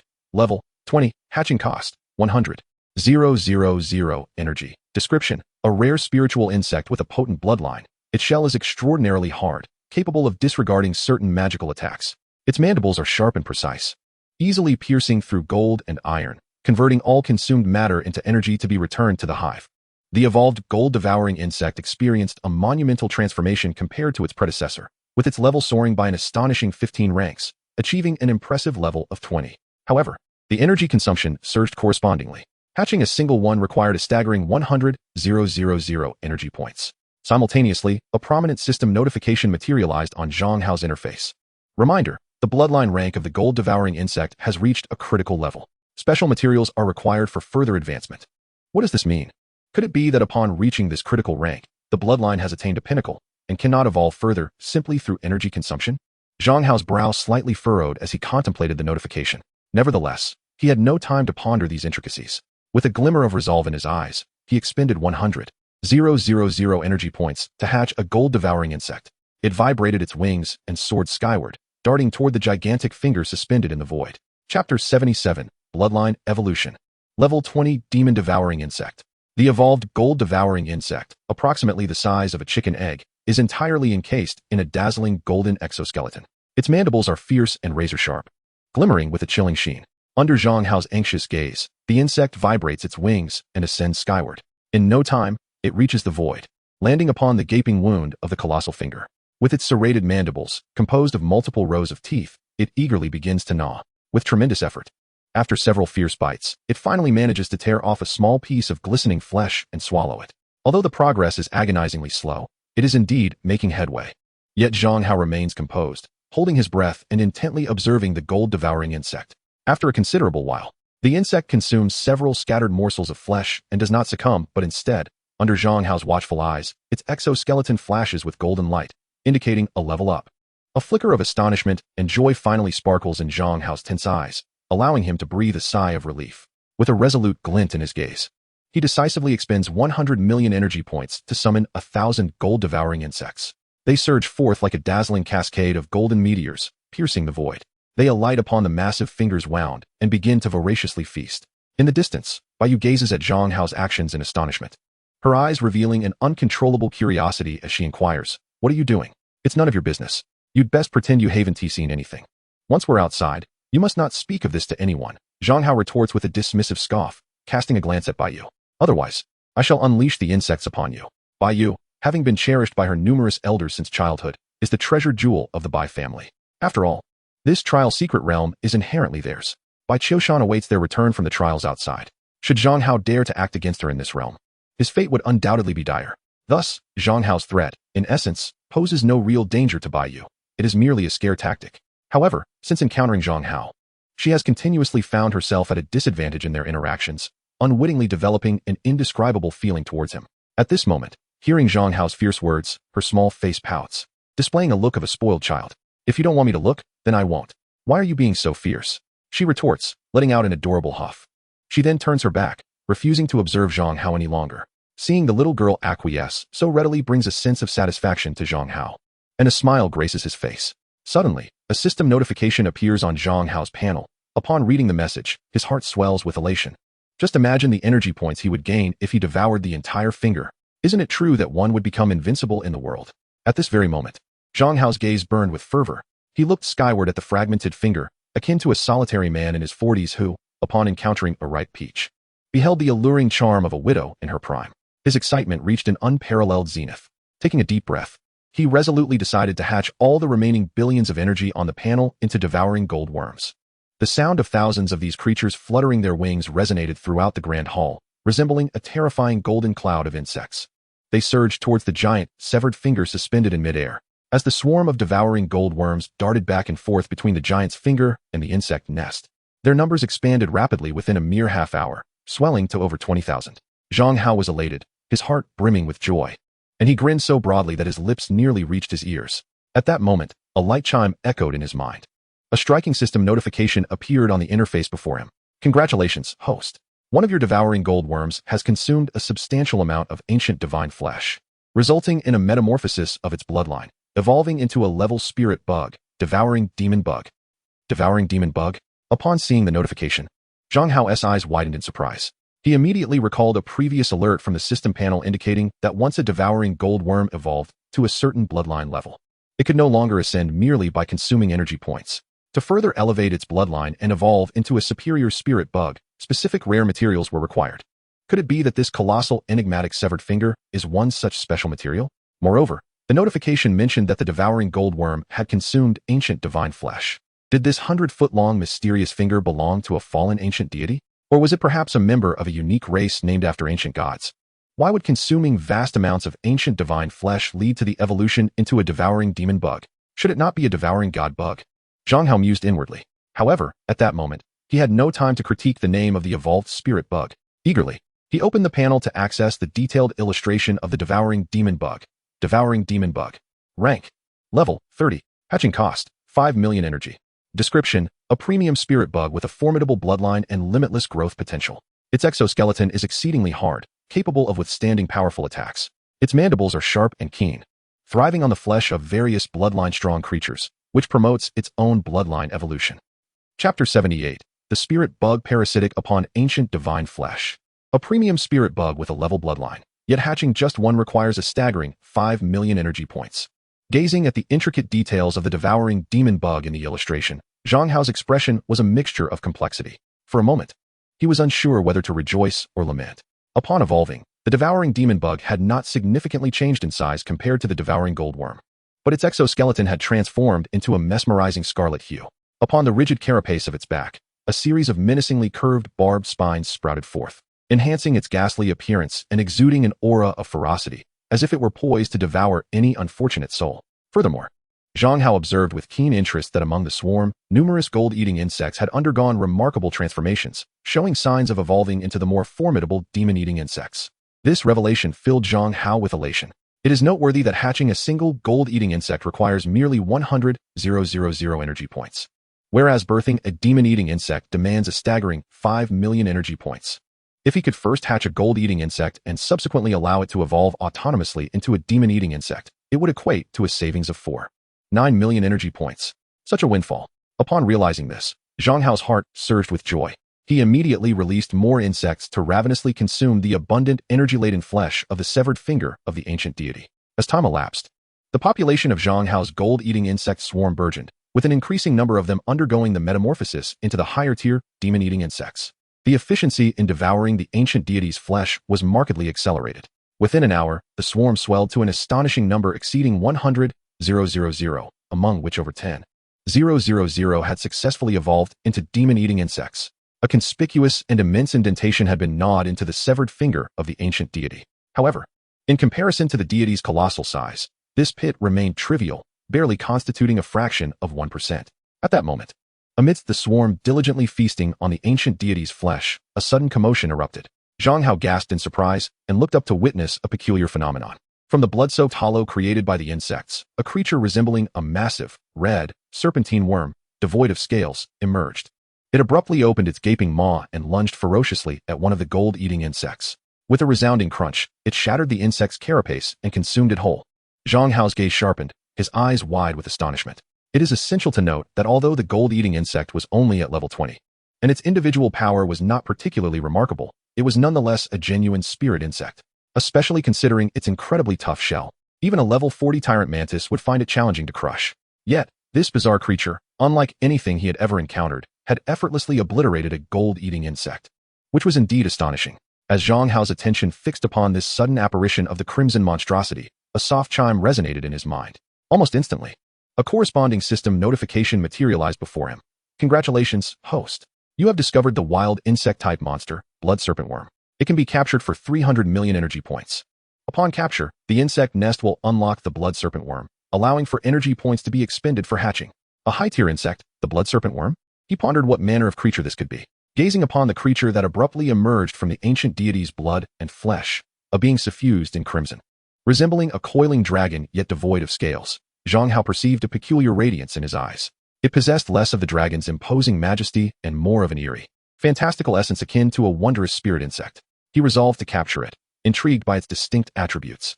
As for the 300 million energy points required for the capture, Zhang Hao waited patiently for a few moments. The swarm traversed repeatedly between the severed finger of the ancient god and the insect nest before finally gathering the necessary energy. The instant the energy was amassed, a gleam of determination flashed in Zhang Hao's eyes, and he decisively pressed the capture button that appeared on his system panel. In the next heartbeat, a radiant flash enveloped the blood-coiling insect, manifesting an intricate blood-red array that coalesced into a cage. In a sudden burst of crimson light, it was ensnared and vanished into thin air, transforming into a brand new spirit insect compendium that materialized upon Zhang Hao's system panel. Blood coiling insect. Rank. Level. 30. Hatching cost. 100 million energy. Description. A parasitic spirit insect residing within the flesh of formidable beings. It thrives by absorbing the essence contained within the host's blood and flesh, showcasing astonishing potential for growth. The stronger the host's biological prowess, the higher the limits it can achieve.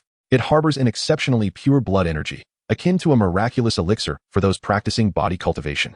After much anticipation, it turned out to be merely a parasitic creature. Zhang Hao was rendered speechless upon reading the detailed description in the compendium, feeling a wave of exasperation wash over him.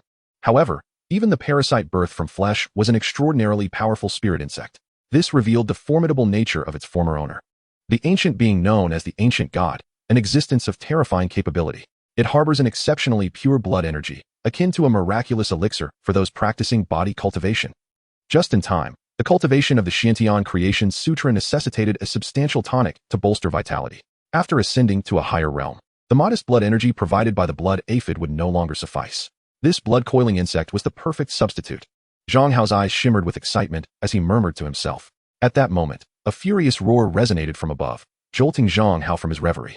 He looked up in astonishment, only to witness a colossal blood-coiling insect, as thick as a water vat, erupting from the ancient deity's flesh. With formidable horns and razor-sharp teeth, it bore an uncanny resemblance to a true dragon. A terrifying wave of energy radiated from its body as it unleashed a wrathful, thunderous roar that shook the very void. With an enormous, gaping maw, it charged towards Zhang Hao's swarm of devouring gold insects, exuding an overwhelming aura of aggression. Chapter 79. The Battle of the Swarm. Heavens! How is there such a massive one? Upon witnessing the giant crimson coiling insect emerging from the ancient god's flesh, Zhang Hao could only watch in horror as it opened its vast maw and ruthlessly devoured dozens of unsuspecting devouring gold insects. Zhang Hao's expression shifted dramatically. His eyes filled with a profound sense of sorrow. It is important to note that a single gold-devouring worm amounts to a staggering 10,000 energy points. Consequently, with this one bite from the crimson dragon worm, Zhang Hao suffered a loss of at least several million energy points.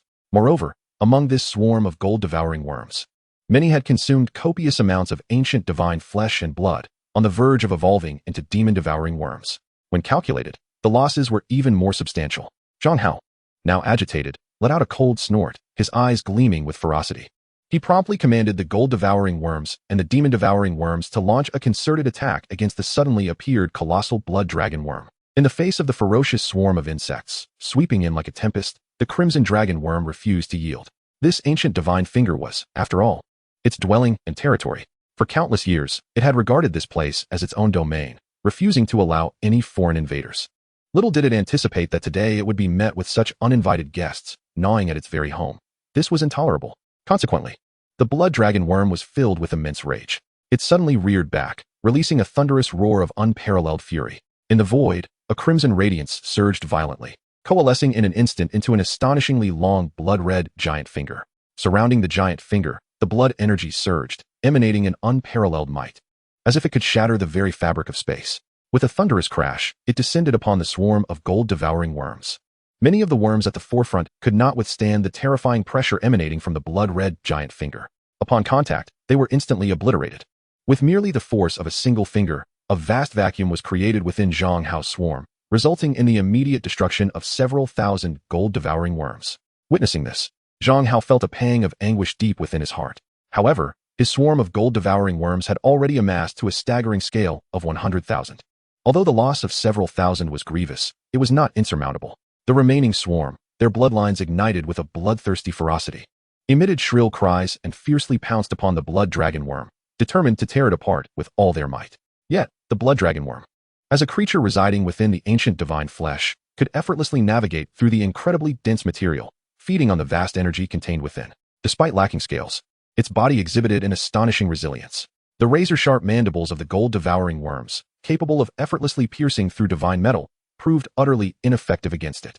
Only over 10,000 demon-devouring worms, with their entire bodies of vivid red and armed with menacing barbs, could easily penetrate the flesh of the blood dragon worm, inflicting significant damage. However, the relentless gnawing from the demon-devouring worms instilled within the blood dragon worm an acute sense of impending death, further igniting its ferocity and murderous intent. With a sudden, thunderous roar, its body trembled violently. Surrounding its form, the blood energy surged forth, transforming into an array of razor-sharp, blood-red blades. Like a tempest of unparalleled ferocity, it swept towards the swarm of worms that clung to its body, ravenously devouring it. Under the onslaught of this crimson storm, the surface of the golden devouring insects was rapidly cleaved, resulting in a myriad of deep, interwoven gashes, and then shattered with a thunderous crash. In the blink of an eye, the casualties were grievous. Meanwhile, the bloodthirsty insects, having undergone a bloodline evolution, possessed a crimson exoskeleton bristling with menacing hooks, rendering them exceptionally resilient.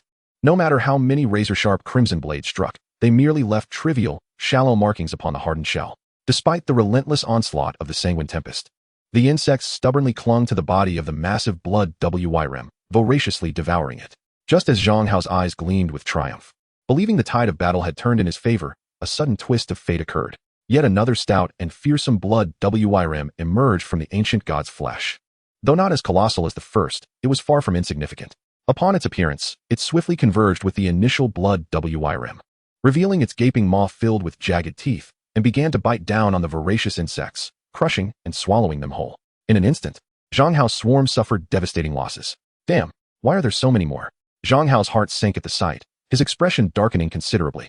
Although the golden devouring insects lacked the sharpness to penetrate the colossal blood wyrm, they proved quite effective against these smaller variants.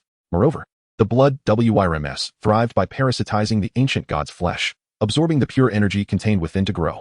The vitality within their flesh was even more potent than that of the ancient god. Consuming them would yield immense energy. Thus, a fierce battle erupted between the two swarms, vying for ownership of the ancient god's severed finger. In the distance, Baiyu, seated upon her jade mat in meditation, was struck with profound astonishment at the unfolding scene. She swallowed hard, her face paling slightly. Though the individual combat prowess of the blood wyrms surpassed that of the voracious and golden devouring insects, their numbers were not endless. Each death diminished their ranks, while Zhang Hao's swarm could continually replenish their losses by consuming the blood wyrms and the ancient god's flesh. Moreover, new golden devouring insects were evolving into voracious insects through the trials of battle. This ebb and flow of power led to a grueling tug-of-war that lasted over an hour, ultimately tipping the scales against the blood wyrm swarm. In the end, only a few exceptionally large blood wyrms remained. Sensing their dire predicament, they hastily activated their innate abilities, enveloped in a crimson aura, and retreated into the ancient god's flesh in a panic. Huh, you think you can evade me? Zhang Hao exclaimed, hands on his hips, bursting into laughter. After vanquishing this horde of blood wyrms, the entirety of the ancient god's severed finger would now serve as sustenance for his swarm.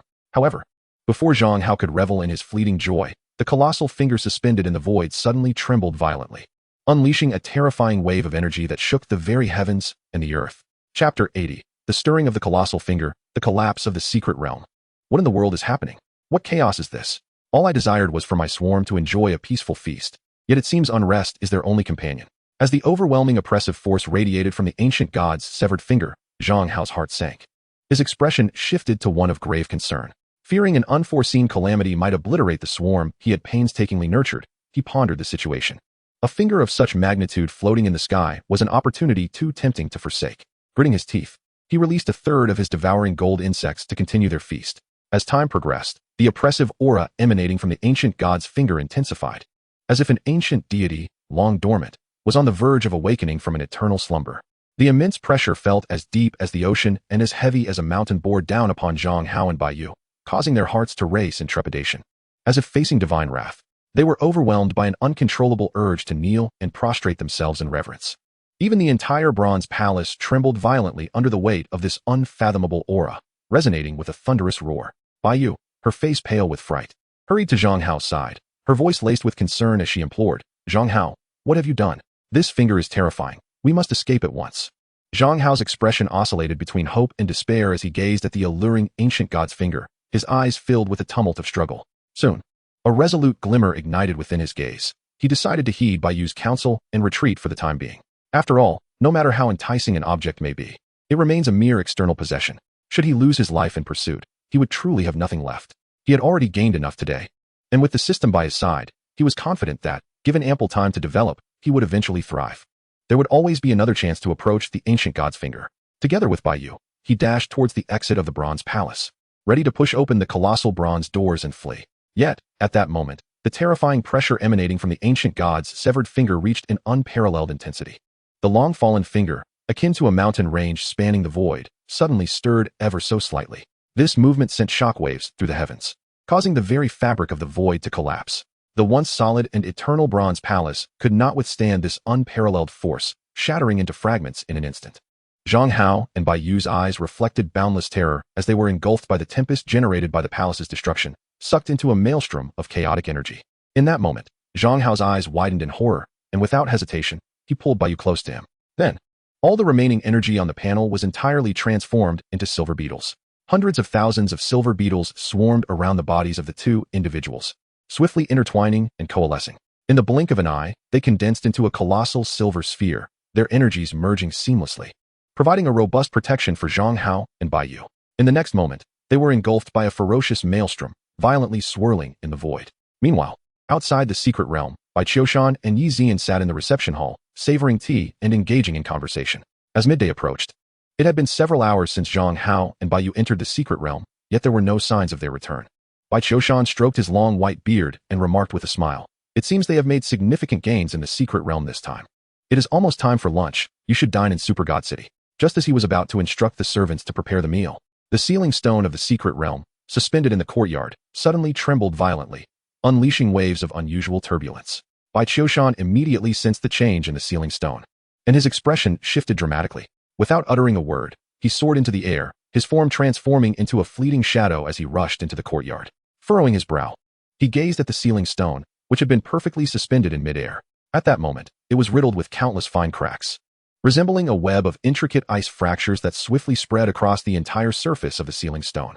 From within the fissures, blinding blue light erupted, accompanied by an overwhelming spatial disturbance, as if it might explode at any moment.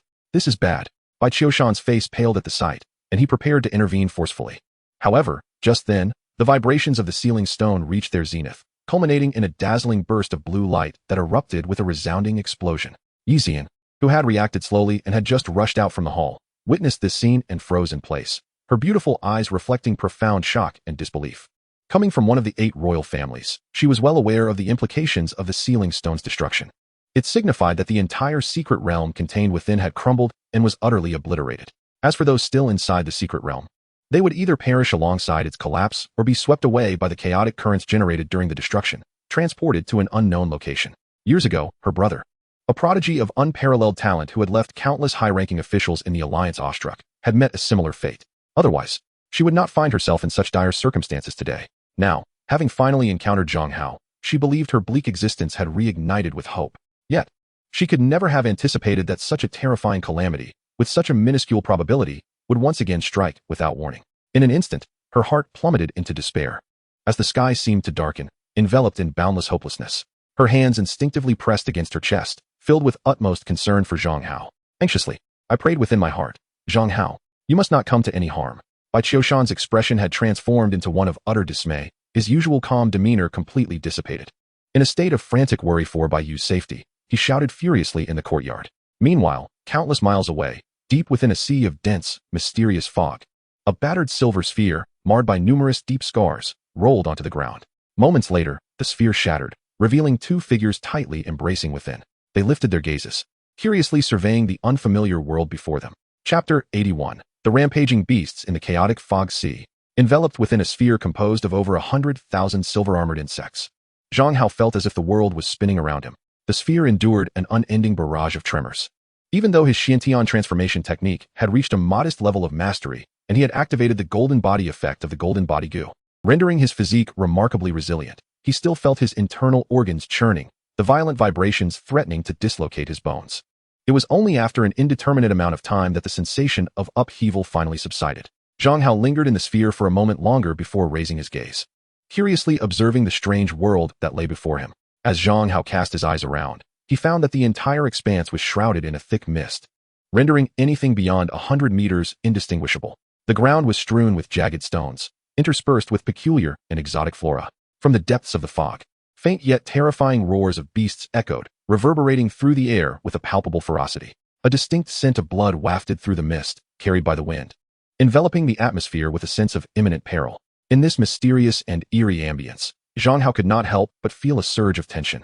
He instinctively clenched his fists, becoming ensnared in a deep, soft embrace. Suddenly, a soft whimper emerged beneath him, as Baiyu, her face flushed and filled with shyness, glared at him. "Stop it, please."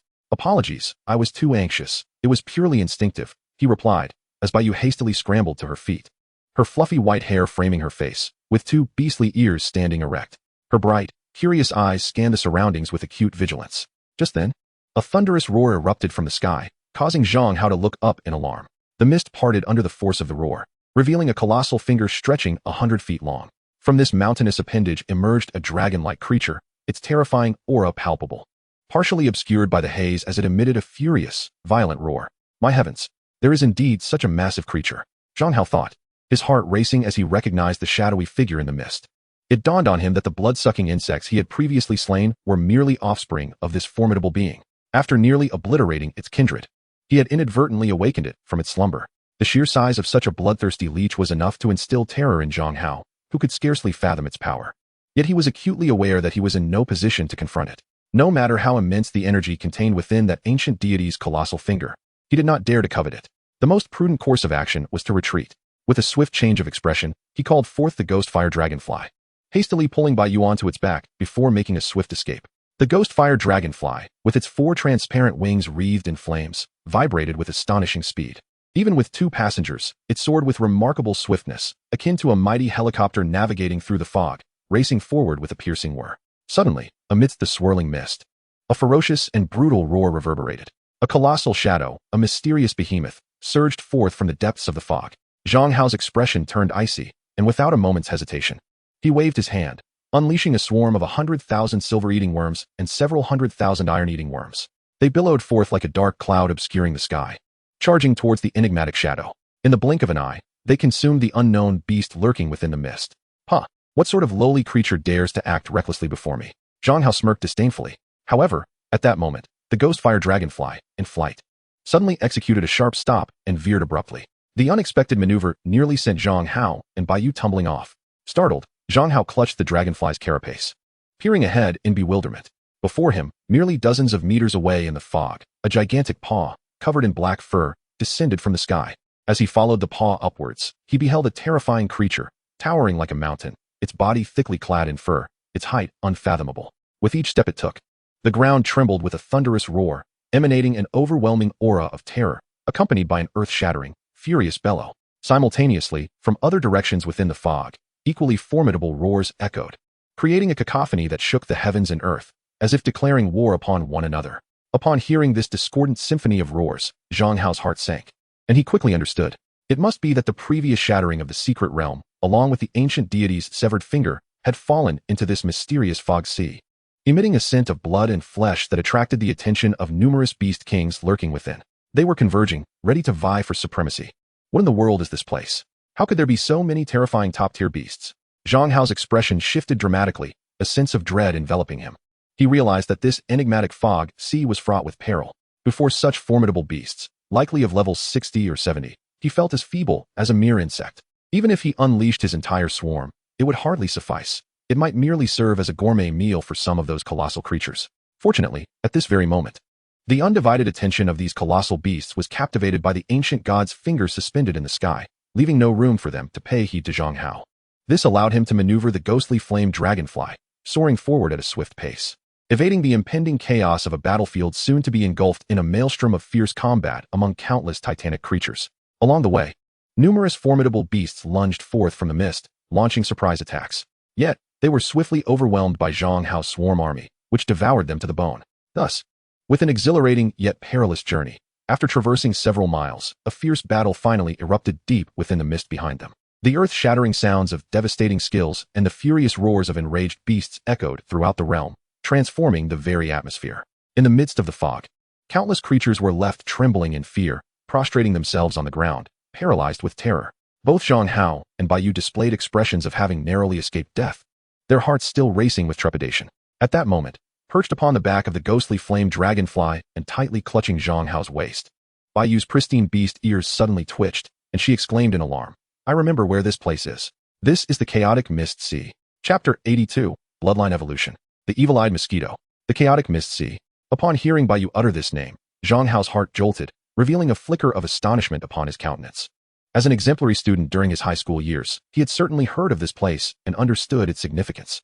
The chaotic Mist Sea is a realm of turmoil located in the northwestern territories of the Forsane Alliance, encompassing an expanse of hundreds of thousands of miles. It is shrouded in dense, impenetrable fog. The interior is marked by utter chaos, frequently witnessing the abrupt emergence of various shattered secret realms.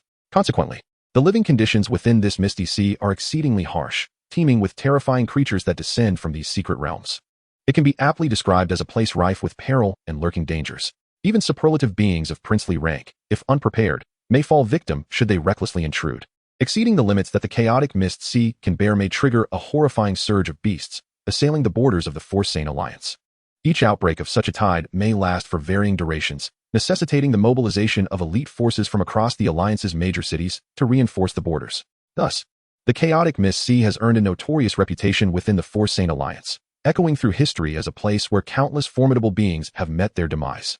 Zhang Hao never anticipated that merely entering a trial secret realm with the intention of casually reaping some benefits would ultimately lead him to such a place. It is indeed a stroke of misfortune. However, with the situation as it stands, further lamentation serves no purpose. As the saying goes, there is always a way when the cart reaches the mountain, and the boat will naturally straighten when it reaches the bridge. Fortunately, within the chaotic Mist Sea, while danger lurks at every turn, the number of beasts is virtually limitless, rendering it a unique natural hunting ground. It presents an opportune moment to indulge in rampant predation, thereby augmenting the swarm. Having feasted upon a plethora of ancient gods' flesh within the bronze giant hall, Zhang Hao had reaped boundless benefits. At present, Zhang Hao can be described as robust and formidable. Within his insect nest, he boasts over 10,000 level bloodline devouring demons and more than 100,000 level bloodline devouring gold insects, alongside a staggering 200 million devouring iron insects. With such a vast swarm at his command, as long as he does not encounter those ferocious demon kings of level 60 or higher, he can generally sweep aside ordinary beasts with ease. However, within the Misty Sea, peril lurks at every turn, and it is no trifling matter. Throughout history, numerous supremely powerful beings have met their demise within its depths, attesting to the inherent dangers that compel Zhang Hao to remain vigilant. In an environment teeming with monstrous threats, where a fearsome demon king could emerge at any moment, the importance of reconnaissance surpasses even that of raw combat prowess. The true path to sovereignty lies in the ability to sense danger before it strikes, allowing one to avert calamity. A glimmer sparked in Zhang Hao's eyes as he promptly accessed the system panel, locating the spirit eye flying mosquito in the spirit insect compendium. Although this low-tier bloodline spirit insect possesses negligible combat strength, it harbors a remarkable ability. It serves as an exceptionally practical reconnaissance insect, especially suited for the chaotic, fog-laden Misty Sea, where visibility is severely compromised. However, the spirit eye flying mosquito's low tier limits its range of spiritual connection, affording it a mere few hundred meters of reconnaissance capability. For Zhang Hao, this is of little significance. He desires an expansive and detailed reconnaissance range to ensure his utmost safety.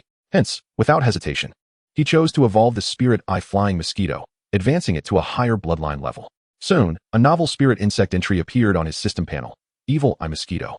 Tier: Level 10. Hatching cost: 500,000 energy. Description: a remarkably rare and wondrous spirit insect capable of concealing itself within the void to evade enemy detection.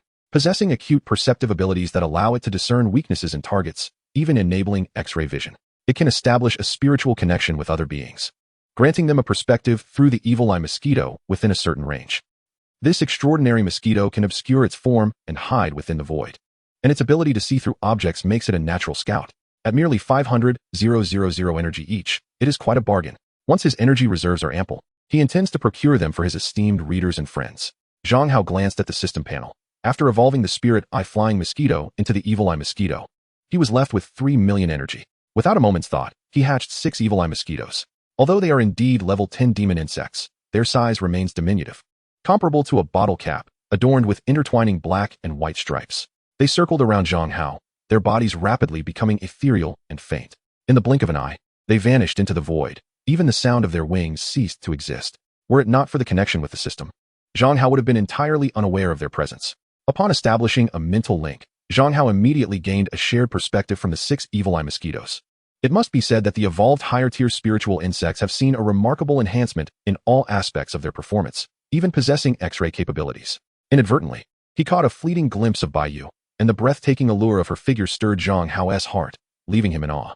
He quickly inhaled deeply to steady his mind, directing the 6 evil eye mosquitoes to fly in different directions through the mist. Before long, one of the evil eye mosquitoes discovered a pack of enormous gray wolves lying in the mist, feasting on a long-eared beast resembling a rabbit.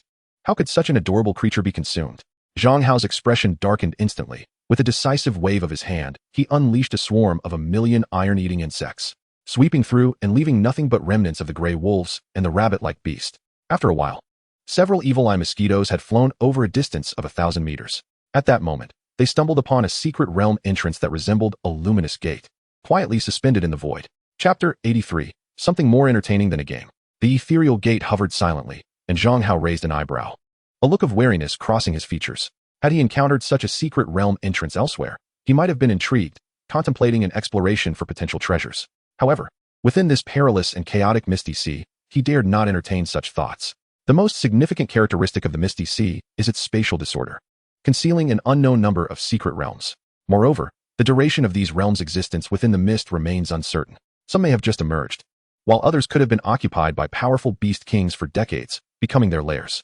Without knowledge of the specifics, recklessly entering could lead to becoming the prey of the beasts within. Furthermore, some realms possess highly unstable spaces that could collapse at any moment. Should one inadvertently wander into such a realm right at the moment of its destruction, they might be swept away into the chaotic currents of space. If fortune smiles, they may be randomly transported to another location. If misfortune strikes, they could meet their demise. It is no exaggeration to assert that the greatest danger within the Misty Sea does not stem from the endless, terrifying beasts, but from these enigmatic secret realm entrances. Thus, Zhang Hao chose to keep his distance, commanding the ghost fire dragonfly beneath him to change course and bypass the secret entrance, continuing to glide forward slowly. In the subsequent time, Zhang Hao conducted experiments and established a 10-kilometer boundary. Utilizing the formidable reconnaissance capabilities provided by the evil-eye mosquitoes, he adeptly navigated dangers, identifying weaker beasts and promptly releasing his swarm to engulf them entirely. When confronted with a terrifying presence that one cannot hope to defeat, it is wise to take a wide detour and avoid it altogether. Thus, with utmost caution, one navigates slowly through the obscured mists, gradually accumulating energy and strengthening the swarm of insects. As time passes, the energy points amassed on the system panel once again surpass the staggering threshold of 100 million. However, the most fearsome aspect of the chaotic fog is its endless unpredictability. Just as Zhang Hao felt a twinge of pride, believing he would soon cultivate a legion of millions of insects to sweep across the entire tumultuous mist, an enormous, fearsome bird with a wingspan of 100 feet suddenly descended from the sky above the fog. With a massive open beak, it inhaled sharply, creating an incredibly violent gust of wind that swept everything into its maw. What on earth is this? How can it consume so many insects without fear of bursting? Zhang Hao's eyes widened in disbelief, his heart aching as if it were bleeding. He cursed at the sky and swiftly turned to flee, terrified that the great bird might still be hungry and pursue him for a meal as well. It is well known that, for reasons unknown, the scent of human flesh holds an irresistibly lethal allure for the various beasts that emerge from the secret realm. Consequently, whenever a calamity from the secret realm descends, if a human city exists within a certain radius, an overwhelming tide of monsters will heedlessly rush toward it. Although the scents emanating from himself and by you are not particularly potent, they may seem insignificant to a beast of such formidable rank as the aerial predator, possibly failing to pique its interest. Nevertheless, when it comes to matters of life and death, one must remain vigilant. In his flight, Zhang Hao suddenly conceived a brilliant idea. With a wave of his hand, he summoned the previously hatched silver-armored insects. In an instant, they formed a sturdy shell, enveloping both himself and Baiyu securely within. He then birthed a sinister spider, which began to spin its web against the shell. The web of the sinister spider possesses unique properties, capable of isolating scents and even sealing off energy flow. It effortlessly locked in the special aura emanating from Zhang Hao and Baiyu, preventing it from escaping. Moreover, the web is lightweight and breathable, ensuring that they do not feel suffocated. Under Zhang Hao's meticulous layers of protection, the enormous bird, which was merely passing by and had noticed the vast swarm of insects below, failed to detect the ghostly fire dragonfly carrying Zhang Hao and Baiyu as it fled frantically. With a mighty flap of its wings, it stirred up a fierce gale, casting an immense shadow that soared away through the mist. With a sigh of relief, Zhang Hao finally felt his heart settle, releasing a long breath that inadvertently blew directly onto Baiyu's face. After all, the number of silver-armored insects is limited, and the silver egg they formed provided very little space. Zhang Hao and Baiyu were tightly pressed against one another, with hardly any room to move. Baiyu Xue's exquisitely delicate face flushed a rosy hue, revealing a hint of shyness. Zhang Hao hurriedly clarified, "Do not misunderstand. I was merely concerned that our scents might attract formidable beasts, which is why I created this eggshell." Baiyu nodded gently, remaining silent. Despite possessing the illustrious bloodline of the White Tiger and being a dazzling genius within her clan, she understood that genius only holds significance when matured, Until then, one remains a mere weakling. With her current strength, in the treacherous chaos mist sea, where danger lurked at every turn, she lacked even the means for self-preservation. Without Zhang Hao, she would likely not survive an hour. To ensure her safety, she resolved to heed Zhang Hao's arrangements. After evading the threat posed by that ferocious bird, Zhang Hao deemed this strategy quite astute. Concealing their scents would allow them to evade numerous unnecessary dangers. In such a perilous realm, safety must be prioritized above all. Thus, he chose not to emerge from the giant egg. Instead, the ghost-fire dragonfly cradled the silver egg, its surface adorned with a delicate veil of spider silk. As it glided through the mist, Zhang Hao remained hidden within, employing a swarm of sinister-eyed demon mosquitoes to meticulously observe every movement in their surroundings. He constantly dispatched his swarms to hunt beasts and gather energy, engrossed in his important tasks. Meanwhile, Baiyu found herself in a dim, confined space, unable to engage in any activity. As time passed, boredom enveloped her, prompting her to murmur, "How dull it is. I wish I had a game to play." Little did she realize the gravity of their situation. Surviving was already a fortunate outcome, yet she yearned for entertainment. Zhang Hao, at a loss for words, gazed at Baiyu's delicate face, so close before him. Suddenly, a playful smile crept onto his lips as he said, "I possess something far more entertaining than a game. Would you care to partake? What could possibly be more enjoyable than a game?" Baiyu's eyes brightened, her interest piqued.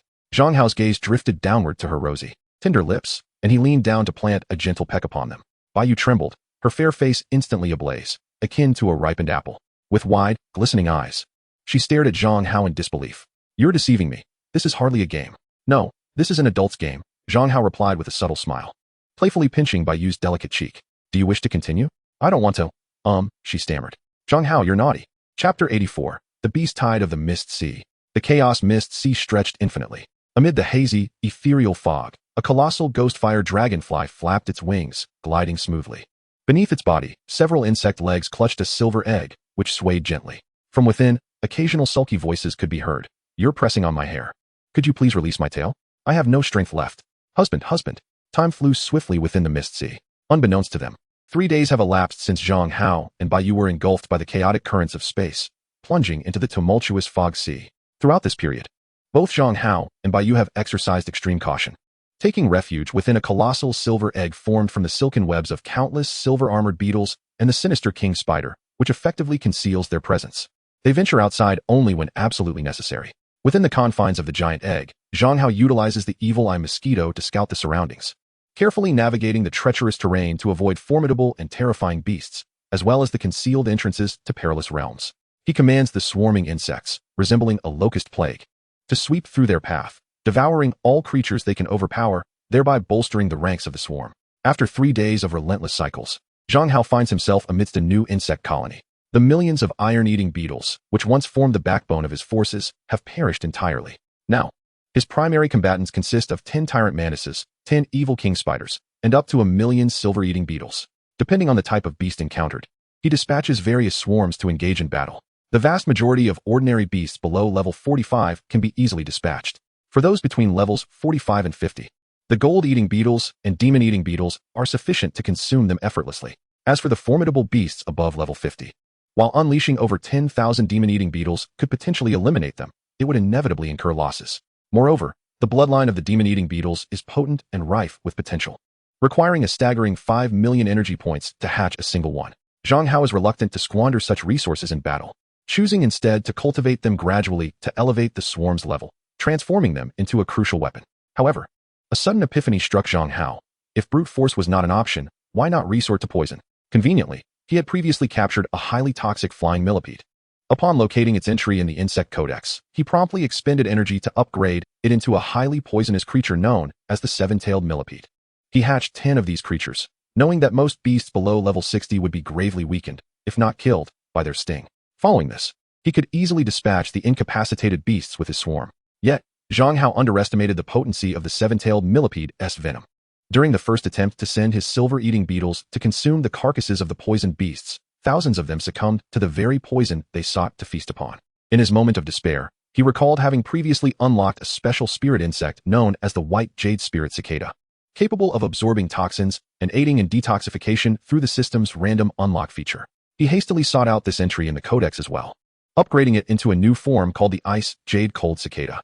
Thereafter, he refined his strategy. Upon encountering powerful beasts above level 50, He would first send in the seven-tailed millipedes to deploy their venom, followed by the tyrant mantises and evil king spiders to hunt them down. Once the beasts were slain, he would use the ice jade cold cicada to extract any remaining toxins from their bodies, before unleashing a multitude of insects to thoroughly consume the remains. Thus, after 3 days of relentless hunting, despite encountering several unexpected dangers that resulted in significant losses among the insect swarm, Zhang Hao's energy reserves had remarkably accumulated to a staggering 2 billion. The adage that perilous places often harbor immense opportunities proved to be true. Throughout these 3 days, Baiyu remained inseparable from Zhang Hao, witnessing firsthand the myriad of his remarkable abilities. Her entire being, both physically and mentally, was utterly captivated by him. The once adorable and endearingly naive genius girl, who was infatuated with gaming, had transformed into a clingy little kitten, utterly dependent on Zhang Hao. On that day, Zhang Hao expertly commanded the insect swarm, meandering aimlessly through the fog-laden sea in pursuit of demonic beasts. Suddenly, a deafening roar, imbued with terrifying pressure, echoed from the depths of the misty expanse. Upon hearing this furious bellow, all demonic creatures within the fog, regardless of their strength or lineage, were seized by an overwhelming fear that resonated from the depths of their very bloodlines. They cowered to the ground, paralyzed, emitting low whimpers of trepidation.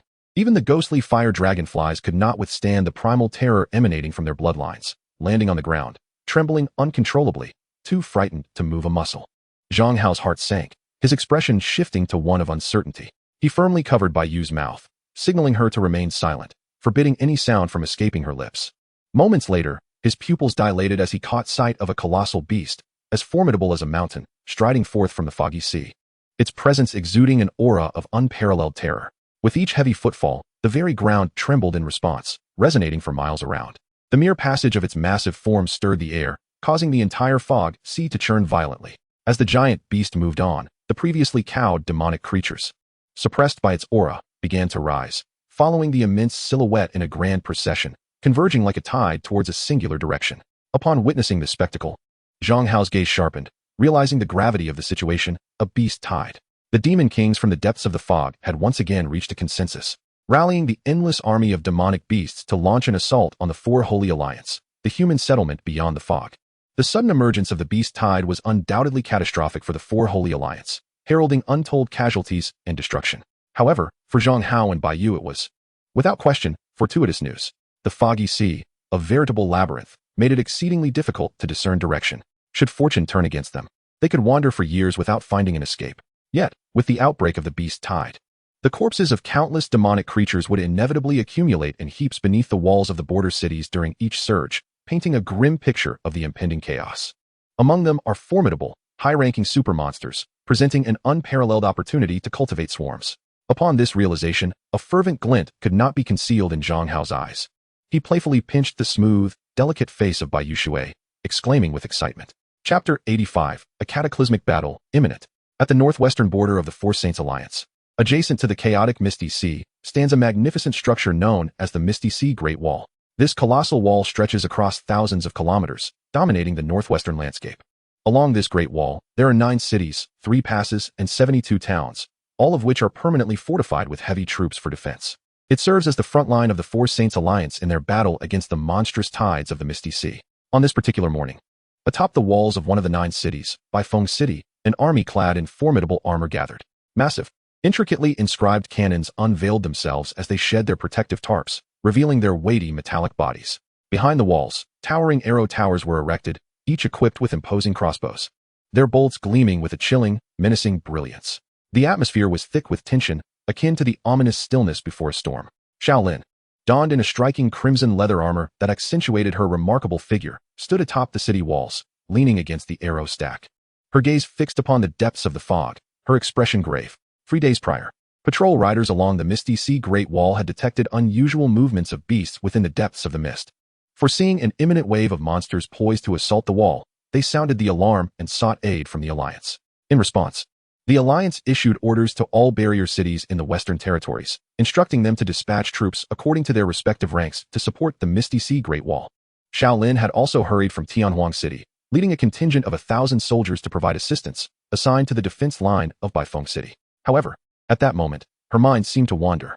The primary source of her distraction was the sudden disappearance of that rascal Zhang Hao a few days ago, which left Yixian deeply worried, shedding tears on several occasions. Witnessing her dear friend's distress, Xiao Lin felt a pang of discomfort in her heart. Although she was physically present at the Misty Sea Great Wall, her thoughts remained with Yixian.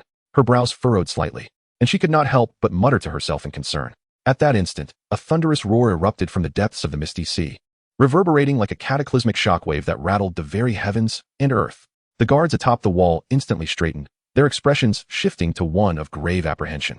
Xiao Lin's gaze intensified, forcibly suppressing her tumultuous thoughts. She levitated into the air, her palms igniting with swirling, vibrant crimson flames.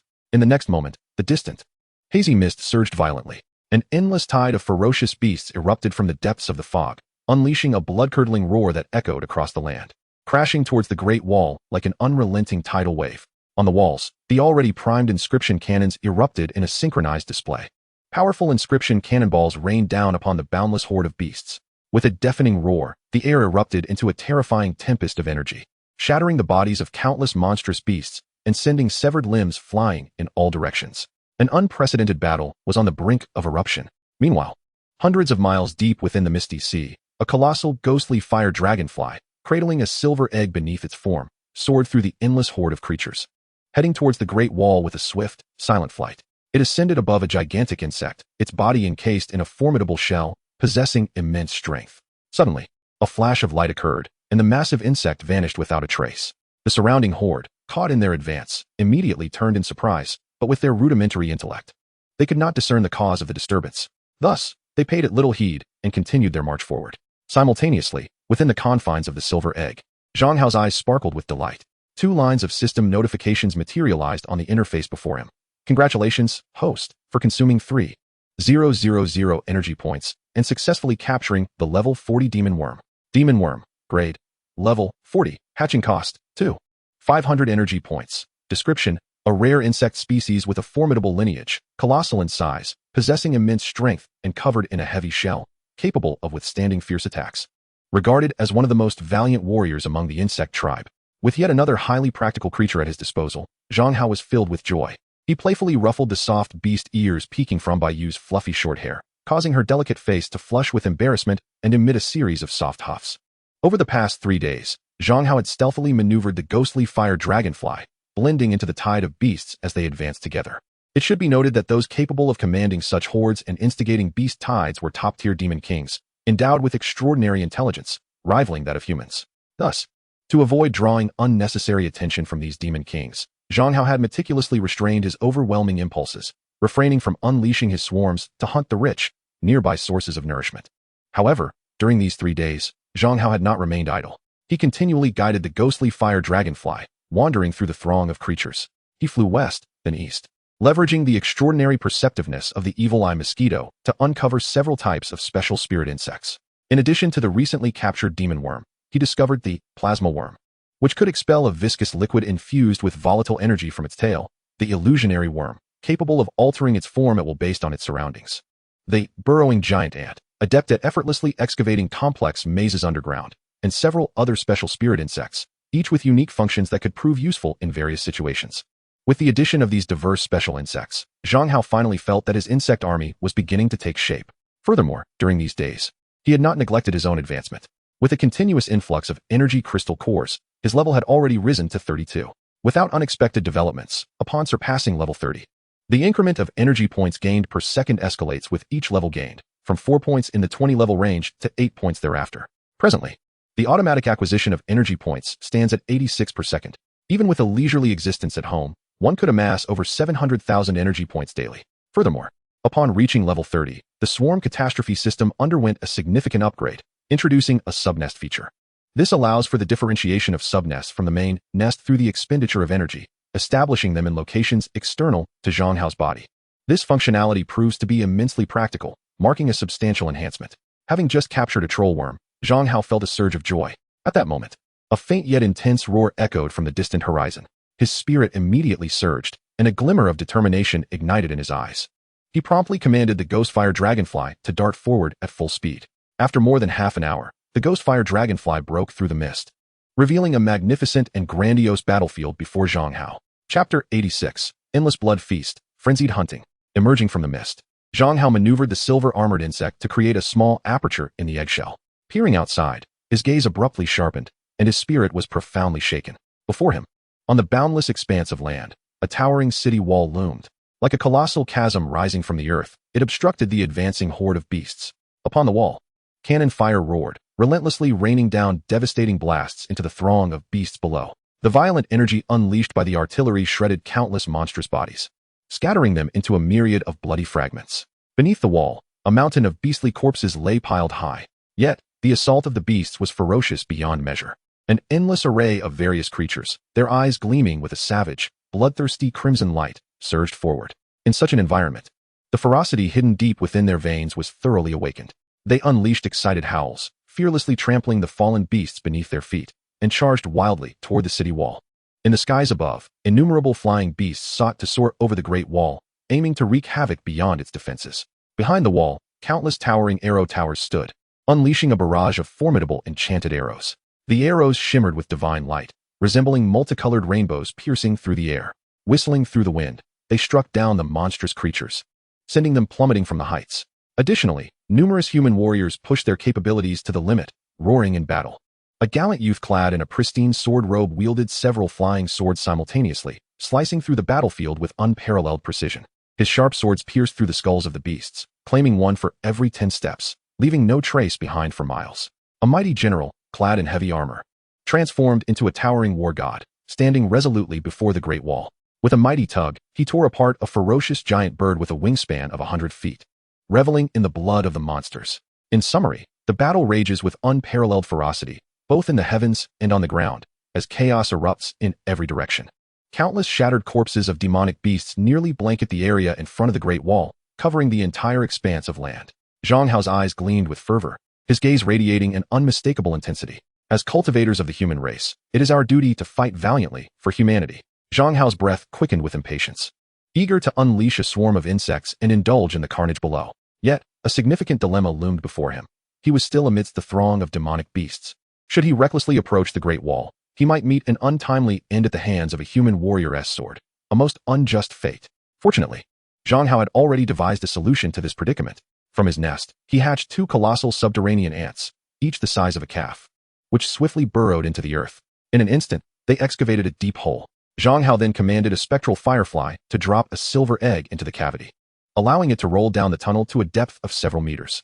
Only then did he permit the silver-armored insects within the egg to emerge, forming 2 remarkably formidable suits of silver armor, which he donned along with Baiyu. With a casual wave of his hand, he summoned several glowing fireflies to illuminate the path, following the 2 colossal ants as they delved deeper underground. Simultaneously, he gestured once more, summoning a dozen more subterranean ants to tunnel toward the battlefield from various directions. Minutes later, as these tunnels connected, a massive swarm of iron-eating and copper-eating insects surged forth from the openings, transforming into an immense and densely packed tide of black insects that spread across the land, voraciously devouring the fallen demonic beasts on the battlefield. The defense of the Misty Sea Great Wall would undoubtedly be fiercely contested, fraught with countless perilous uncertainties. Thus, Zhang Hao established 3 crucial principles to which he must adhere.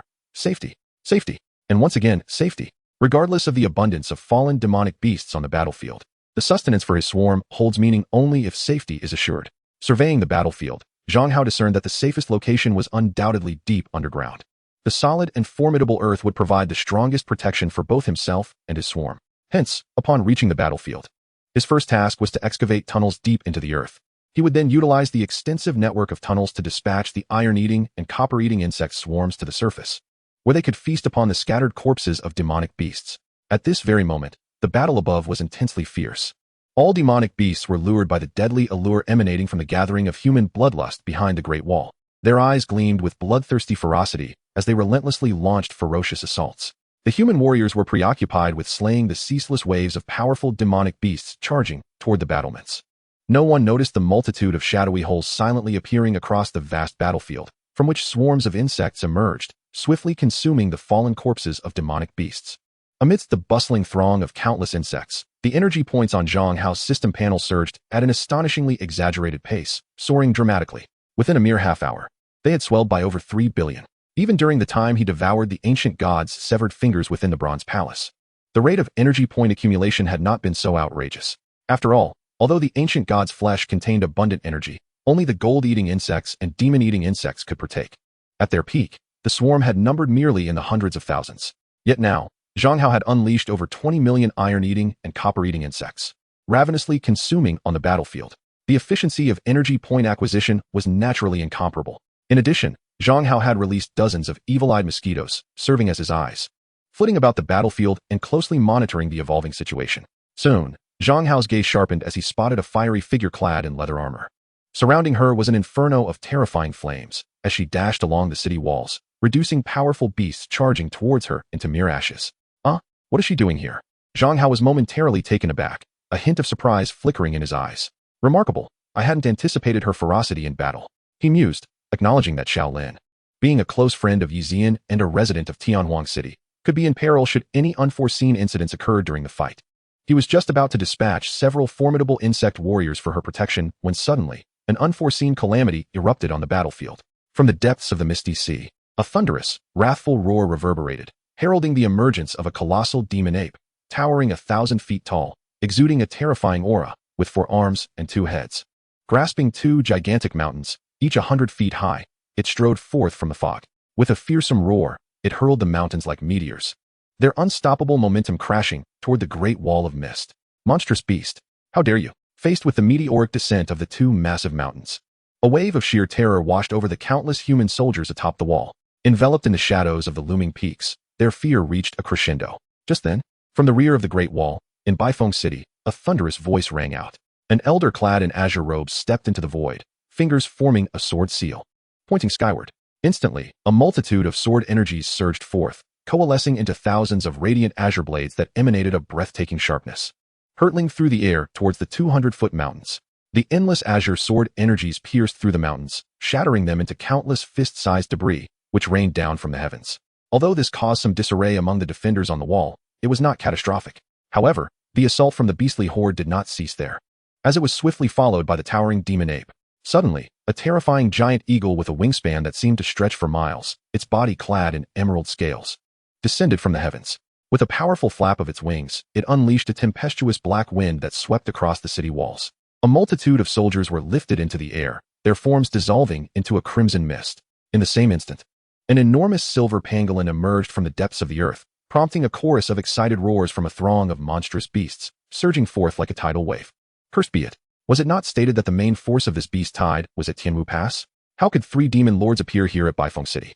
Witnessing this scene, the expression of the elderly figure in green darkened considerably, his heart weighed down by an insurmountable gravity. The term demon lord refers to superlative beasts of level 80 or above. Each possesses an unfathomable destructive power capable of posing an immeasurable threat to the Wuhai Great Wall.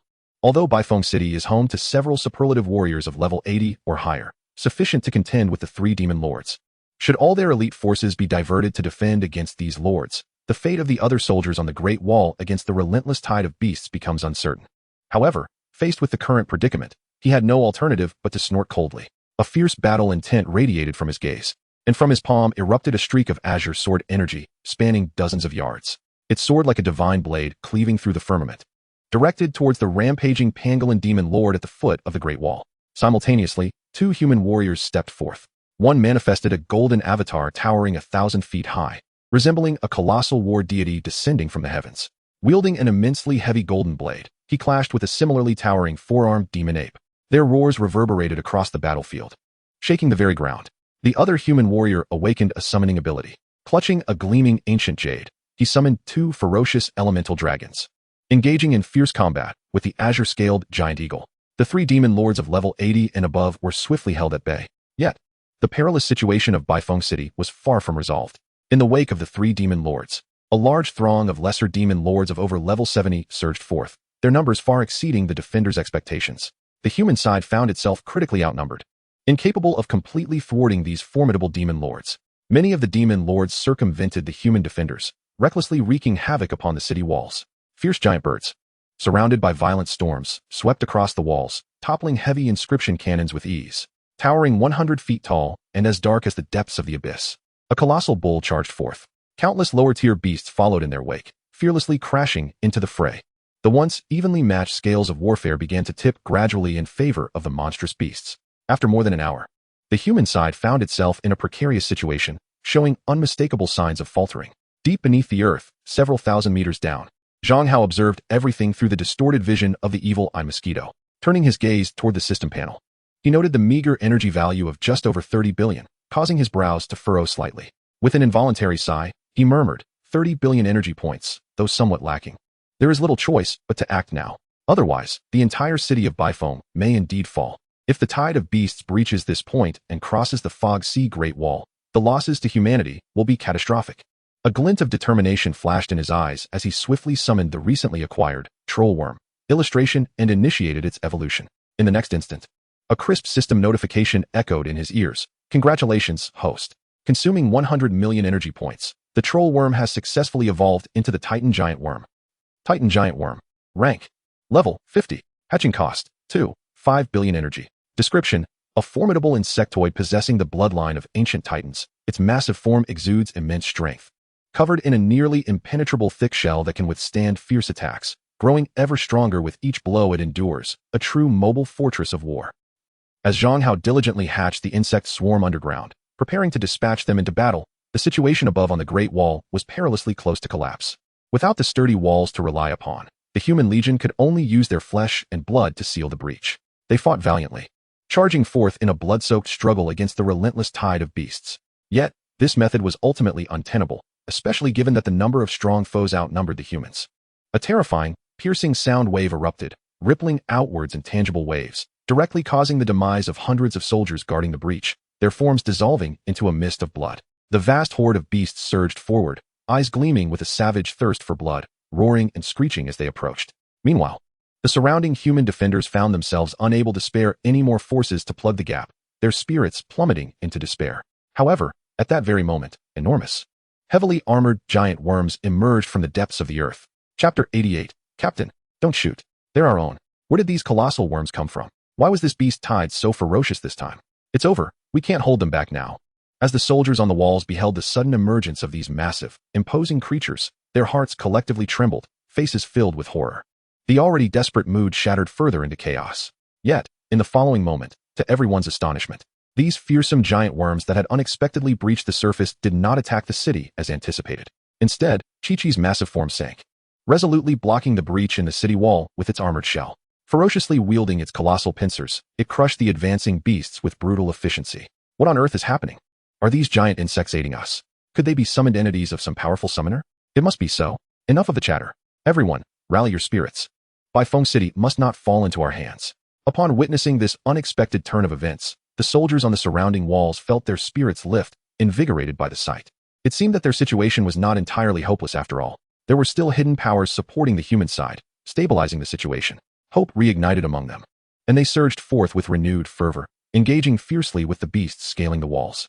Xiao Lin was nearby, and upon seeing this scene, her heart stirred slightly, revealing a contemplative expression. Just then, a powerful gust surged from behind, and an overwhelming sense of danger approached rapidly. Xiao Lin's heart tightened, drawing upon her formidable combat instincts. She darted forward. In the spot where she had just stood, a towering mantis appeared, its crimson shell radiating an unparalleled aura of savagery. Beneath its feet lay the severed corpse of a beast, a level 50 monster, the death god mantis. Startled, Xiao Lin's heart raced, and as flames flickered in her palm, she prepared to unleash a fierce attack. At that moment, a voice emerged from behind the death god mantis. Captain, hold your fire. It's an ally. Xiao Lin raised an eyebrow, halting her strike and signaling the other soldiers to do the same. Her expression turned to one of uncertainty as she regarded the suddenly appearing mantis, tentatively inquiring, Zhang Hao? Indeed, it's me. A small green beetle, roughly the size of a palm, emerged from behind the mantis, its abdomen vibrating as it conveyed Zhang Hao's voice. What is happening? Where have you been these past few days? Xiao Lin's curiosity piqued. She gazed at the extraordinary green beetle, eager to inquire further. There's much to explain, but I need your help now. My swarm is about to enter the battlefield. Please inform the city defenders to identify friend from foe when attacking the insect monsters to avoid friendly fire. Zhang Hao spoke urgently. Upon hearing this, Xiao Lin's expression turned serious. She had witnessed firsthand in Tianhuang City how Zhang Hao single-handedly commanded a million-strong swarm to fend off the endless tide of zombies emerging from the secret realm. She knew he was not boasting. His talent was perfectly suited for this chaotic large-scale conflict. He might truly have the ability to turn the tide and avert the perilous crisis facing Bifong City. Nodding resolutely, she declared, leave it to me. With that, she swiftly turned and hurried off to report the situation. However, Zhang Hao suddenly called out to her, wait, what now? The battlefield was in utter chaos, and running about like this was far too perilous. Allow me to enhance your defenses. As his words fell, amidst the astonished gazes of the surrounding soldiers. A multitude of shimmering silver beetles soared into the air beneath the city walls. They cascaded like a flowing galaxy toward Shaolin, swiftly forming countless armored layers that enveloped her. In the blink of an eye, a formidable suit of silver armor crystallized over the leather armor she wore, encapsulating her entirely. Feeling the immense power coursing through the silver armor, Shaolin was taken aback, her heart racing. At the same time, a warmth spread through her, and she couldn't help but mutter to herself, "I never expected this boy to show such concern. Now, it's all right. Just be careful. I will be watching over you from the shadows." "I know, you're so nagging.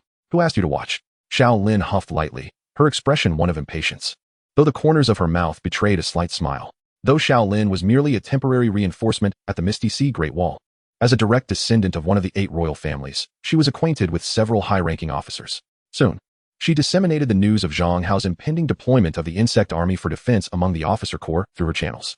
Many officers, upon receiving the news, displayed expressions of astonishment, yet their reactions varied significantly. Numerous officers dismissed it entirely, viewing Zhang Hao as nothing more than a newly awakened practitioner who had just begun to make a name for himself this year. They believed that no matter how extraordinary his talent, it was impossible for him to make waves on such a battlefield of this magnitude. To think he could single-handedly turn the tide was nothing short of fanciful dreaming. Some officers, however, were more familiar with Zhang Hao, aware that he had once commanded a million-strong insect horde single-handedly, repelling attacks from 2 disaster-ridden realms in a single day. Upon learning this news, they felt invigorated, as though a glimmer of hope had emerged. More officers, resigned to the situation, reasoned that any additional defensive force would be beneficial. Thus, they promptly relayed the orders to their subordinate soldiers. After 2.5 minutes of anticipation, Shaolin raised her finger, signaling. In the next moment, a sudden shift occurred on the battlefield before the Great Wall, where the beast tide surged. Numerous sections of the ground collapsed, revealing black chasms. A swarm of crystalline blood jade mantises and menacingly shaped hunting spiders surged forth from the caverns, pouring out like a relentless tide towards the advancing army of beasts emerging from the depths of the fog. In a frenzy, they charged forward. Chapter 89. A frenzied surge of troops, dominating the battlefield. Goodness, is this what that youth Zhang Hao referred to as the insect army? A uniformed battalion of fully mature elite insects in such a scale and number is nothing short of extravagant. Hiss, beyond terrifying. I can think of no other words to describe it. Upon witnessing the sudden emergence of a vast horde of insects from the depths below, gasps of astonishment echoed above the walls of the Great Wall of Mist. Countless soldiers and officers widened their eyes in disbelief, their expressions reflecting sheer shock. It is important to note that while the number of monstrous beasts surging forth from the fog was indeed immense, the vast majority consisted of low-tier creatures, typically at levels 10, 20, or even below. The number of high-level beasts exceeding level 30 was scarcely a fraction of 1%. In stark contrast, the swarm conjured by Zhang Hao comprised exclusively of high bloodline, advanced insectoids. Even a single one of these formidable creatures could wreak havoc upon a standard Tier 3 city, unleashing a tempest of carnage. Moreover, it was astonishing that such a high-quality horde could number in the thousands, emerging ceaselessly from the ground as if endless. Among them were the fearsome demon-hunting spiders, spitting silk into the air, weaving resilient white webs that ensnared countless charging beasts, leaving them immobilized on the ground. Graceful blood jade mantises flitted through the sky, wielding their crimson blades with the precision of a master swordsman, effortlessly slicing through the bodies of the beasts in a frenzy of slaughter on the battlefield. The formidable synergy between these two types of insects resulted in a combat prowess that rivaled even the most elite human legions in Baifeng City. It is noteworthy that across the entire Four Sacred Alliance, aside from a few royal cities, there are hardly any barrier cities capable of assembling an elite force composed entirely of warriors above level 30. The sheer scale and terrifying strength of this insect army could not possibly be summoned by a mere youth who had only just awakened his powers this year. Was this a mistake? Was it even reasonable? Such absurdity should have its limits. I could not comprehend the situation, yet I was profoundly shaken. Above the walls, exclamations of astonishment rang out incessantly. Soldiers and officers, witnessing the insect swarm rising from the ground, felt their spirits tremble, as if a tidal wave of overwhelming emotion had surged through them, leading to existential doubts. Even Shaolin, who had mentally prepared herself for the spectacle, found her eyes widening and her heart racing, as if her worldview had been ruthlessly shattered once more by Zhang Hao. After a moment, she swallowed hard and murmured, "In just a few days, this boy has become even more formidable. At this rate of growth, who could possibly withstand such power?" At that moment, a thunderous cacophony erupted behind the crowd. Brilliant arcs of blue light, crackling with electric energy, soared past above the Great Wall, tracing elegant parabolic curves in the sky before plunging into the distant tide of beasts. The unleashed bolts of terrifying lightning obliterated countless monstrous creatures, scattering them into oblivion. Behind the Great Wall, a vast expanse lay bare, Unbeknownst to anyone, a horde of colossal, bulbous creatures had appeared, their forms grotesque, within their distended bellies. A cacophony akin to distant thunder rumbled, accompanied by intermittent bursts of blue luminescence. Suddenly, a deafening explosion erupted as they expelled a blue viscous liquid, crackling with electric brilliance, delivering a devastating blow to distant targets, comparable to artillery fire. Goodness, the young lad commands a swarm with long-range capabilities? Could that be the legendary plasma cannon insect? Remarkable. This swarm is sufficient to besiege a city fortified to level 5. With this fresh force at our disposal, we may indeed secure White Wind City. On the battlements, countless soldiers erupted in jubilant cheers, their spirits soaring. The astonishing prowess exhibited by Zhang Hao's insect army rekindled hope within all hearts, illuminating the prospect of victory in this battle. Even the 3 king-level warriors, embroiled in fierce combat with the 3 great demon kings, diverted their attention. Astonished by the shifting dynamics of the battlefield due to the insect horde's arrival, they were taken aback by the formidable capabilities of Zhang Hao's swarm. A prodigious youth they had only heard whispers of in the past, now piquing their curiosity. Conversely, the demon beasts could not tolerate the sudden emergence of this insect army, obstructing their relentless advance. A throng of high-level demon beasts, ranging from levels 50 to 60, surged forth under the command of their kings, ferociously intent on slaughtering Zhang Hao's swarm. The insect army, predominantly composed of blood-jade mantises and demon-hunting spiders, suffered significant casualties in an instant. Yet, at that very moment, a vibrant array of poisonous centipedes, adorned with wings, erupted from the earth. They lunged at the high-level demon beasts rampaging through the swarm, inflicting severe venomous torment that left many in a state of debilitating weakness. One by one, they fell beneath the blades of the tyrant mantises and the god of death mantises emerging from the ground. Regardless of whether the demon beasts perished or the insects fell in battle, their bodies would soon be swarmed by countless insects, eager to feast upon the carcasses, providing Zhang Hao with ample energy to continuously hatch more insects. In a certain sense, the more demon beasts that surged forth from the misty sea, the greater the number of fallen demon beast corpses on the battlefield. The more corpses there were, the more energy Zhang Hao would accumulate. The more energy amassed, the greater the number of insects he could summon. In other words, the more demon beasts there were, the more insects would arise. As long as the nest remained intact, and this cycle was unbroken, they would be virtually invincible. Throughout this process, Zhang Hao's task was straightforward, even rudimentary in its brutality. He simply needed to hide beneath the earth, ceaselessly spawning, madly spawning. He would continually send forth an unending stream of various insects from the nest to the surface, relentlessly expanding the size of his swarm. After engaging in battle for half a day, both the human defenders atop the city walls and the numerous demon kings emerging from the misty sea found themselves engulfed in a tumult of disbelief. They uncovered an astonishing and incredulous truth. Despite the prolonged skirmish, the swarms of insects surging from the depths of the earth had not diminished in number. Rather, they had inexplicably multiplied. Instantly, a wave of shock coursed through their minds, leaving them utterly bewildered. In Chapter 90, titled The Catastrophe Descends, shrouding the sky and blocking the sun, they grappled with the reality that, after a fierce battle, the insect population on the battlefield had not only remained unchanged, but had actually increased. This was no mere illusion. The quantity of insects had indeed risen, and their quality had improved as well. Initially, the creatures that emerged from the ground were merely blood-jade mantises and demon-hunting spiders. Now, a significant portion had evolved into tyrant mantises and wicked king spiders. How could this be possible? Was it conceivable that the youth named Zhang Hao possessed an inexhaustible summoning ability? As they gazed upon the relentless tide of insect armies pouring forth from various burrows, the soldiers atop the walls were struck with disbelief, their minds shaken to the core. It felt as though a colossal nest lay hidden deep within the earth, continuously birthing an endless array of monstrous insects. The sight was so surreal that it strained their capacity for belief. However, soon someone noted an anomaly. Wait, after fighting for so long, why are there no additional corpses of demon beasts on the battlefield? This realization resonated with others. Logically, there should have been a mountain of beastly remains by now, yet only a scant few were visible. Look down. So many insects, they exclaimed, having previously overlooked the tiny creatures diligently gnawing at the carcasses of the demon beasts. What? At this revelation, the crowd collectively gasped, their focus shifting to the ground.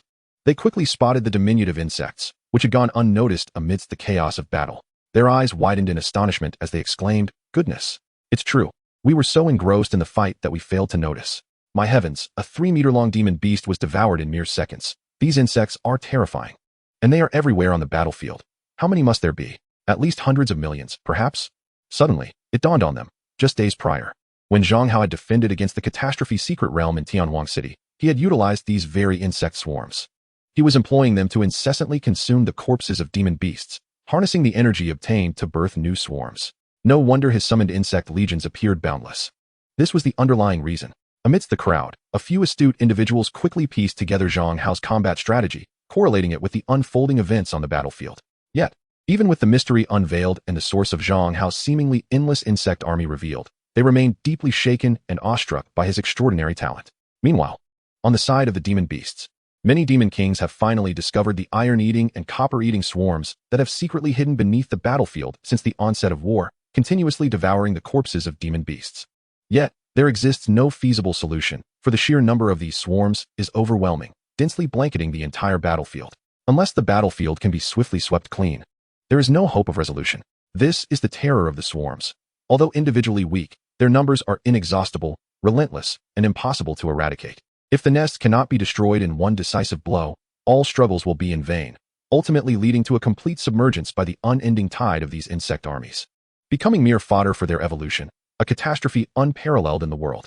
As the swarms pouring forth from the depths increase in both quantity and quality, they gradually form a defensive line. A portion of the demon beast army, charging forth from the misty sea, meets its demise before even reaching the foot of the Great Wall, falling victim to the slaughter of the tyrant mantis and the blood jade mantis. This significantly alleviates the pressure of war upon the human defenders atop the walls, allowing many human warriors to breathe a sigh of relief and free their hands. They either utilize powerful high-grade equipment or team up in groups to fend off formidable demons of levels 60 to 70. The balance of war begins to tilt ever so slightly in favor of humanity. Roar. The silver pangolin demon king, locked in fierce combat with the elder in green, suddenly unleashes a furious roar. It twists away from the elder and dives into the earth, creating a massive pit on the surface as it plunges deep underground, intent on destroying the accursed nest that continuously hatches various swarms. Hidden deep below ground, Zhang Hao, utilizing the perspective of the evil-eyed mosquito, witnesses this scene, his heart instantly racing. Without a moment's hesitation, he seizes Baiyu and mounts the back of the ghost fire dragonfly, transforming into a streak of blazing light as he soars along the pre-prepared escape route towards the surface. In mere seconds, he bursts forth from the ground. Moments later, the earth trembles. The enormous silver pangolin erupts from the depths, akin to a colossal silver fish leaping from the water. It opens its gaping maw filled with menacing, jagged teeth, lunging towards Zhang Hao with ferocity. However, in the next instant, a dazzling azure sword light, stretching dozens of feet long, descends from the sky with unrelenting force, striking the pangolin demon king on its head. A horrific gash is cleaved into the hardened silver scales covering its head, eliciting a blood-curdling scream of agony as its massive body crashes to the ground. Zhang Hao, breathing a sigh of relief, expresses his gratitude with a deep bow towards the elder, exclaiming, "Thank you for your assistance. Protecting me will lead us to victory." Indeed, heroes often emerge from youth. The elder in green gazes at Zhang Hao with admiration and replies, "Thank you, young one." With another expression of gratitude, Zhang Hao descends onto the great wall under the elder's protective cover. Gazing ahead, the battlefield was rife with the intensity of a fierce clash. A glint of fierce determination flashed in his eyes as he raised his arms high, issuing commands to the swarming insects amidst the fray. In the next heartbeat, the previously hidden iron-eating and copper-eating insect swarms, which had been quietly nourishing themselves on the ground, took to the air, their wings beating in unison. At that moment, the countless soldiers atop the city walls finally comprehended the sheer magnitude of this insect horde. Their pupils dilated in shock, revealing an overwhelming sense of dread as they beheld the seemingly endless mass of insects rising from the battlefield like a dark, oppressive ocean, transforming into a terrifying black cloud that blotted out the sun. This relentless swarm surged forth, sweeping towards the beast army emerging from the misty sea. Chapter 91, Bad News. The fourth Demon King. Good news, it's the insect race.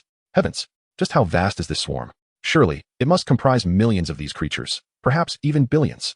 No, it's more than that. I can hardly believe it could be less than 10 billion. It's utterly terrifying. Thankfully, this swarm is allied. Had they been foes, the consequences would be unimaginable. With Zhang Hao's arms raised, he summoned all the insect hordes on the battlefield, which surged into the sky like an impenetrable dark cloud, baring their fangs as they charged towards the beasts emerging from the fog. A collective gasp echoed from the Great Wall as soldiers and officers alike widened their eyes in sheer astonishment, their spirits shaken to the core.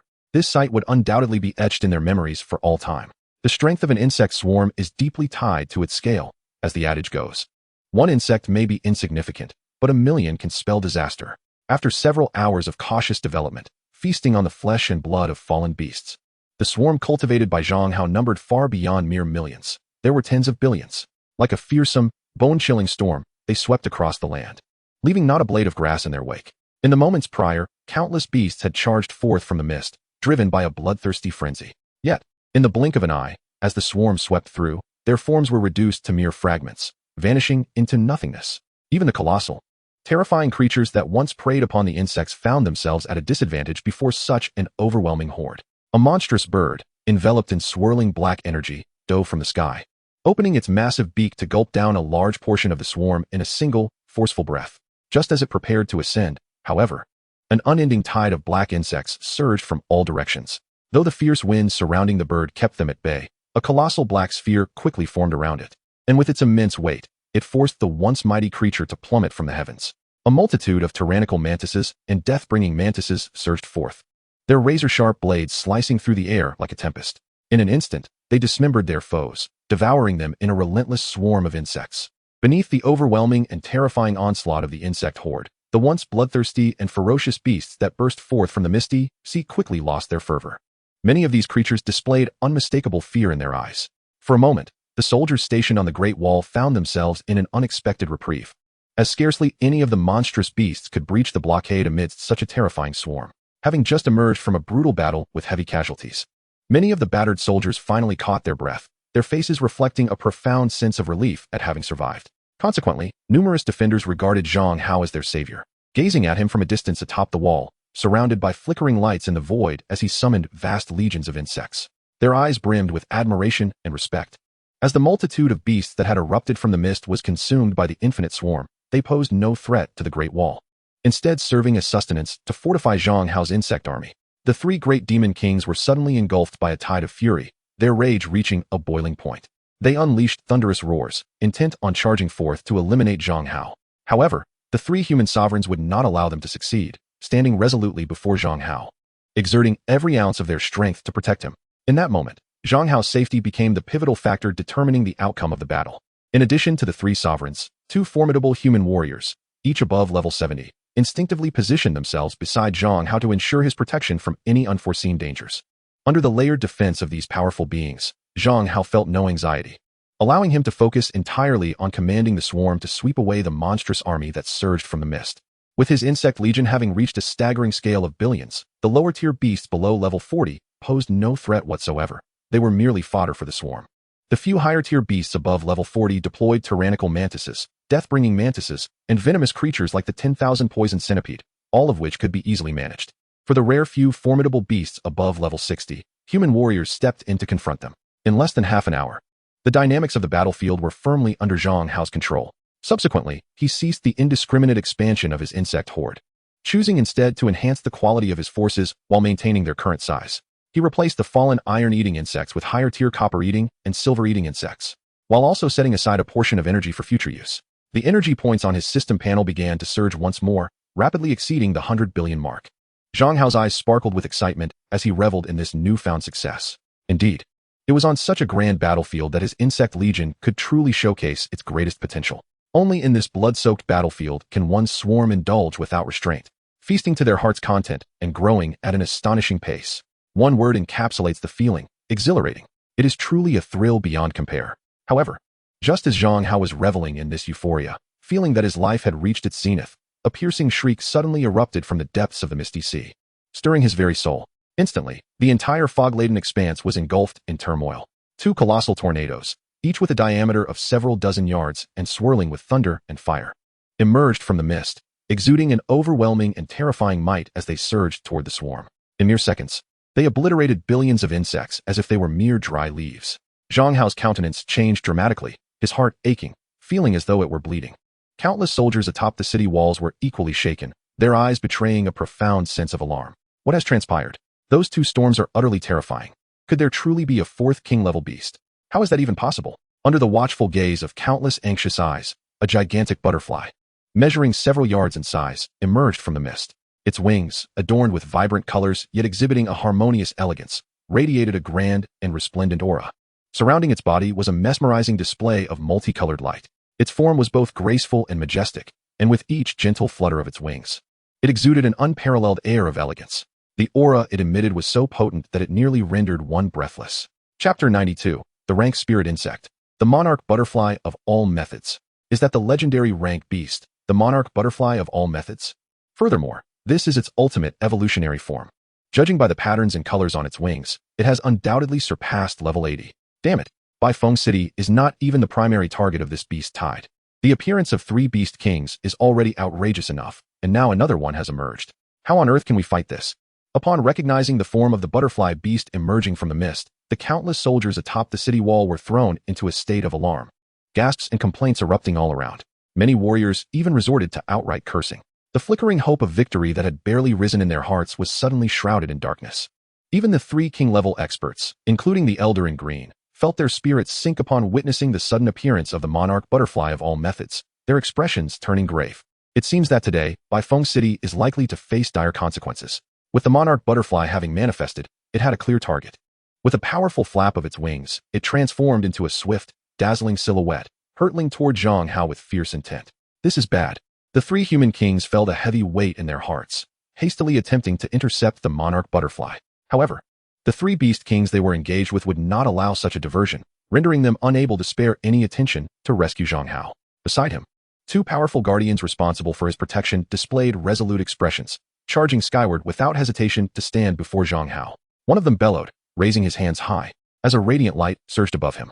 In the blink of an eye, a sphere of energy radiating a terrifying aura coalesced, hurtling violently towards the monarch butterfly of all laws. Meanwhile, another individual brandished their staff, conjuring a fierce torrent of frigid air intermingled with frost and snow, attempting to encase the monarch butterfly in ice. However, the monarch butterfly, boasting a level surpassing 80 and a noble lineage, was not so easily subdued. Its vividly colored wings fluttered slightly, and in an instant, it vanished from sight, evading both attackers' blows.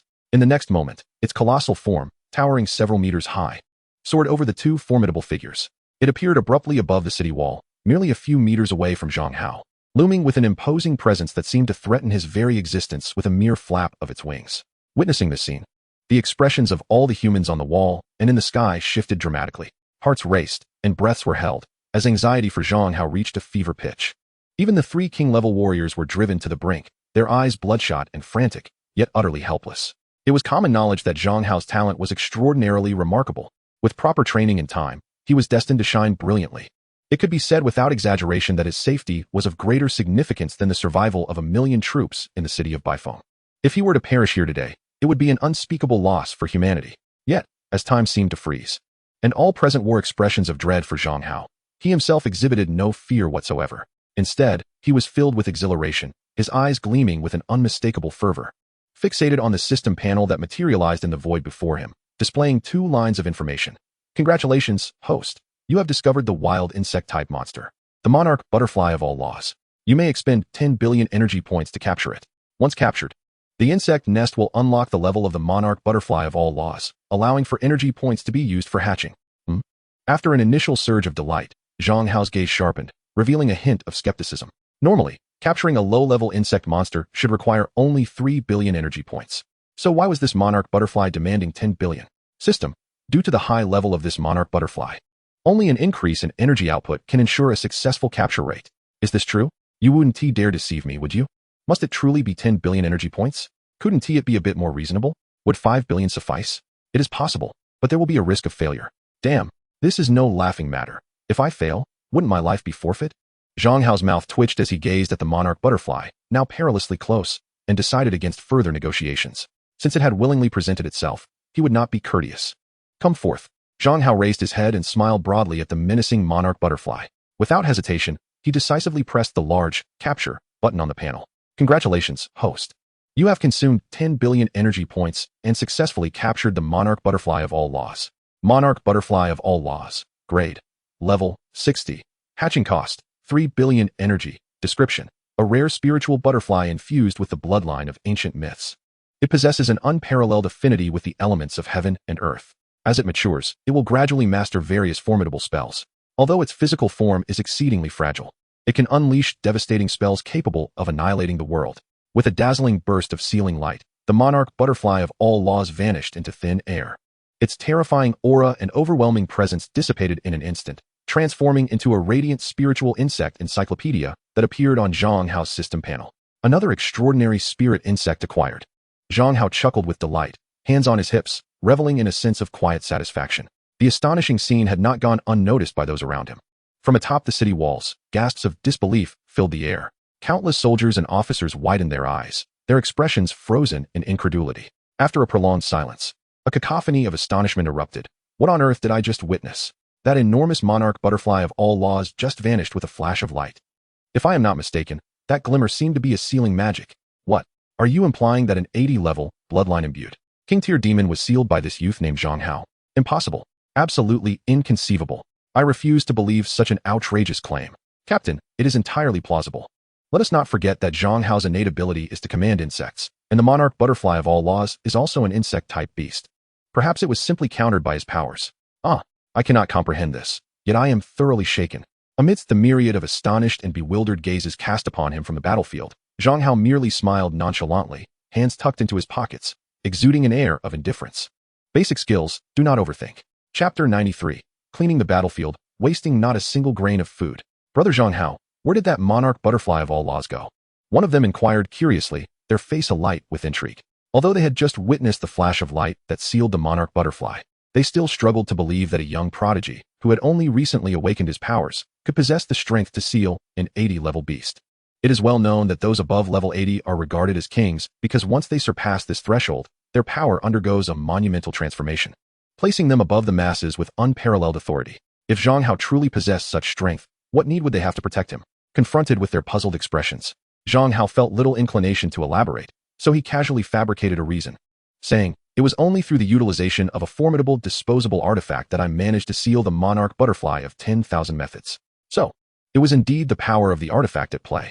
This revelation brought nods of understanding from the two formidable beings, their expressions reflecting a newfound clarity. Although it seemed rather implausible for a mere novice, who had only recently awakened, to successfully seal a monarch-level beast using a singular special item, it was certainly more reasonable than the notion of Zhang Hao accomplishing such a feat solely through his own strength.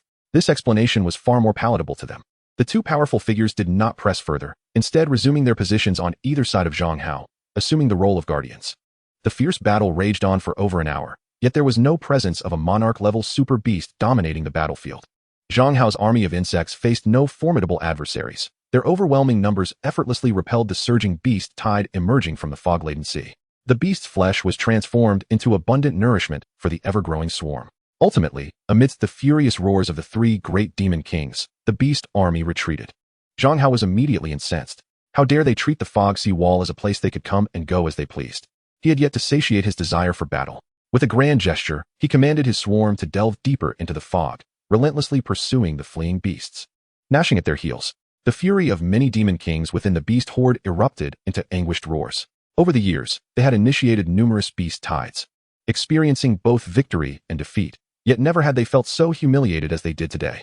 Particularly, the imposing four-armed demon ape, during its retreat, inadvertently had one of its arms severed by the piercing azure sword chi of the elder in green. The weighty arm of the demon ape crashed to the ground like a mountain, sending tremors through the earth. Zhang Hao's eyes gleamed with excitement. He swiftly released the gold-devouring and demon-devouring swarms, eager to pounce. It is worth noting that this four-armed demon ape is also a top-tier beast, harboring a potent bloodline power, making it the ideal sustenance for nurturing his swarm. Though the insects hatched from the nest possessed a certain initial level upon birth, that level merely reflected what they could naturally attain in their maturity. It was not their upper limit of power. With ample nourishment and proper cultivation, they could continue to grow and evolve. Moreover, the higher the bloodline level of the spiritual insects, the greater their potential for growth. For instance, Zhang Hao's most treasured demon-devouring swarm currently averaged just over level 40, far from reaching their peak state. Hence, during the recent battle, he had refrained from unleashing them. If one day he could cultivate this batch of demon-devouring insects to level 60 and beyond, the hardness of their exoskeletons will reach an extraordinarily terrifying level. Even the three formidable demon kings above level 80 cannot escape the fate of being devoured by the swarm. Therefore, Zhang Hao will prioritize the consumption of this richly infused arm of the flesh and blood demon ape for the devouring insect and the gold devourer. As for the copper devourer and iron devourer, those lesser utility insects can consume anything without issue. There is no need to squander such precious demon king flesh. Transforming into torrents of black wind, the swarm swept away the remaining beast corpses on the battlefield, leaving no grain wasted. Ultimately, after thoroughly cleansing the battlefield, Zhang Hao's energy points soared to an astonishing 21.7 billion. In addition, he accumulated countless energy crystals, which were transported underground and stored in several storage items by the swarm. While these energy crystals could be devoured by the swarm to yield several billion energy points, Selling them for currency would prove far more advantageous. This currency could be utilized to purchase Demon King flesh and cultivate the swarm, significantly enhancing the average level of the devouring insects, which would yield greater improvements in combat power than merely expanding the swarm's size. Observing the vast expanse before the Great Wall, now barren and impeccably clean, even the very topsoil had been devoured, presenting a desolate sight. The soldiers on the wall were momentarily bewildered, unsure of what to say. Normally, after a great battle, the task of clearing the battlefield is of utmost importance. Collecting the residual beast materials and energy crystals for monetary exchange, which would be used to repair the wall, compensate the families of the fallen, and cover various expenses incurred during the conflict. Yet here was Zhang Hao, who had single-handedly left the battlefield immaculate, sparing not even a drop for others. However, had Zhang Hao not intervened today, it is likely that the entire Baifeng city would have fallen, and 1,000,000 defenders would have perished at the jaws of beasts, with few surviving to even consider the clearing of the battlefield. Thus, in the eyes of the people, Zhang Hao is their savior, a hero who, with sheer determination, has turned the tide and saved the entire city of Baifeng, preventing the Great Wall from being breached and sparing countless cities from disaster. Naturally, they do not concern themselves with such trivial matters. After the battle, 3 sovereign-level powerhouses personally approached Zhang Hao, their gazes filled with unabashed admiration. The elder in green robes laughed heartily, patting Zhang Hao on the shoulder and praising him. Indeed, heroes emerge from the youth. The future of the alliance belongs to you young ones. Shaolin stepped forward, about to offer words of congratulations, when suddenly an excited cheer erupted from behind Zhang Hao. Husband, you're truly amazing. Bai Yu exclaimed, crashing into Zhang Hao with exuberance, wrapping her arms tightly around his sturdy waist, her eyes shimmering with pride and admiration. Zhang Hao was momentarily rendered speechless, a wry smile creeping onto his face as he ruffled Bai Yu's soft, fluffy white hair. Her beautiful eyes widened in a glare directed at him, conveying a look of disdain. A few powerful onlookers observed this scene with a mix of amusement, their expressions betraying their silent laughter. Just then, the phones of 3 formidable experts vibrated simultaneously. As they checked their devices, their expressions darkened, revealing their unease. What's wrong? Sensing the sudden shift in atmosphere, Zhang Hao raised an eyebrow and asked in a low voice. Tianjin City has been breached by a beast tide. The elder in green replied gravely, glancing at Bai Yu, who was nestled in Zhang Hao's embrace. Moreover, the Bai family's patriarch, Bai Jinfeng, has been poisoned during the battle, and the situation is quite dire. What?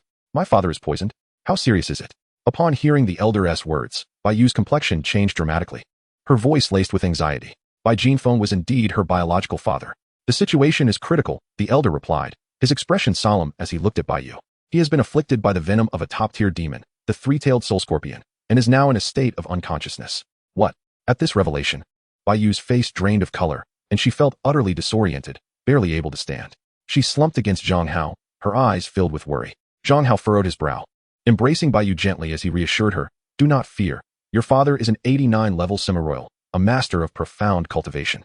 Even if he has been struck by the most potent poison, he will surely weather this storm and emerge unscathed. Yes, yes, Bai Yu nodded vigorously, tugging at Zhang Hao's sleeve in her urgency. Let us hurry to see father. I am so worried about him. All right, do not fret. We shall go at once. After speaking, Zhang Hao waved his hand, summoning a ghostfire dragonfly, an evolved tier of the ghostfire insect. He briefly bid farewell to the people on the city wall, then lifted Bai Yu into his arms, leaping onto the back of the ghostfire dragonfly. Lowering his head, he called out to Shaolin below. Please let Xian know I'm safe. I will contact her later. With that, he urged the ghostfire dragonfly to flap its wings and soared away like the wind.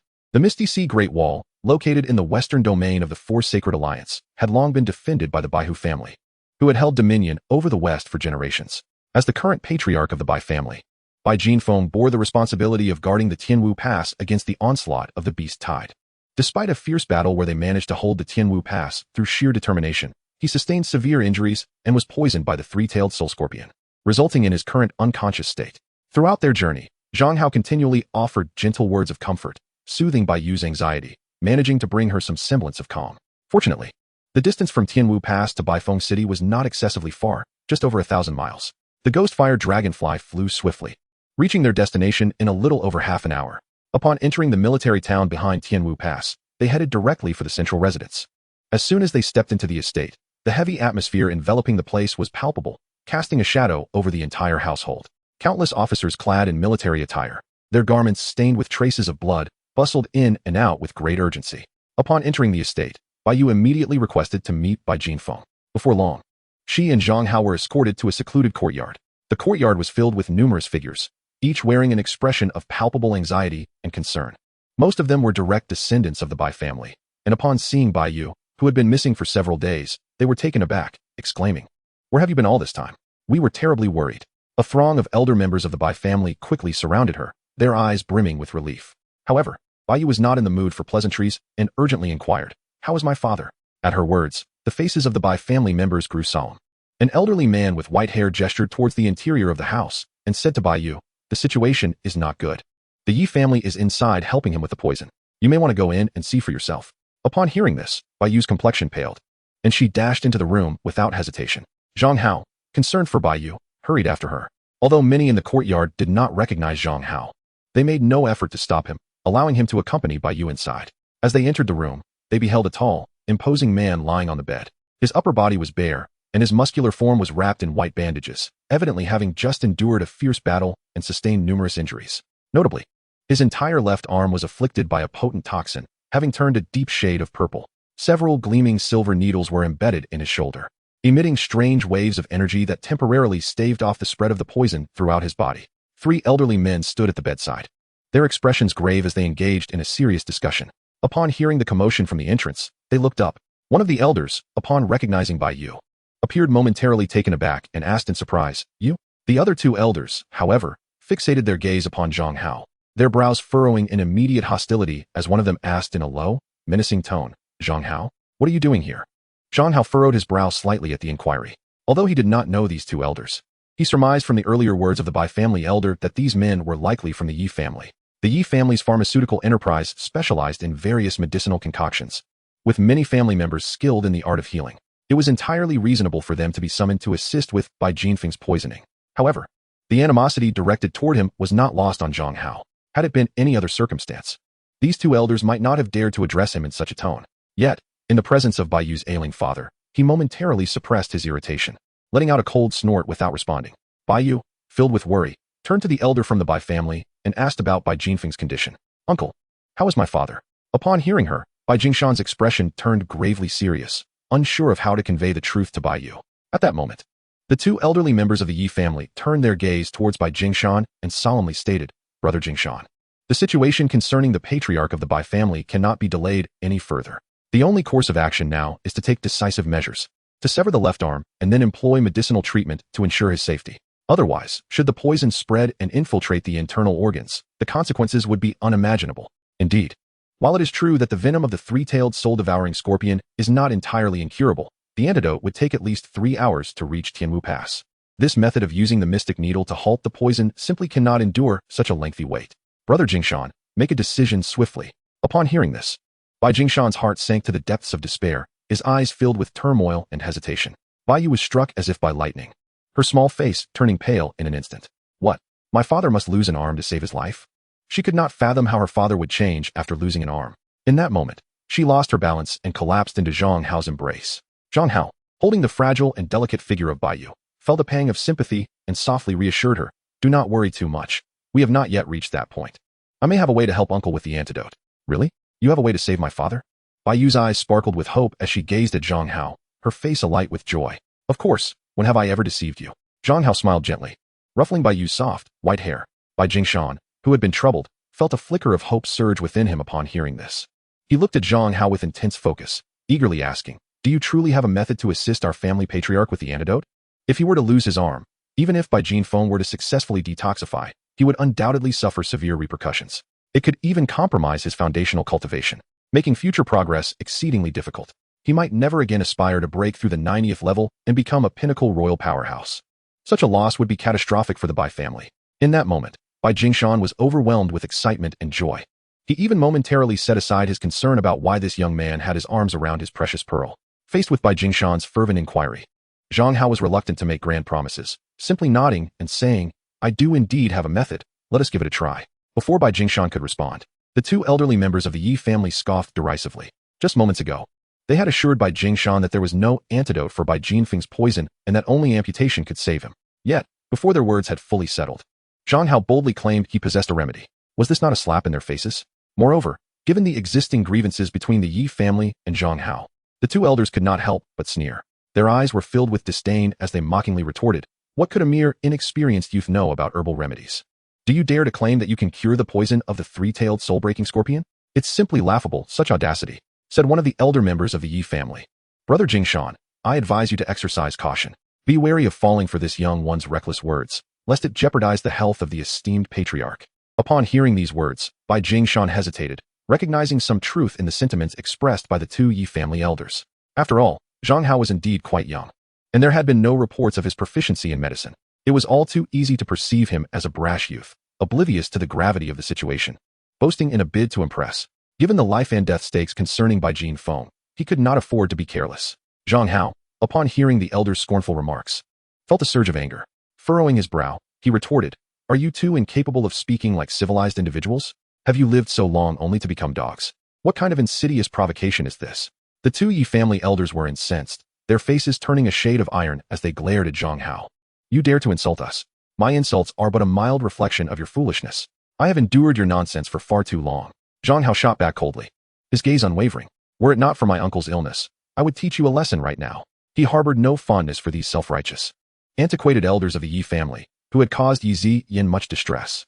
He would relish the opportunity to stuff each of them into a sack and deliver a thorough beating. The elders, rendered speechless by Zhang Hao's tirade, trembled with rage. Their faces contorted with fury. They stammered, attempting to retaliate, but found themselves at a loss for words. Their frustration boiled over, and their faces reflected their utmost indignation. Sensing the escalating tension, Bai Jingshan swiftly intervened, stepping between the two parties to mediate. "Enough. Let us not quarrel. The most pressing matter at hand is to assist our patriarch in overcoming this poison.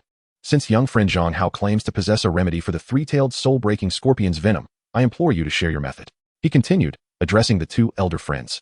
"Additionally, I ask for your expertise to evaluate the validity of Zhang Hao's proposed solution." Bai Jingshan's words were astute, ensuring that Zhang Hao would reveal his antidote while also allowing the elders to maintain their dignity, thus providing a means for both parties to de-escalate. Upon hearing this, the elders' expressions softened slightly, yet their gazes toward Zhang Hao still brimmed with concealed disdain. With a mocking tone, they sneered, "Very well, please enlighten us with your antidote.